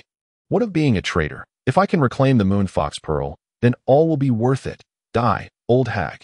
Yao Yuanluo declared fiercely, launching another ferocious attack on Fox Grandmother with the Tian Yao sword in hand. Fox Grandmother steeled herself, prepared to confront the adversary. Although she knew she might not prevail against Yu Yuanluo wielding the Tian Yao sword, she was ready to fight to the death. However, the utterance of sword, come, abruptly altered the dynamics of the battlefield. As those words echoed, the Tian Yao sword in Yao Yuanluo's grasp began to tremble violently, as if it yearned to escape her hold. Leaving her utterly astonished, what is happening? Why is my Tian Yao sword slipping from my control? Yao Yuanluo summoned her fox demon power in a desperate attempt to rein in the sword. But its force grew increasingly overwhelming, beyond her control. Why is this happening? It seems the Tian Yao sword is being influenced by some energy. Puzzlement clouded Yao Wan's mind as she grappled with the sudden loss of control over the weapon. With a swift whoosh, the Tian Yao sword flew from her hand, hurtling towards Wang Tian with remarkable speed. The onlookers were left in a state of shock. How did the Tian Yao sword end up above his head? Yao Wan's expression was one of disbelief. Fox grandmother and Fox Ji shared similar looks of astonishment. Why did the sword suddenly fly to his highness? Could it be intimidated by his regal aura? Fox Ji's legs trembled in shock as her mind raced with wild speculations. Fox grandmother, possessing a keener insight, quickly discerned that Wang Tian had somehow gained control over the Tian Yao sword. Yao Wan, your Tian Yao sword is impressive. It shall now belong to me. I thank you for this magnificent gift, Wang Tian said. A smirk gracing his lips. He had not anticipated that Yao Wan would present him with a weapon rivaling the holy sword in power, thus augmenting his personal arsenal. Yao Wan seethed at his words, nearly spitting blood in rage. How can you control my Tian Yao sword? She demanded, her fists clenched in frustration. She had paid a hefty price to borrow this superior grade weapon from the Tian Yao alliance to confront Fox grandmother, only to have it snatched away in an instant. This Tian Yao sword is more discerning than you know. Upon sensing the moon fox pearl, it bowed before me, yet you still wish to oppose me. Wang Tian replied nonchalantly, withholding the truth from her. Though I know not how you have controlled my Tian Yao sword, do you think this is my only card? Yao Wan sneered grimly, producing a blood-red pearl from her possession. Tonight, I shall ensure that everyone here meets their demise. With a menacing glare, Yao Wan hurled the blood fox pearl forcefully to the ground. Chapter 52. The ferocity of the blood fox with the Tian Yao sword taken away. Yao Wan was driven to desperation. As she forcefully smashed the blood fox pearl against the ground, a surge of crimson light flickered through the dark night, revealing a massive blood-red fox before the crowd. This blood fox stood 2 meters tall and measured 3 meters in length, its fur a vibrant crimson, shimmering under the pure moonlight as if ablaze with unyielding fury. A palpable aura of malevolence radiated from it, thick enough to suffocate those nearby. Its gaze was cold and merciless, akin to sharp blades, instilling dread in anyone caught in its sights. The onlookers were taken aback by the sight of this colossal blood fox. What breed is this blood-red fox? Does such a creature even exist within our fox demon clan? Fox Ji's countenance grew grave. It was her first encounter with a blood-red fox, and the overwhelming aura of malice it exuded sent shivers down her spine. This is a blood fox, nurtured through the prolonged feeding of living beings, Fox grandmother explained solemnly. The malevolence emanating from this creature is so intense that it could only be cultivated over 2 decades, having consumed countless lives. Additionally, blood foxes are inherently savage, devoid of intelligence, and solely driven by bloodlust. Upon hearing this, Wang Tian furrowed his brows, realizing the presence of such a ferocious beast within the Ninetails clan. Yao Wan reveled in the terror her blood fox instilled in the gathered crowd. As I said, everyone here must die tonight. With a wicked smile, she commanded the blood fox, annihilate them all. With her words, the blood fox sprang forward, leaping towards Wang Tian like a streak of red lightning, its lethal intent directed at his throat. Fox grandmother and Fox Ji immediately interposed themselves before Wang Tian. Let me test the might of the blood fox. Fox Ji's eyes blazed as she drew her sword, her fox demon power radiating brilliantly, while Fox grandmother gripped her sacred vine staff, unleashing her own fox demon power. The blood fox, sensing the obstruction, intensified its malevolent aura and lunged at them with bared fangs. Fox Ji did not retreat. She thrust her sword at the blood fox. The strike unleashed a pink sword energy, resembling a shimmering pink galaxy. Simultaneously, Fox grandmother swung her sacred vine staff with the force of thunder, as if intending to shatter the night itself. The 2 colossal energies collided with the blood fox, leaving only shallow wounds, before the beast swatted them aside with a single paw. Fox Ji and Fox grandmother were sent tumbling far away before finally coming to a halt, witnessing the blood fox's unexpected ferocity. Yao Wan felt a surge of confidence. Excellent. You have not disappointed after 20 years of nurturing. Go forth and tear this place apart. Her eyes gleamed with madness. After dispatching Fox Ji and Fox grandmother, the blood fox set its vicious gaze upon Wang Tian. With a fierce howl, it lunged towards him, moving with such speed that it was nearly indistinguishable. Wang Tian deftly leaped backwards, narrowly evading the blood fox's attack, while simultaneously wielding the Zhuxian sword to strike at the creature. The sword energy transformed into a bolt of lightning, aimed directly at the blood fox. Surprisingly, the beast showed no inclination to evade, enduring the sword energy head-on, suffering only minor damage to its fur. With a howl of pain, the fox grew even more frenzied. After another furious roar, it charged at Wang Tian once more, this time even faster. Its malevolent aura bearing down upon him. Wang Tian found himself in a perpetual state of evasion, unable to mount a counterattack. Such speed. This blood fox's power rivals that of a half-step first-rank expert. Wang Tian thought, alarm bells ringing in his mind. If he continued to evade, defeat was all but certain. Sword, come. Wang Tian shouted again, summoning the 9 swords from the system space, alongside the holy swords Zhuxian and Hong Yuan, while also commanding the recently acquired Tian Yao sword to join the fray against the blood fox. The combined assault of 12 swords finally managed to delay the blood fox's relentless onslaught. Enraged, the blood fox swatted away the incoming flying swords, its ferocious attacks effortlessly sending 9 of them flying. However, the Zhuxian, Hong Yuan, and Tian Yao sword proved more resilient against its might, seizing the opportunity. Wang Tian advanced and unleashed the 9 dragon palm, summoning 9 golden dragon energies that roared towards the blood fox, their power akin to a volcanic eruption, threatening to reduce the world to ashes. The blood fox sensed this terrifying force, its fur bristling, a fierce glint flashing in its eyes that it unleashed a torrent of blood-red malevolence from its maw, countering Wang Tian's 9 dragon energies entirely. This revelation astonished Wang Tian. My 9 dragon palm was completely thwarted, but it did not end there. While blocking the 9 dragon palm, the blood fox also swatted aside 3 of the holy swords with tremendous force, showcasing its formidable combat prowess. Yao Wan, witnessing this display, was filled with elation. Excellent. Kill him. The moon fox pearl shall be mine, and no one can contest me for it. Her eyes gleamed with mania and malice. Realizing that ordinary tactics could not harm the blood fox, Wang Tian retreated a few steps and prepared to unleash his ultimate move. All swords returned to their origin, Wang Tian shouted, causing all the previously deflected swords to return to his position, including the one in Fox G's possession and those wielded by the Mountain Charm Tribe members. Suddenly, a multitude of over 100 swords gathered above his head, among which the renowned Zhuxian sword was included. The formidable aura of the sword formation astonished the demon. Wan. The might of this sword formation is truly overwhelming. Wan began to worry. With such a powerful sword formation, she questioned whether the blood fox could withstand it. Meanwhile, the fox princess and the elder fox, witnessing Wang Tian unleashing such a potent sword formation, were filled with hope and revered him even more. Beast, perish, Wang Tian commanded as he directed the myriad swords back to their origin, launching them towards the blood fox. Instantly, the multitude of swords transformed into a river of blades, cascading down like the Milky Way descending from the heavens, carrying an inexhaustible power intent on annihilating the blood fox. As the sword river passed, it seemed as though the very void was being torn apart. The blood fox sensed the looming threat of the sword formation, its fur standing on end, stiff as needles, and its eyes turning crimson, seemingly ready to bleed. It let out a heart-wrenching roar that echoed through the heavens, followed by a massive surge of crimson malevolent energy erupting from its mouth.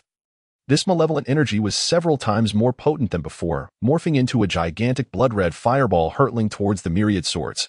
Chapter 53. The invincible power of the fox immortal. The 2 colossal forces collided in midair, unleashing a tremendous wave of energy, scattering countless sword energies and malevolent auras. After the explosion, aside from the Zhuxian sword still standing proudly in the air, all other swords fell to the ground, including 3 sacred swords. Yet, the blood fox remained as imposing as ever, showing no signs of having been harmed by the myriad swords. Such a formidable blood fox, it has even withstood the might of the myriad swords. Wang Tian's expression shifted slightly, realizing that the combat prowess of the blood fox far exceeded his expectations. The fox princess and elder fox, seeing that Wang Tian's formidable sword formation had still failed to injure the blood fox, also changed their expressions. This blood fox is too strong. Just how many beings did Wan feed it to cultivate such a ferocious beast? A flicker of hatred flashed in the elder fox's eyes. As fox demons, they too had their limits. Using living beings as blood sacrifices to feed a ferocious beast was something the elder fox could not accept. Wan, witnessing Wang Tian's strongest strike thwarted by the blood fox, burst into laughter. What other tricks do you have? Unleash them all. After tonight, you shall all become the blood fox's food, devoured bite by bite. In the face of Wan's frenzied provocation, the elder fox and fox princess were furious yet powerless. The blood fox was simply too strong for them to contend with. Is that so? Wang Tian replied calmly, a smile playing on his lips as he produced the moon fox gem emanating a pinkish-red glow. Wan's eyes glinted with greed upon seeing the moon fox gem once more. What is this? At death's door, have you come to your senses? Are you planning to give me the moon fox gem? Alas, it is too late. I will kill you, and the moon fox gem will still belong to me. Wan mistakenly believed Wang Tian intended to surrender, yet she was gravely mistaken. Surrender was never Wang Tian's intention. Apologies, but I have never contemplated giving you the moon fox gem. Instead, I wish to demonstrate to you the true power of this gem. With a slight smirk, Wang Tian began to recite the incantation taught to him by the fox immortal. As he chanted, a resonance formed between him and the moon fox gem, and soon he was enveloped in a pink glow of the fox immortal's power. Instantly, Wang Tian felt an influx of energy within him. And upon glancing at the blood fox, it appeared less intimidating. Yet, Wan's expression shifted drastically upon witnessing the fox immortal's power emanating from Wang Tian. You can harness the power of the fox immortal from the moon fox gem. Fear gripped her for the first time. The power of the fox immortal was akin to that of celestial beings, though borrowed. It might surpass that of a first-tier practitioner. You didn't expect this, did you? I will first slay this blood fox and then deal with you. Wang Tian smirked slightly, then seized the Zhuxian sword and charged towards the blood fox, seeing this mere human daring to challenge it. The blood fox roared in fury, charging at Wang Tian like a sharpened blade, its malevolent aura surging. As the distance closed, the blood fox clawed at Wang Tian, who did not retreat but swung his sword towards the beast's paw. With a gruesome sound, a fountain of crimson blood erupted beneath the moonlight, and the blood fox's paw flew through the air, tracing a parabolic arc before crashing to the ground. The blood fox, having missed its target, tumbled down, howling in agony from the loss of its paw. Success! The young master has severed its paw. The fox princess rejoiced, while the elder fox exhaled in relief. The power of the fox immortal was indeed formidable. Even such a fierce blood fox could not withstand a single blow. The elder fox silently thanked her choice to align with Wang Tian. Otherwise, she might have perished long ago. In the distance, Wan was in disbelief at seeing her meticulously nurtured blood fox, cultivated over 20 years, lose a paw to Wang Tian's sword. How is this possible? I raised the blood fox for 20 years, and it couldn't withstand a single strike. Wan trembled slightly, unable to accept the scene before her. Yet, Wang Tian did not relent. He pressed his advantage. Seizing the moment, Wang Tian charged once more towards the blood fox. Wan, regaining her senses, clenched her fists and attempted to ambush Wang Tian from behind. She understood that she could not allow Wang Tian to succeed. If the blood fox died, her fate would be sealed as well. However, a gray figure blocked her path. Wan, your opponent is me, the elder fox stated coldly. And me, the fox princess added, stepping forward. The elder fox's strength was on par with Wan's, and with the fox princess joining, victory was inevitable for them. Fine. Today I shall ensure we all perish together, Wan declared fiercely, clenching her fists and charging forward as the three engaged in battle. Wang Tian, sword in hand, once again confronted the blood fox. Though it had lost a paw, the malevolent aura it emitted intensified upon contact with blood, coalescing into a massive blood-red sphere, stronger than before. Gathering its maximum energy, the sphere hurled itself towards Wang Tian.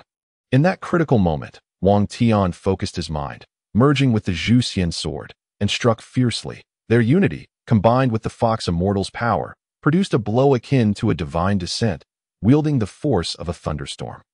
Seemingly splitting the chaos, severing yin from yang, causing the heavens to change hue and all beings to tremble. Its brilliance was as blinding as the sun, its speed as swift as lightning, and its power as formidable as Mount Tai. With a thunderous clash, the two immense energies collided. This time, the malevolent sphere of the fox immortal did not obstruct Wang Tian's assault. The sphere shattered under Wang Tian's onslaught, and he pierced through. Thrusting his sword into the blood fox's abdomen. In its dying moments, the blood fox opened its massive maw to bite at Wang Tian's neck. Wang Tian leaped back effortlessly, evading the beast's attack. He then unleashed another strike, the Nine Dragon's Palm, with 9 golden dragon energies infused with the fox immortal's power, exponentially stronger than before. The blood fox, already on the brink of death, could no longer withstand the blow. After being struck, it was sent flying over 10 meters, crashing into the mountainside, dislodging stones from above.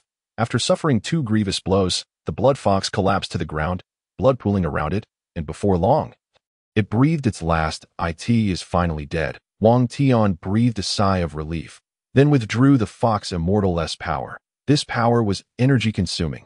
While incredibly potent, excessive use could deplete it. During the recent battle, he had expended one-third of the fox immortal's power from the moon fox gem. Had the blood fox held out longer, he might not have triumphed against it. He resolved to use it sparingly, as such relentless consumption could deplete it in no time. Once he collected his thoughts, Wang Tian shifted his gaze away from the corpse of the blood fox. With such a powerful beast slain, the rewards would undoubtedly be substantial, but his immediate concern was Luan Luan. Chapter 54. Subduing Luan Luan. Under the joint assault of the elder fox and the fox princess, Luan Luan could only defend passively, sustaining numerous injuries. If this continued, she was bound to lose. As she witnessed the death of the blood fox at Wang Tian's hands, she realized her hopes of seizing the moon fox gem were dashed. She began to contemplate an escape. However, the elder fox had already stationed people to surround the East Mountain, leaving Luan Luan with nowhere to flee. It was a perfect enactment of closing the door to beat the dog. After repelling them once more, Luan Luan, heavily injured and panting, indignantly exclaimed, "Elder fox, fox princess, you dare to join forces with a human to harm our kin. Do you believe I want to summon the other fox demon clans to deal with you? What do you mean by joining forces with a human to harm our kin? Our master possesses the moon fox gem, making him the rightful leader of the 5 fox demon clans. We are merely honoring our ancestral teachings by respecting him as our leader. This has nothing to do with humans," the fox princess retorted loudly. "Indeed, Luan Luan, you now have 2 paths to choose from. First, willingly recognize this esteemed young master as your leader. Second, this time next year will mark your demise," the elder fox added. Prior to this, Wang Tian had specifically instructed them to keep his identity a secret, presenting him as the esteemed young master. "Make me acknowledge him as my leader. Dream on." Luan Luan scoffed, her face a mask of defiance. How could she possibly submit to a human? In a moment of desperation, she produced a gray-black jade orb from her possession and, taking advantage of their distraction, smashed it onto the ground with great force. The orb shattered, unleashing a thick, dark smoke that rapidly enveloped the East Mountain, obscuring everyone's vision in the process. As Luan Luan took advantage of the moment to flee down the mountain, she had barely taken a few steps when a flying sword, swift and deadly, soared from the distance, striking her shoulder with unerring precision. A piercing scream escaped her lips as she fell heavily to the ground, crimson blood gushing from her wound. Already battered and on the brink of death from a combined assault by Granny Fox and Fox Princess, her situation had worsened. She could scarcely rise, reduced to despairingly lying on the ground. The gray-black smoke gradually dissipated, revealing Granny Fox and Fox Princess, accompanied by Wang Tian, who pursued her relentlessly. "This game has been set for you today. There is no way you can escape," Wang Tian remarked with a subtle smirk, finally managing to corner Luan Luan. "The next step was to compel her to submit. If you wish to kill me, then do so. I shall never yield to you," Luan Luan declared defiantly. "Despite her grievous injuries." "That's so," Wang Tian replied, a slight curl of his lips suggesting amusement, then commanded Granny Fox and the others, "Drag her into the cave. I intend to tame her alone." "Yes, master," Granny Fox responded, swiftly moving to haul the severely wounded Luan Luan from the ground, dragging her like a lifeless pig toward the cave.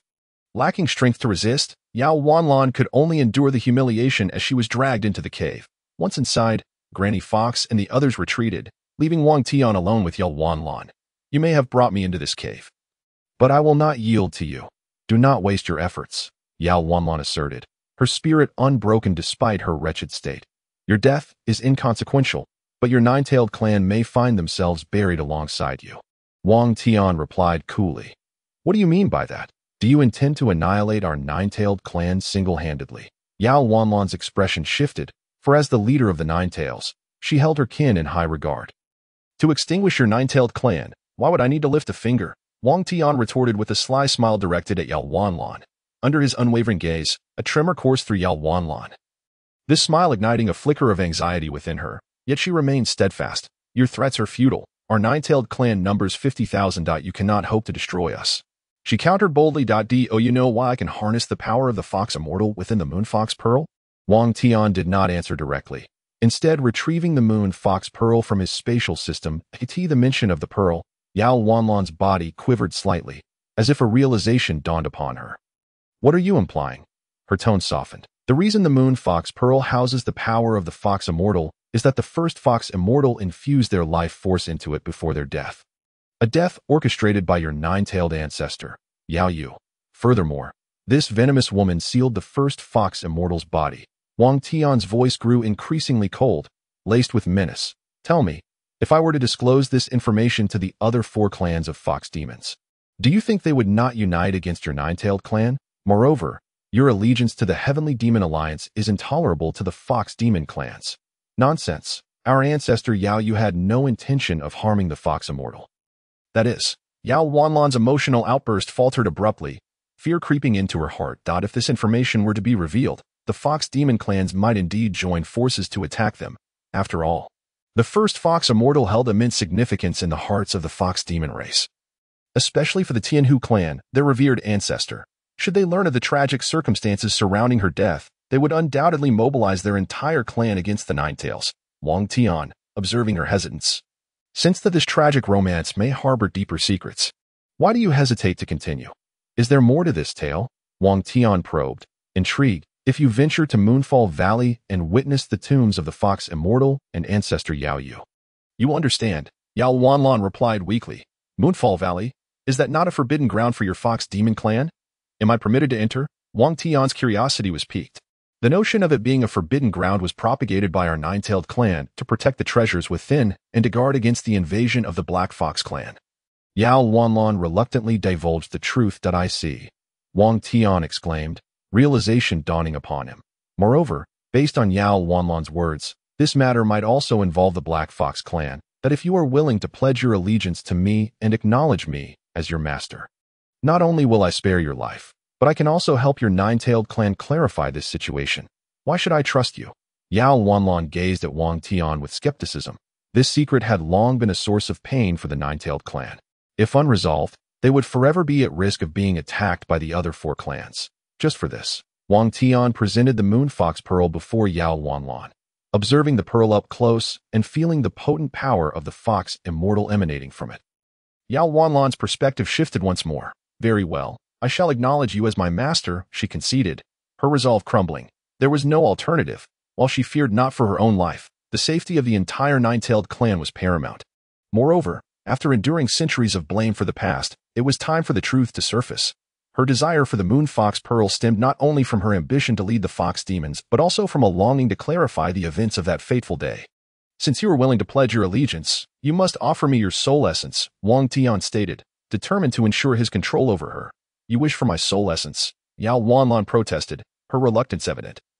Relinquishing her soul essence would mean placing her life entirely in another's hands. You fear death, yet you fear this? Wang Tian's unwavering gaze bore into her. Very well, I agree. After a moment of contemplation, Yao Wanlan resignedly surrendered her soul essence. With Yu Wanlan's soul essence secured, Wang Tian felt a weight lift from his shoulders, leaving only the journey to Moonfall Valley ahead.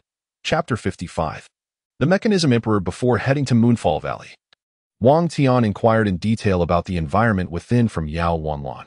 Aside from poisonous miasma, the sacred beast, the 9-headed Ao, dwelled there, indicating that Wang Tian's current strength was insufficient for the task at hand. He would need to seek additional cultivation resources from his ancestors. Only then, with increased strength, could he traverse Moonfall Valley. Upon returning to the royal tomb, Wang Tian resolved to visit his ancestors once more. With his current strength at the 6th tier, he was now capable of approaching the tomb of the blue-ranked monarch. A blue-ranked monarch, as the name suggests, is one who achieved notable accomplishments during their reign yet fell short of the status of a sacred monarch. Such monarchs were competent and charismatic, perhaps merely lacking in luck. As Wang Tian navigated the royal tomb, his gaze keenly searched for the appropriate tomb. The higher the rank of the tomb, the stronger the guardians would be, and a moment's inattention could lead to his demise. Which ancestor shall I seek? Wang Tian pondered, counting a total of 18 blue monarch tombs, each appearing formidable and daunting to enter. Suddenly, a thought struck him. I shall seek the Mechanism Emperor.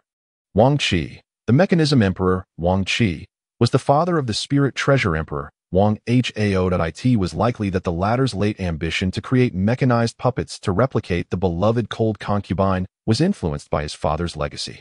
Wang Qi, known as the Mechanism Emperor, exhibited commendable martial talents, but faced numerous internal and external troubles. The imperial court was dominated by powerful eunuchs, while the council was riddled with treachery. In the south, the Nanwei people rebelled and invaded.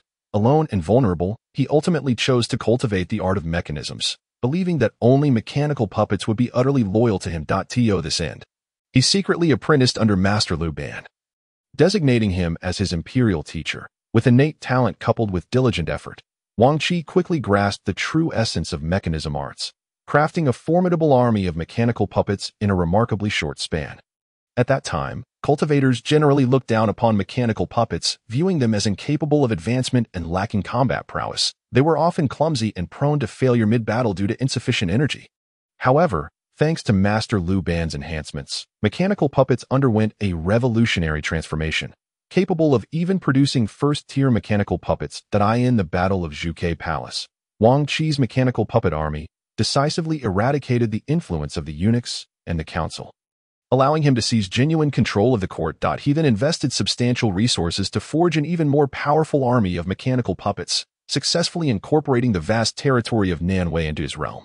From that moment on, no cultivator dared to belittle mechanical puppets, and Master Liu Ban ascended to prominence as a formidable figure. The comprehensive strength of the Tianji Pavilion even ranked among the top 5 sects of the time, illustrating the immense support Wang Qi provided to Tianji Pavilion. For these accomplishments, Wang Qi earned the posthumous title of the Accomplished Monarch. I shall visit this ancestral master of mechanisms.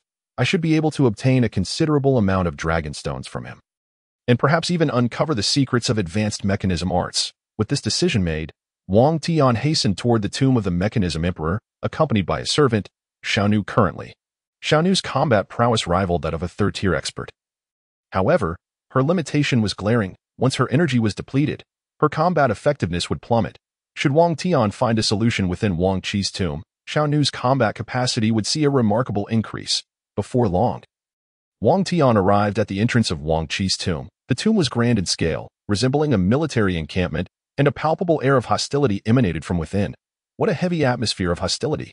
Could there be a puppet army guarding inside? Wang Tian swallowed hard, apprehensive about entering this tomb. Yet, having made his choice, he could not retreat, especially since the other blue tombs were equally formidable. Wang Tian adjusted his breathing and lifted his foot to approach the mausoleum. Outside the mausoleum, there was a dragon aura barrier. Wang Tian effortlessly activated the 6th-tier dragon aura within him and entered. However, the little servant could not follow, although she utilized dragon stones for energy. They were not pure dragon aura, thus preventing her from passing through the barrier. "Master, I can't get in," the little servant exclaimed anxiously.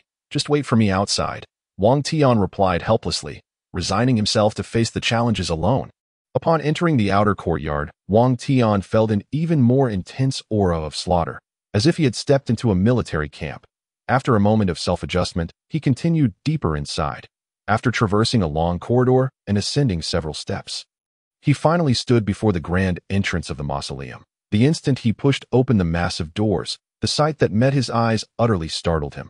Meanwhile, within the grand hall of Longhu Mountain, the sect leader Mu Shangyuan listened intently to the news brought back by Xie Liang from Zhuxian. "Sect leader, through my inquiries, I have confirmed that Zhuxian has indeed formed an alliance with Qilin Pavilion." Xie Liang paused before continuing. "Moreover, I have also uncovered a crucial piece of information during my visit. I was already aware of the alliance. The sect leader of Zhuxian personally came to Qilin Pavilion to sign the agreement and even sent out a proclamation to the entire martial world." Mu Shangyuan expressed his dissatisfaction with the news, recognizing that with Zhuxian allied to Qilin Pavilion, they would be unable to confront them effectively. "What is this significant matter?" he inquired casually. "It seems that Zhuxian has produced a swordsmanship genius who has breached the 18th level of the Sword Pavilion." Xie Liang replied cautiously. "What? Zhuxian has a swordsmanship genius who reached the 18th level of the Sword Pavilion. Is this news reliable?" Mu Shangyuan was greatly astonished, knowing that Zhuxian's strongest, Li Jianshan, had only reached the 17th level. The emergence of a genius who surpassed him indicated that Zhuxian was about to unveil a disciple even more formidable than Li Jianshan. This news was unfavorable for any sect. Beside him, the one-armed Zhang Bao was equally taken aback. "I can confirm that all of Zhuxian's disciples, numbering over 100,000, heard the chime of the 18th level's bronze bell. Xie Liang responded. The chime of the 18th level's bronze bell is indeed unmistakable. How enviable it is that Zhuxian has produced such a talent. Mu Shangyuan clenched his fists, the flames of jealousy nearly spilling out of his eyes. Xie Liang, do you know who this genius is? The Grand Elder Zhang Bao inquired. Unable to contain his curiosity, I don't know. The upper echelons of Zhuxian are keeping this genius's identity tightly under wraps. If it weren't for the bell ringing upon breaching the sword pavilion, Zhuxian's disciples might never have known. Xie Liang shook his head that we must ascertain the identity of this genius from Zhuxian. A glint of determination flashed in Mu Shenyuan's eyes. Understood, sect leader. Both Zhang Bao and Xie Liang replied in unison. After a moment, Grand Elder Zhang Bao spoke again. Sect leader, I have another matter to report concerning Qilin Pavilion, but I am uncertain whether I should proceed. Speak, Mu Shangyuan commanded in a low voice. The leader of Qilin Pavilion, Yin Zhongzi, has a daughter, Yin Chu, who possesses a heavenly grade treasure, a zither. Zhang Bao's words were abruptly interrupted by Mu Shangyuan. Why did you not mention this sooner? A heavenly grade treasure is something even top-tier experts covet. Are you certain it is indeed heavenly grade? Mu Shangyuan's voice was stern. Zhang Bao had initially hesitated to disclose this information to Mu Shangyuan, knowing that even if they obtained the zither, it would not belong to him. However, seeking revenge for his lost arm left him no choice but to rely on Mu Shangyuan, prompting him to reveal the truth about the heavenly grade zither. I am certain I have personally experienced the power of this zither. It is undeniably a heavenly grade treasure. Zhang Bao nodded gravely, with Xie Liang affirming beside him. Indeed, I have also witnessed its extraordinary capabilities. If it truly is a heavenly grade zither, acquiring it may prove challenging, especially now that Zhuxian and Qilin Pavilion are allied. Attempting to seize it from Yun Zhongzi's daughter would be fraught with difficulty. Mu Shangyuan was not foolish. Had the alliance not been formed, he would have mobilized his entire sect to snatch it. However, with the current alliance, such an endeavor could provoke Zhuxian's ire, leaving Longhu Mountain worse off than before. Sect leader, I have considered this as well. Recently, I managed to bribe a deputy hall master from Qilin Pavilion. He reported that the entire Qilin Pavilion is currently searching for 9 specific items, of which we at Longhu Mountain possess 1.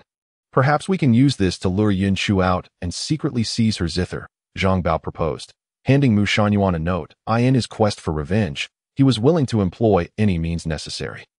Chapter 56. Breaching the mechanism puppet array at the mausoleum of Emperor Wang Qi. As Wang Tian pushed open the grand doors, he was met with a hall filled with mechanism puppets, lined up like terracotta warriors, emanating an intense aura of slaughter. Gulping nervously, Wang Tian felt the weight of tension for the first time. With so many mechanism puppets, at least 1,000, he hesitated, contemplating whether entering would trigger their mechanisms. After deliberating, he decided against retreating. It would be too cowardly to turn back now. Taking a deep breath, he stepped forward once more, determined to explore. Upon entering the mausoleum, the mechanism puppets remained still, not attacking Wang Tian. He sighed in relief, surveying his surroundings, and spotting Emperor Wang Qi's coffin at the far end of the hall. To reach it, he would have to navigate through the throng of mechanism puppets. Having come this far, Wang Tian steeled himself and ventured deeper. However, as he crossed into the territory of the mechanism puppets, the 2 closest ones suddenly turned to face him. This unexpected turn of events startled Wang Tian. Goodness, these mechanism puppets can move. His heart raced, and he summoned the Zhuxian sword to prepare for any eventuality. Standing still for a moment, he observed that the 2 puppets made no further move. Tentatively, he took a small step forward, yet they remained stationary, merely staring at him with an eerie intensity. The atmosphere was decidedly strange. After adjusting his breathing once more, he bravely advanced another 2 steps. This time, the 2 puppets sprang into action, raising their large blades to strike at him. Fortunately, Wang Tian had been vigilant. As they lifted their weapons, he swiftly gripped the Zhuxian sword and slashed downwards. A golden sword aura sliced through the air, cleaving 1 puppet in 2. The remaining puppet swung its blade, but Wang Tian effortlessly evaded it, countering with another strike that split the second puppet in half. Within mere moments, he had dispatched both puppets with ease. It appeared that these mechanism puppets could indeed be triggered. Wang Tian furrowed his brow, his expression turning grave. With so many puppets present, should they all activate, he would be unable to withstand them, especially since these 2 were among the weakest. The ones further inside would undoubtedly be stronger. Could he possibly circumvent them? He glanced around desperately, only to find that the puppets filled the entire hall. Even crowding the walls, there was no way around. Would he have to charge through? Wang Tian felt a deep sense of helplessness. If he forced his way in, he would be courting disaster in his moment of quandary. His gaze fell upon the heads of the two slain puppets, from which one had dropped a dragon stone the size of a ping-pong ball. Dragon stone? Of course, he could clear them out one by one and extract the dragon stones from their heads, using them for his own cultivation with the surplus for the little servant. Wang Tian felt a surge of cleverness at the thought. With that resolution, he bent down to retrieve the dragon stones from the heads of the two puppets. These dragon stones were significantly smaller than the ones he had acquired from Lingbao Emperor and possessed much weaker energy, likely due to previous consumption. Nonetheless, even so, they would provide a fair amount of dragon aura for Wang Tian. He decided to retreat for now. After absorbing the energy from these two dragon stones, he could then trigger the other mechanism puppets, proceeding step by step. Once he had formulated his plan, he carefully withdrew from the mausoleum. To ensure his safety, he closed the grand doors and released 13 swords to form a protective perimeter around him. Should the mechanism puppets emerge, these swords would safeguard him. After taking these precautions, Wang Tian settled down, assuming a meditative posture to absorb the dragon aura from the two dragon stones. Two wisps of ethereal dragon aura flowed into his body. The dragon aura within him began to boil, accelerating its circulation dramatically. Following the cultivation method of the dragon aura technique, he channeled the energy throughout his body before gradually directing it into the dragon egg located in his dantian. After receiving the dragon aura, the dragon egg quivered a few times, then slowly expanded at an almost imperceptible rate. An hour later, Wang Tian successfully absorbed the two dragon stones, elevating his strength from the early 6th tier to the mid-tier. The cultivation effect of the dragon stones was quite impressive, and the dragon egg in his dantian seemed to thrive on this pure energy. Feeling satisfied, Wang Tian rose to his feet, noting that the mechanism puppets had yet to emerge. Thus, he once again pushed open the door and proceeded into the grand hall. After gaining his initial experience, Wang Tian took several steps forward, luring two mechanical puppets towards him. With swift precision, he severed their heads and claimed their dragon stones before quickly retreating. With two more dragon stones in his possession, he felt a surge of joy, realizing that he was not merely here to face challenges, but rather to procure dragon stones. Settling into a meditative position, he began to absorb the dragon energy contained within these stones. As the energy flowed into him once more, the speed of his dragon energy circulation increased significantly, ultimately converging into the dragon egg within his dantian, which subtly expanded in size. Wang Tian's strength also saw a slight enhancement. Emboldened by his success, he re-entered the grand hall, triggering 8 mechanical puppets this time. Once again, he effortlessly dispatched them, claiming 8 dragon stones that elevated his strength from the mid-stage to the late stage of the 6th tier. Excellent, indeed. He was now at the late stage of the 6th tier, and with 20 more dragon stones, he could achieve the pinnacle of the 6th tier. Filled with anticipation, Wang Tian returned to the grand hall, employing his newfound experience to trigger 20 mechanical puppets simultaneously. Despite facing 20 adversaries at once, he still managed to subdue them with ease. With 20 dragon stones now in his grasp, his power would see a remarkable increase. With a heart brimming with excitement, he settled down to cultivate. As the number of dragon stones increased, so did the time required for absorption. By the time he finished absorbing the 20 stones, a full day and night had passed, and his strength had ascended to the pinnacle of the 6th tier. The next step was to attempt a breakthrough. A greater quantity of dragon energy would be required. Perhaps he could lure 100 mechanical puppets at once. Wang Tian's ambition was growing. Yet, the prospect of triggering all the mechanical puppets simultaneously posed a significant risk. His gaze swept across the puppets until it settled on a particularly imposing one clad in armor. This armored puppet appeared to be of a higher rank, possibly a sub-general. Wang Tian perceived that the puppets he had previously defeated were relatively weak, mere foot soldiers at best, while this armored puppet seemed formidable. He rationalized that he could handle one sub-general alongside 50-foot soldiers. However, unwilling to recklessly trigger too many puppets at once, he decided to proceed cautiously. Unfortunately, upon triggering the sub-general, the 50 surrounding foot soldiers were activated as well. Attack! The sub-general puppet commanded, its voice resonating like a war drum. In response, the 50-foot soldiers surged towards Wang Tian. Without hesitation, he retreated a few steps, ensuring he remained outside the activation zone of other puppets, and unleashed a barrage of 13 swords against them. The foot soldiers proved to be no match for the sword energy, while the sub-general displayed considerable resilience, absorbing the sword energy and launching counterattacks.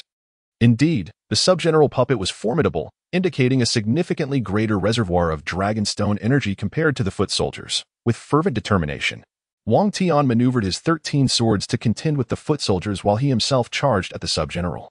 Closing the distance, their blades clashed, and Wang Tian's sword effortlessly severed the sub-general's weapon. Undeterred, the puppet retaliated with a powerful punch. Wang Tian deftly evaded and countered with a palm strike fueled by dragon energy. 9 streams of golden dragon energy surged forth, striking the sub-general's chest and creating a massive hole. Remarkably, the sub-general continued to advance, wielding the remnants of its weapon. In a swift motion, Wang Tian delivered a decisive blow, cleaving the puppet's head in two, finally silencing it. The sub-general puppet had indeed posed a greater challenge. After reflecting on his encounter, Wang Tian turned his attention to the remaining foot soldiers. An hour later, he had vanquished the sub-general and all 50 foot soldiers, reaping a bounty of 50 small dragon stones and 1 medium-sized stone. Truly, this haul was far more substantial than before. Cradling the dragon stones, Wang Tian exited the mausoleum and settled down to absorb their energies with eager anticipation. With a total of 51 dragon stones, the absorption process would take several days. However, Wang Tian was undeterred. Remaining steadfast in his meditation to transform the dragon energy, the energy within him continued to swell. The dragon egg in his dantian began to expand and develop cracks. Upon noticing these fissures, Wang Tian was elated. Recognizing it as a sign of the dragon soul's impending hatching, he hastened his absorption, and after an indeterminate amount of time, the dragon egg ultimately shattered, with the eggs breaking. A golden dragon soul, the size of a thumb, materialized in Wang Tian's dantian. This was his innate dragon soul. The successful hatching of his dragon soul coincided with his breakthrough to the 5th tier, resulting in a qualitative leap in all aspects of his physical prowess. Upon opening his eyes, a brilliant golden light emanated from them, strikingly intimidating.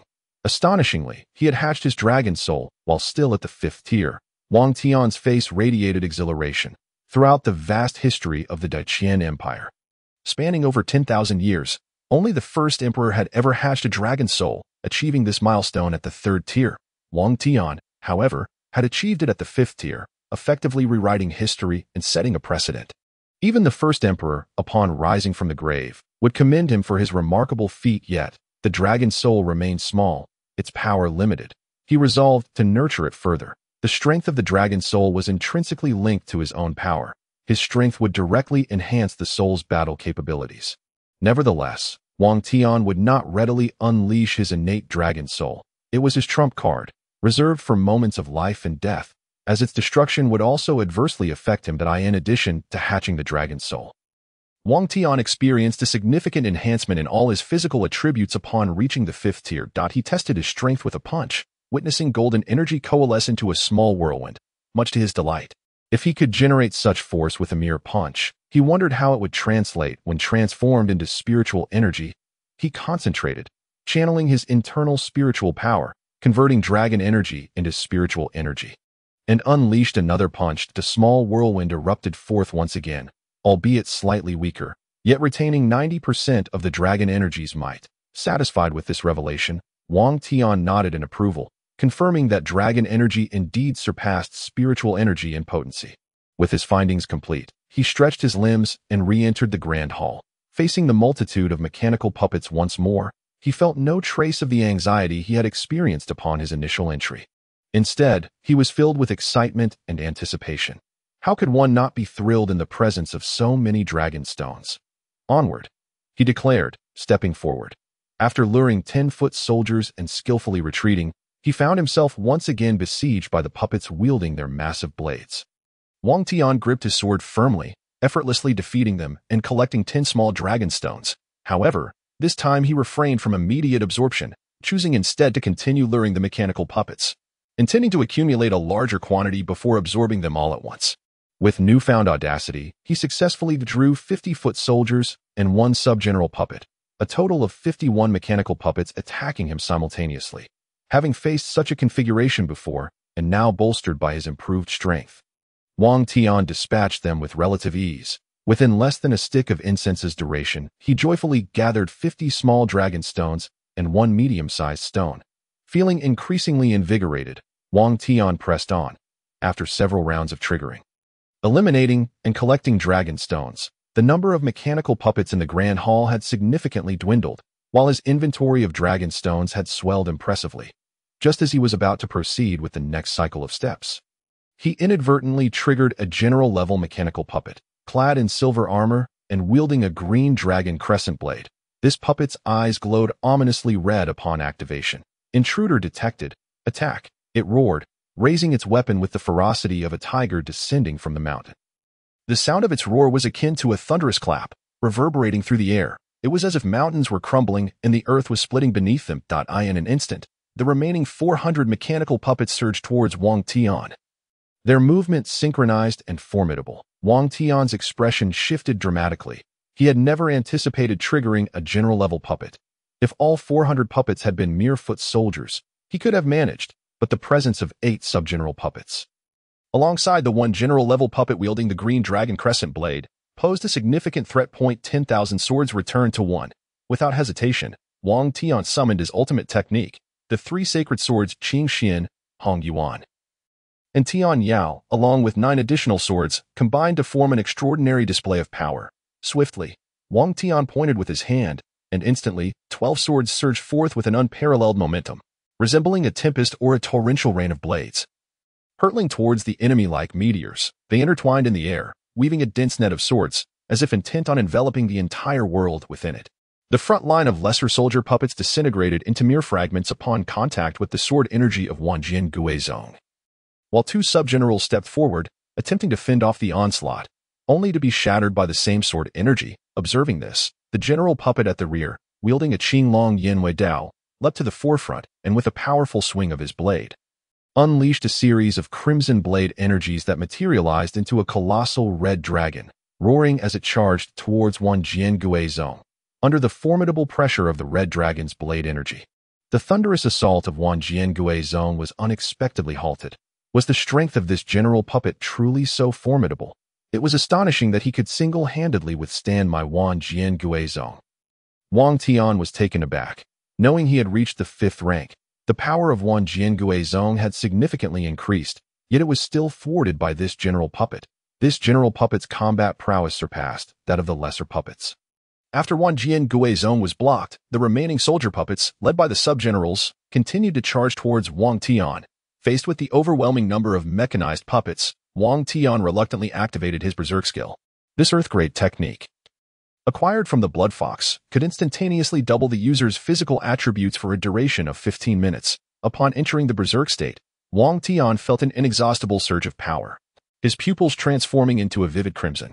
This berserk technique was remarkably potent. The energy within him had suddenly doubled. Wang Tian felt an overwhelming strength coursing through his being. He then gripped the Zhuxian sword and charged into the throng of mechanized puppets, simultaneously using Wanjian Guizong to keep the general puppet at bay. Chapter 58. The birth of the most powerful mechanized puppet in history empowered by the berserk state. Wang Tian dispatched the soldier puppets with the ease of slicing through vegetables. Even sub-generals fell within 2 exchanges. In a mere 7 or 8 minutes, Wang Tian, wielding the Zhuxian sword, single-handedly eliminated over 200 mechanized puppets. At this pace, barring any unforeseen circumstances, he would be able to eradicate all mechanized puppets except for the general before the berserk state expired. However, upon witnessing the demise of so many of his subordinates, the general puppet let out a furious roar, and the crimson light surrounding him intensified dramatically, akin to a blazing sun, blinding to behold. Break for me. The general puppet tightened his grip on the Qilin Yanwei Dao, descending like a fierce tiger as he cleaved towards Wanjian Guizong. In an instant, a streak of red blade light sliced through the air like lightning. Imbued with immense power, racing towards Wanjian Guizong. In that moment, time seemed to freeze. The entire world appeared to halt in its rotation. Only the radiant red glow of the Qilin Yanwei Dao shimmered in the night sky. Resembling a mighty dragon soaring aloft, the sword energy of Wanjian Guizong was unexpectedly scattered by this single strike. Wang Tian was astounded. The combat prowess of this general puppet was indeed formidable. Capable of dispersing Wanjian Guizong with a single blow, this strike was undeniably powerful, yet it had drained a significant amount of his energy.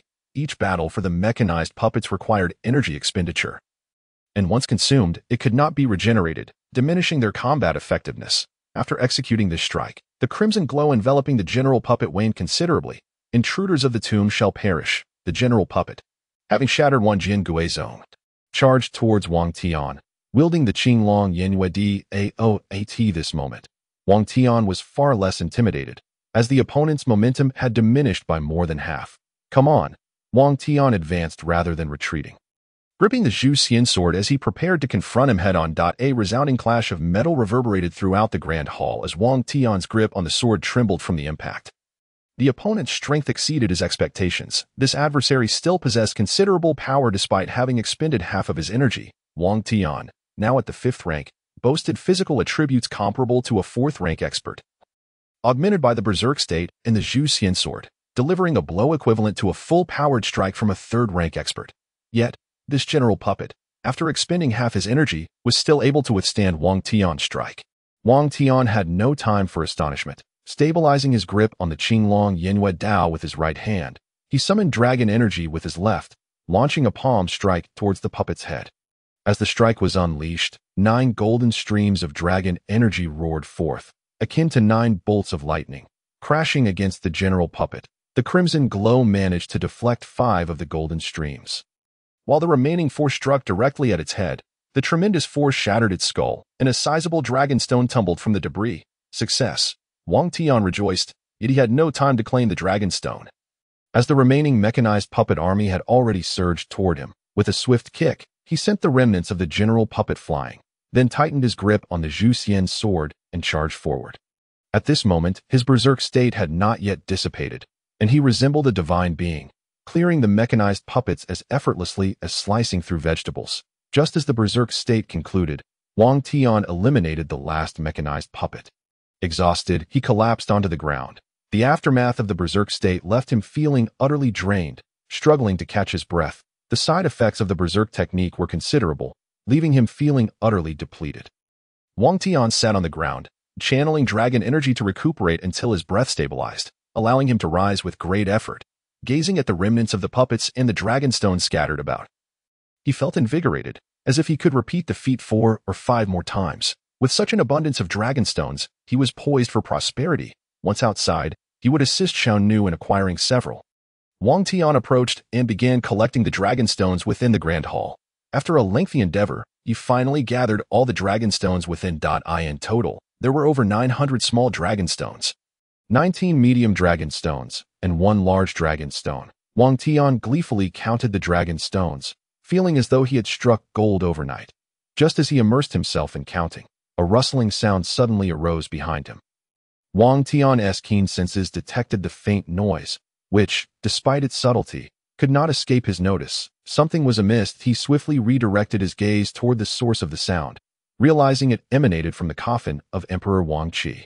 No, to be precise, it was coming from the coffin lid. Clutching the Zhuxian sword, he retrieved a medium dragon stone, beginning to absorb its dragon energy to replenish what he had expended in battle. Wang Tian's gaze remained fixed on the coffin lid, sensing that something was emerging from within. Could it be the coffin's protective runes? Wang Tian furrowed his brow. In each previous instance of opening a coffin, he encountered such runes, and this time would surely be no different. He refrained from approaching, as his dragon energy had only partially restored, and he dared not act recklessly. Meanwhile, the coffin lid trembled faintly, and suddenly a white stone the size of an egg emerged from it, ascending higher into the air until it hovered suspended. What could this be? Wang Tian focused intently, noticing that the white stone radiated with spiritual energy, inscribed with intricate runes. Just as Wang Tian pondered its significance, the stone emitted a brilliant white light, causing the remnants of the puppets scattered across the floor to levitate and visibly coalesce. Reforming into a mechanized puppet, Wang Tian's expression changed drastically. The white stone was reconstituting the mechanized puppet. Having witnessed Xiaonu's reformation before, he recognized it immediately. This white stone was exceedingly enigmatic and must not be allowed to complete the reformation of the mechanized puppet. Sword, come, Wang Tian shouted, and the 12 swords that had fallen to the ground soared back into his grasp. Wan Jian Gui Zong. Without hesitation, he unleashed his ultimate sword technique against the white stone.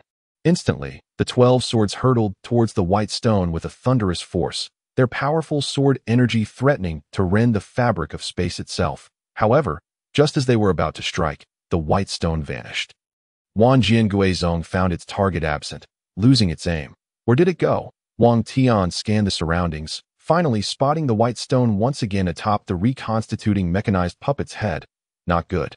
It was about to enter the puppet's head. Wang Tian realized he could not intervene in time as the white jade stone swiftly burrowed into the head of the newly reformed mechanized puppet. Upon absorbing immense energy, the puppet began to undergo a visible metamorphosis. Wang Tian's alarm grew with every passing moment, 1,000 mechanized puppets merging into one, augmented by that mysterious energy stone. What kind of terrifying mechanized puppet would emerge?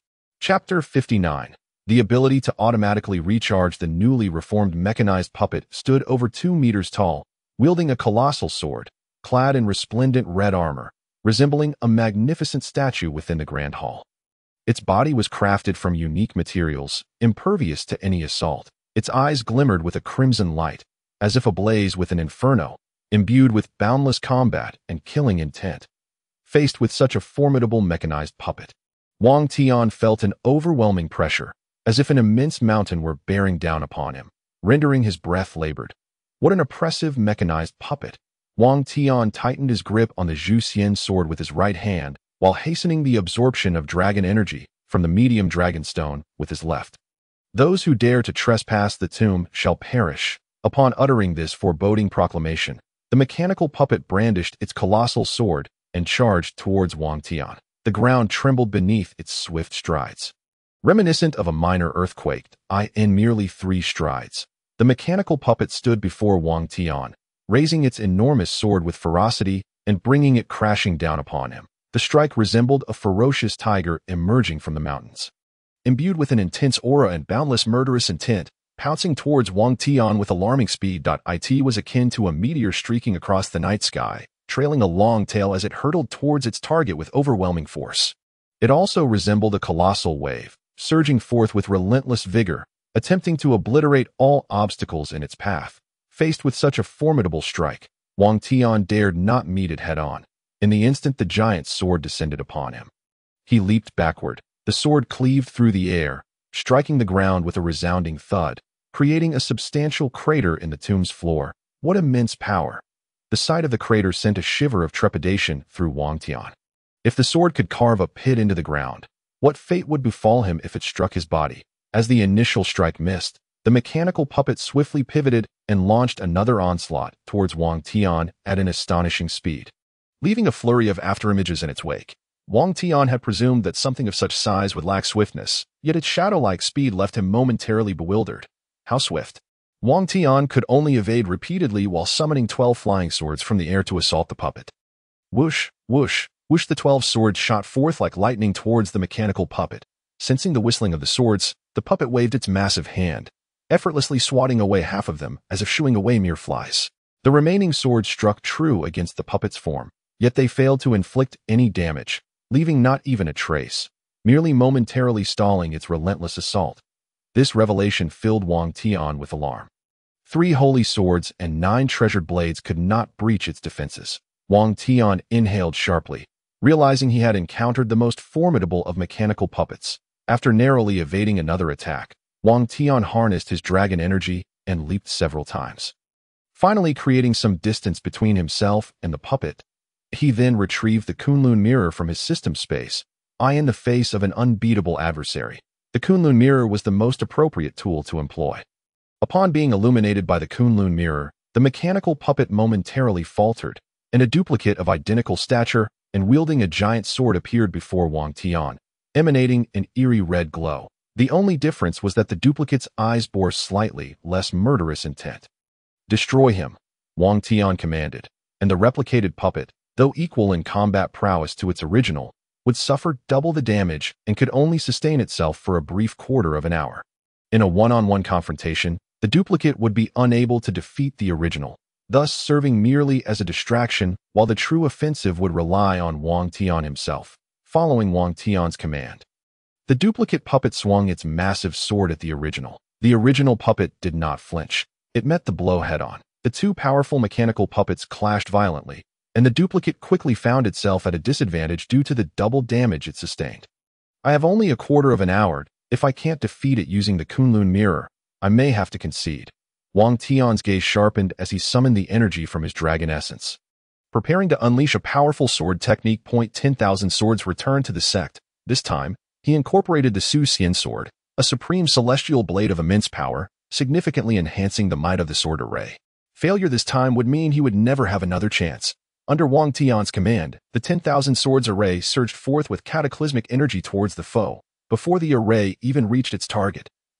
An abundance of sword energy surged towards the mechanical puppet. As Wang Tian's realm had ascended, the power of the 10,000 swords array had likewise intensified, making this iteration unprecedentedly formidable. To counter the overwhelming 10,000 swords array, the giant mechanical puppet could only divert one hand to block the terrifying sword formation while wielding the giant sword with the other to fend off the duplicate puppet. The need to multitask left the imposing giant puppet somewhat overwhelmed. "You think such tricks can kill me?" the giant puppet bellowed, and suddenly, a surge of red energy erupted from its body, sending the 10,000 swords array spiraling backward. The duplicate puppet was similarly forced to retreat under the might of a single strike. However, the duplicate was not to be underestimated. It too let out a ferocious roar, unleashing its own burst of red energy, and pressed onward against the original puppet once more. The 10,000 swords array was dispersed. Wang Tian quickly drew forth a medium-sized dragon stone, replenishing his dragon energy while directing the remaining swords towards the giant puppet. His objective was simple, even if he could not slay it. He must exhaust its energy. The mechanical puppet's greatest weakness lay in its energy reserves. Once depleted, it would be rendered powerless. Thus, Wang Tian gritted his teeth, determined to endure until the end. The giant puppet had not anticipated Wang Tian's resilience. It struggled to cope with simultaneous assaults from both fronts, rapidly depleting its energy. After a quarter of an hour, the duplicate created by the Qilin mirror vanished, and the giant puppet's energy was nearly exhausted. Its movements growing sluggish. Excellent, just a little longer, and this mechanical puppet will be reduced to scrap metal. Wang Tian sensed victory was within reach and retrieved another medium-sized dragon stone to continue replenishing his dragon energy. With the energy of the giant puppet waning, the red glow surrounding it diminished, leaving it barely capable of countering Wang Tian's 10,000 swords array. Under normal circumstances, it was only a matter of time before the giant puppet succumbed. While Wang Tian had an ample supply of dragon stones to sustain his energy, however, just as the giant puppet appeared on the brink of defeat, its head suddenly emitted a blinding white light, akin to a beacon piercing the darkness. Under the illumination of this white glow, the spiritual energy within the hall surged towards the giant puppet's head. Wang Tian was taken aback. What? This creature can recharge itself? How could he possibly wear it down now? Wang Tian was astonished. The mechanical puppet's weakness was evident. It would become a mere heap of scrap once its energy was depleted, yet this one could autonomously recharge, absorbing the surrounding spiritual energy like a charging device. This capability effectively negated the puppet's vulnerability to energy depletion. With no time to lose, Wang Tian resolved to strike before it completed its recharge. He reached into his system space once more. Chapter 60. The little servant reassembles and evolves again to prevent the giant mechanical puppet from recharging. Wang Tian retrieved the moon fox pearl from his system space. The only force capable of defeating the giant puppet now lay within the fox spirit energy contained in the pearl. While the fox spirit energy was consumptive, Wang Tian felt it would be worth it if he could obtain the mysterious energy stone nestled within the puppet's head. Without a moment's hesitation, he began chanting the incantation. As he spoke the words, the moon fox pearl resonated with him, and a pinkish glow of fox spirit energy enveloped him. Breakthrough. Having harnessed the fox spirit energy, Wang Tian wasted no time.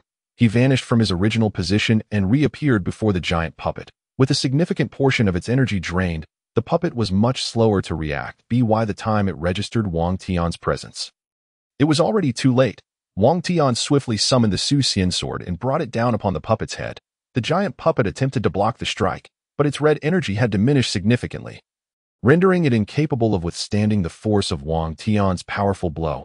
Especially infused with fox spirit energy, a flash of pink sword energy sliced through the air, severing both the puppet's arm and head in one swift motion. The head rolling away from its body, Wang Tian, quick on the draw, caught the fallen head and immediately extracted the enigmatic white stone from within. As he tightly grasped the mysterious white stone, a warm and gentle energy radiated from his palm. With the support of the enigmatic energy now stripped away, the remnants of the giant puppet collapsed with a thunderous crash, shattering into countless fragments. Finally, it was over. Wang Tian released a sigh of relief. Vanquishing this giant mechanical puppet had depleted all his trump cards, proving far more challenging than facing the sword soul of the Zhuxian sect. Consequently, the The fox spirit energy had consumed 1/3 of his reserves, leaving Wang Tian with enough for one final invocation. Turning his attention back to the mysterious white stone in his hand, Wang Tian examined it closely. Its surface was smooth and warm, radiating rich spiritual energy, intricately etched with complex and obscure runes that glimmered faintly, an energy stone capable of self-recharging. If given to the little servant, would she not soar to new heights? Wang Tian had long sought a solution to the little servant's energy deficiencies, and with this self-recharging energy stone, she could fight indefinitely. Moreover, he sensed that upon installation of this energy stone, the little servant might undergo another reassembly and evolution. With this thought in mind, Wang Tian felt a surge of anticipation at the prospect of fitting the energy stone into the little servant's head.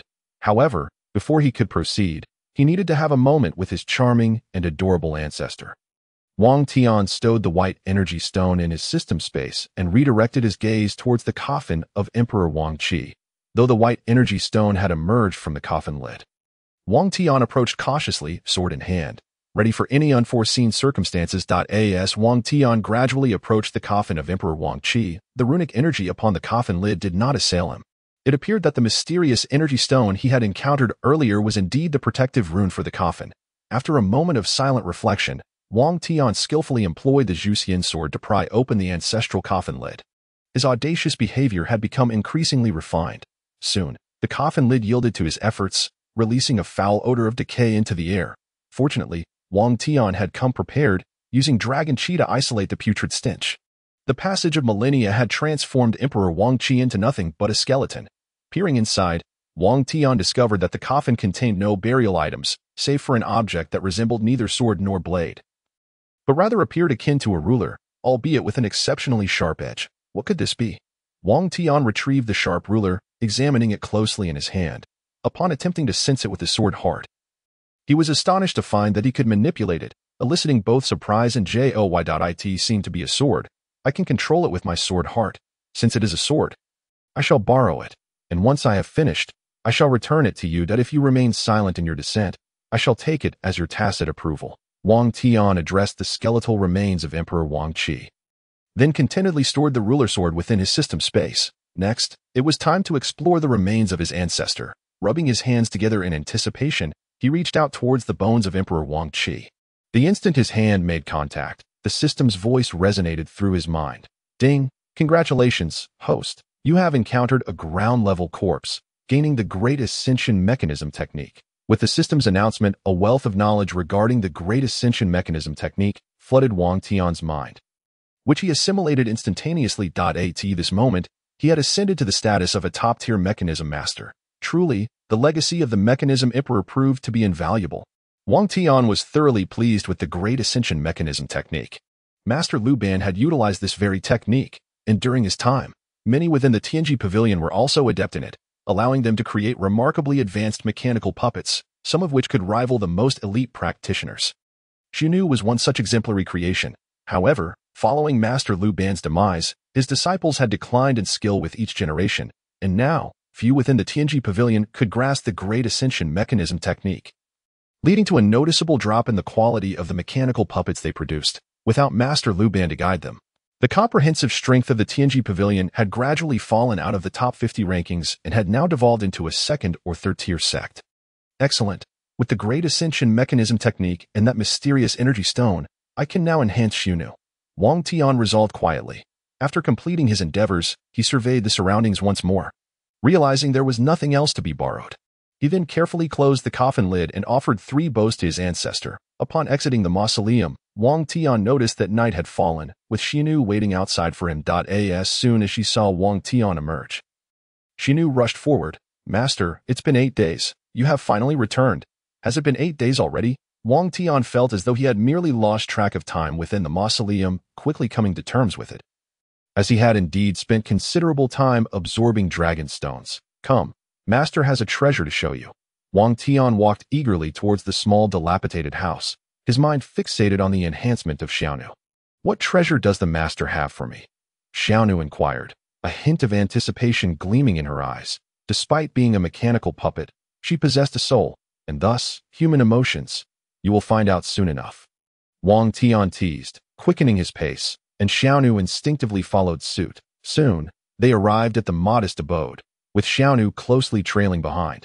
Inside the ramshackle wooden structure stood a youth alongside an exquisite mechanical puppet. "Master, what treasure do you wish to bestow upon me?" Xiaonu could no longer contain her curiosity.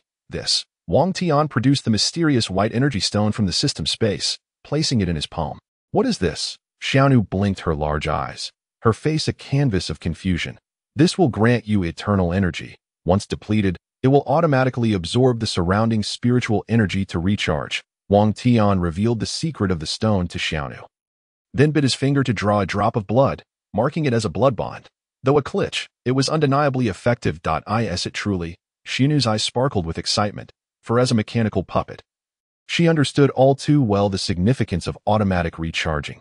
"Indeed, it is true that I will install the energy stone for you right away," Wang Tian replied, brimming with anticipation. "All right." Xiaonu obediently stood still, allowing Wang Tian to open the back of her head. After removing the several dragon stones originally housed within her head, Wang Tian inserted the mysterious energy stone, then stepped back to quietly observe her transformation. Shortly after the energy stone was placed inside, Xiaonu began to undergo a remarkable process of reorganization and evolution. The green dress she had been wearing fell away to the ground. Under the illumination of the energy stone, Xiaonu transformed at a visible pace. Wang Tian stood by, his excitement palpable as he watched her metamorphosis. An hour later, when a completely new Xiaonu appeared before him, he was left utterly astonished. This was astonishingly lifelike. Chapter 61. The flawless and obedient Xiaonu following her reorganization and evolution. Xiaonu bore no resemblance to a mechanical puppet. Instead, she seemed like a celestial maiden descended from the heavens, breathtakingly beautiful. Her figure was graceful and delicate, embodying the essence of a blooming flower.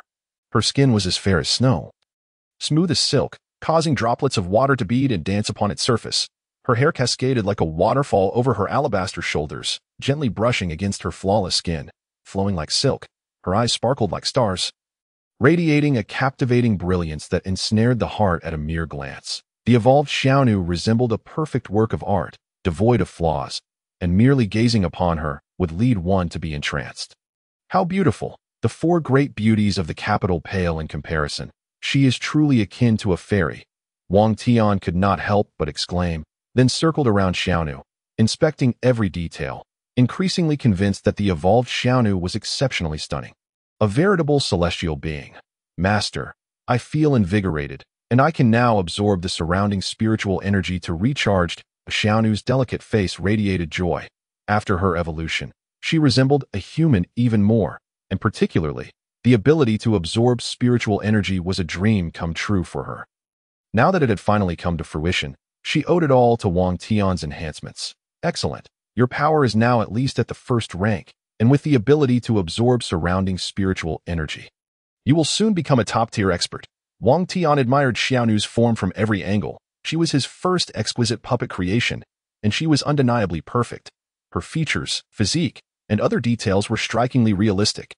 However, when Wang Tian's gaze fell upon Xiaonu's lower half, his face flushed with embarrassment as he realized that Xiaonu now bore little distinction from a woman, although she remained breathless. The flow of spiritual energy within her body rendered her indistinguishable from a living being. Even to experts, who would simply perceive her as a top-tier practitioner with a restrained aura. "Xiaonu, please put on your dress." Wang Tian awkwardly reminded her that it is chilly. "You might catch a cold." Of course. "Master." Xiaonu complied without hesitation. Even though she felt no chill, she dutifully donned the green dress that had fallen to the ground. Regardless of Wang Tian's requests, Xiaonu would follow them obediently, even if they were rather excessive. Once clad in the green dress, Xiaonu's entire demeanor seemed elevated, resembling a glimmering emerald, akin to a flower fairy that had descended to earth, captivating enough to tempt anyone to rush forward and embrace her tenderly. "That will suffice, Xiaonu. Please keep watch outside. I need to cultivate for a while." Wang Tian felt it prudent not to remain alone with Xiaonu any longer, as her allure had grown increasingly irresistible. Especially given her striking realism. Should he linger, he might find it difficult to restrain himself. "Understood, master," Xiaonu acknowledged before dutifully stepping outside the small wooden house, resolutely standing guard. Once she had exited, Wang Tian settled cross-legged on the bed, retrieving a substantial quantity of dragon stones from his system space, arranging them before him. With so many dragon stones at his disposal, it was time to utilize some, otherwise they would go to waste. After calming his mind, Wang Tian began to earnestly absorb the dragon qi from the stones.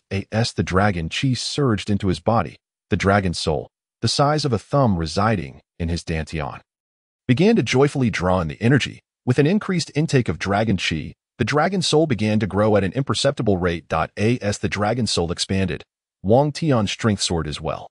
Throughout the entire night, he consumed 30 small dragon stones, and the dragon soul experienced slight growth. After hatching the dragon soul, it seemed to require even more dragon qi. Fortunately, he had an abundance of dragon stones.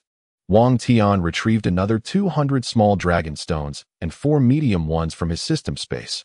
With such a plentiful supply of dragon stones, he continued his meditative cultivation. The rich dragon qi flowed into him, cleansing his meridians and rapidly enhancing his physical attributes, while the dragon soul accelerated its growth. Several days passed, and the 200 dragon stones were completely consumed, elevating Wang Tian's realm from the early stage of the 5th rank to the mid-stage. While the dragon soul had grown considerably, now resembling 2 thumbs in size, it seemed that 200 dragon stones had only allowed the dragon soul to double in size. How many dragon qi would be needed to nurture it into a towering dragon? Wang Tian felt that nurturing such a dragon spirit was exceedingly taxing on dragon energy. However, the stronger the dragon spirit became, the more formidable his own strength would rise in tandem. Moreover, once the dragon spirit was fully cultivated, its summoned presence in battle would be truly fearsome. Just as Wang Tian was preparing to continue his cultivation, a message from Qilin Pavilion arrived via a long-distance sound transmission. Before Wang Tian departed from Qilin Pavilion, Yun Zhongzi had gifted him a sound transmission talisman, which would activate upon the arrival of news regarding 9 specific materials. Sensing the talisman stirring, Wang Tian promptly retrieved it from the system's storage. Upon opening it, he found a message. Young Master Tian, there is news regarding the pure sky pearl, but you must act swiftly, lest it be snatched away by others. Understood? I will come immediately, Wang Tian replied through the talisman. Leaping down from his rickety wooden bed, with news of materials at hand, he knew he could not afford to miss this opportunity. As he exited the dilapidated hut, Xiao Nu approached eagerly. Master, you have emerged from seclusion? Xiao Nu, accompany me outside. Wang Tian decided after a moment's contemplation. She was now a first-grade mechanical puppet, capable of replenishing her energy autonomously. If they encountered a skilled adversary vying for the pure sky pearl, Xiao Nu might prove invaluable. Certainly, Master. Without hesitation, Xiao Nu nodded enthusiastically, her charming face alight with joy at the prospect of assisting her master. Adorning a silver mask and draping a black cloak around himself, Wang Tian stepped out of the royal mausoleum once more, assuming the identity of the heavenly king. Meanwhile, within the courtyard of Qilin Pavilion, Yunju was watering the flowers, though her gaze frequently darted toward the entrance. Just moments ago, she had heard from her father that the heavenly king was on his way, causing her heart to flutter with unease. She was unaware of his appearance behind the mask, yet the thought of him lingered in her mind. Yunju could not fathom why she felt this way. Perhaps it was because he had saved their Qilin Pavilion, or maybe it was the sensation of a fateful connection, or even the secret gift of a zither he had sent her, an inexplicable feeling that eluded description. Miss, you're going to drown the flowers, suddenly exclaimed her maid, Xiao Hong, coming back to her senses. Yunju realized she had been lost in thought, and the pot of begonia before her was overflowing with water. TNT rained for several days, so I thought I'd give it a thorough watering. She offered clumsily as an excuse, but it rained just yesterday, didn't it? Xiao Hong replied in confusion. At that moment, a figure clad in black appeared at the entrance. In the pavilion, Master, Yun Zhongzi personally went to greet him. Upon seeing this figure, Yunju set down the watering can, adjusted her dress, and joyfully prepared to welcome him, only to notice that he was accompanied by a stunningly beautiful woman, prompting a surge of inexplicable emotion within her. Chapter 62. Yunju's jealousy. Young Master Tian, I have prepared the finest Yinshan tea for you. Please, come in. Yun Zhongzi warmly welcomed Wang Tian into the courtyard while noting the presence of Xiao Nu beside him, which took him by surprise. It was not merely her beauty that astonished him, but rather her reclusive aura and the dense spiritual energy surrounding her. Her precise level of cultivation was beyond his comprehension, indicating that she was a top-tier master, perhaps even more powerful than himself. I appreciate your hospitality, Pavilion Master, Wang Tian replied, stepping inside. As he entered the main hall, Yunju, with a light touch of makeup, Personally served tea. Young Master Tian, this is the finest Yushan tea. I hope you enjoy it. She performed a graceful bow, her gentle voice and graceful demeanor enveloping him in a refreshing spring-like atmosphere. Miss Yun, it has been a while, Wang Tian remarked as he accepted the tea. Indeed, it has, Yunju responded affectionately, subsequently placing another cup of tea before Xiao knew this fairy must be young Master Tian's Dao partner. Right, truly a match made in heaven, such beauty paired with the young master, she thought, feeling a pang of jealousy. In her mind, only a beauty of such caliber was worthy of Wang Tian. Yet, she was embarrassed by her own thoughts. She is not my Dao partner. Her name is Xiao Nu, and she is my junior apprentice sister. Wang Tian fabricated a story to protect Xiao Nu's true identity as a mechanical puppet. Ah, so she is young Master Tian's junior apprentice sister, Yunju thought to herself, feeling a sense of relief. By the way, Pavilion Master Yin, you contacted me regarding news of the Pure Sky Pearl. Correct? Do you know its whereabouts? Wang Tian hastily redirected the conversation, fearing that further inquiries might reveal Xiao Nu's true nature. Yes, we have obtained news about the Pure Sky Pearl. It was discovered by a deputy hall master. Speaking seriously now, Yun Zhongzi straightened up, his expression turning serious. According to the information, the Pure Sky Pearl will be auctioned in Hanyang City in 3 days that I have dispatched people to investigate, and it is indeed true. The Pure Sky Pearl is to be auctioned? This is a treasure of earth-grade quality. Who would be willing to part with it? Wang Tian furrowed his brow. Such a high-grade treasure being auctioned could only mean the owner was desperately in need of funds. I have my doubts as well, but this is the only opportunity we have. Additionally, I have heard that many influential sect leaders and powerful families will be competing in the auction, so the competition is bound to be fierce. Yun Zhongzi replied solemnly. The prospect of so many vying for the Pure Sky Pearl was not unexpected, considering its value. However, Wang Tian was puzzled as to why the owner would willingly part with such a high-quality treasure. Pavilion Master Yin, could you ascertain who is selling the Pure Sky Pearl? He inquired cautiously. The individual's identity is shrouded in mystery, according to the deputy hall master. It appears that the owner has encountered a cultivation bottleneck and is in urgent need of top-grade spirit stones. Hence the decision to sell the Pure Sky Pearl to acquire them for a breakthrough, Yin Zhongzi explained earnestly. Wang Tian nodded in understanding. Although the Pure Sky Pearl was precious, it did not significantly aid in cultivation. Its primary benefits were to protect the holder from toxins and purify demonic and beastly energies. In that case, I shall set off for Hanyang City, Wang Tian quickly resolved. Despite his lingering doubts, he felt compelled to personally pursue the Pure Sky Pearl. Young Master Tian, if you do not mind, I would like to accompany you, Yunju interjected, eager to repay Wang Tian for saving Qilin Pavilion. This opportunity was her chance to assist him in obtaining the Pure Sky Pearl. Miss Yun, the journey to Hanyang City may be fraught with danger. There could be life-threatening risks. Wang Tian expressed his surprise at Yunju's boldness. I am unafraid. Just a few days ago, I advanced to the 5th grade realm. Besides, I have my Blackwood Zither. Not only can I protect myself, but I may also be of assistance to you, with our combined skills. Even a 1st grade master would not pose a threat, Yunju declared, her eyes shimmering with determination. Wang Tian had risked his life to save Qilin Pavilion, so why should she shy away from danger to aid him? Furthermore, Wang Tian had secretly gifted her a zither, a kindness she felt compelled to repay. I'm not so sure about this. Wang Tian hesitated. The journey to Hanyang City would undoubtedly be perilous, and he did not wish for Yunju to take such risks. Let her accompany you, Yin Zhongzi suddenly voiced. He recognized his daughter's strong desire to go and understood her character. Once she set her mind on something, she would not turn back. Very well, then let us go together, Wang Tian reluctantly agreed. Hearing that she could accompany Wang Tian brought Yunju great joy. In the Grand Hall of Lunghu Mountain, the sect leader Mu Shan-yuan, the elder Zhang Bao, and the 4th elder Xiaoliang were engaged in a discussion. Have we learned anything about that disciple from Zhuxian who breached the 18th level of the Sword Pavilion? Mu Shan-yuan inquired, directing his gaze towards Xiaoliang. Reporting to the sect leader, the higher-ups of Zhuxian have kept the identity of this disciple under tight wraps. I have been unable to discern anything. However, I did hear something from a disciple stationed at the foot of the mountain that may relate to this individual, Xiaoliang replied gravely. Oh, what is it? Both Mu Shan-yuan and Zhang Bao turned their attention to him. On the day before the bell of the Sword Pavilion rang, someone at the foot of the mountain unleashed the 10,000 swords returned to the sect technique. This person wore a silver mask and a black cloak.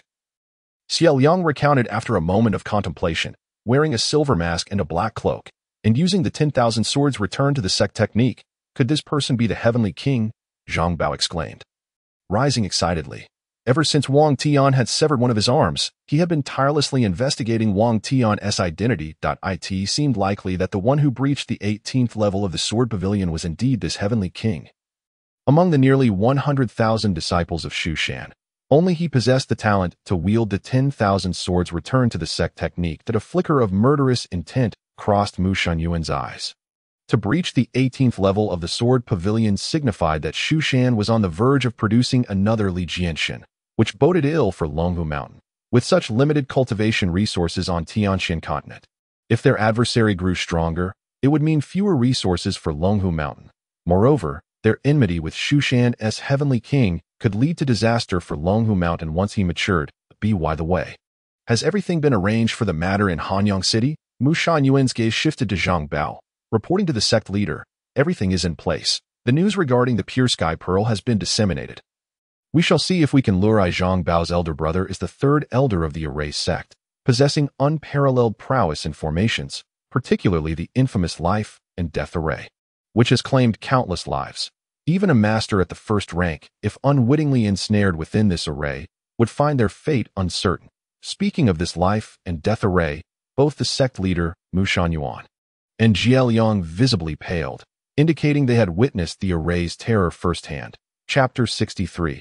The melody of emotion beneath the bright and warm sunlight. A horse-drawn carriage sped along the official road. Inside the carriage sat Wang Tian, Yunchu, and a young servant.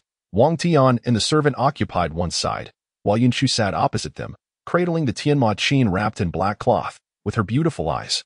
She occasionally stole glances at Wang Tian. Meanwhile, Wang Tian pondered how to seize the pure heaven pearl upon their arrival in Hanyang City. Young Master Tian, thank you for the Qin you gifted me. Yunchu finally broke the silence after a long pause. You know it was I who sent you the Qin? Wang Tian responded, a hint of surprise in his voice, as he had merely left a note without signing it. He was astonished that Yunchu could deduce it was him. She truly was the most talented woman in the capital, sharp as ice and snow. I recognized your handwriting on the alliance agreement, which matches the note you left for me, so I guess this Qin must have come from you. Young Master Tian, Yunchu explained gently. Now I understand, Wang Tian replied, a look of realization crossing his face.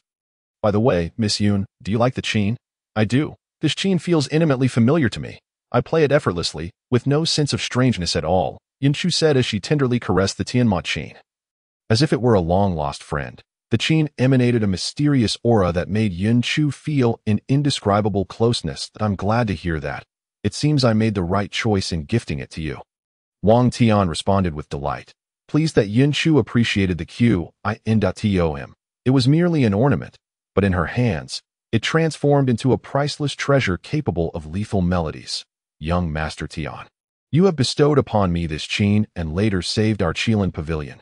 Such immense kindness leaves me at a loss for how to repay you, Yunchu said, her eyes brimming with gratitude.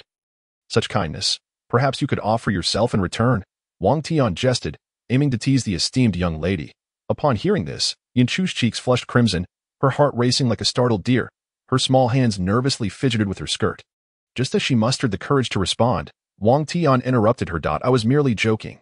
Saving your Qilin pavilion was a trivial matter, hardly worth mentioning, he chuckled. Wang Tian had never expected any repayment from Yunchu. His motivation for rescuing her and the Qilin pavilion stemmed solely from not wanting to witness her demise. He had an inkling that she was connected to the exquisite female corpse in the Black Mausoleum. Thank goodness, Yunchu thought, feeling a wave of relief wash over her, though a tinge of disappointment lingered.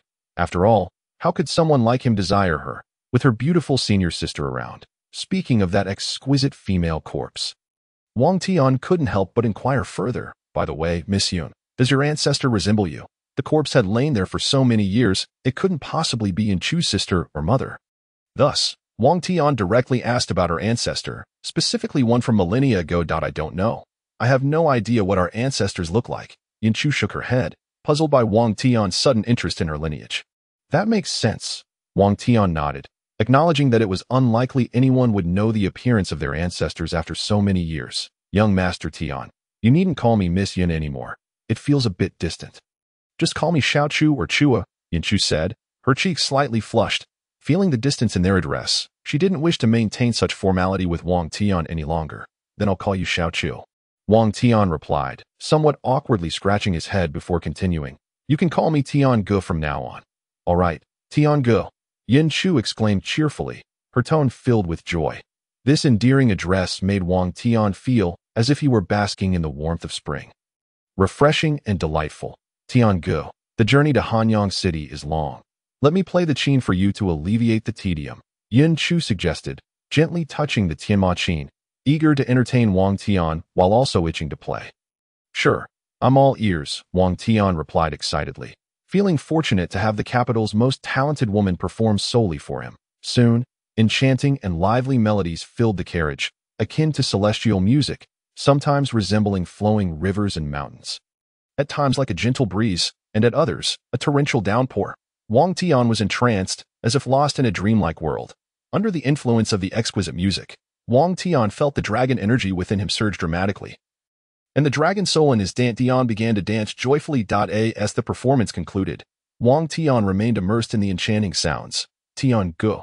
Yanchu called softly. Wang Tian awoke from his reverie, only to discover that his dragon soul had noticeably expanded, and the dragon energy within him had slightly increased. Could it be that listening to music can enhance one's strength? Wang Tian was utterly astonished. Finding it hard to believe that you've discovered my secret. The melodies of my qin not only have the power to kill but can also assist in cultivation, Yanchu said with a hint of pride.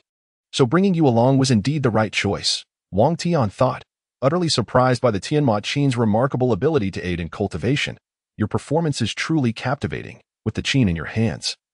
Its value has been fully realized. Wang Tian silently rejoiced at having gifted the qin to Yanchu, feeling he had made a wise decision. Tian Ge, if you don't mind, I can play another piece for you. Yanchu said with a gentle smile that was breathtakingly beautiful. Not at all. I cherish the sound of your qin. It complements my cultivation perfectly, Wang Tian eagerly replied, thrilled at the chance to enjoy her music while benefiting from its enhancement.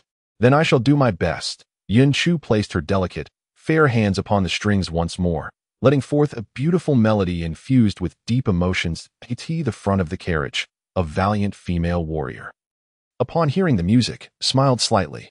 Xiaoqiu has grown up, but that silver-armored masked man seems a bit dull, completely unresponsive to the emotions conveyed through the young lady's music. It appears I must lend her a hand. Today I'm on 4. Only one chapter. I will try to make up for it tomorrow. Chapter 64. Shall we sleep together? Within the grand hall of Longhu Mountain. Leader, good news. Tremendous news. We've hooked a big catch. 2 large fish. The elder Zhang Bao rushed in, his voice echoing before he even entered the room. Leader Mu Shangyuan was in the midst of discussing matters with other elders when he heard Zhang Bao's words and waved them away. What good news? Mu Shangyuan inquired, his gaze fixed on Zhang Bao. Yanchu has gone to Hanyang City with that genius swordsman from Zhuxian. Elder Zhang Bao reported, his face alight with excitement. They've gone together? Is your information reliable? Mu Shangyuan asked, concern etched on his face. My information is absolutely accurate. I personally witnessed them board the same carriage, leaving the capital and heading straight for Hanyang City. Elder Zhang Bao affirmed earnestly. Excellent. To catch 2 big fish all at once saves me quite a bit of effort. A flicker of excitement crossed Mu Shangyuan's face, though he quickly regained his composure. Aside from the 2 of them, who else is accompanying them to Hanyang City? He surmised that given Yun Zhongzi's affection for his daughter, he would never allow her to travel alone with a man. Additionally, there's Hong Ying from the Qilin Pavilion. Zhang Bao replied, I suspected. Yun Zhongzi has indeed sent someone to protect his daughter, Mu Shangyuan noted. Hong Ying, she has been recalled. Mu Shangyuan furrowed his brow, holding some reservations about Hong Ying, although she was only at the peak of the 3rd rank. Her Phoenix Nirvana spear technique was formidable. Even he would find it challenging to defeat her. This technique was classified as a heavenly grade spear technique, and with her earth grade superior Phoenix spear, her combat power could rival that of a newly promoted 1st rank master. Yes, she has just returned from Bailiang. It must be Yun Zhongzi who summoned her back, Zhang Bao said confidently. However, her return won't affect our grand plan. Once they step into the life and death array arranged by my brother, none shall escape, he added. Excellent. Let us proceed according to plan. The pure heaven pearl can be released, but we must ensure it does not fall into the hands of outsiders, Mu Shangyuan instructed solemnly. The pure heaven pearl was the bait he had set, He wanted to catch the big fish while safeguarding the bait. It must be said that Mu Shangyuan truly knew how to play his cards right.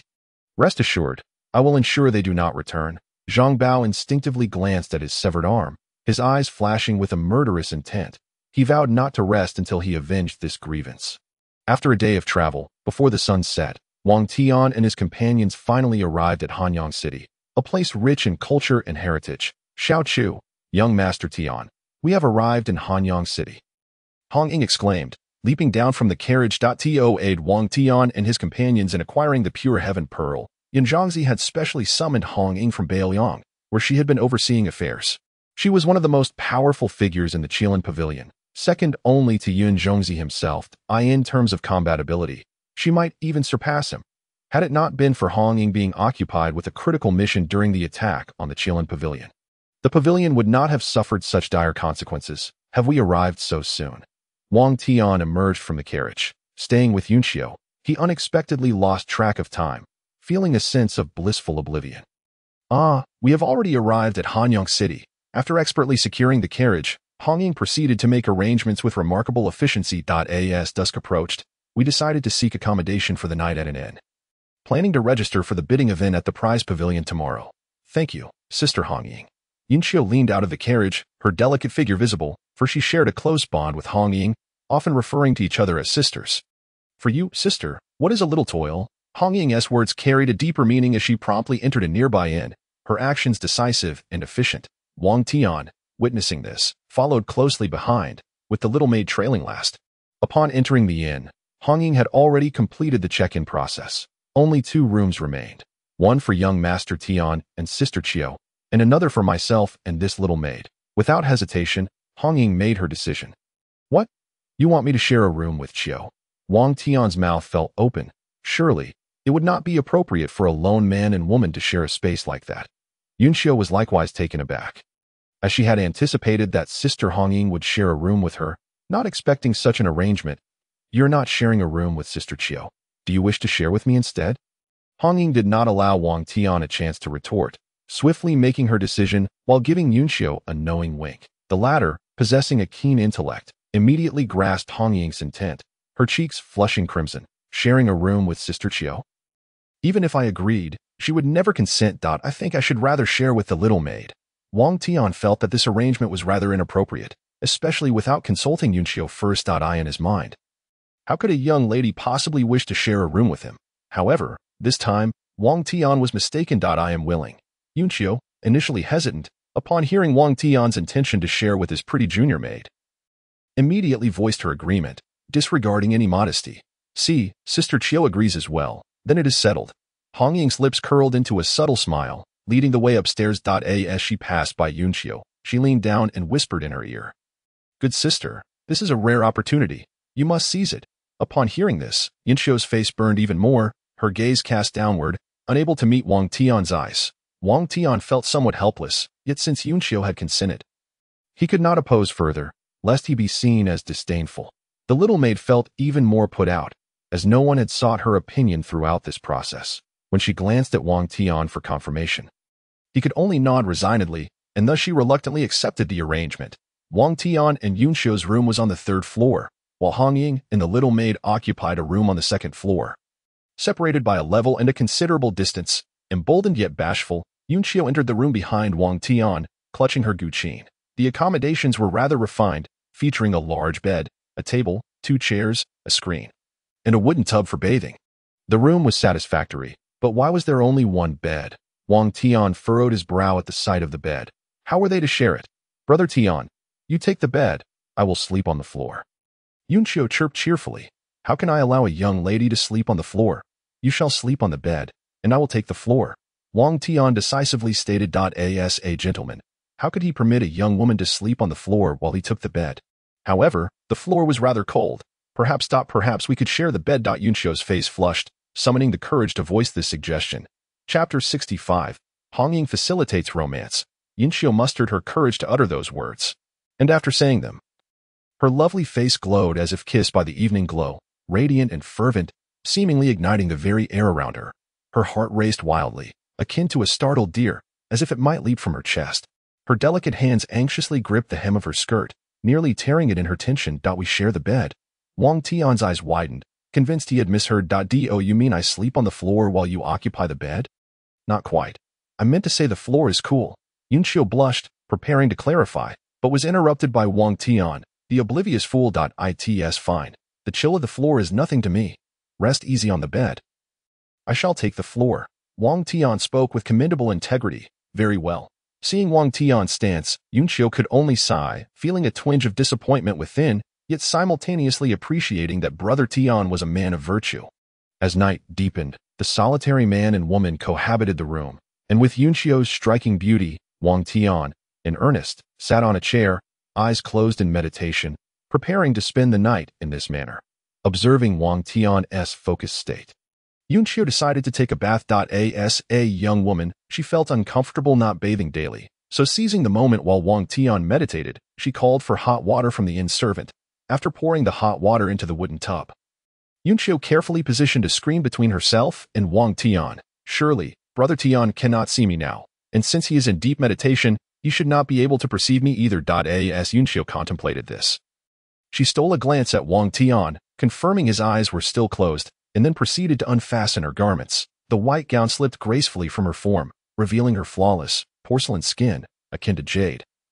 Unblemished and radiant, her figure was curvaceous and alluring, each contour exuding temptation, captivating all who beheld her. Before entering the tub, Yunqiu delicately untied the silk ribbon at her waist, her movements graceful as if dancing. Subsequently, the last piece of her attire fell away, drifting down like snowflakes, unveiling her voluptuous form. As the last garment descended, Yunqiu's silhouette was fully revealed. Her waist was slender and delicate, seemingly fragile enough to snap at any moment. Below, her long, fair legs were straight and elegant, possessing a beauty akin to willows swaying in the breeze. Now, exposed to the air, they drew even more attention, leaving one utterly entranced. Every movement Yunqiu made was imbued with elegance and allure, as if she were performing a silent ballet, enchanting all who watched. Her physique and skin harmonized perfectly, exuding an irresistible charm, akin to a blooming flower, beautiful and captivating. Testing the water temperature with her dainty fingers, Yunqiu found it suitable and cautiously settled into the tub. The water enveloped her shoulder, resembling a lotus flower blossoming in the water. How delightful! Yunqiu scooped water with her delicate hands, splashing it over herself. Washing away the fatigue of the day, the cool water caressed every inch of her soft skin, dampening her dark hair, rendering her even more enchanting. As the night grew darker, Honging stealthily approached the door of Yunqiu's room, her heart heavy with concern. I wonder how Sister Qiu is faring. Has that wooden man realized her feelings yet? Honging felt uneasy. Since childhood, she had shared a close bond with Yunqiu, and upon learning of Yunqiu's defilement by the sixth prince, she had nearly seized a spear to exact vengeance. Had she not been engaged in a crucial mission in Beilong at the time, she would have returned without hesitation. Now that she was back, her intent was to quietly avenge her sister. Beyond this matter, Honging was deeply worried for Yunqiu's future happiness. The news of Yunqiu's dishonor had spread throughout the capital, causing all the noble suitors who once pursued her to vanish. In the realm of Tianxian, a woman's virtue remained of utmost importance. Once tarnished, many men would turn their backs. Honging was concerned that Yunqiu might find herself undesirable, especially now that she had developed feelings for someone. Knowing Yunqiu's timid nature prevented her from expressing her emotions, Honging resolved to assist her sister, stealthily positioning herself outside the room. Honging pierced the window paper with her finger and leaned in. Catching sight of Yunqiu bathing in the wooden tub, her exquisite form so enticing that even Honging, as a woman, felt her heart race. After several years apart, Sister Qiu had matured splendidly. She surpasses even me. After watching for a moment, Honging noticed the wooden man, oblivious to Yunqiu's bathing, deeply engrossed in his meditation, which infuriated her. How could Sister Qiu possibly have feelings for such a dullard? The most beautiful woman in the capital, with a body so exquisite and a face so lovely, was bathing beside him, and he could remain so composed in his practice. Was he truly a man? Honging was utterly speechless. No, I must help Sister Qiu. She has finally found someone she likes, and I cannot let her down. This also concerns her future happiness. With this in mind, Honging decided to wait for the right moment to provoke this wooden man. She refused to believe that any man, upon witnessing Sister Qiu's figure, could remain unmoved. Honging peered through the hole in the window, watching as Yunqiu finished her bath and stood up. The moment had come. Seizing the opportunity, Honging concentrated her energy into her finger and directed it through the hole, striking the troublesome screen. The impact toppled the screen with a resounding crash. The sudden turn of events startled Yunqiu, who let out a shriek, while Wang Tian, awakened by her cry, immediately emerged from his meditation. Yunqiu, what is the matter? Wang Tian immediately directed his gaze towards the source of the sound, and what he beheld was a scene that made his blood surge with excitement. I've done it. I refuse to believe that this wooden man remains unmoved. Upon witnessing this, Hong Ying's lips curled slightly into a smile, and she then quietly vanished beyond the door. Chapter 66. The temptation of a bath. Hearing Yunqiu's startled exclamation, Wang Tian, who had been in deep meditation, instantly snapped back to reality. His gaze swiftly turned towards Yunqiu, and upon doing so, he was rendered breathless, his face flushing with heat. There stood Yunqiu, as radiant as a water lily, gracefully poised in the wooden tub, completely unclothed, her porcelain skin, enchanting figure, captivating bosom, and long, snowy legs. These intimate and exquisite attributes were laid bare before Wang Tian without reservation. The overwhelming shock left him momentarily stunned.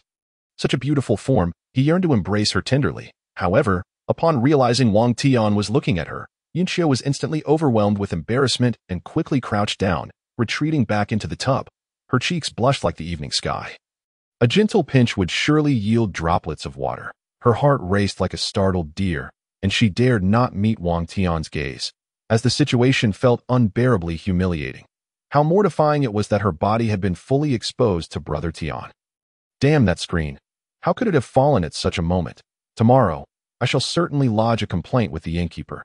Hiding in the tub, Yunqiu felt too ashamed to face anyone. Wang Tian, realizing his abruptness, promptly turned away. Xiaoqiu, I had no idea you were bathing. I will leave at once. He uttered these words in a flurry of nerves and intended to exit, only to be called back by Yunqiu. Brother Tian, you need not leave. Simply prop the screen back up, Yunqiu said, her face still flushed red. With the screen in place, Wang Tian would not see her dressing. Very well, I shall do so immediately. Wang Tian replied, a bit anxious, as he approached the fallen screen to set it upright before hastily turning his head away. All right, Xiaoqiu, I have propped the screen back up. Yunqiu cautiously peered over the edge of the tub, relieved to see the screen reinstated, though it seemed somewhat sheer. If one looked closely, they could still make out the outline of a figure. Through the screen, Yunqiu could vaguely see Wang Tian's back turned towards her. He wouldn't be looking at me, would he? She pondered, her cheeks still aflame. With trepidation, she carefully emerged from the tub, diligently drying her skin with a towel. After donning a bustier, she slipped into a pink nightgown of silk that clung to her form, showcasing her graceful silhouette perfectly. Though Wang Tian faced away from her, he struggled to maintain his composure, thoughts of Yunqiu's enchanting figure lingering in his mind, creating an unsettling heat within him. No, I must not dwell on this any longer. He shook his head, even summoning his dragon aura to calm himself, yet the memory of Yunqiu's exquisite form persisted. Brother Tian, I am ready, Yunqiu shyly announced as she stepped out from behind the screen. Her face still rosy, her gaze cast downward, avoiding Wang Tian's eyes. Xiaoqiu, it is getting late. You should rest. I will take a breath of fresh air outside, Wang Tian said hurriedly, dashing out of the room, fearing that if he lingered any longer, he would succumb to temptation. After all, he was a normal man. Who could resist such exquisite allure? He had already compromised Yunqiu's purity once. He could not do so again. Thus, he needed to step outside to regain his composure. Brother Tian, it's cold outside. Yunqiu watched as Wang Tian fled in a flurry, her mouth agape, ultimately resigning herself as she saw him disappear from view. Without Wang Tian's return, Yunqiu found herself unable to sleep, tossing and turning as thoughts of her brother Tian filled her mind. Surely, wasn't he going to seek out his junior sister? Was he? The more she contemplated, the more disheartened she became. Fortunately, in the dead of night, Wang Tian returned, treading softly. This brought her a measure of comfort, though she did not turn to look but feigned sleep. Gradually succumbing to slumber. At dawn, Hong Ying burst in with enthusiasm, having employed all her efforts the previous evening to facilitate a connection between Yunqiu and Wang Tian, hoping that after witnessing Yunqiu's alluring figure, he would be irretrievably enamored. Our sister Qiu is so beautiful, with such a splendid figure, even a wooden man would be unable to resist falling for her. Hong Ying envisioned this scenario blissfully. Yet reality proved otherwise. Yunqiu emerged from her room, yawning. Sister Qiu, how did it go last night? Being alone with that young gentleman, he didn't take advantage of you, did he? Hong Ying inquired, her face alight with curiosity. Not at all. Brother Tian spent the entire night in meditation, Yunqiu replied, shaking her head. What? The entire night in meditation? No way, he saw your figure and had no reaction. Hong Ying exclaimed, her legs nearly buckling in disbelief. To have spent a night with the most beautiful woman in the capital and only think of meditation. It was infuriating. How do you know he saw me? Yunqiu, perceptive as ever, seemed to piece together a realization from Hong Ying's words. That screen last night. You were the one who knocked it over, weren't you? I found it odd that it just fell for no reason. That's not the point. The important thing is, after seeing your figure, did he truly have no reaction? Hong Ying gazed at Yunqiu intently, refusing to believe that any man could remain indifferent after witnessing her beauty. Well, there was a reaction, Yunqiu replied thoughtfully. What kind of reaction? Did he rush over to embrace you? Hong Ying asked, her excitement palpable. Not at all. He ran outside to catch the night breeze, Yunqiu responded earnestly. What? He left you, a stunning beauty, to go cool off outside. Hong Ying was nearly in shock. Could there truly be a man so unaffected by such beauty? He can't possibly be lacking in that regard. Can he? Otherwise, how could he have shown no reaction upon seeing your exquisite form? Sister Hong Ying, please don't jump to conclusions. With his strength, how could he possibly be lacking? Yunqiu's cheeks flushed as she explained. She remembered how Wang Tian's gaze had turned vacant upon seeing her, yet she could not fathom why he had chosen to step outside to cool down. Perhaps he had someone he favored, and thus felt no attraction toward her. Disappointment was evident in her eyes. He has someone he likes. Could it be that junior sister of his? Hong Ying suddenly had a thought. No. We must probe him or perhaps confess our feelings to see how he reacts. Chapter 67. This matter must be accomplished. Hong Ying must arrange a private table. After a night of deep meditation, Wang Tian emerged refreshed and invigorated. As he left the inn, he intended to investigate the situation at the bounty hall, only to find that Hong Ying had already made arrangements. No need to go. I've had our identities recorded. Tonight, we will go directly to participate in the auction, where the pure heaven pearl will be the grand finale. Hong Ying said, her demeanor efficient and decisive. Wang Tian silently admired Hong Ying's ability to act so decisively. Sister Hong Ying, do you know who else will be participating in the auction for the pure heaven pearl? From the information I possess, there are several who wish to obtain the pure heaven pearl, but we must be wary of Baichuan's sect, Jinghai sect, and Wuyage, Hong Ying replied, pausing to furrow her brow.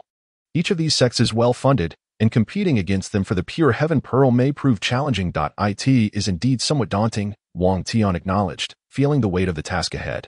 Though all three sects were second-rate, they possessed considerable resources, and he was but one individual, with his most valuable asset being the Dragonstone.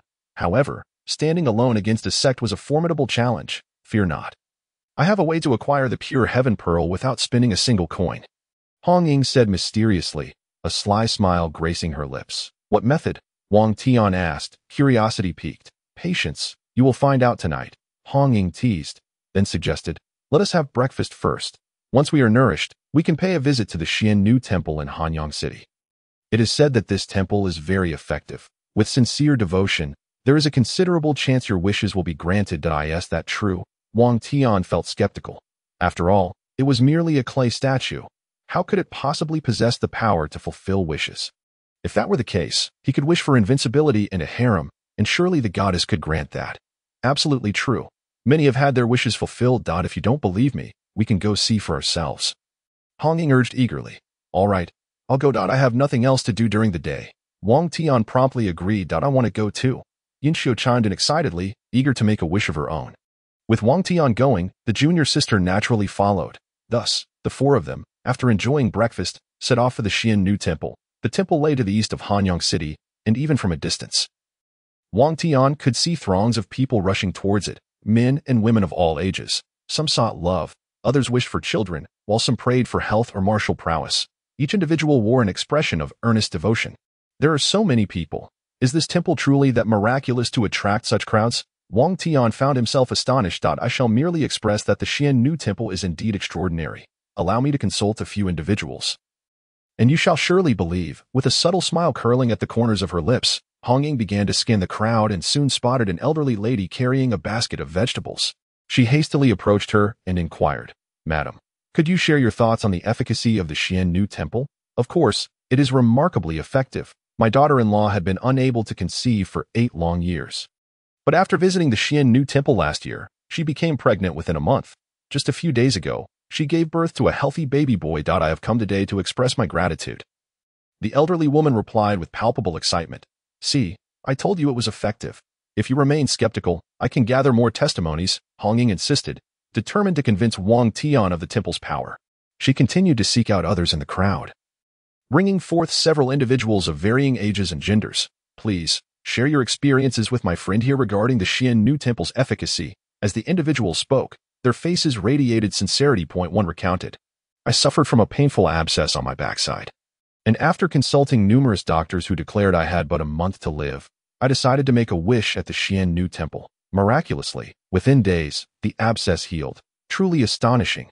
Another, an octogenarian, exclaimed, I have lived my life devoid of martial prowess. Yet since making a wish at the temple last year, I discovered a latent talent for martial arts. Just yesterday, I reached the 8th tier of mastery. The deity of the Qian New Temple is undeniably potent. Yet another lamented, I have always been deemed unattractive, and no woman would consent to marry me. However, after making a wish at the temple last month, I encountered a beautiful maiden who had fallen while descending the mountain. After I tended to her injuries, she unexpectedly pledged herself to me. These remarkable accounts left Wang Tian astounded. If merely one or two individuals had recounted such tales, it might be dismissed as coincidence.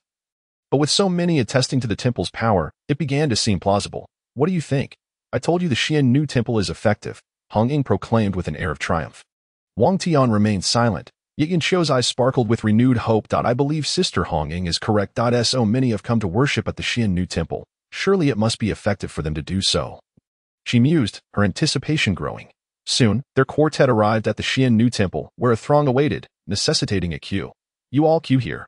I shall enter to ascertain the number of people inside, Hong Ying declared before swiftly weaving through the crowd towards the temple. That's just how Hong Ying is, Yin Qiu remarked, hastily defending her. Wang Tian found himself not disapproving, but rather admiring her decisive demeanor. Upon entering the temple, Hong Ying immediately sought out the old Taoist priest responsible for the divination lots. Pulling him aside, she whispered, in a moment, I will bring 2 individuals, one male and one female. You must manipulate the lots to ensure they draw the fateful couple's lot. That understood. As she spoke, she produced a spirit stone from her pocket and placed it in the old man's hand. This is against our temple's principles. We value genuine sentiments and never resort to deceit, the old priest replied with righteous indignation. Hong Ying rolled her eyes at his response and, producing 3 more spirit stones, placed them in his hand.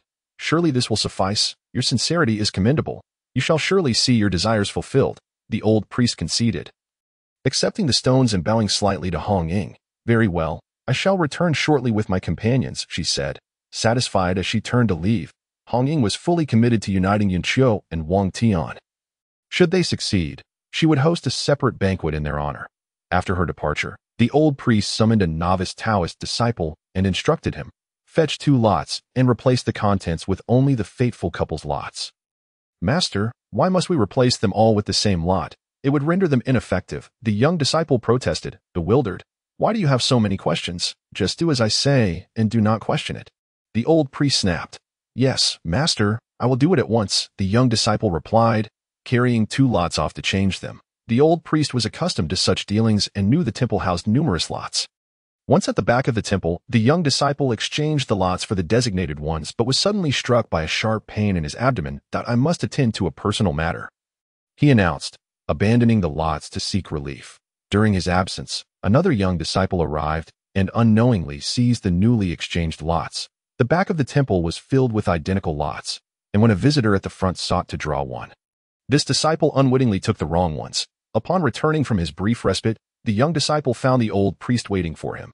Have you completed the task I assigned? The old priest inquired, anxious for the arrival of Hong Ying's companions. Yes, master, the young disciple replied, presenting the 2 lots he had hastily gathered. I placed them at the front, so they cannot be mistaken.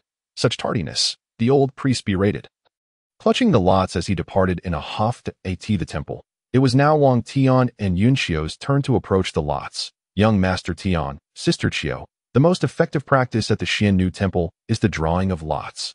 Why not give it a try? Hong Ying eagerly suggested. Certainly.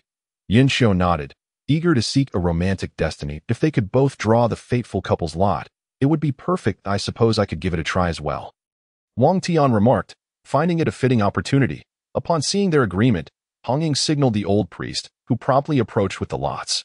Esteemed patrons, you each take one of these lots, shake it vigorously, and while doing so, make a heartfelt wish. Draw a lot when you feel ready, he explained. Excellent. Wang Tian and Yunqiu nodded in unison, shaking their lots with anticipation. As Yunqiu silently wished, Wang Tian remained skeptical, shaking the lot with a casual mindset. Before long, the lots fell simultaneously from their respective containers. Chapter 68. Yunqiu's pursuit. As the lots landed on the ground, both Wang Tian and Yunqiu ceased their shaking. The lots are out, Yunqiu exclaimed, her eyes alight with hope as she picked up her lot, which read, In heaven, we shall be like the pair of birds. Wang Tian retrieved his own, which stated, On earth, we shall be like intertwined branches. Is this truly a couple's lot? Wang Tian instinctively glanced at Yunqiu's lot, and she reciprocated the gaze, both realizing simultaneously the profound implications of their words. In heaven, we shall be like the pair of birds. On earth, we shall be like intertwined branches. This was indeed a fateful union. Before the old priest could explain the lot's meaning, Hong Ying burst forth with excitement. You see, I told you he was reliable. He has fulfilled my request. Yunqiu, having read the lines twice, felt her heart swell with joy. This was unmistakably a declaration of their destined pairing. Wang Tian, however, found the coincidence too extraordinary, having drawn a fateful couple's lot seemingly by chance. He intended to inspect the other lots when the old priest preemptively snatched them away. Patrons, your lots are indeed the fateful couple's lots, destined to be together from a past life. Congratulations, the old priest proclaimed. Swiftly claiming Yunqiu's lot to conceal any evidence of manipulation, upon hearing that they were destined from a previous life, Yunqiu's heart soared. Though she maintained a composed facade, Brother Tian, this may not be accurate. You need not take it to heart, she gently reassured him, fearful that he might dismiss the significance of their shared lot. Why should I disregard it? This is the will of heaven. Is that not momentous? Hong Ying mused internally, having exerted considerable effort to orchestrate this outcome, aiming to convince Wang Tian of the destined nature of his connection with Yunqiu. How can it be mere coincidence that I would draw a fateful couple's lot? Wang Tian pondered, intrigued yet skeptical. That I wish to view the other lots and draw again, he expressed, feeling that his previous attempt lacked sincerity, and he wished to discern the fortune regarding the retrieval of the divine pearl. However, Hong Ying swiftly intervened. One may only draw once per day, she asserted, her expression shifting as she denied Wang Tian's request, signaling the old priest, who understood her cue. Indeed, one may only draw once. Drawing multiple times renders the outcome unreliable. The old priest echoed nervously, aware of the uniformity of the lots and the potential revelation of his deceit. Yunqiu, perceptive and astute, recognized the exchange between Hong Ying and the old priest, and her initial excitement dwindled as she grasped the manipulation at play. Hong Ying had orchestrated this entire scenario to make Wang Tian believe in their destined union and, in turn, develop feelings for her. Brother Tian, I feel somewhat fatigued. I would like to return, Yunqiu expressed, a hint of disappointment evident in her voice. Very well, I shall accompany you, Wang Tian replied, noticing her change in mood but refraining from probing further. As Wang Tian and his companions gradually receded from view, the old Taoist let out a silent sigh of relief. That was close. He nearly exposed himself. He patted his chest, contemplating the loss of 4 spiritual stones had he been discovered. Just as he was reveling in his good fortune, a young Taoist hurriedly approached him. Master, there was a mix-up with the 2 divination buckets. The young Taoist exclaimed with a distressed expression. A mix-up with the divination buckets? How could that be possible? The clients were quite satisfied with the drawn lots. The old Taoist, feeling pleased, patted the young Taoist on the shoulder, holding him in high regard. That it truly was a mistake. My prepared divination bucket was taken by my senior brother, resulting in the impoverished scholar and the 80-year-old lady drawing the fateful union lot. The young Taoist wiped the sweat from his brow. Is that so? The old Taoist felt a rush of panic and immediately glanced at the 2 divination lots in his hand. As expected, they contained ordinary lots, not the fateful union lots he had feared. Thus, the pair had indeed drawn the fateful union lot. The old Taoist was secretly astonished. The probability of drawing such a lot was exceedingly rare. Simultaneously, he felt a wave of trepidation. Had that couple not drawn the fateful union lot, not only would he have lost the 4 spiritual stones, but his own life could have been at stake, for he had sensed the formidable aura of the girl in red. After returning from the Xian Nu temple to the inn, Yunqiu immediately sought out Hong Ying, Sister Hong Ying, the divination at the Xian New Temple was arranged by you, wasn't it? And those elderly gentlemen and ladies were also arranged by you to act as clients. Correct? Yin Chu fixed her gaze on Hong Ying, who felt a twinge of embarrassment under such scrutiny. You caught me. However, as you know, I did this for your own good. Now, with the fateful union lot as a foundation, others will see you as a pair. Even if that gentleman does not believe it, he will gradually come to see you as his destined match. Hong Ying, knowing Yin Chu's intelligence, refrained from arguing and instead began to persuade her. But falsehood is still falsehood. Yin Chu struggled to accept such actions, regardless of its authenticity. As long as the little servant sister realizes you are meant for each other, you will have succeeded. Hong Ying concluded. In her view, no matter the method of pursuit, with enough attempts, the other party would eventually grow fond of Yin Chu. Yin Chu sighed. She understood that Sister Hong Ying's intentions were benevolent. Yet she still felt uneasy. However, upon recalling the strikingly beautiful little servant sister, she inexplicably felt a surge of anxiety. It seemed that Hong Ying was right. No matter the method of pursuit, one day she would win over Tian Gu. Suddenly, Yin Chu embraced Hong Ying's fervent pursuit philosophy. Chapter 69. Sincerity is the ultimate weapon. As night fell, under Hong Ying's guidance, Wang Tian, Yin Chu, and the little servant sister swiftly arrived at the Bounty Pavilion. This was the largest auction venue in the eastern continent of the Great Qin dynasty, attracting many cultivators who often engaged in fierce bidding for a few precious items, even resorting to physical confrontations. Thanks to Hong Ying's prior arrangements, Wang Tian and his companions were able to enter smoothly. The Bounty Pavilion shimmered with opulence, resembling a dazzling gem radiating brilliant light. Its architectural style was unique. Imbued with a rich cultural essence, the walls were adorned with exquisite gems and magnificent reliefs, transporting one into a dreamlike realm. As they ascended to the third-floor auction hall, Wang Tian felt a pair of eyes watching him intently, akin to a wolf stalking its prey. However, when he turned to look, he found nothing amiss. What's wrong, Tian Gu? Yin Chu noticed Wang Tian's unease. It's strange. I feel as if someone is watching me. Wang Tian furrowed his brow, sensing something was off but unable to pinpoint the issue. Perhaps it's just your nerves, Yin Chu reassured him. Maybe. Wang Tian surveyed the surroundings again, and upon finding nothing, he resigned himself to the moment. Meanwhile, in a secluded room of the Bounty Pavilion, Zhang Bao, the Grand Elder of Longhu Mountain, anxiously hid behind a window, barely daring to breathe. He had been watching Wang Tian through the gap in the window, his eyes filled with hatred. Yet, even from a distance, Wang Tian had sensed his presence. Fortunately, he had hidden quickly. Otherwise, discovery was inevitable. In less than a month, this individual's strength had inexplicably risen to the 5th tier. Such a growth rate was terrifying. If given a few more years, he might truly become a second Li Jianshen. Zhang Bao silently vowed to eliminate this Tian Wang, not only for personal vengeance, but also to remove a potential threat to Longhu Mountain. Upon entering the auction hall, Wang Tian noticed that many attendees had already gathered. The circular auction hall was filled with prominent figures from various sects and families, all wealthy and backed by their clans. Competing for the purifying heaven pearl among such formidable opponents would be an arduous task. Sister Hong Ying, you mentioned there was a way to obtain the purifying heaven pearl without spending a single coin. Is that true? Wang Tian suddenly recalled Hong Ying's words from earlier. Of course, when they begin bidding, just observe. Don't make any offers. At the end, just remember who wins the purifying heaven pearl, Hong Ying replied. Just remember who wins it. Wang Tian's eyes brightened as he quickly grasped Hong Ying's plan. Sister Hong Ying, you wouldn't mean to.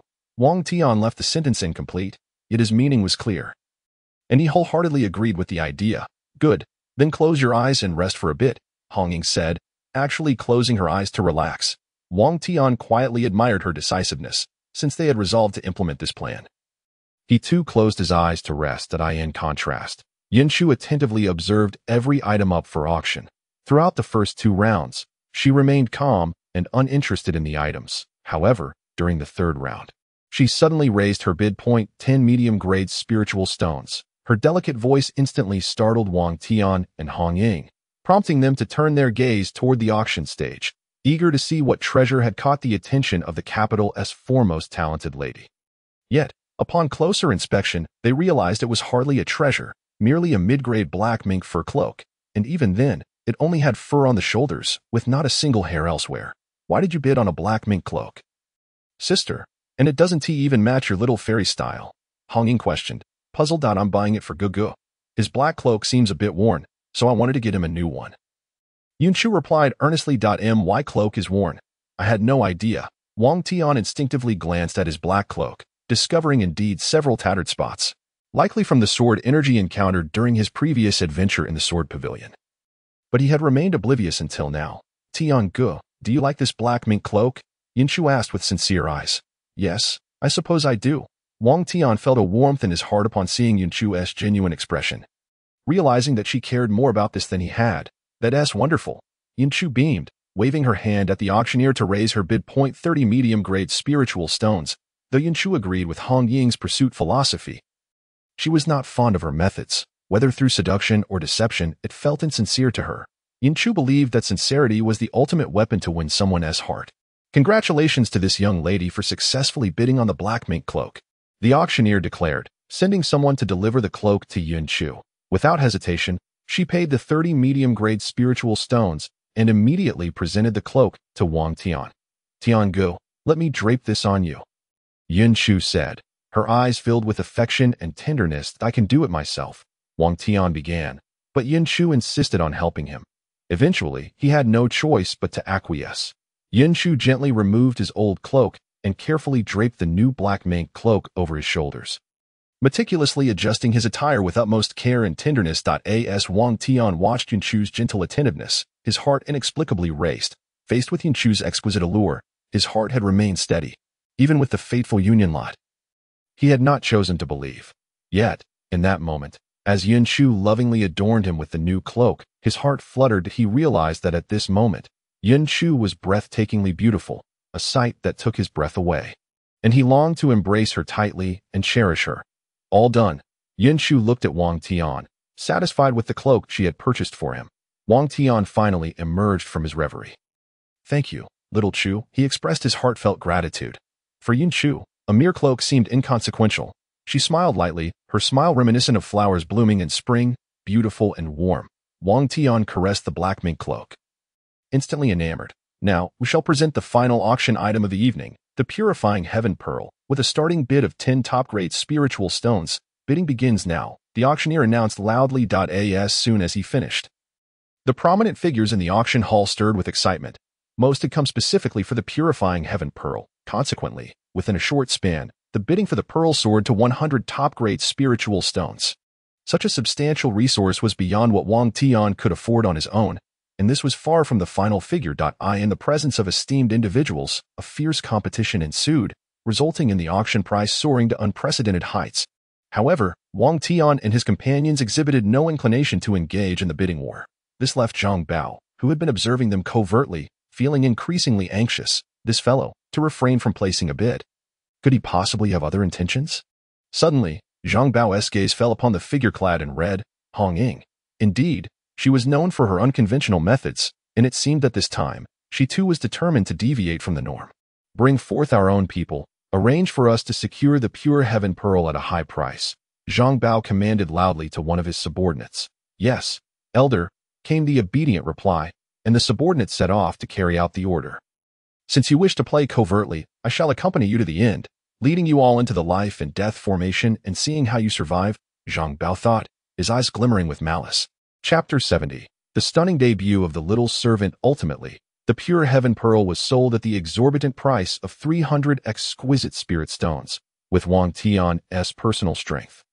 It was impossible for him to muster such a vast sum, leaving him with no choice but to resort to Hong Ying's plan. That night, after leaving the bounty pavilion, Wang Tian, Hong Ying, and their trio stealthily followed a carriage under the cover of darkness. The carriage moved swiftly, exiting the city within a mere quarter of an hour. Vehicles were prohibited from entering or leaving the city at night, yet this carriage seemed to possess special privileges. As the guards opened the gate to allow passage, once outside the city, we shall commence our actions. The glint of cold light flashed in Hong Ying's eyes. Despite her beauty, she was exceedingly ruthless in execution. Wang Tian nodded, feeling a sense of unease, as the carriage ahead began to slow down inexplicably. Something feels off. In an instant, he retrieved the Excalibur from the system space, preparing for unforeseen circumstances. It seemed the other party had sensed their presence.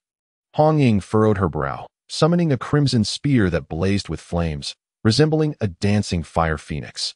Yunzhu and the little servant also readied themselves. Under the moonlight, the carriage finally halted before a lake, from which descended two middle-aged men. One was burly and muscular, with a fearsome visage, while the other, although slightly more refined in appearance, emanated a sharp and commanding aura. "Gentlemen, you have arrived at your grave.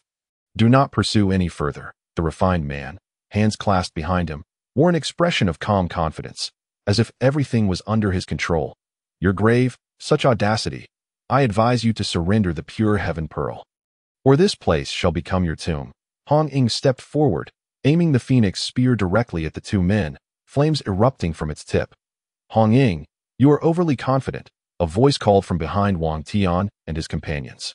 Upon hearing it, they turned in unison to see a one-armed man approaching alongside a formidable expert. Zhang Bao, Jielyang. Wang Tian instantly recognized the two as the Grand Elder Zhang Bao and the Fourth Elder Jielyang of Longhu Mountain. "Indeed, it is us. For the grudge of my severed arm, I demand your lives today," Zhang Bao bellowed furiously. "You think you can kill us?" Wang Tian summoned 3 holy swords and 9 treasured swords from the system space. "If a battle is what you seek, then let it commence. You think your myriad swords will triumph? I'm afraid you all shall perish tonight." Zhang Bao's eye sparked with murderous intent as he shouted, "Brother, attack!" As his words fell, an eerie and brilliant red light erupted from the nearby lake, and under its illumination, the lake appeared to boil, releasing a multitude of steam. As the steam thickened, it transformed into a dense mist, rapidly enveloping the entire lake and spilling outward. "This mist is problematic. Everyone, retreat." Hong Ying sensed the strangeness and danger of the mist, instinctively wanting to back away. However, as she attempted to lift her legs, she was horrified to find they felt as heavy as lead, immovable. "What is happening? Why can't I move my feet?" Hong Ying exclaimed in shock, channeling her spiritual energy to force her way free. But to no avail. The more energy she expended, the heavier the weight upon her. "I can't lift my feet either." Yunzhu's face reflected her anxiety. "We may have fallen into a trap." Wang Tian observed the encroaching mist and his immobile legs, finally realizing they had been ensnared. "Indeed, you have been deceived," Zhang Bao declared triumphantly, gazing at Wang Tian and the others. "The pure heaven pearl was merely bait we cast to draw you into our life and death formation." The life and death formation. Hong Ying's expression shifted. "What is this life and death formation?" Wang Tian too felt the gravity of the situation. "Allow me to elucidate," the refined man interjected calmly. "The life and death formation is one of the 3 great formations of our sect. It harnesses the power of mountains, waters, and lakes to ensnare living beings, ultimately devouring all that breathes. Even a master of the first rank would find it exceedingly difficult to survive within the life and death formation." Understanding dawned upon Wang Tian. No wonder they had lured them to this lake. However, as he glanced at the moon above, he felt little trepidation, for he possessed a trump card ideally suited for use under moonlight. "Nonsense. No formation can bind me." Hong Ying resolutely gripped her spear, attempting to charge at the refined man, yet regardless of her efforts, she could not break free. "It is futile. Once the life and death formation is activated, you can only await your demise." Zhang Bao laughed maniacally, relishing the opportunity to exact his revenge. Yet, in his overconfidence, a red spear transformed into a blazing fire phoenix and soared toward Zhang Bao. The phoenix spread its wings wide, mouth agape to reveal sharp fangs, lunging fiercely at Zhang Bao. Its speed was blinding, akin to lightning, and it reached Zhang Bao in the blink of an eye. Realizing the danger, Zhang Bao's face turned pale. He had not anticipated that, even bound, Hong Ying could retaliate. Terrified, he recoiled, attempting to evade the phoenix's strike. However, the fire phoenix pursued him relentlessly, as if it were a homing missile. No matter where he tried to hide, this spear technique is indeed formidable, Zhang Bao thought, secretly alarmed, before summoning 9 treasured swords to unleash the 9 calamity sword formation. Yet, having lost his right arm, his power had significantly waned, and the formation lacked its former might. Fortunately, Hong Ying was similarly constrained and could not fully unleash her phoenix strike. The clash of spear and sword erupted in midair, generating astonishing energy. Sword chi and flames scattered in all directions, neither side gaining the upper hand. Hong Ying, panting heavily as she gazed at Zhang Bao, was filled with frustration. This was the first time she felt powerless and despondent. "Hong Ying, cease your struggles. Simply await your demise," And you, Tian Wang, Yunzhu, you shall all perish. Zhang Bao cackled madly, seemingly ready to vent all his previous grievances. However, he celebrated prematurely. For a flash of cold light suddenly crossed before his eyes, followed by a chilling sensation in his chest. When he looked down, he was horrified to find a glimmering sword embedded in his heart, wielded by a stunning woman clad in a green gown. How is this possible? You can move freely within the life and death formation? Zhang Bao gasped, stunned, before spitting out a mouthful of blood. Chapter 71. The little servant's personal showcase. This unexpected turn of events shocked everyone present. Foremost among them Zhang Bao. He had presumed that the life and death formation had ensnared Wang Tian and his companions, allowing him to bask in his arrogance, completely oblivious to the little servant's movements. The sword had pierced Zhang Bao's chest, and crimson blood flowed profusely. How can you be unaffected by the formation? Zhang Bao gasped, his face a mask of terror as blood trickled from his lips. What formation? I feel nothing at all, the little servant replied coldly, withdrawing her sword and delivering a powerful kick to Zhang Bao's chest, sending him hurtling hundreds of meters away. He traced a perfect parabolic arc through the night sky before crashing heavily to the ground. Elder, Jia Liang exclaimed in alarm, rushing towards Zhang Bao. Meanwhile, Zhang Hao, the refined middle-aged man, was filled with both shock and fury upon witnessing his younger brother's injury. How dare you be so arrogant within my formation? Die. He brandished a formation sword, chanting an incantation, causing countless wisps of mist to surge toward the little servant. Be careful, Yunzhu cried out anxiously. Although the little servant's appearance had incited a sense of crisis in Yunzhu, she did not wish for her junior sister to be harmed. Moreover, they were all in this together. Fear not, junior sister will be fine, Wang Tian replied calmly, suddenly recalling that the little servant was a mechanical puppet, devoid of breath. Thus, the life and death formation posed no threat to her. Tian Gongzi, how is it that the little servant is unaffected by the life and death formation? Honging finally voiced her lingering question. Perhaps her strength is formidable, Wang Tian replied with a slight smile, choosing not to disclose the little servant's true identity for fear that the enemy might overhear and devise countermeasures, which would lead to complications. To be unaffected by the life and death formation, how strong must she be? Honging pondered, feeling utterly bewildered by her sister's rival.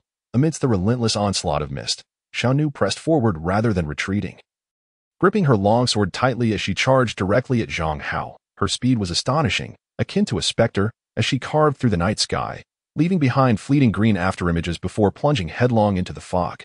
How audacious to breach the deadly formation of mist! It was tantamount to seeking one's own demise. A glimmer of cold light flickered in Zhang Hao's eyes as countless tendrils of mist latched onto Xiaonu's form, akin to leeches affixed to human skin, voraciously siphoning her life force. However, Xiaonu was a mechanical puppet, devoid of any life essence, rendering the mist's efforts utterly futile.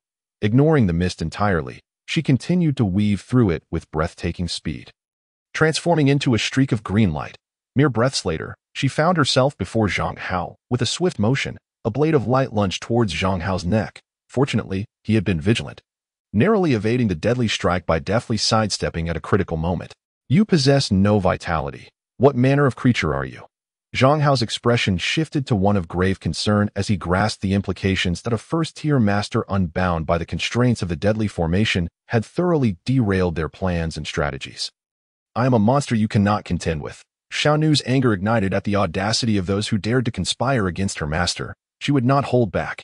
Her longsword danced in an impenetrable flurry, unleashing a torrent of sword energy towards Zhang Hao. While Zhang Hao also ranked as a first-tier master, his strength lay in his mastery of formations, leaving him significantly weaker in direct combat.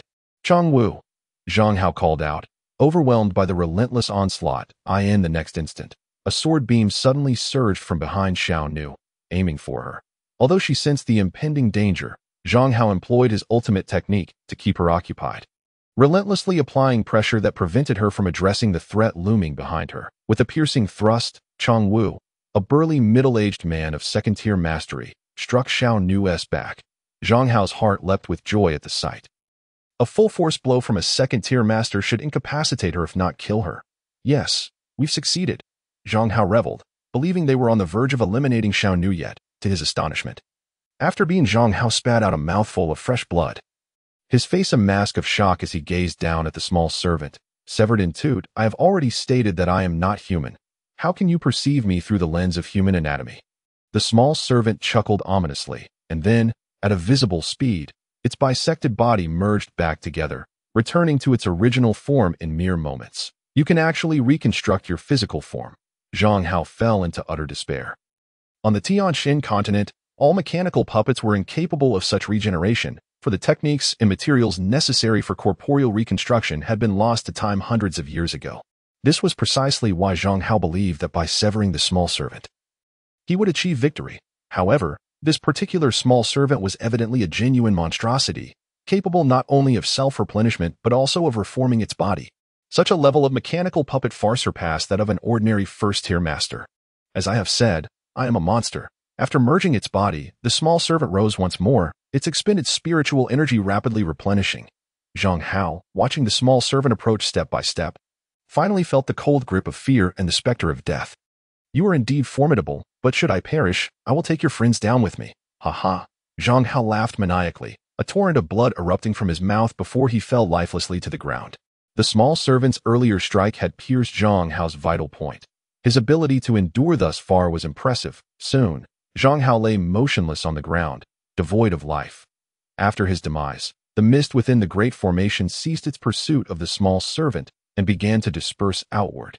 This is bad. The master is in danger. The small servant, sensing the dire situation, quickly summoned its spiritual power to return to Wang Tian's side. Upon seeing the small servant finally return, everyone expressed their relief. Junior sister, what happened? Wang Tian inquired with concern. Just moments ago, the mist had enveloped the small servant, obscuring their view of the battle between the small servant and Zhang Hao. Both of them have been slain by me. But it seems the formation is now out of control. The mist is spreading outward, and if it touches anyone, it will drain their vitality, the small servant said gravely. Wang Tian noticed the encroaching mist as well. Yunsu and Hong Ying's expressions mirrored that of the small servant, their bodies still unable to move while the mist quickened its advance towards them. Brother Tian, what should we do now? Yunsu's delicate face was etched with anxiety. Small servant, where are the bodies of those two formation masters? Wang Tian seemed to have formulated a plan. Over there. The small servant pointed in a direction.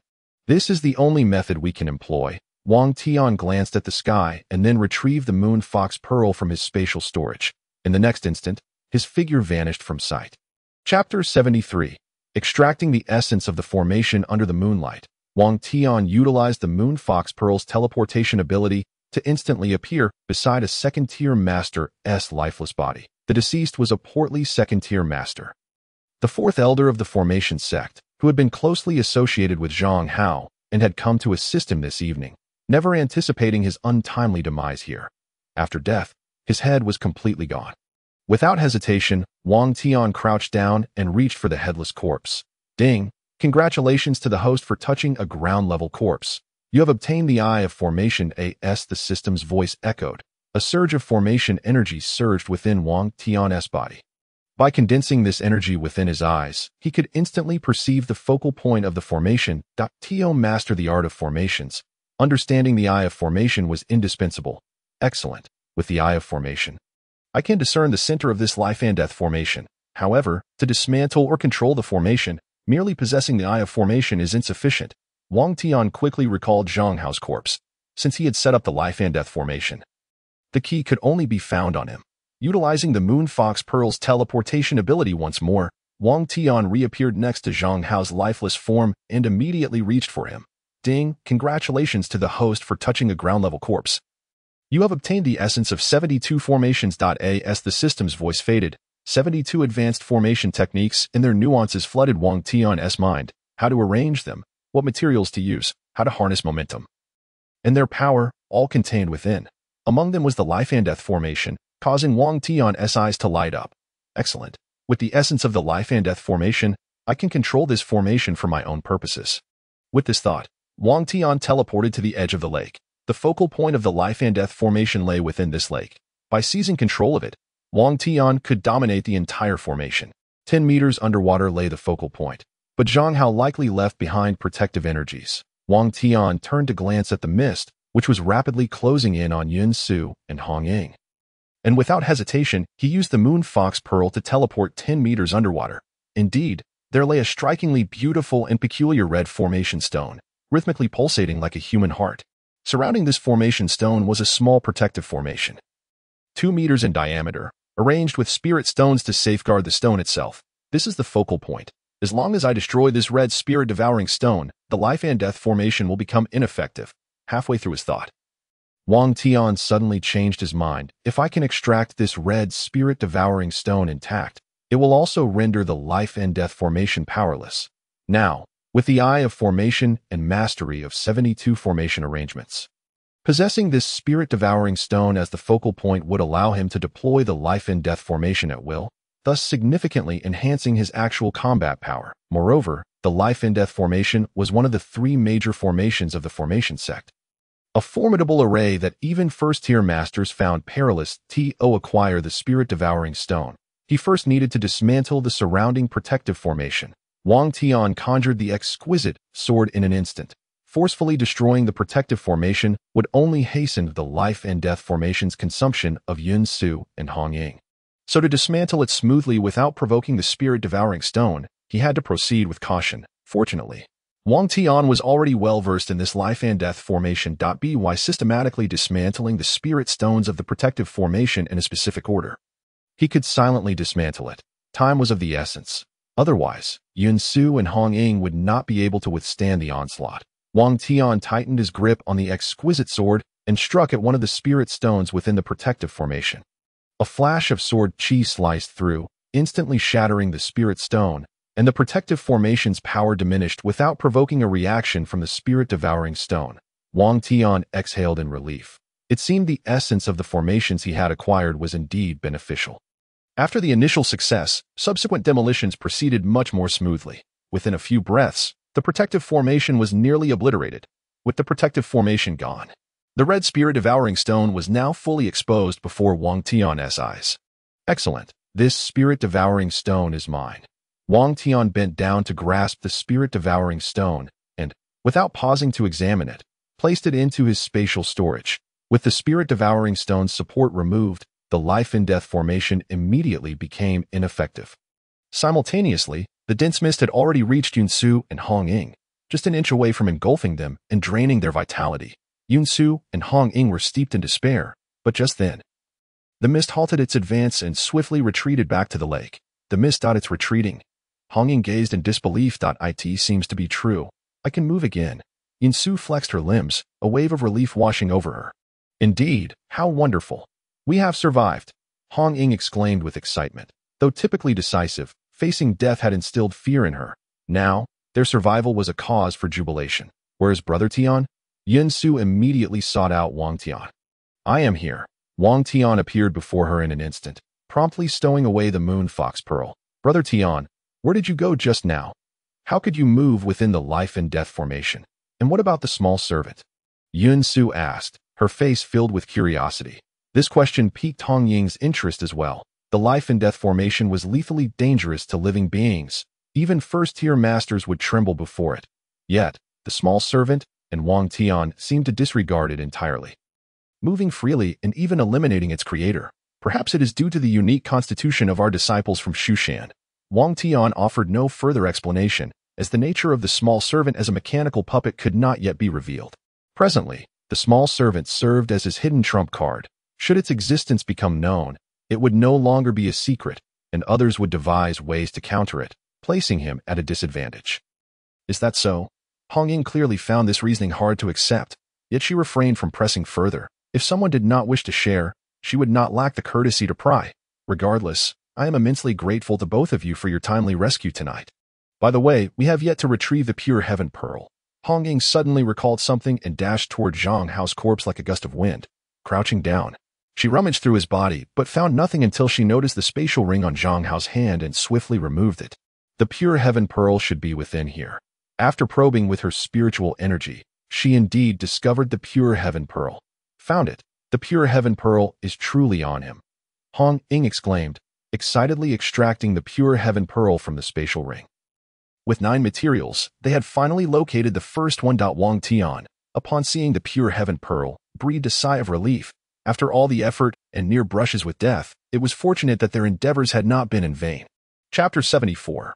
Enemies on narrow paths. Upon returning to Qilin Pavilion, Yun Zhangzi prepared a sumptuous feast to welcome Wang Tian and his companions.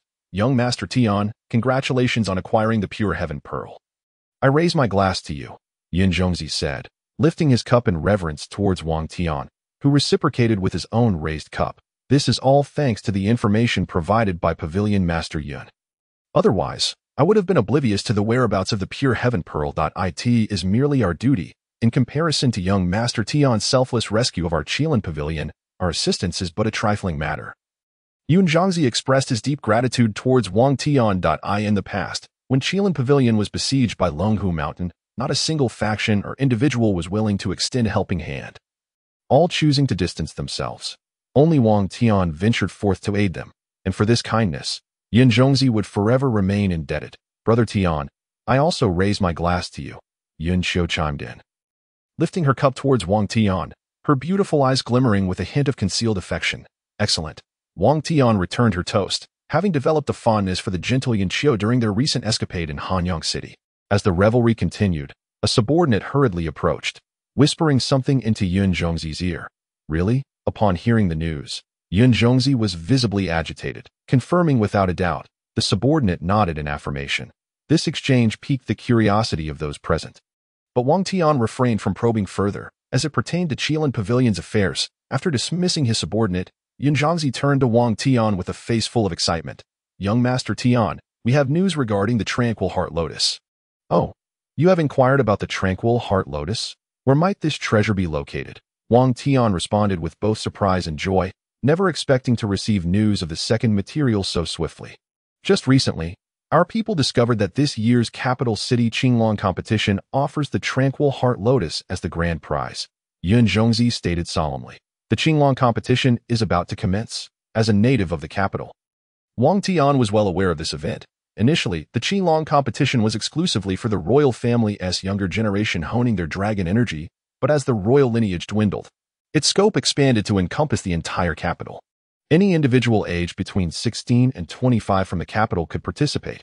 Those who excelled in the competition would attract the attention of various factions, with the top 3 receiving direct commendations and rewards from His Majesty the Emperor. Yes, the Qilin competition will begin in half a month, and the grand prize includes the Tranquil Heart Lotus, Yun Zhongzi confirmed. Despite knowing that the grand prize included the Tranquil Heart Lotus, Wang Tian was burdened by his current predicament and lacked the strength to reveal his identity as the 6th prince. Thus, he could not participate in the competition. As for entering as a disciple of Zhuxian, that was even less feasible, given that Zhuxian was not located in the capital, and he lacked the qualifications to enter the competition there. Rest assured, Pavilion Master, I shall participate in this year's Qilin competition and secure the Tranquil Heart Lotus. Hong Ying stepped forward, aware of Wang Tian's status as a Zhuxian disciple and his inability to join the competition. She was precisely 25 this year and a resident of the capital, thus eligible to compete. Having nearly faced disaster during the mission to obtain the pure heaven pearl, she yearned to redeem herself by securing the Tranquil Heart Lotus. With Hong Ying participating, the chances of acquiring the Tranquil Heart Lotus seemed exceedingly favorable. Yun Zhongzi held great confidence in Hong Ying's capabilities, having reached the 3rd tier at merely 25. Her unparalleled Phoenix Nirvana spear technique made her a formidable contender, fully deserving of the championship title in the Qilin competition. I wish to participate as well, Yin Qiu suddenly proclaimed, her gentle eyes filled with unwavering determination. Sister Qiu, you are merely at the 5th tier and lack combat experience. My participation should suffice, Hong Ying urged, concerned for Yin Qiu's safety in the competition. Ruier, do not act rashly. Yin Zhongzi also expressed his reluctance to see his daughter harmed, reminding her that the Qilin competition was fraught with talented and powerful individuals.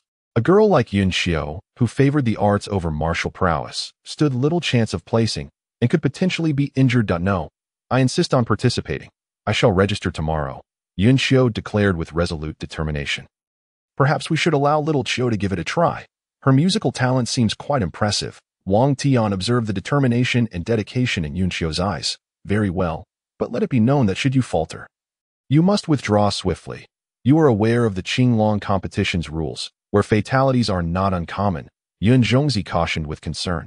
All who registered for the Qilin competition implicitly signed a death warrant. In the midst of the contest, one's life or death was solely their own responsibility. Thank you, Father, Yun Xiu replied joyfully, her gaze instinctively drifting towards Wang Tian. Yun Zhongzi seemed to sense his daughter's burgeoning feelings for Wang Tian. Tonight marks the annual temple fair in the capital. Young Master Tian, why not stay and enjoy after our meal? Yun Zhangzi suggested, creating an opportunity for his daughter and Wang Tian to spend time together. Indeed, Brother Tian, the temple fair in the capital is a delightful experience, filled with numerous delectable treats and engaging activities. I can show you around, Yun Qiu added, recalling the fair at her father's suggestion.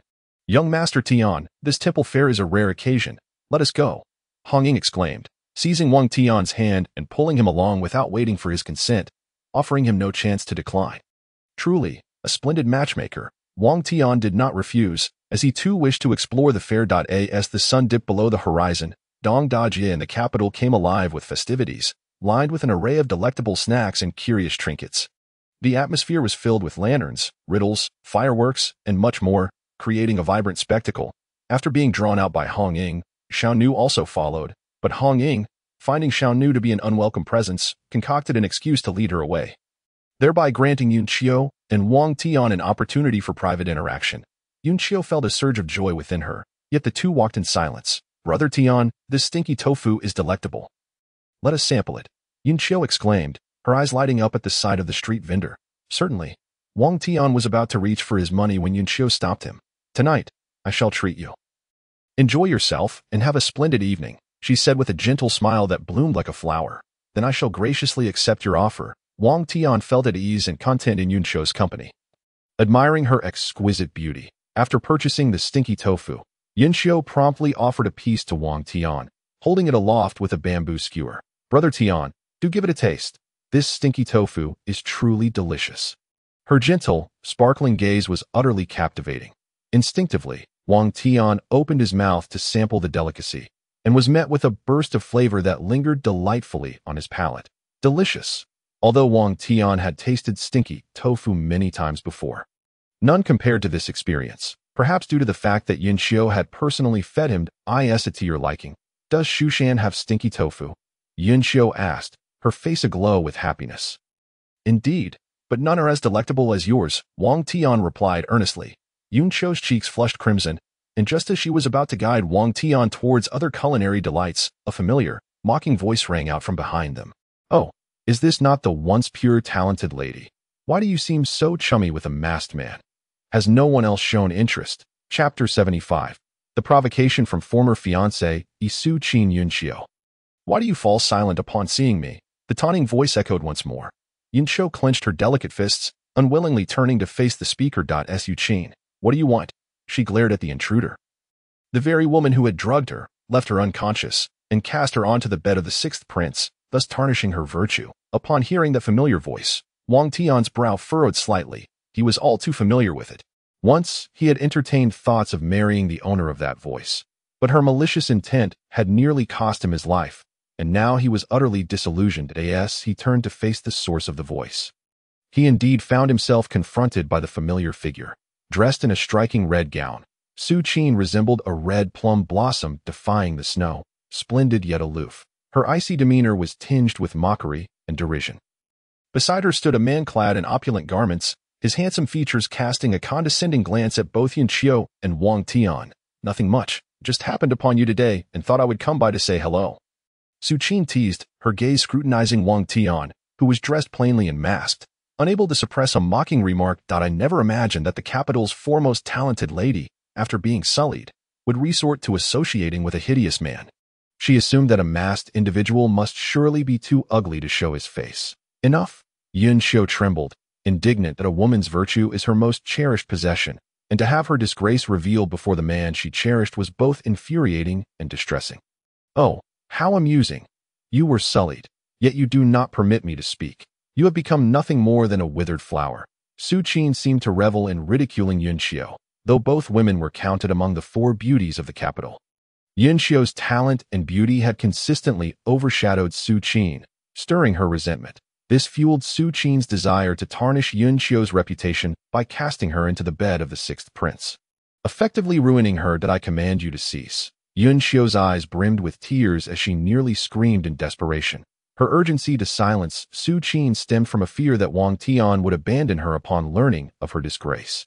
Throughout her life, she had never cared so deeply for any man, and she sought desperately to avoid losing Brother Tian for such a reason. though you wish for me to be silent. I shall speak.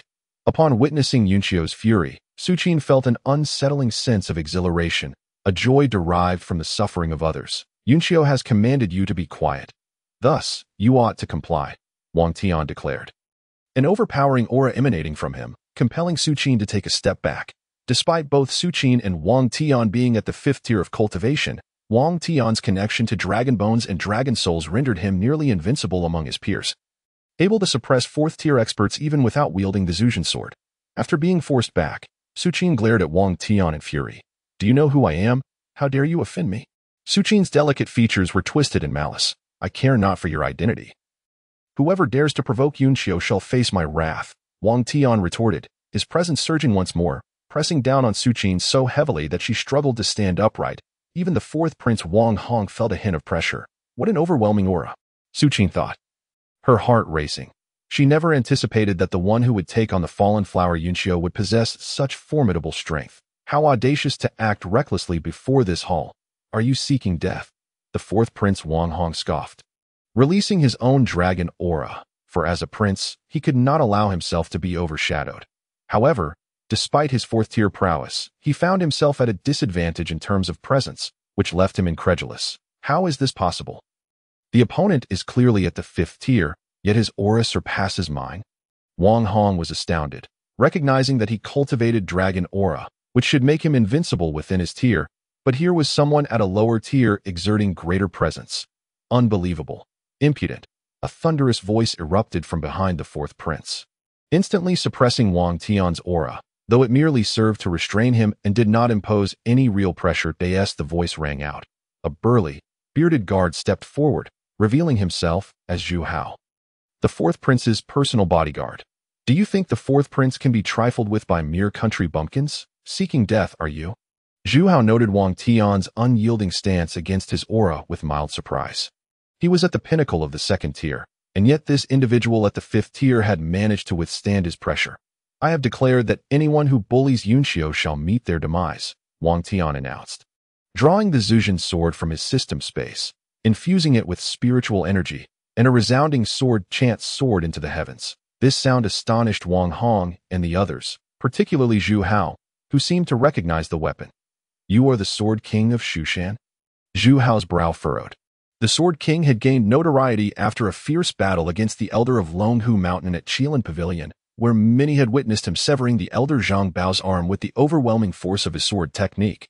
10,000 swords returned to origin, although Yunqio's musical prowess had played a role in that battle. The overwhelming might of Wang Tian's technique had overshadowed it, leading the onlookers to attribute the glory solely to him. Thus, the name Sword King of Zhuxian spread throughout the capital. Indeed, I am the Sword King, Wang Tian replied coldly, surprised to find that he had acquired a moniker, though he found Sword King rather fitting. His admission sent shockwaves through Zhu Hao, Wang Hong, and Zhuxian, altering their perceptions entirely that a man capable of severing the arm of a 1st-tier expert was not to be underestimated. Especially with the backing of the entire Zhuxian sect, such a figure was not one to be trifled with lightly. The Sword King? My apologies. Zhu Hao retracted his oppressive aura, observing this. The 4th Prince Wang Hong too dispelled his presence. Realizing the gravity of Wang Tian's identity as the Sword King of Zhuxian, a fact he had not anticipated. Even as a 4th prince, it was wise not to provoke such a powerful sect. You shall apologize to Yunqio, Wang Tian commanded, pointing the Zhuxian sword at Zhuxian. Though Zhuxian was his former fiancée, it was Yunqio whom Wang Tian was intent on protecting. What, you want me to apologize? Zhuxian scoffed, her pride rebelling against the notion of submission. Will you apologize or not? The Zhuxian sword trembled, causing Zhuxian to shudder slightly, yet her haughty demeanor held firm. I will only apologize if she can defeat me. With half a month until the Qinglong competition, if Yunqio can best me, I shall bow and apologize before all. But should she fail, it shall be her own misfortune. Very well, I accept your challenge, Yunqio declared, her small fist clenched as she stepped forward, determined to triumph over someone for the first time. Chapter 76. The third encounter with the exquisite corpse as Zhuxian and her cohorts departed. A flicker of resentment ignited within Yunqio's beautiful eyes. She loathed Zhuxian for ruining her, for exposing the disgrace brought upon her by the 6th prince before the man she cherished. Fortunately, Brother Tian had defended her, driving Zhuxian and her companions away. Thank you, Brother Tian, Yunxiu said, her eyes glistening with gratitude. Had Wang Tian not intervened, Zhuxian and her ilk would have committed even more egregious acts. And she felt deeply moved that Wang Tian would risk offending the fourth prince and the daughter of the prime minister for her sake. It is but a trifling matter. Should anyone dare to bully you in the future, you need only inform me, Wang Tian replied earnestly. His words warmed Yunxiu's heart, offering a glimpse of solace from her earlier distress. Brother Tian, there is something I have kept from you. Duh. Yunxiu began, her expression filled with trepidation.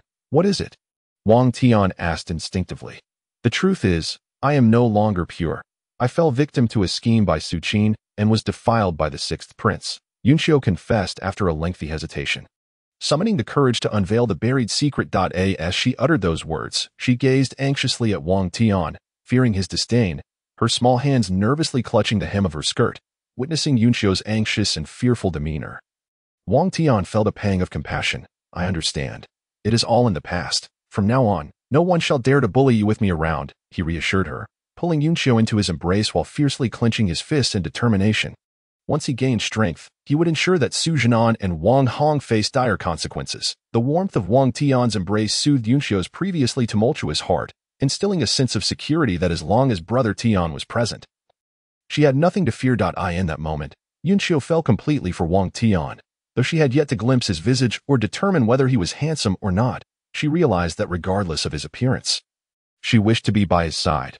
Boom! A magnificent firework erupted in the night sky, illuminating half the heavens as if it were daylight. It was as resplendent as a tree of fire and silver flowers, enchanting like a celestial maiden scattering blossoms, casting its brilliance over half the city and immersing the populace in a dreamlike realm. Little Qiu, look, such beautiful fireworks, Wang Tian exclaimed, gazing up at the stunning display while also noting the full moon above, reminding him that it was once again a night of the full moon. Hearing his voice, Yunxiu reluctantly shifted her gaze from Wang Tian to the sky. The breathtaking fireworks dispelled the shadows in her heart, bringing her a measure of joy. So beautiful, I wish this moment could last forever. As she nestled against Wang Tian, her watery eyes reflected the dazzling pyrotechnics. Secretly, Yunxiu retrieved a pouch from her person, intending to gift it to Wang Tian. However, just then, Wang Tian abruptly pushed her away. Little Qiu, I have something of great importance to attend to. Let me escort you home first, Wang Tian urgently declared. Eager to return to the royal tomb, previously, he could only enter that dark mausoleum to touch the exquisite corpse on nights of the full moon, and tonight was another such occasion he did not wish to miss.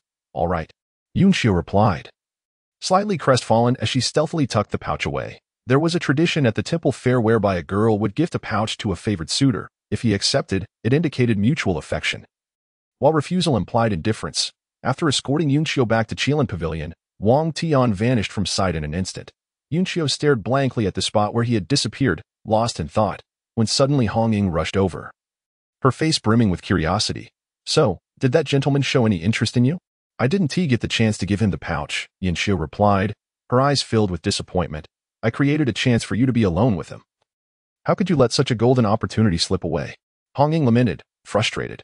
He knows about my defilement by the sixth prince, Yunxiu said, her eyes darkening suddenly. Alas, news travels fast. He must have found out. Does that mean he looks down on you and left? Hong Ying's tone shifted to one of concern. Losing one's purity was a grave matter, especially in Tianxian continent, where men typically valued a woman's chastity. No. He said he had important business to attend to and took me home first. Yunxiu shook her head. That's just an excuse. Who would openly admit to looking down on you? It must be. Hong Ying began, but abruptly realized her words were ill-chosen, hastily amending.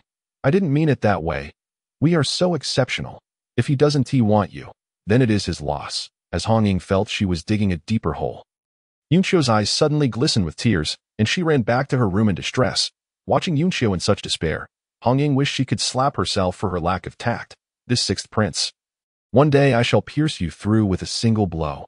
Hong Ying vowed silently, her fists clenched in anger. Upon returning to her chamber, Yunxiu's face was already streaked with tears, her eyes brimming with unrestrained sorrow. Surely, her elder brother Tian must have found her distasteful, prompting his hasty departure.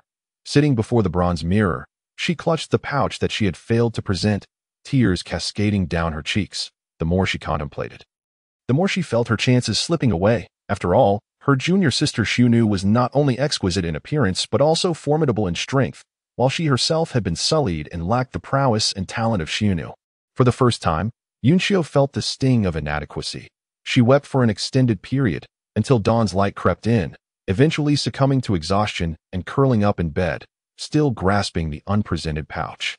Wang Tian, upon his return to the royal mausoleum, hastened to the innermost black sepulchre, yet despite several attempts, he found himself unable to enter. What could be the matter? Why was entry denied tonight? Wang Tian looked up at the full moon. Feeling that the timing was right, yet he remained barred, and this time he sensed no call from the black sepulchre. Could it be that the full moon had no bearing? He furrowed his brow in contemplation. But after much deliberation, found himself without answers. What, indeed, was the secret to entering the black sepulchre? Unwilling to concede, Wang Tian lingered at the threshold, and just as dawn approached, he suddenly felt the beckoning of the sepulchre.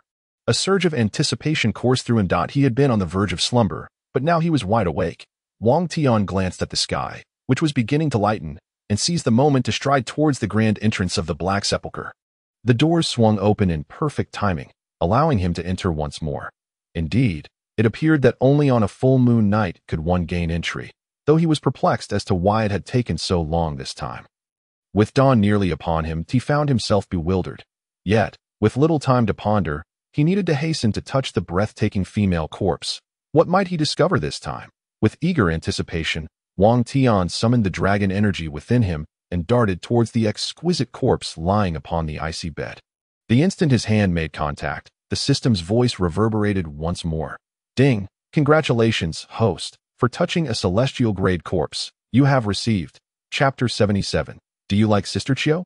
Ding! Congratulations, host, for touching a celestial-grade corpse. You have obtained the 10,000-year demon pearl. As the system's voice faded, a jet-black pearl materialized in Wang Tian's system space. The 10,000-year demon pearl, was this a magical artifact? Filled with anticipation, Wang Tian retrieved the pearl from the system space and examined it closely in the palm of his hand. The pearl was as dark as ink, chilling to the touch, with a lustrous surface that exuded an air of sophistication. Thick, black mist wafted from it, swirling like fog in the air. What purpose might this 10,000-year demon pearl serve?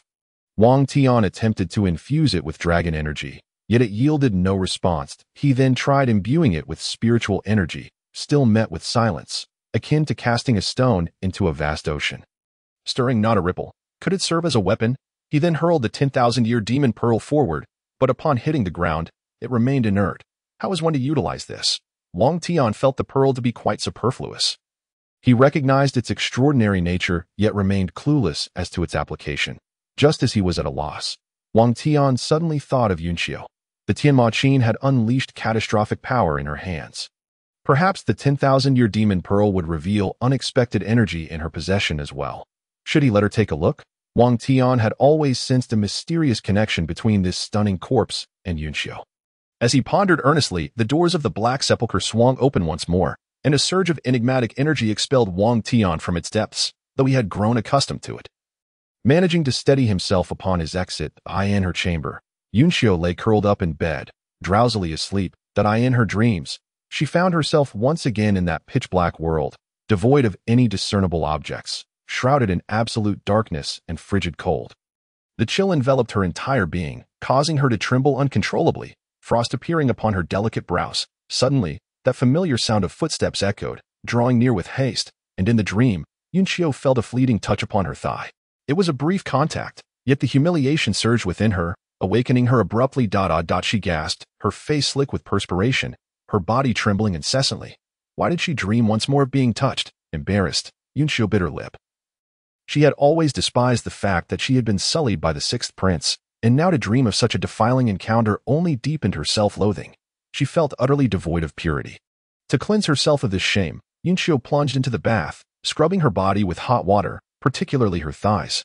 Yet, while the physical blemishes might wash away, the stain upon her heart remained untouched. Tears silently streamed from her eyes.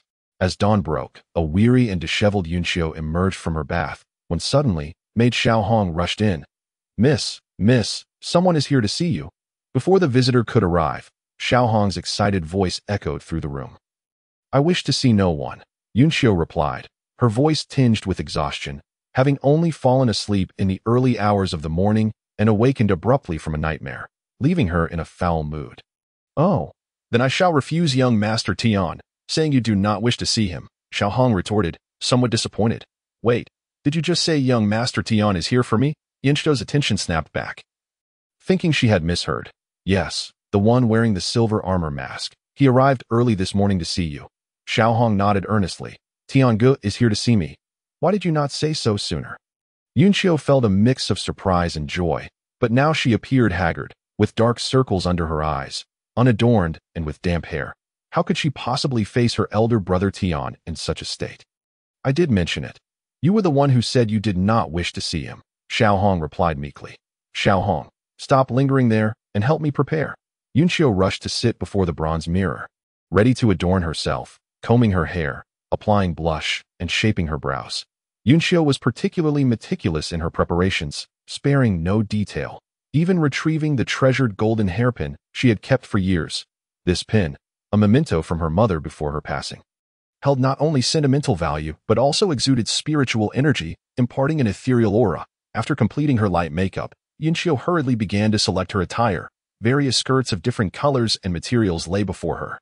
"Xiao Hong, what do you think of this one?"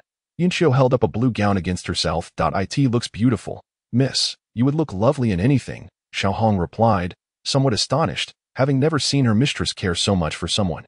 "This blue is a tad too deep. I think I shall wear the white one." Yunxiu carefully selected a white gown, her absolute favorite. Upon donning the white gown, her entire demeanor transformed, radiating purity akin to that of a celestial being. "Does it look good?" Yunxiu twirled before Xiao Hong. "It looks amazing. You resemble a fairy descended from the heavens. Young Master Tian will surely be captivated," Xiao Hong exclaimed with genuine admiration. Naturally, Yunxiu was stunningly beautiful. And with this transformation, she appeared even more enchanting than any celestial maiden. "Let us go. We mustn't keep Tiange waiting." Yunxiu hurriedly dashed out, feeling a yearning for her elder brother Tian, despite having seen him just the night before. In the hall, Wang Tian sat upright, awaiting her arrival, while Honging stared intently at him. "Young Master Tian, what do you think of our sister Qiu?" "Sister Qiu is wonderful, beautiful, gentle, and skilled in the arts. She possesses both talent and grace," Wang Tian praised sincerely. Over the days of their acquaintance, he had grown increasingly fond of Yunxiu. "Given her admirable qualities, do you harbor even the slightest affection for her?" Honging pressed, determined regarding Sister Qiu's future. "Who wouldn't he be fond of such a beautiful and gentle girl?" Wang Tian replied candidly. "I do not refer to mere platonic affection, but rather the feelings a man holds for a woman." "Do you grasp my meaning?" Honging emphasized, anxious that Wang Tian might misconstrue her intent. Wang Tian hesitated for a moment. Initially, he had felt guilt towards Yunxiu, wishing to make amends through his actions. Yet, as they spent time together, he found her both gentle and beautiful, and being with her brought him comfort and joy. "Sister Qiu." Just as Wang Tian was about to express his feelings, Yunxiu's voice interrupted from outside. "Young Master Tian, you are looking for me." Her interruption was deliberate. She feared that if he stated he did not like her, the last shred of hope within her would shatter. Yet, if he remained silent, she would forever cling to that flicker of hope. Chapter 78. Yunxiu's exclusive treasure. Yunxiu's entrance caused Wang Tian to instinctively turn his head. Before him stood Yunxiu in a flowing white gown, gliding gracefully towards him, as if a fairy had descended to earth. Her waist was as slender as a willow, her steps light and airy, as though she tread upon clouds, exuding an otherworldly grace with each movement. Her long hair danced in the gentle breeze, resembling a lavish silk drape that shimmered invitingly. Her visage was breathtaking, akin to a masterpiece meticulously crafted by a master artist, every detail perfectly rendered. Her eyes, soft as flowing water, ensnared all who met her gaze. Her smile was enchanting, reminiscent of flowers blossoming in spring, capable of dispelling the world's troubles. Upon her, there existed not a trace of flaw. Her beauty was so breathtaking that it seemed as though time itself had come to a standstill for her. Wang Tian found himself momentarily entranced, realizing that Yunxiu was indeed extraordinarily beautiful today, captivating to the point of rendering him unable to look away. "Yunxiu, young Master Wang, have you come to seek me?" Her voice was as gentle as a flowing stream, enveloping one in a refreshing spring breeze. "Yes, I am looking for you," Wang Tian finally responded with clarity, and then inquired earnestly, "Do you have a secret chamber here? I possess a treasure I wish for you to examine, the ancient magic orb. Being so precious, was something Wang Tian preferred to keep from prying eyes, hence his request for a private room. We do have a secret chamber. I have a room specifically for cultivation and seclusion, where no one else can enter. Please follow me. Yunqiu, eager to assist her dear brother Tian, led the way without a second thought. Under her guidance, Wang Tian soon arrived at Yunqiu's designated room for meditation and seclusion.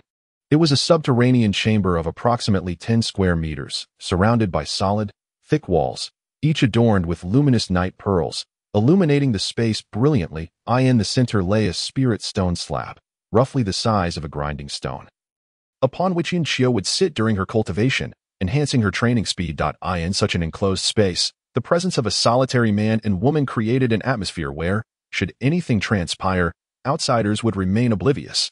Brother Tian, what treasure do you wish to show me? The intimate setting made Yunqiu blush, her heart racing. This. Wang Tian retrieved the ancient magic orb from his system space. As soon as it appeared, black mist began to waft and spread around it. What is this?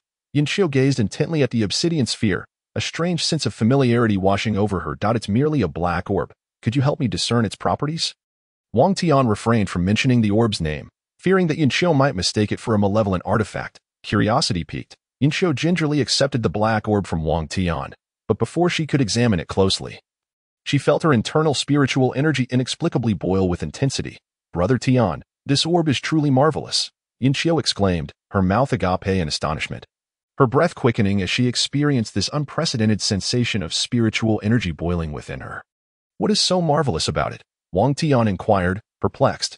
He had scrutinized the ancient magic orb for quite some time without discovering any remarkable features, while Yunqiu had sensed its uniqueness with merely a touch, leaving him in awe. This orb causes my internal spiritual energy to boil, increasing its circulation speed by more than tenfold. Yunqiu expressed both shock and delight. Such a rapid flow of spiritual energy meant her cultivation speed had significantly accelerated. And this was without her even actively training. If she were to begin cultivating now, the speed would likely be even greater. Is that true? Wang Tian's expression was one of disbelief as he grasped Yunqiu's wrist and infused a sliver of spiritual energy to investigate. To his astonishment, he confirmed her claim. Her spiritual energy was indeed circulating at an extraordinary pace. Yunqiu blushed deeply as Wang Tian held her wrist, her heart racing like a startled deer. Brother Tian, do you not feel the same sensation of boiling spiritual energy with the orb in your hands? She softly asked, her cheeks flushed. I shall try again. Wang Tian, unwilling to accept defeat, took back the ancient magic orb. Yet regardless of how he attempted to sense or activate it, his dragon energy and spiritual energy remained unresponsive, continuing to flow at their usual rate. Why does it react so strongly for Yunqiu but not for me? Could it be that this ancient magic orb is meant solely for her? Wang Tian pondered, utterly baffled, before handing the orb back to Yunqiu once more. And now, is your spiritual energy still boiling? Wang Tian asked, skeptical yet intrigued. Yes, the moment this orb touches my hand, my internal spiritual energy begins to boil, Yunqiu affirmed, nodding her head. After several rounds of testing, Wang Tian finally concluded that this ancient magic orb likely only suited Yunqiu and not himself. Then this orb is a gift for you. Please continue to explore its other capabilities, he said, presenting it to her. Given that it yielded no reaction in his hands, gifting it to Yunqiu seemed the wisest choice. Yet, he was deeply curious about why it reacted so vigorously when in her possession and what other extraordinary effects it might possess. Brother Tian, are you truly giving me this orb? Yunqiu asked, a mix of surprise and joy in her voice. Her happiness did not stem solely from the orb's potential to aid her cultivation, but rather because it was a gift from her beloved brother Tian. Of course, the Qilin competition is only half a month away. You should utilize this orb to enhance your cultivation, Wang Tian added, suddenly recalling something crucial. By the way, it's best to keep this orb a secret from others. If they discover its ability to accelerate cultivation by tenfold, they may come to seize it. A simple man is innocent, yet possessing a treasure can bring about misfortune. Wang Tian sensed that the ancient magic orb was far from ordinary. Rest assured, as it is a gift from Brother Tian, I will not let anyone know, Yunqiu promised, cherishing the black orb in her hands, her eyes radiating with appreciation. That is excellent. Now, please explore what other functions this orb may possess. Wang Tian urged, eager to learn more about the ancient magic orb's capabilities. I will try. Yunqiu concentrated her surging spiritual energy into the ancient magic orb, and instantly, it seemed to awaken, radiating a dazzling black light. Wang Tian was utterly astonished by the sight. The ancient magic orb indeed possessed additional powers. Chapter 79. The power of the ancient magic orb upon receiving Yunqiu's spiritual energy. The ancient magic orb emitted a brilliant black luminescence. Under this radiant glow, the orb unfurled like a lotus flower, with black petals blossoming from its center, accompanied by an enchanting fragrance wafting through the chamber. Wang Tian stood in awe, his mouth agape. The ancient magic orb could bloom into a lotus flower. Brother Tian, this orb seems to have come to life, Yunqiu exclaimed, her eyes sparkling with excitement, sensing that the orb had responded to her infusion of spiritual energy. Indeed, it appears to be alive. Quickly, let us discover its functions, Wang Tian urged, his eagerness palpable. Let it fully bloom first. Then I will test it, Yunqiu replied, trying to contain her impatience as they waited anxiously. The orb eventually blossomed into a magical lotus, filling the secret chamber with its exotic aroma. How delightful! What is this fragrance? It seems to emanate from the magical lotus, Wang Tian remarked, his gaze fixated on the fully unfurled magical lotus. In the next moment, he felt his internal dragon energy slowed down significantly, as if hindered by some unseen force, greatly suppressing his strength. This fragrance seems to slow the circulation of my spiritual energy by half. Wang Tian concentrated and confirmed his suspicion. Indeed, the flow of his dragon energy had diminished considerably. Is it so? I feel as though my spiritual energy is actually accelerating. Yunqiu joyfully discovered that under the influence of the magical lotus's fragrance, her spiritual energy was now circulating at double its previous speed, but I believe the magical lotus's aroma suppresses the flow of spiritual energy in others, yet enhances it for you. Wang Tian speculated after some thought. That seems quite plausible. Yunqiu nodded in agreement, fully endorsing Wang Tian's hypothesis. Little Qiu, please test what other powers this black lotus possesses, Wang Tian eagerly urged, convinced that the ancient magic orb could not merely possess such limited abilities. It seemed as though it might also serve as a weapon for attack. Yunqiu attempted to channel her spiritual energy into the black lotus. Under the influence of her energy, the black lotus began to spin at an astonishing speed, stirring the surrounding air and creating a miniature tornado of darkness. Try to assess its power. Wang Tian watched with anticipation. Yunqiu nodded, equally eager to witness the black lotus's might, and she directed the black lotus toward the wall of the secret chamber. The walls, constructed of robust stone and reinforced by being underground, were exceptionally sturdy. However, with a thunderous crash, the black lotus struck the wall, creating a massive pit several meters deep, causing the surrounding walls to crack and tremble from the impact. The secret chamber itself began to sway precariously from the ensuing force. Be careful, Wang Tian exclaimed as he noticed a stone from the ceiling plummeting towards Yunqiu's head. Without a moment's hesitation, he dashed forward and enveloped her in his embrace, bracing himself against the falling stone with his own body. As one stone fell, countless others followed suit from the ceiling above. Wang Tian immediately summoned his spiritual energy to shield both himself and Yunqiu. As the stones cascaded from the ceiling, thankfully, Wang Tian's protective barrier spared them from harm. Yet, as he held Yunqiu, her face flushed with warmth and embarrassment. The intimate embrace and rhythmic heartbeat captivated her, making her wish for time to freeze in that moment, allowing her to remain in Brother Tian's arms indefinitely. The residual force of the black lotus brought the secret chamber to ruin. The ceiling collapsed entirely, exposing the open sky above. Since the chamber was underground, the ceiling effectively represented the ground level, and with its collapse, the secret chamber was utterly destroyed. Wang Tian lifted his gaze to the heavens, a flicker of astonishment crossing his features. He never anticipated the formidable might of the black lotus, which, with a seemingly casual strike, had brought the entire secret chamber crashing down. The power of this black lotus was indeed terrifying. Wang Tian inwardly gasped in disbelief. Yunqiu, too, noticed the destruction of the chamber. However, she chose not to extricate herself from Wang Tian's embrace. Instead, she continued to lean against him, savoring the momentary warmth. Young Master Tian. Sister Qiu, how could the secret chamber have collapsed? Hong Ying hurried over upon hearing the commotion. Her arrival prompted Yunqiu to reluctantly emerge from Wang Tian's arms, her cheeks flushed with embarrassment. We were cultivating, and the spiritual energy got out of control, which led to the chamber's collapse. Yunqiu cleverly fabricated an excuse on the spot. After all, Brother Tian had informed her that the matter regarding the black orb must remain undisclosed to others, so she would not divulge it to Hong Ying for the time being. You two were cultivating together, and you collapsed the chamber. It can't be what I think it is, can it? Hong Ying teased, a mischievous grin on her face. Upon hearing this, Yunqiu's delicate features turned crimson. Sister Hongying, it's not what you think, Yin Qiu exclaimed, flustered and anxious. All right, I won't disturb you two any longer. As long as you're both fine. I must return to my training. I cannot afford to lose in the Qilin competition, Hongying remarked, turning to leave, but not before playfully adding, I have another secret chamber where you can continue your cultivation together. She emphasized the phrase together as if Yin Qiu and Wang Tian were unable to hear her. With her face still flushed, Yin Qiu dared not respond until Hongying departed, at which point she turned to Wang Tian. Brother Tian, Sister Hongying just loves to talk nonsense. Please don't take it to heart, Yin Qiu said, concerned that Wang Tian might be displeased. There's no harm done. It's just unfortunate that your secret chamber has been destroyed. Wang Tian replied, not taking it to heart. If it came to dual cultivation, he indeed possessed a technique, the Huangdi Neijing, a top-tier dual cultivation method personally validated by their ancestors. Secret chambers can be rebuilt. Brother Tian, you weren't injured, were you? Yin Qiu suddenly recalled that Wang Tian had shielded her from falling stones. Just a few rocks, they won't harm me. Let us quickly search for the Black Lotus.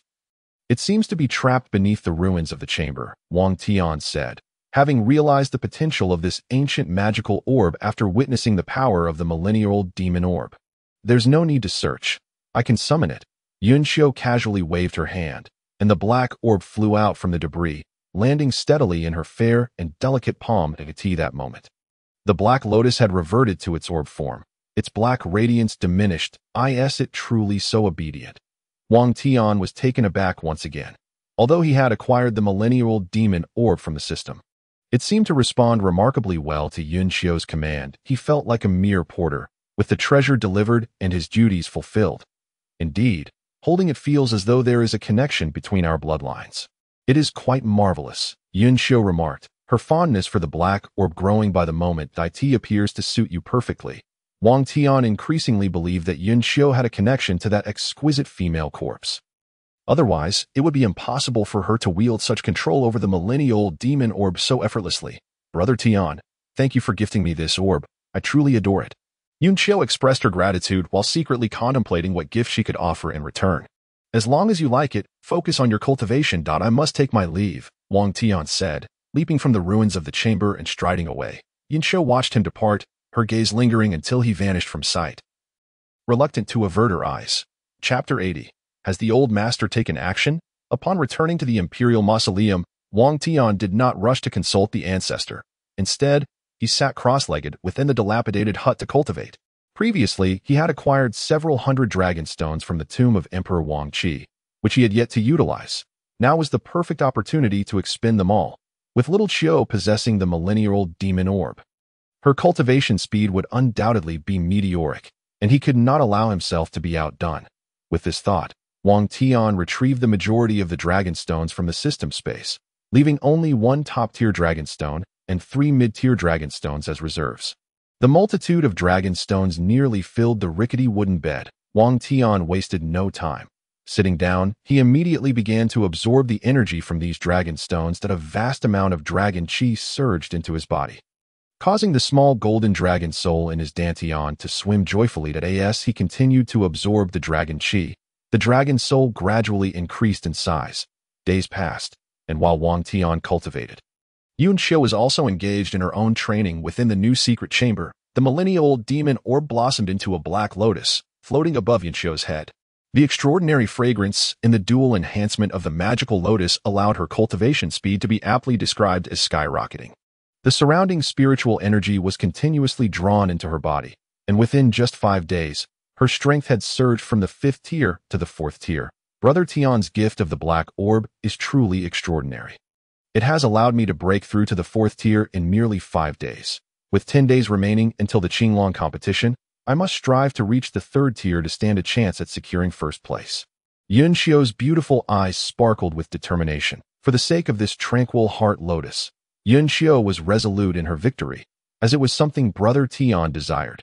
Additionally, she aimed to defeat Zhuxian in the Qilin competition, allowing her to experience the taste of public disgrace. As Yin Qiu broke through to the 4th tier, Wang Tian, too, found his strength ascending to the 4th tier. The moment he opened his eyes, a flash of golden light flickered within them.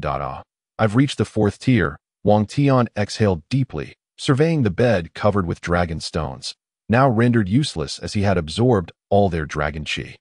The dragon soul had also grown significantly. He wondered how large it had become once unleashed. Wang Tian attempted to summon the dragon soul, and to his astonishment, a golden five-clawed dragon soul, as thick as his arm, materialized before him, radiating golden light and exuding an overwhelming aura, akin to a living dragon. Its scales shimmered with dazzling brilliance, each scale resembling a finely crafted masterpiece, and its tail swayed gently, as if showcasing its majesty. The dragon soul's eyes sparkled with a lively light, resembling two bright gemstones, scanning the surroundings as if searching for something. With the appearance of the dragon soul, the entire space was imbued with a mysterious and powerful aura. Golden arcs of electricity flickered around the dragon soul's body, as though its power was continuously surging. The dragon soul was even more formidable than Wang Tian had imagined, exuding a regal presence that seemed to look down upon the world. To possess a five-clawed dragon soul placed him among the ranks of dragon royalty. Wang Tian was immensely satisfied with his dragon soul. However, this was not the time for it to engage in battle. After retracting the dragon soul, Wang Tian began to contemplate his future efforts. Upon reaching the fourth tier, the path to further advancement became increasingly arduous. However, it appeared he still possessed a breaking-through pill. Wang Tian retrieved the unused breaking-through pill from the system space. This pill was only effective for cultivators below the third tier, meaning it was most suitable for him at the fourth tier. Excellent. With this breaking-through pill, breaking through to the third tier will be a breeze, but I must first cultivate to the peak of the fourth tier, otherwise it won't take effect. With this thought in mind, Wang Tian rose and headed outside.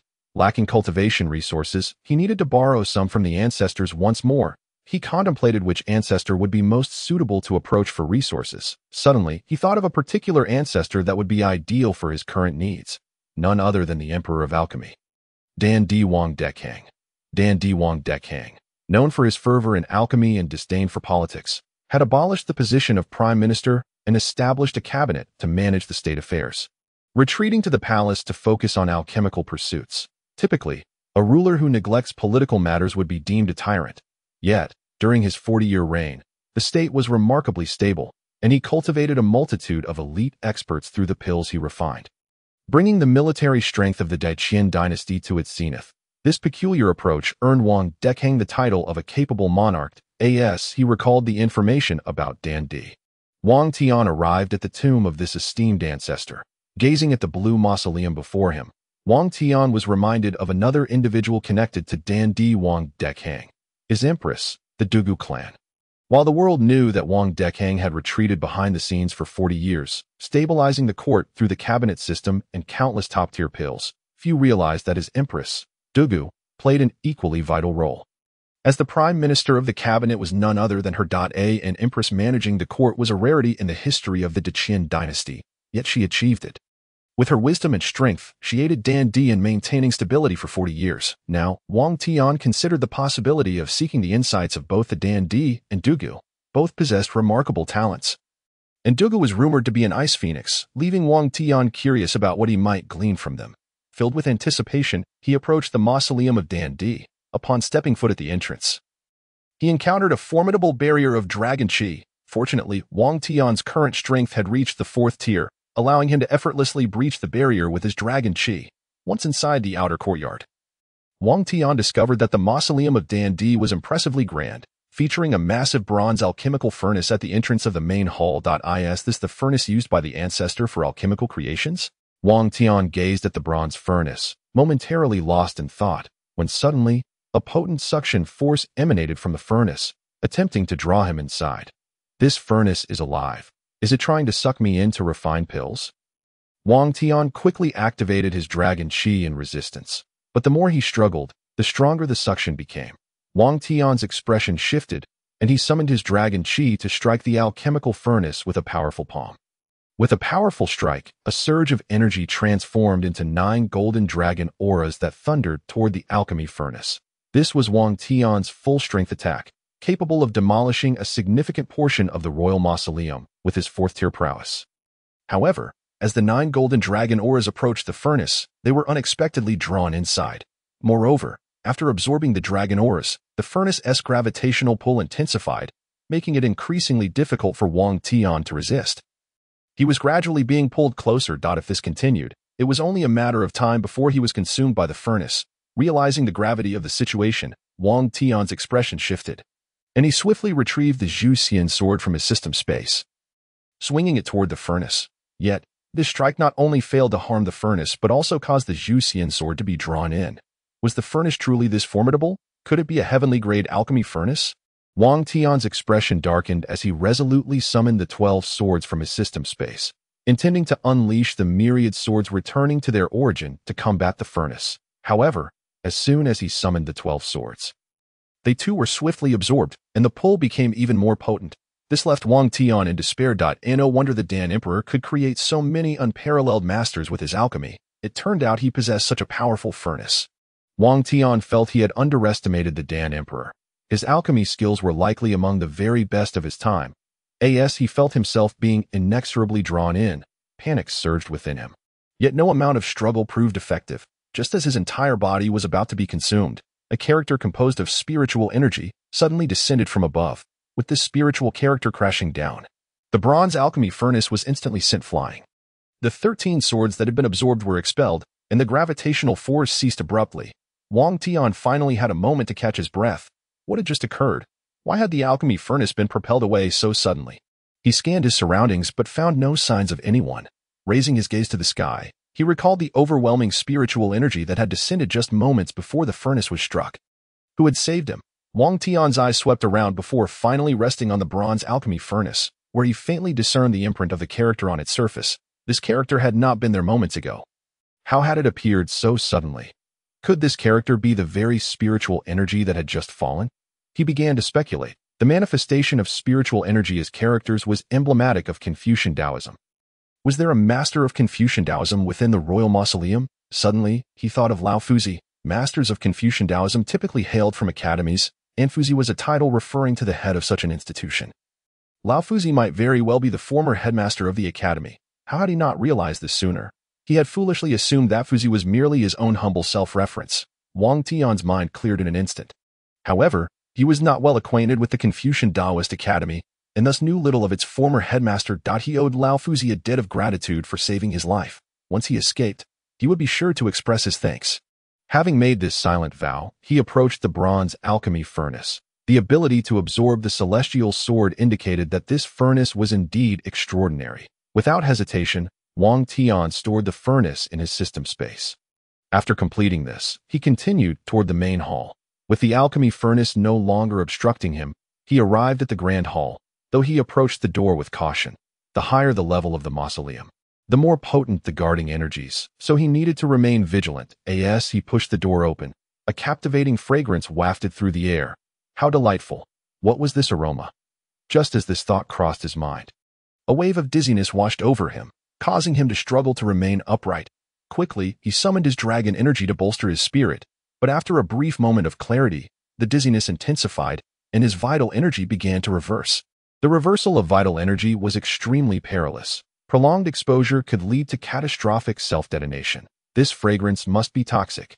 Suddenly recalling the pure heaven pearl he had acquired earlier, which could purify all toxic substances and render him immune to poisons. He felt a sense of relief. With the pure heaven pearl in his possession, Wang Tian began to feel better, his vital energy returning to normal, and his mind cleared. He was grateful for the presence of the pure heaven pearl. Otherwise, he might have perished here today. Wang Tian mused on how treacherous the Dan Emperor's mausoleum was. Outside, there was a heavenly-grade alchemy furnace, and inside, a toxic gas capable of killing those below the first tier. Each element could spell doom for an unprepared master. With the pure heaven pearl shielding him, Wang Tian finally had the opportunity to examine the grand hall. It was largely empty, save for a double coffin at its center, while the strange fragrance emanated from within. What could possibly emit such a deadly aroma?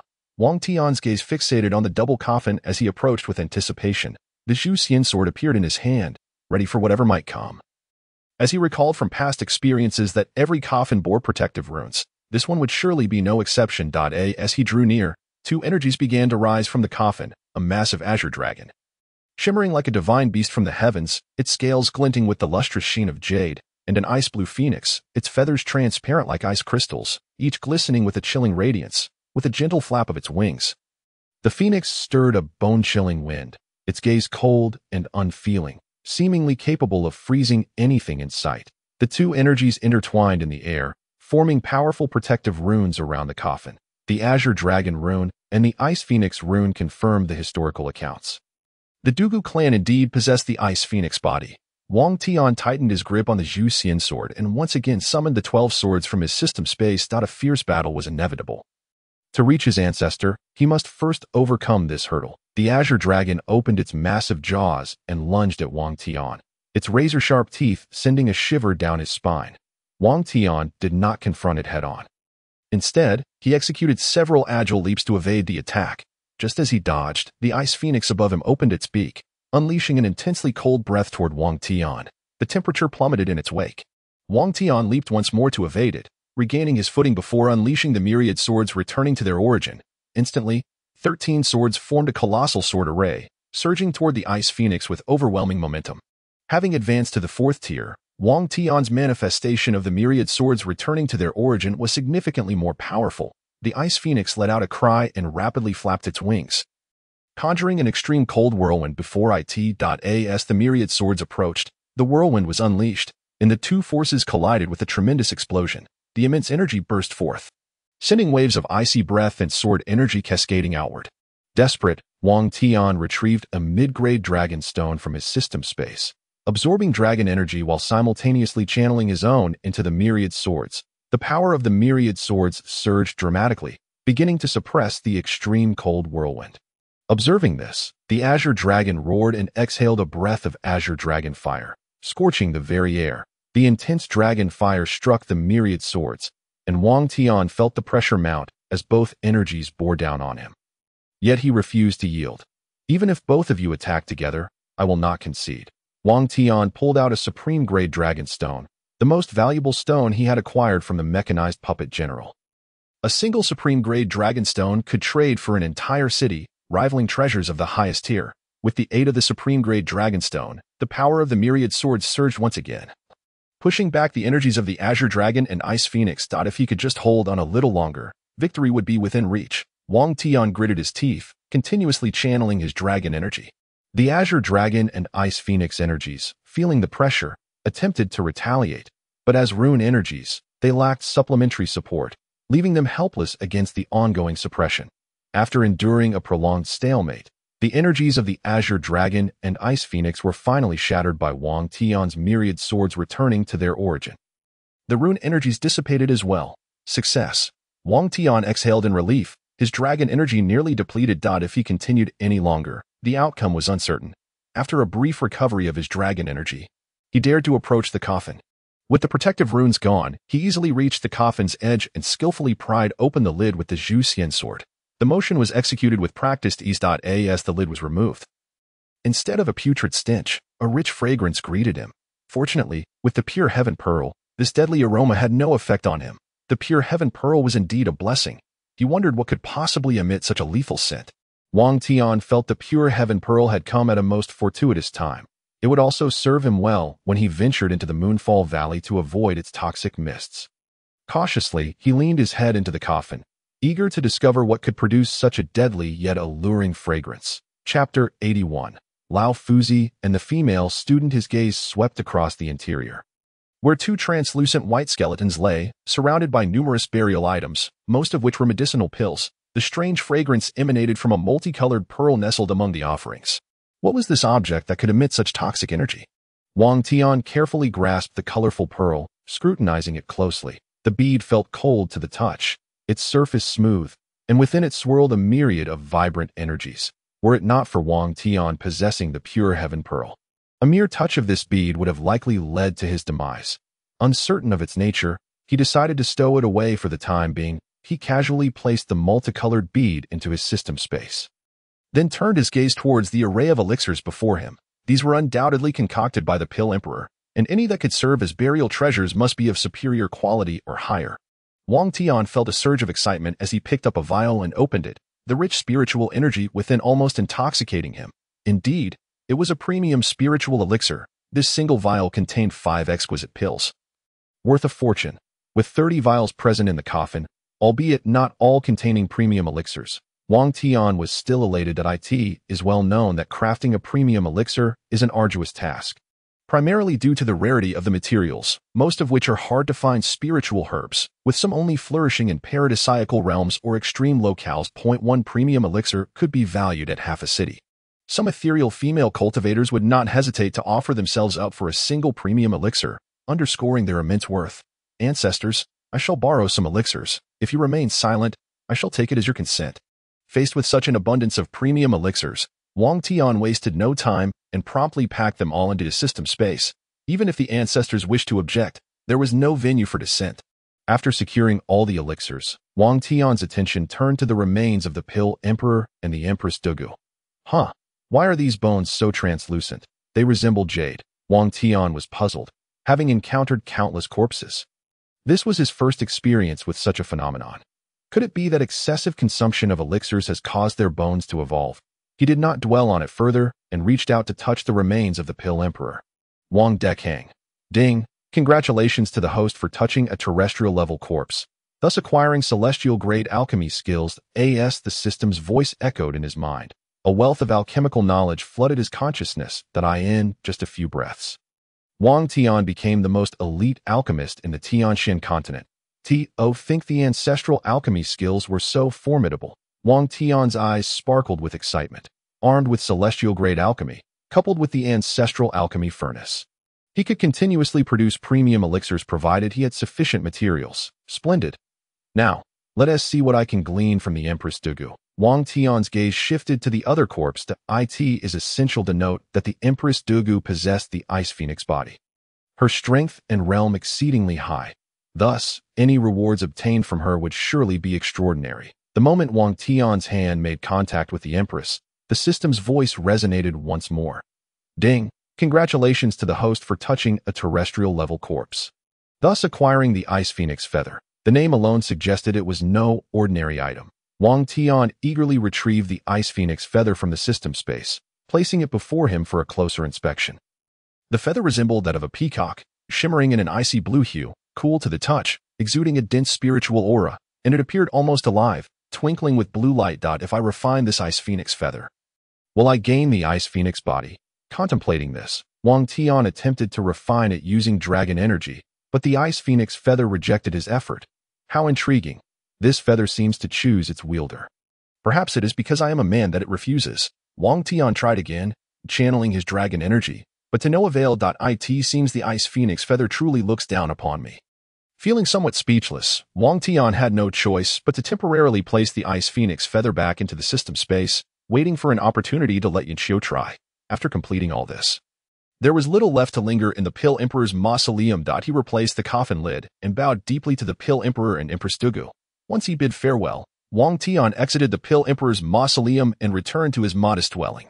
He instructed his servant to guard outside while he sat cross-legged on the rickety wooden bed, preparing to continue his training. It was time to make a breakthrough into the third rank. Wang Tian retrieved the vials of elixirs he had just acquired from the system space and examined them one by one. In total, there were 36 vials of elixirs. Upon his inspection, he found only 10 to be premium spiritual elixirs. The remaining 26 vials contained a variety of concoctions, including the concealment pill, which could mask one's presence, the premium vitality pill, which could temporarily amplify one's strength, and even transformation pills that could change a person's gender or turn them into fierce beasts. Initially, Wang Tian would not have recognized these elixirs, but with celestial alchemy skills, he could discern their effects with merely a whiff. After categorizing the elixirs, he selected the premium ones.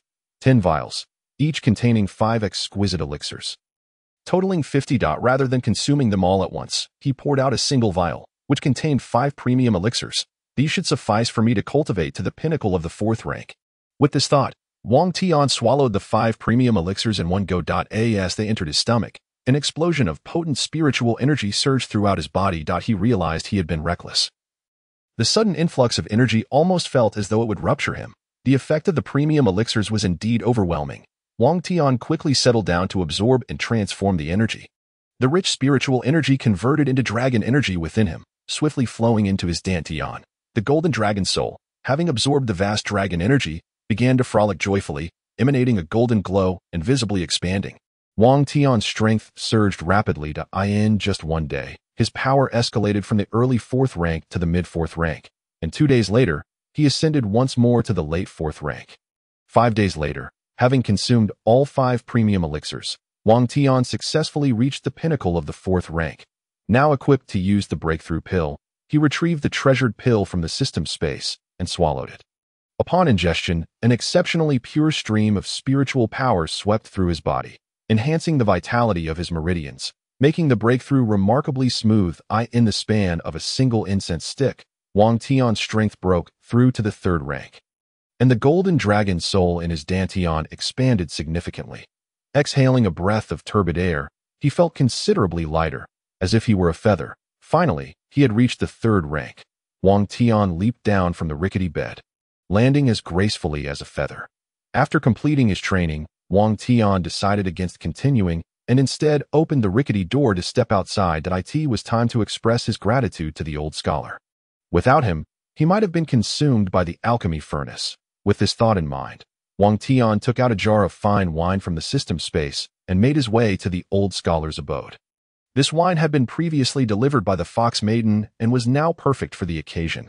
The old scholar resided to the east of the royal mausoleum. Wang Tian had assumed he would dwell in a modest shack like his own, only to be surprised by a charming wooden cottage surrounded by an array of vegetables, fruits, and unknown plants, with red-feathered chickens and spiritual fish among the animals. The old scholar seemed to live quite comfortably. Wang Tian smacked his lips. Where there is wine, there are guests. Come in. The old scholar's aged yet robust voice resonated from within the bamboo house. Wang Tian, not one to be impolite, entered with the wine in hand. The old scholar, clad in a gray robe, reclined on a bamboo chair, leisurely engrossed in a book. Old scholar, thank you for saving me, Wang Tian said as he approached and bowed respectfully, recognizing the debt of gratitude he owed. How did you know it was I who saved you? The old scholar glanced at Wang Tian before returning to his reading. The technique that struck the alchemy furnace is Confucianism, which is only taught in the academy. Since you refer to yourself as an old scholar, and there are only you and I in the royal mausoleum, one can deduce with a mere thought who the savior is. Wang Tian deduced, quite perceptive. You are not entirely foolish, the old scholar replied, setting his book aside and fixing his murky gaze upon Wang Tian. Now that I have saved you, how do you intend to express your gratitude? The old scholar had been keeping a close watch on Wang Tian, observing his rapid ascent from the 9th rank to the 3rd rank in less than 3 months. Such a pace and cultivation was unparalleled, even surpassing that of the first emperor. How about I offer myself in gratitude? Wang Tian jested. Who would want you to offer yourself? You scoundrel. The old scholar chided with a laugh. It is you who is the scoundrel. That book in your hand must contain quite the intriguing content. Wang Tian replied with a slight smile, his vision keen as a 3rd-rank cultivator, though the book was turned away from him. He could clearly see its title, The Flowers of the Brothel. You rascal, the old scholar scolded light-heartedly, yet he found himself growing fonder of Wang Tian. The tasks he wished to entrust would require not just strength, but intellect as well. All right, no more jesting. Old scholar, since you saved my life, should you require assistance, feel free to ask, Wang Tian stated earnestly. The old scholar had been waiting for Wang Tian to say this. There was a matter he had long wished to resolve, but he could not do so himself, and now he sought someone to assist him. Previously, Wang Tian had been too weak, and without any obligation to him. It was inappropriate to ask for help. Now that Wang Tian had reached the 3rd rank and owed him a debt of gratitude, the timing was perfect. I find myself in need of your assistance. Your Highness. The expression on the old scholar's face grew serious, and even his manner of address changed, indicating the gravity of the matter he was about to entrust to Wang Tian. Old scholar. What is it that you wish to discuss? Please, do not hesitate to share, Wang Tian replied. Sensing the significance of the forthcoming request, the old scholar set aside the book he was holding, pondered for a moment, and then spoke in a leisurely manner. I would like you to bring someone to see me. Who? Wang Tian instinctively inquired. Her name is Zhuxian, a female student from the academy, roughly your age. The old scholar replied. The academy's Zhuxian? Very well, I shall find a way to bring her to you immediately, Wang Tian responded promptly. The old scholar was somewhat taken aback by Wang Tian's swift agreement. Why do you not inquire as to why I wish to meet this young lady? The old scholar asked, intrigued. This is a personal matter of yours. My role is merely to facilitate her presence. Wang Tian smirked, believing that she would willingly share whatever she deemed necessary and that he would not pry into matters she chose to keep private. You rascal, I find myself rather fond of you. The old scholar jested. Please, I assure you, I have no interest in older gentlemen. Wang Tian laughed as he offered a bottle of fine wine he had brought from outside. This is a superior brew. Let us share a cup. The old scholar had long been tempted by the jug of wine in Wang Tian's possession, and upon hearing the invitation, his eyes lit up. Then let us not delay. I have a roast chicken here as well. As he spoke, the old scholar retrieved a fragrant roast chicken from the kitchen. With wine and meat, the atmosphere became quite delightful. As they feasted, the old scholar began to speak freely. Young man, I have observed you for quite some time. In less than 3 months, you have ascended to the 3rd rank of cultivation.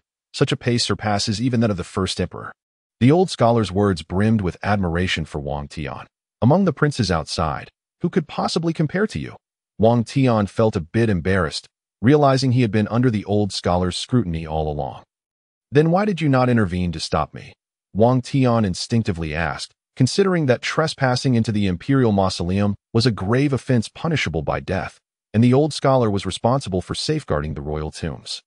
Why would I intervene? From the moment you entered the Black Mausoleum, I knew you were no ordinary individual, the old scholar replied after taking a sip of wine. Moreover, these imperial tombs belong to the ancestors of your royal lineage.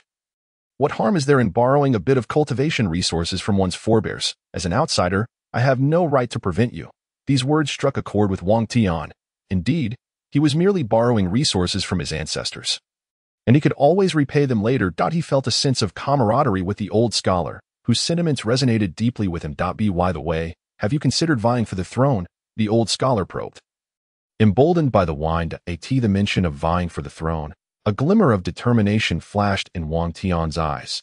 Life in the palace was fraught with peril. During his childhood, he had often been bullied by his elder brothers due to his lack of strong backing and perceived inferiority. He had been treated as a waste, forced to endure humiliation just to survive, using his wits to navigate the treacherous waters. After finally arranging a marriage with the prime minister's daughter, he was ultimately schemed against and exiled to the royal mausoleum. Such indignities could not be easily forgotten. I hold little interest in becoming an emperor, but I am quite eager to trample upon them. Wang Tian thought to himself, clenching his fists. Very well. If you assist me in bringing Zhuxian to you, I shall support you and even persuade the academy to pledge allegiance to you. The old scholar promised without hesitation. Wang Tian was taken aback by the old scholar's high regard for Zhuxian. Realizing that he was willing to assist him for her sake, curiosity piqued. He began to ponder the relationship between Zhuxian and the old scholar. Chapter 82. The background of Zhuxian, the academy was located in the western outskirts of the capital. Sprawling and elegantly designed with small bridges and flowing water, pavilions, and towers, each structure exuding a refined charm. Upon his arrival, Wang Tian found the academy in the midst of a competition. The sounds of combat echoed from within, accompanied by intense fluctuations of spiritual energy. Hello, I seek to meet your esteemed scholar. Here is a recommendation letter from the old scholar. Wang Tian presented the letter to the academy's gatekeeper disciple.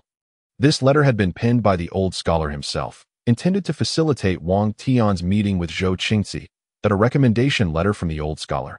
Please wait. The gatekeeper disciple responded with urgency, sprinting inside with the letter. Given that the old scholar was the former head of the academy, the disciple knew better than to treat the letter lightly. Observing the disciple's attitude towards the letter, Wang Tian understood that the old scholar truly held a significant position within the academy. He did not have to wait long before the academy's scholar hurriedly approached him. The scholar was a middle-aged man in his 50s, clad in a long blue robe with the characters Ningjing elegantly inscribed upon it. His long beard reached his chest, and he exuded an air of scholarly elegance. Young Master Tian, I apologize for keeping you waiting. Lin Xingshan greeted Wang Tian with a respectful bow. Have I interrupted your activities today? Wang Tian asked, casting a glance at the ongoing competitions within the academy. Quite the contrary. Today, we are selecting participants for the Qilin contest. Young Master Tian is welcome to join us. Zhuxian is among the competitors. Lin Xingshan seemed to be aware of Wang Tian's intentions. Is that so? Then I shall certainly take a look. Wang Tian expressed newfound interest, eager to assess Zhuxian's capabilities. Upon entering the academy's inner courtyard with Lin Xingshan, Wang Tian witnessed fierce battles taking place on 2 stages. Contrary to his expectations of literary contests, the young disciples wielded longswords, occasionally employing verbal attacks with impressive precision. Scholar, how many disciples does your academy have? How many will be selected for the Qilin contest? Wang Tian inquired while admiring the matches.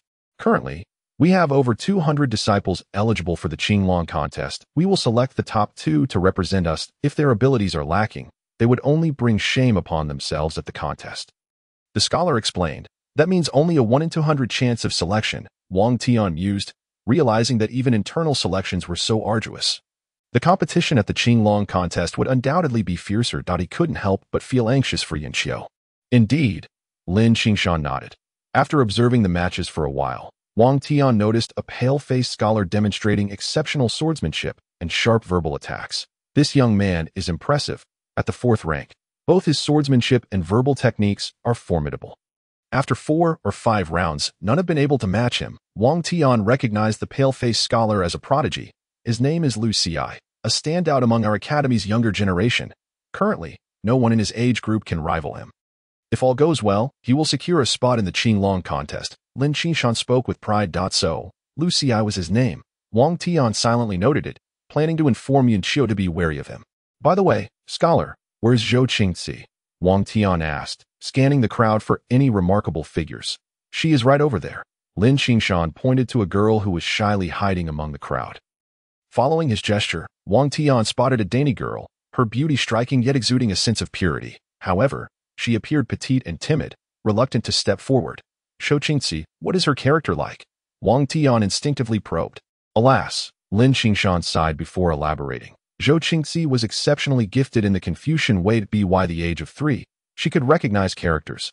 At 5, she could recite ancient poetry. By 8, she was already employing verbal techniques, making her the youngest to do so in the academy. By 10, she reached the 7th rank of cultivation. It would not be an exaggeration to call her a genius, and I held great hopes for her.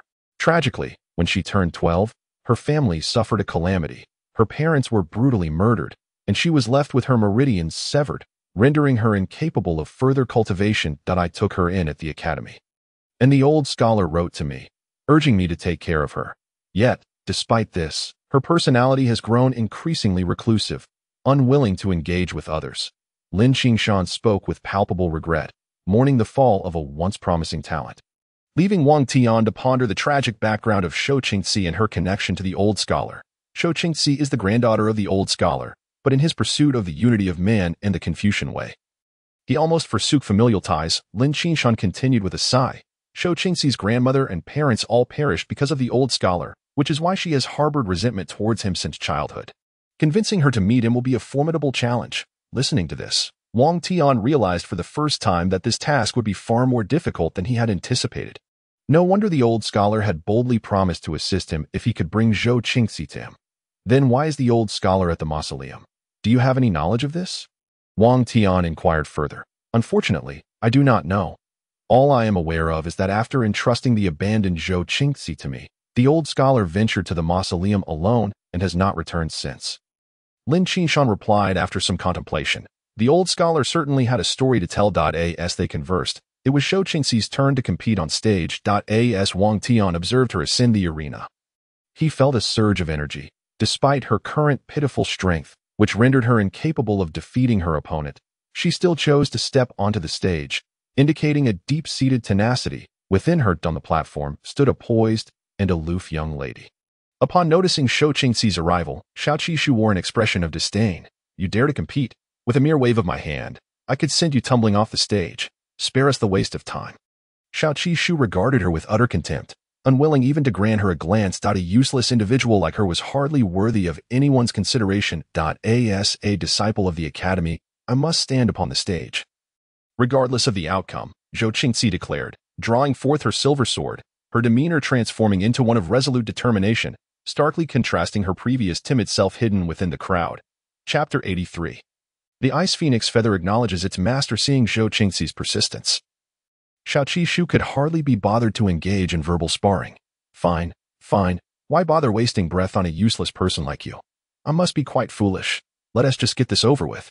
With that, Zhuxian resolved to swiftly dispatch her opponent. Zhuxian offered a respectful bow with her sword before launching her attack towards Zhuxian. In response to Zhuxian's snail-paced assault, Zhuxian merely shook her head, then swiftly sidestepped to appear directly before her, delivering a powerful kick that struck Zhuxian squarely in the abdomen. The sheer force sent Zhou Qingzi hurtling through the air, landing several meters away from the ring. I warned you. A useless person like you should not waste time on the stage. You can't withstand even a single blow from me. You might as well go back and weep. Xiao Qishu mocked from her elevated position on the platform. Xiao Shiji is correct. I once thought she was a genius, but with her current abilities, I could defeat her using just one hand.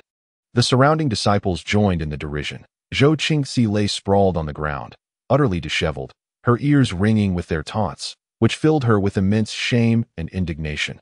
Clenching her delicate fists, she fought back tears as she slowly rose to her feet, silently making her way back to the academy dormitory, without a single soul offering her comfort. Her silhouette was one of profound solitude and desolation, watching Zhou Qingzi retreat into the distance. Wang Tian felt as though he were gazing at a reflection of his former self, once deemed a useless individual, subjected to ridicule and scorn, with his dignity trampled underfoot. Truth be told, Zhou Qingzi endured considerable torment within the academy, yet she had nowhere else to turn. You cannot take her away, please help guide her, he implored Lin Qinshan, believing that perhaps the youth shared a common language. Lin Qinshan, witnessing Zhou Qingzi's forlorn demeanor, felt a pang of sympathy, yet he was powerless to assist. In a world where strength reigns supreme, lacking power meant merely surviving in such a manner. I will make sure to guide her well, Wang Tian assured Lin Qinshan with a respectful clasp of his fists, then discreetly followed Zhou Qingzi. On the path back to the dormitory, Zhou Qingzi continued to suppress her emotions until she entered the empty room, where she finally allowed herself to cry aloud. To avoid detection, she stifled her sobs. Terrified that someone might burst in and witness her humiliation, Wang Tian stood outside the dormitory, and even through the wall, he could distinctly hear her muffled weeping. He had once faced similar despair. Thus he could deeply empathize with Zhou Qingzi's current plight. What has that old sage done to cause such suffering for this young girl? Wang Tian lamented, feeling a sense of regret. Now I must clean up this mess for him. Had it not been for the sage saving his life, he would have been reluctant to wade into such murky waters. Observing the frail Zhou Qingzi sobbing on her bed, he felt a swell of compassion. After much contemplation, he concluded that he must first approach her, foster a bond, and then persuade her to visit the royal mausoleum to meet the sage. Suddenly, a gust of wind flung open the dormitory window. Zhou Qingzi, startled, wiped her tears and stood to close it, unwilling for anyone to discover her emotional turmoil. Yet, just as she reached for the window, a figure clad in silver armor and a black cloak materialized outside. This unexpected apparition startled the sensitive Zhou Qingzi. Who are you? She stammered, her anxiety palpable. Having spent years in the academy without ever encountering Wang Tian, she felt a surge of apprehension, especially with his masked face adding to her unease. My name is Tian Wang, a friend of your sage. I happened to pass by and heard weeping, so I came to investigate. Wang Tian fabricated a casual explanation. I wasn't crying. You must have misheard. Zhou Qingzi quickly wiped her tears, attempting once more to close the window, only to have Wang Tian seize her hand. Crying will not resolve your issues. If you have grievances, share them with me. Perhaps I can assist you, he urged, seeking an opportunity to draw closer to her. I have no grievances, and you cannot help me, Zhou Qingzi retorted, forcibly prying his hand away and shutting the window decisively. Wang Tian was taken aback by her stubbornness, realizing she held no trust in this stranger. Zhou Qingzi, I can help you reconstruct your meridians. Tonight at midnight, I will be waiting for you on a boat by the river behind the academy. If you wish to escape the humiliation of today, come find me, Wang Tian declared, then vanished from sight. He knew Zhou Qingzi had heard his words. If she possessed even a modicum of ambition, she would undoubtedly seek him out. Indeed, Zhou Qingzi heard Wang Tian's proclamation. Her previously desolate heart fluttered unexpectedly. She reopened the window to gaze outside, but could no longer discern Wang Tian's figure. Who is he? Can he truly help me reconstruct my meridians? If he can, why would he wish to assist me? Countless thoughts swirled in her mind. She yearned to go, yet apprehension of deception lingered. After a prolonged internal struggle, Zhou Qingzi's unwillingness to remain a victim overcame her fears. As night deepened, Wang Tian sat aboard a boat by the river, leisurely sipping wine and savoring meat. Upon arriving, he noticed the serene environment and decided to rent a boat to await Zhou Qingzi. Peering into the darkening sky, Wang Tian noted that it was now midnight, yet Zhou Qingzi had yet to appear. Surely she isn't too frightened to come. He felt a twinge of concern. Fortunately, he did not wait long. A petite figure cautiously approached, illuminated by the pale moonlight. Wang Tian's heart lifted upon recognizing her presence. Is anyone there? Zhou Qingzi called softly to the boat. Come aboard. Wang Tian replied, feigning an air of mystery. Seeing that there was indeed someone in the boat, Zhuxian hesitated briefly before stepping in. Having come this far, turning back was no longer an option. Once inside, Wang Tian, illuminated by the glow of a night pearl, discerned the apprehension etched on Zhuxian's face, her delicate features tinged with frost from the cold. "You've arrived. Have a drink to warm yourself," he offered, pouring her a cup of wine. "I don't drink." Zhuxian firmly declined, wary that Wang Tian might have poisoned the drink to incapacitate her. Wang Tian hadn't anticipated her to harbor such suspicion, yet he understood her caution. After all, who would trust a stranger with their drink upon first meeting?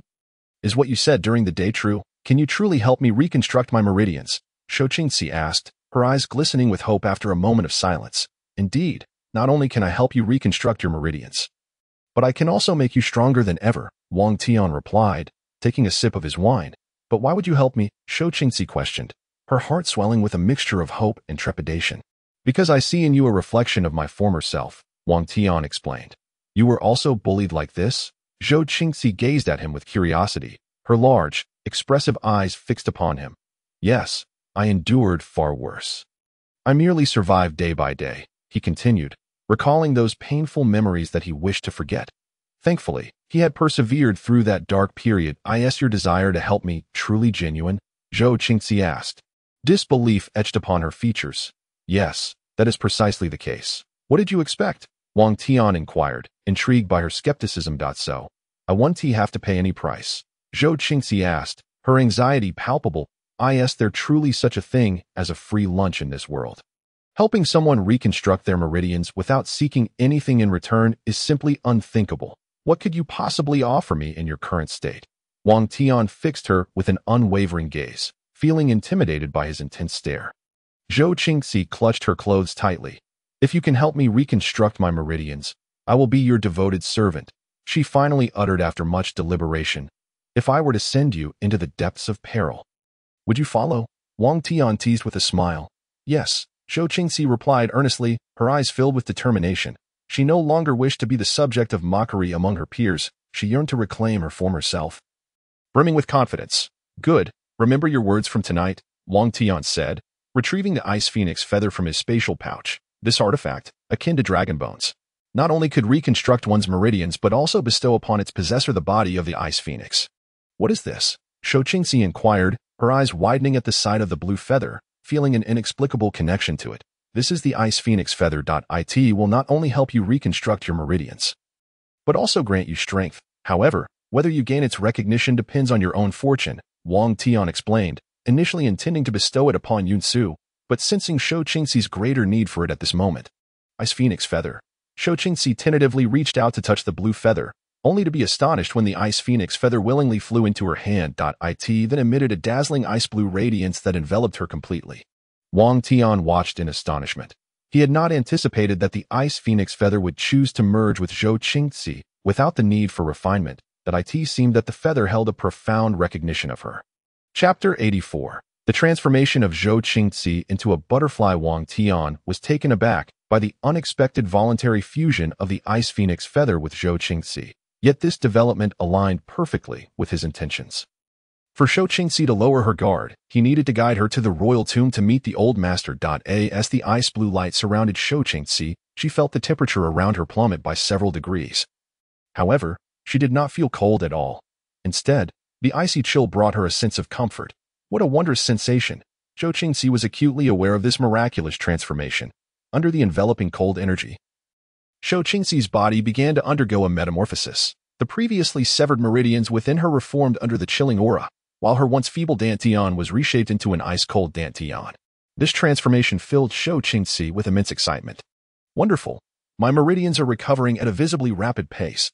Elated by this revelation, Zhuxian realized that once her meridians were restored, she could resume her cultivation, and this was merely the beginning. With her meridians restructured, Zhuxian's body began to evolve. As the frigid energy continuously washed over her, she gradually transformed into a spirit ice meridian, a rare spiritual channel characteristic of those with an extreme cold physique. In addition to the evolution of her meridians, Zhuxian's dantian was also undergoing a profound transformation. The formerly weak dantian evolved into an ice-cold domain, and the spiritual energy within it transformed into ice-cold spiritual energy. In the span of merely a tea's brewing time, Zhou Qingxi's power surged to the 8th rank. Before she could fully revel in her newfound strength, the ice phoenix feather dove into her body. Initiating the formal fusion, the previous restructuring of her meridians and transformation of her dantian had merely laid the groundwork for this merging. Upon the feather's entry, Zhou Qingxi felt an overwhelming lightness. As if she were standing atop a snow-capped mountain, surrounded by an expanse of ice and snow. The ice-cold spiritual energy swiftly filled her entire being, requiring no deliberate effort on her part. It automatically began to modify and evolve her body, ultimately converging into her dantian. As the ice-cold spiritual energy surged within her, Zhou Qingxi experienced a profound and transformative change.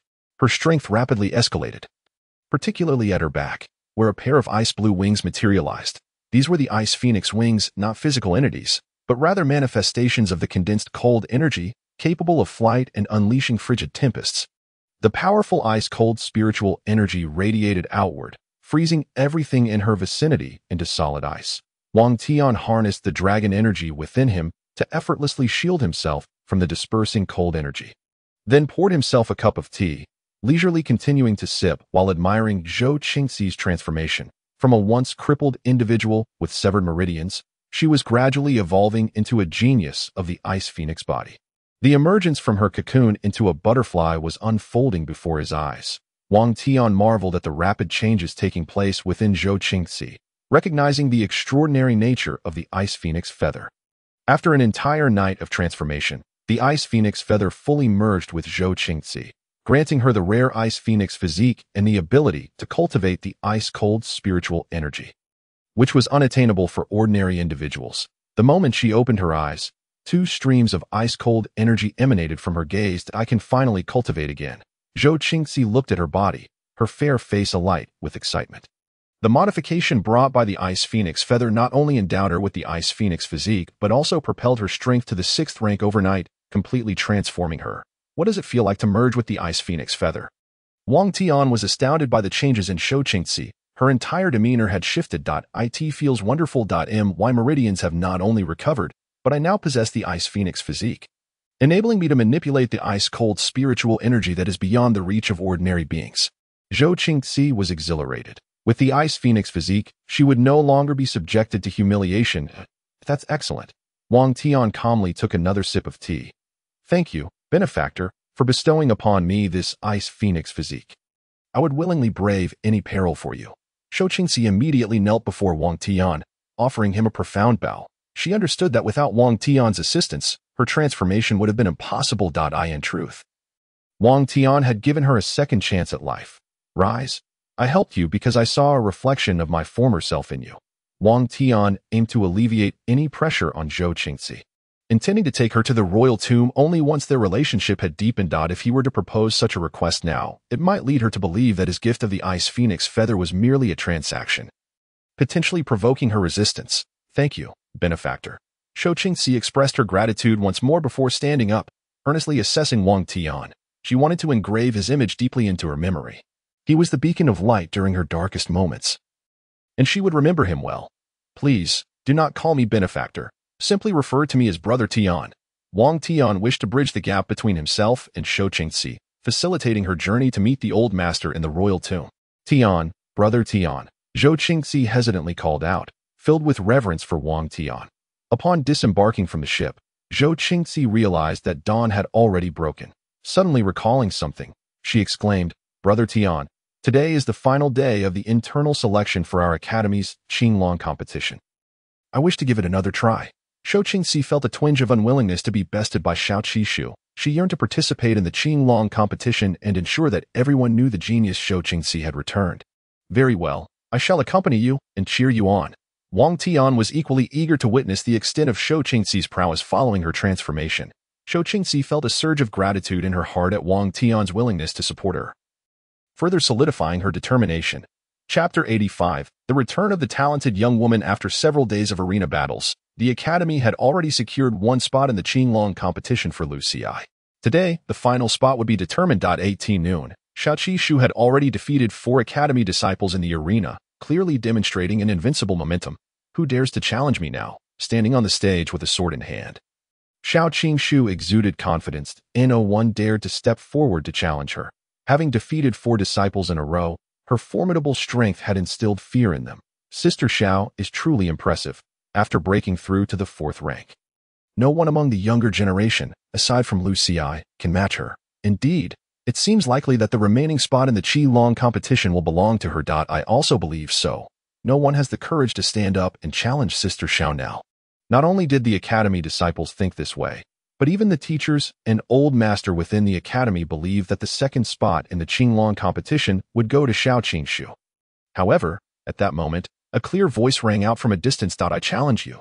Xiao Qingxi, with unwavering determination, began to stride towards the arena. Upon hearing this voice, everyone turned to look, and when they realized it was Xiao Qingxi, they could not help but laugh derisively. This waste has little strength, yet her audacity is commendable. Does she not remember how badly Sister Xiao defeated her yesterday? How bold of her to challenge again. Perhaps her mind has been affected by the blows she received. Almost all the disciples mocked Xiao Qingxi's audacity, and even the teachers deemed her actions self-deprecating. Only old master Lin Qingshan sensed a change in Xiao Qingxi. She seems different.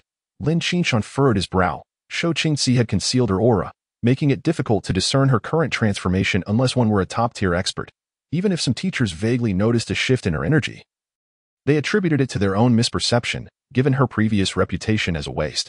You, a waste, dare to challenge me? Clearly, you have not had enough of my punishment from yesterday, Xiao Qishu scoffed, completely dismissing Xiao Qingxi. Today, it remains uncertain who will be the victor. Xiao Qingxi calmly approached the arena, her gaze fixed on Xiao Qishu, igniting an unquenchable fighting spirit within her. Xiao Qishu had often bullied her in the past. This time, she would settle the score. You think you can defeat me?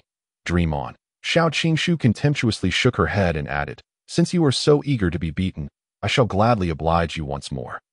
Feeling her dignity challenged, Xiao Qishu resolved to teach Xiao Qingxi a lesson, ensuring she understood the demeanor befitting a waste. The disciples below the stage shook their heads in exasperation at Xiao Qingxi's defiance. Sigh, this waste is far too overconfident. She is merely seeking a beating by stepping up there. Who would dare to say otherwise? Perhaps she is sleepwalking, dreaming that she has transformed back into a genius and is challenging Sister Xiao. Ha.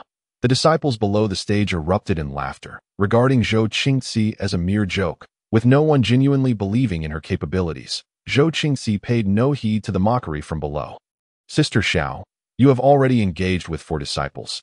You have expended considerable spiritual energy that I do not wish to take advantage of you. I can allow you to recuperate now, and once your energy has recovered, we can battle, Xiao Qingxi stated calmly. This statement left Xiao Qishu both infuriated and amused. How pretentious. I need not recover my energy to deal with you. Xiao Shiji disdainfully curled the corner of her lips and, in an instant, vanished from her original position. When she reappeared, she was already standing before Xiao Qingxi. She attempted to employ the same tactic, aiming to knock her away with a powerful punch. However, this time, Xiao Qingxi extended her right hand and accurately caught Xiao Qingshu's fist, effortlessly neutralizing its force. How is this possible? You actually caught my punch. Xiao Qingshu was taken aback, although she had not exerted her full strength. It still contained at least 10% of her power, definitely not something a mere waste could withstand. Yet, the reality was that Xiao Qingxi not only caught her punch but did so with remarkable ease. The disciples watching from below the stage were momentarily astonished to witness Xiao Qingxi successfully countering Xiao Qingshu's attack. Did I just see that correctly? This waste actually caught Shiji's punch. You didn't miss see. Xiao Qingxi indeed caught Shiji's punch, but how did she accomplish that? Isn't it obvious? Shiji must have gone easy on her. The crowd of disciples unanimously believed that Xiao Qishu had shown leniency. Otherwise, how could a waste possibly catch Shiji's punch? However, the teachers and advanced disciples discerned a deeper truth. Teacher, it seems Xiao Qingxi has changed, one of the instructors remarked. This match is about to become interesting. The teacher said, stroking his long beard with great interest.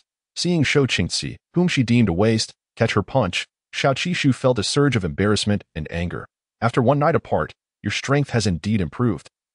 But that's not enough to defeat me. With a cold smirk, Xiao Qishu launched another palm strike toward Xiao Qingxi's ample chest, infusing it with spiritual energy, increasing its power by an additional 20%. Yet again, Xiao Qingxi managed to catch the blow, though this time she instinctively summoned the extreme cold energy within her body to withstand it. When the chilling energy made contact with her hand, Xiao Qingshu suddenly realized that Xiao Qingxi had transformed. You can actually wield spiritual energy, and its extreme cold energy, Xiao Qingshu exclaimed in shock. Indeed, which is why I advise Shiji to take this seriously. Zhou Qingxi calmly suggested. Ha. I won't need to exert my full strength to deal with you. With a sudden surge of spiritual energy, Xiao Qishu broke free from Zhou Qingxi's grip, sensing that Xiao Qishu was now using her full strength. Zhou Qingxi dared not be negligent, activating her own extreme cold energy. Behold my sword, Xiao Qingshu declared, brandishing her long sword and launching a fierce thrust towards Zhou Qingxi, the blade emanating a faint aura of sword spirit. Unfazed, Zhou Qingxi infused her extreme cold energy into her sword and met the attack head-on. Soon, the two engaged in an intense battle, the sound of clashing metal resonating continuously. The air crackled with sword qi, especially the extreme cold sword qi, which caused the temperature to plummet several degrees, freezing the ground upon impact. The onlooking disciples were astounded by the spectacle. How is this possible, in just one night? This waste Zhou Qingxi has become so formidable? Incredible, she actually faced Xiao Qingshu's sword technique head-on. And why does Zhou Qingxi's sword qi carry extreme cold energy? When did Zhou Qingxi become this powerful? The disciples were left in disbelief, originally expecting a one-sided battle, only to witness a fierce contest of equals. Zhou Qingxi's extraordinary performance not only astonished her peers, but also left their teachers and mentors dumbfounded. If I am not mistaken, Zhou Qingxi appears to be utilizing extreme cold energy, one knowledgeable instructor remarked incredulously. Indeed, you are correct. Zhou Qingxi is indeed employing extreme cold energy, and it is remarkably pure. Another teacher added, equally excited. Extreme cold energy is a rare talent among millions. Furthermore, Zhou Qingxi had yet to unveil her true trump card. Lin Xishan seemed to sense something but refrained from voicing it. His eyes filled with excitement and anticipation as he regarded Zhou Qingxi. Another unparalleled genius was about to emerge from their academy, which was undeniably thrilling. On the stage, after some time of fighting, neither could gain the upper hand, and Xiao Qingshu began to regret not having restored her spiritual energy earlier. How careless of me. This waste has become so powerful. If I hadn't fought 4 matches and exhausted half my energy, she would be no match for me. Gripping her longsword tightly, Xiao Qishu resolved to utilize the yin character technique for one final push. With Zhou Qingxi at the 6th rank, she would undoubtedly be incapable of withstanding her 4th rank yin character technique. Zhou Qingxi, having expended considerable energy, understood that in her current state, she could not defeat Xiao Qing's ASA 4th rank. Xiao Qingshu was at a distinct advantage, and the longer they fought, the slimmer her chances of victory became. Therefore, she needed to strike decisively. Shiji, I intend to wipe away the humiliation of the past 6 years upon you. Zhou Qingxi's beautiful eyes suddenly radiated determination as her extreme cold energy surged dramatically. In that moment, a pair of ice-blue phoenix wings coalesced behind her. The emergence of these wings ignited a commotion throughout the academy. Chapter 86. Zhou Qingxi's triumph. The appearance of the ice phoenix wings stunned everyone present. What is this? How did Zhou Qingxi grow a pair of ice-blue wings on her back? Remarkable. The moment those wings appeared, Zhou Qingxi's aura shifted entirely. Indeed, how could Zhou Qingxi transform so dramatically overnight? It's utterly unfathomable. The disciples buzzed with chatter, and even the teachers were astonished, yet none could discern the true nature of the ice-blue wings. Teacher, what are those ice-blue wings on Zhou Qingxi's back? They seem to contain formidable extreme cold energy. Almost all the teachers directed their gazes toward Lin Qingshan. Those are the ice phoenix wings. Zhou Qingxi may have awakened the ice phoenix body. Lin Qingshan, well-versed in knowledge, immediately recognized the wings forming behind Zhou Qingxi. Zhou Qingxi awakened the ice phoenix body? All the teachers gasped in astonishment. Such a rare and exceptional physique appeared only once in a billion people. And it had manifested in Zhou Qingxi. Indeed, she has awakened the ice phoenix body. Lin Qingshan was equally shocked. Within the span of a single night, Zhou Qingxi had transformed from a waste into an extraordinary genius. Such a rapid change was indeed astounding. Lin Qingshan's gaze instinctively shifted toward Wang Tian, as he suspected that Wang Tian had aided Zhou Qingxi in awakening her ice phoenix body, given that he was the only one who visited her the day prior. On the stage, Xiao Qingshu stared at the pair of ice phoenix wings radiating powerful extreme cold energy with disbelief. How is this possible? In just one night, she has become so formidable. Xiao Qingshu could hardly accept it. The waste she had kicked away just yesterday was now surpassing her. Zhou Qingxi, undeterred by the gazes surrounding her, was consumed by a singular resolve: to defeat Xiao Qingshu and erase the humiliation of the past 6 years.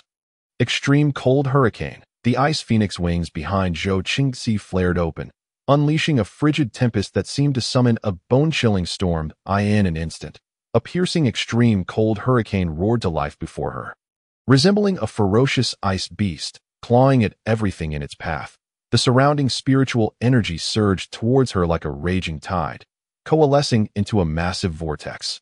The temperature plummeted, as if plunging into a world of ice and snow, causing people to shiver uncontrollably. This extreme cold hurricane, akin to a razor-sharp ice blade, tore through the void, exuding an overwhelming chill and pressure that sent shivers down the spine. It spiraled like a frigid phoenix, wreaking havoc in the air, freezing everything it touched.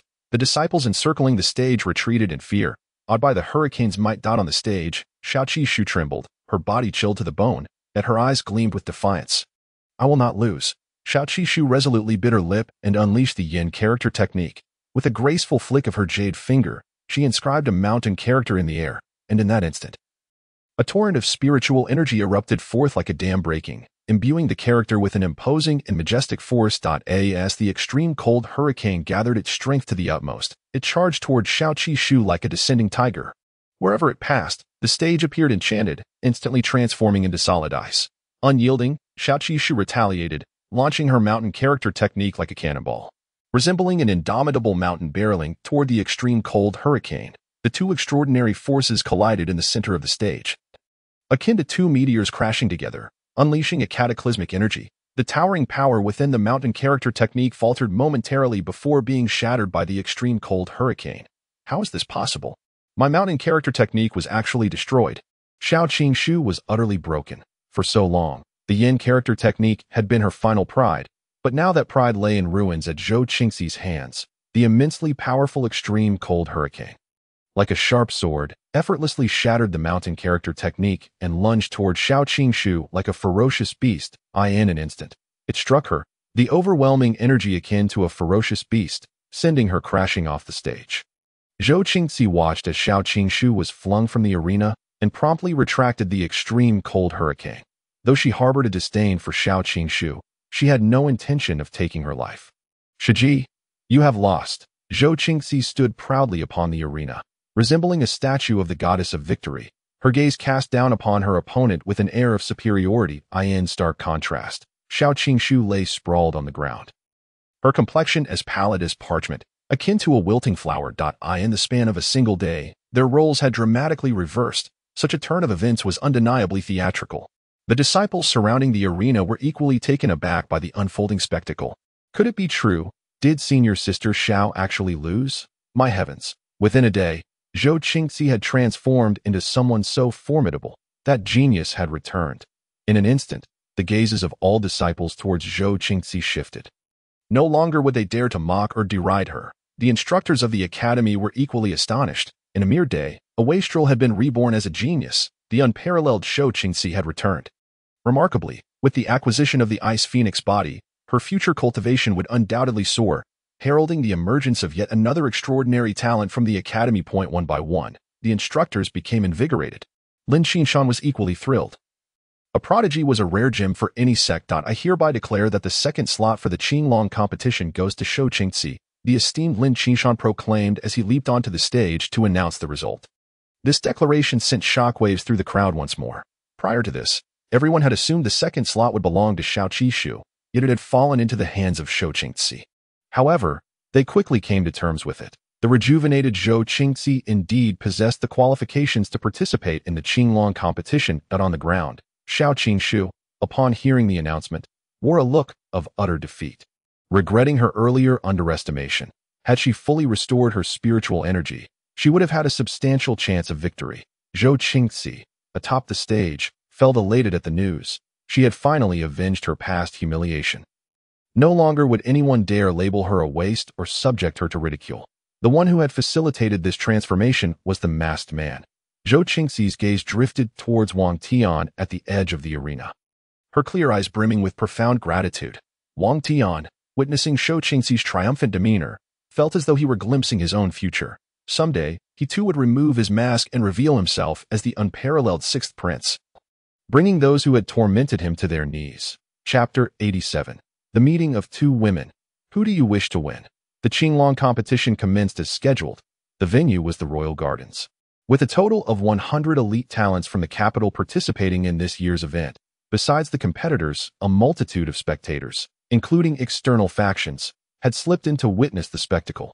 Thus, every year on this day, the Royal Gardens were bustling with activity. Accompanied by the disciples of the Academy, Wang Tian sought to observe the performance of this year's competitors, particularly his royal brothers. Elder brother Tian, the match hasn't begun yet. Let's go take a look over there, Zhuxian exclaimed, pointing towards a nearby pavilion, her eyes sparkling with excitement. The Royal Gardens were typically closed to the public, opening only on the day of the Qilin competition. As it was Zhuxian's first visit, everything here was a source of fresh curiosity for her. All right, that pavilion also offers a view of the fish and the scenery across the water. Wang Tian nodded in agreement, being quite familiar with the Royal Gardens. Unlike Zhuxian, who was filled with wonder, the pavilions, resembling pearls, adorned the lake's surface, interconnected by winding corridors that flowed like a dancing dragon, forming a unique cluster of lakeside pavilions. Standing within the pavilion felt like stepping into a realm of immortals, where one could fully appreciate the enchanting views of the lake. The water mirrored the sky's white clouds and the weeping willows along the shore, while schools of fish frolicked, sometimes playfully chasing one another, at other times gliding leisurely, as if showcasing their joy and freedom. The maple trees lining the riverbank resembled a vibrant painting, with crimson leaves like flames, golden leaves like treasure, and emerald foliage like jade, each hue blending harmoniously, a breathtaking sight. A gentle breeze rustled through the maple leaves, whispering tales of autumn, immersed in the refreshing coolness. One felt as though they were in a serene world, lost in its beauty, forgetting all worries. The scenery here evoked awe for nature's artistry, akin to a masterful painter sketching an exquisite tableau of lakes and mountains. In times of adversity, Wang Tian often sought solace here, finding respite in the beauty of the lake cape. The scenery truly is stunning. Elder brother Tian, what kind of fish is that in the lake? The golden ones have wings. They are so beautiful, Zhuxian exclaimed excitedly, pointing at the golden flying fish, her enthusiasm reminiscent of a child's wonder. That is the flying golden carp. Its flesh is succulent, best grilled over charcoal with a sprinkle of cumin. Wang Tian unconsciously blurted out. Elder brother Tian, have you ever tasted this flying golden carp? Zhuxian inquired with curiosity. Realizing he had nearly revealed his identity, Wang Tian quickly amended, I've only heard others speak of it. So I mentioned it casually though. I would love to try the taste of this flying golden carp if given the chance. Zhuxian mused, returning her focus to the lake's beauty. At that moment, a familiar, melodious voice suddenly called out from behind. Elder brother Tian, what a coincidence. You are here too. Yunxiu approached, her face alight with joy. Today, she resembled a blooming white lotus, clad in a gown as pure as snow. Her tall, graceful figure resembled that of an ethereal being. Each step she took akin to dancing on fluttering notes. Her beauty radiated like the first light of dawn, warm and gentle, captivating all who beheld her. Xiao, Wang Tian was equally taken aback, not expecting to encounter Yunxiu here. However, he quickly rationalized it. Yunxiu was participating in the Qilin competition, so her presence was only natural. Wang Tian recognized Yunxiu. Zhuxian also caught sight of her, momentarily mesmerized by the heavenly beauty before her. Yet, she was more attuned to Wang Tian's demeanor towards Yunxiu, which appeared notably affectionate. Elder brother Tian. Who is she? Zhuxian could not help but approach, her intuition as a woman suggesting that this beautiful figure shared a special connection with her elder brother Tian. This is Yunxiu, the daughter of the Qilin Pavilion Master, and also a contestant in this year's Qilin competition. Wang Tian warmly introduced as he spoke. Yunxiu's gaze was drawn to Zhuxian, who stood beside Wang Tian. She exuded a pure charm, her beauty akin to a blossoming flower, vibrant and alluring, like morning dew, fresh and invigorating, reminiscent of a friendly neighbor girl. Elder brother Tian, who is this young lady? Yunxiu asked, feeling a twinge of nervousness, her heart racing at the sight of another beauty beside her elder brother. This is Zhuxian, a disciple of the Academy and also a participant in this year's Qilin competition. Wang Tian briefly introduced again. Hello, it's a pleasure to meet you. Yunxiu greeted, extending her hand. Hello, I am equally pleased to meet you. Zhuxian replied politely. Yet, as the two women exchanged pleasantries, An unspoken tension began to simmer between them. Elder brother Tian, I just saw some redwoods over there with deer. Shall we go take a look? Yun Xiu suggested, pointing towards a nearby grove of redwoods that was also Yun Xiu's first visit to the royal gardens. Filling her with curiosity and wonder, then I'll accompany you. Qingxi, would you like to join us? Wang Tian turned to show Qingxi, who glanced at Yun Xiu, and then at Wang Tian, shaking her head in response. No, you two go ahead. I would like to enjoy the fish a bit longer. All right then, we'll be off. See you later. Wang Tian waved farewell as he followed Yun Xiu towards the redwood grove. Shou Qingxi watched their departing figures, a sudden wave of inexplicable disappointment washing over her. When she turned her attention back to the fish in the lake, her previous joy had faded. Meanwhile, Yun Xiu, in high spirits, felt elated that elder brother Tian had chosen to accompany her. Elder brother Tian, how did you come to know this Shou Qingxi? Yun Xiu asked. Her curiosity piqued. I went to the academy for some business and happened to encounter her when she was feeling down. So I helped her out a bit, and that's how we met. Wang Tian replied without hesitation, omitting the details. So it was a case of a hero saving a damsel. Yun Xiu attempted to keep her tone even. It wasn't exactly a heroic rescue. It was just a small favor. Wang Tian remained unaware of the subtle shift in Yun Xiu's tone. That I just heard you say that Shou Qingxi will also be competing in this year's Qilin competition. Is that correct? Yun Xiu inquired, her gaze fixed intently on Wang Tian. Yes, she represents the academy in the Qilin competition. Wang Tian confirmed with a nod. Then if we encounter each other in the Qilin competition, who do you hope will win? Yun Xiu asked, her eyes blinking innocently as she focused on Wang Tian. Chapter 88. The manipulations of Su Qin. Wang Tian found himself at a loss for words at this question. Of course, I hope you win, he replied, scratching his head awkwardly, suddenly realizing that his earlier gift of the ice phoenix feather to Shou Qingxi might have caused some unease for Yun Xiu. Yet, he firmly believed that even if they faced each other in the competition, Yun Xiu's current strength would suffice to secure victory over Shou Qingxi. That's great to hear. Yun Xiu felt a surge of secret delight. Reassured that she still held a significant place in elder brother Tian's heart. After wandering through the royal garden for a while, the Qilin competition officially commenced. The process began with a drawing of lots, followed by matches on the corresponding stages, a traditional yet highly efficient method of competition. Yun Xiu drew number A6, while Shou Qingxi drew number B2. Xiaochu, you are the contestant of Arena A. While Qingxi belongs to Arena B. Upon seeing their respective drawn numbers, Wang Tian secretly breathed a sigh of relief, knowing that the two of them would not encounter each other in the short term. Only when they reached the top 8, determining the strongest from each arena, would a clash become possible. Miss Yun, brother Tian, I will be competing in the first match of Arena B, so I shall take my leave now. After clasping her fists in a respectful gesture, Shou Qingxi swiftly made her way toward Arena B. I wonder who my opponent in Arena A will be. Yun Xiu furrowed her brow. According to the rules, the first match of Arena A was between contestants A1 and A2, the second match between A3 and A4, and the third match would be her against A5. No need to ponder. Your first match is against me. Just then, a familiar voice, laced with provocation, reached her ears from behind. The sound filled Yun Xiu with disdain, and turning around, she indeed saw Su Qin's haughty face. Su Qin. You're A5? Yun Xiu inquired with a frown. Indeed, it is I. Arranged by my father. I can hardly wait to trample you beneath my feet. Su Qin's crimson lips curled into a smirk. She had been eagerly anticipating the Qilin tournament to arrive, so she could finally crush the so-called Qilin maiden underfoot. Yun Xiu was taken aback to realize that this drawn number had been orchestrated by Su Qin, which brought back memories of her humiliation during the Emperor's birthday celebration. Had it not been for Su Qin's drugging, she would not have found herself in the 6th prince's bed, losing her innocence. Well, I too am eager for our duel. Yun Xiu clenched her delicate fist, determined to repay the earlier humiliation tenfold. Then let us meet on the arena. After Su Qin uttered this, she turned to leave, only to be stopped by Yun Qiu. Do not forget, should you lose, you must kneel and bow your head to me, admitting that it was you who designed my downfall that night. Yun Qiu's beautiful face was flushed with anger. You wish for me to bow an apology? We shall see about that once you are defeated. Su Qin cast her a disdainful glance before turning away. Watching Su Qin's retreating figure, Wang Tian furrowed his brow. The minister's influence was extending further, even manipulating the draws of the Qilin tournament. He sensed that Su Zhennan's power might be greater than he had imagined. And no matter how much she schemes behind the scenes, victory in the arena still relies on true strength. With the black bead that Brother Tian gifted me, I shall not lose to her.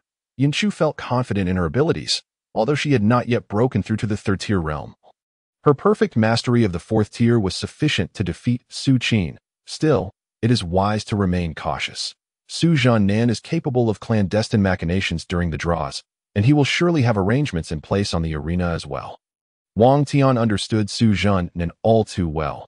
He would never allow his daughter to lose. Therefore, to hedge against any eventualities, there would undoubtedly be backup plans in place to assist his daughter in clinching victory at a critical moment. Thank you for the reminder, Brother Tian. I will be vigilant. Yunchu nodded, well aware of Zhuxian's character and keeping her guard up. Soon, the Qilin tournament officially commenced amidst the eager anticipation of the crowd. Zhuxian Ci was the first match in Arena B, facing a disciple from the Qin family who specialized in knife techniques, utilizing her extreme cold aura and the yin character technique. She easily defeated her opponent without even deploying her Ice Phoenix wings. Zhuxian Ci's victory further solidified Yunchu's determination to conquer Qilin in the afternoon. It was finally time for Yunchu and Zhuxian to face off in Arena A. Go for it! Wang Tian cheered from below the arena.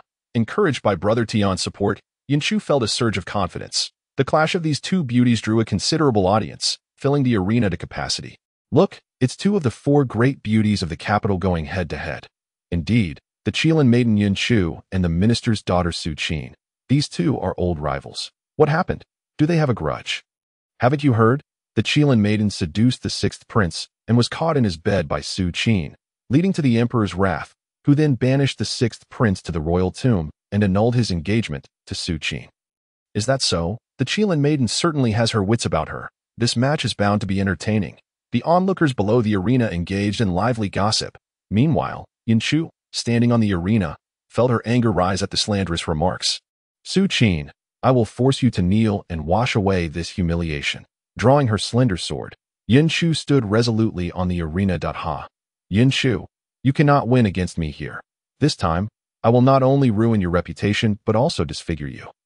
Let's see if your brother Tian will still want you. Zhuxian's words dripped with malice, jealous of Yunchu's beauty, talent, and the fact that even the Sword King had eyes for her. Zhuxian was determined to utterly destroy Yunchu, reducing her to a despised figure. Then let me see if you possess the ability to do so. Yunchu tightened her fist and summoned her spiritual energy.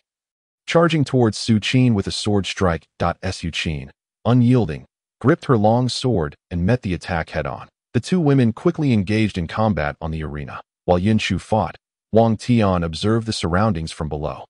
Based on his understanding of Zhuxian, he was certain that the minister would resort to underhanded tactics to ensure his daughter's victory, whether on the arena or in the vicinity. Zhuxian will definitely pull some strings here. I must uncover his schemes quickly, or Xiaochu will not stand a chance against Zhuxian. Wang Tian's gaze darted around the arena, having shifted positions several times to gain a better view. Yet, after a thorough search, he found no signs of irregularity. The arena appeared normal. Could the manipulations be occurring in the surrounding area, expanding his search radius? Wang Tian finally noticed something amiss. It seemed that there were formations laid out around the arena. He was astonished to discover 8 sculptures positioned not far from the arena, each differing in shape yet exuding a faint aura of spiritual energy. An ordinary person would likely overlook these sculptures, mistaking them for mere decorations of the royal garden. However, having learned about formations from the 2 elders of the formation sect and possessing the Eye of Formation, Wang Tian was able to discern their true purpose. Activate the Eye of Formation. Wang Tian concentrated his spiritual energy in his eyes, confirming his suspicions. Indeed, it was no wonder Zhuxian had confidently declared her invincibility on the arena. With this formation support, Yunchu truly stood little chance against her. However, I understand formations well. This time, you shall kneel before me. A glint of coldness flickered in Wang Tian's eyes. Chapter 89. Disabling the formation from the shadows on the arena, Yunchu wielded her slender sword, launching a relentless barrage of attacks against Zhuxian, her strikes resembling a tempest, akin to tumultuous waves crashing upon the shore, unyielding and unstoppable. Zhuxian found herself momentarily overwhelmed. She had not anticipated Yunchu's significant increase in strength after their time apart. How has she grown so powerful? Has she reached the 4th-tier realm, forced to retreat under Yunchu's onslaught? Zhuxian realized the arena had its limits, and further retreat would mean forfeiting the match. I must resort to talismans. Gritting her teeth, Zhuxian swiftly produced a talisman from her person, adhering it to herself. In an instant, a brilliant light flashed, and a shadowy duplicate of herself appeared on the arena, mirroring her in every detail, even down to the long sword it wielded. Upon its summoning, the duplicate lunged at Yunchu with the speed of a gale. Its sword intent fierce enough to seem capable of rending the earth asunder. Faced with this, Yunchu had no choice but to hastily defend herself. In the 2-on-1 scenario, Yunchu found her offensive momentum stifled. But Zhuxian could not establish a decisive advantage nor suppress her. The spectators were in awe, witnessing the Qilin maiden's unexpected prowess. Even with the aid of a supreme duplicate talisman, Zhuxian could only manage to hold her ground against her. How could there be such a disparity between two cultivators of the 4th tier? The duplicate talisman has its limitations. Once it fades, the minister's daughter may very well be at a disadvantage. The crowd, perceptive as ever, could easily discern the strengths and weaknesses of the combatants. Zhuxian, frustrated by her inability to break through, resolved to use more talismans. If one talisman isn't enough, then I shall use several. Let us see how long you can endure. A glint of malice flashed in Zhuxian's eyes as she retrieved 4 more supreme duplicate talismans, affixing them to herself.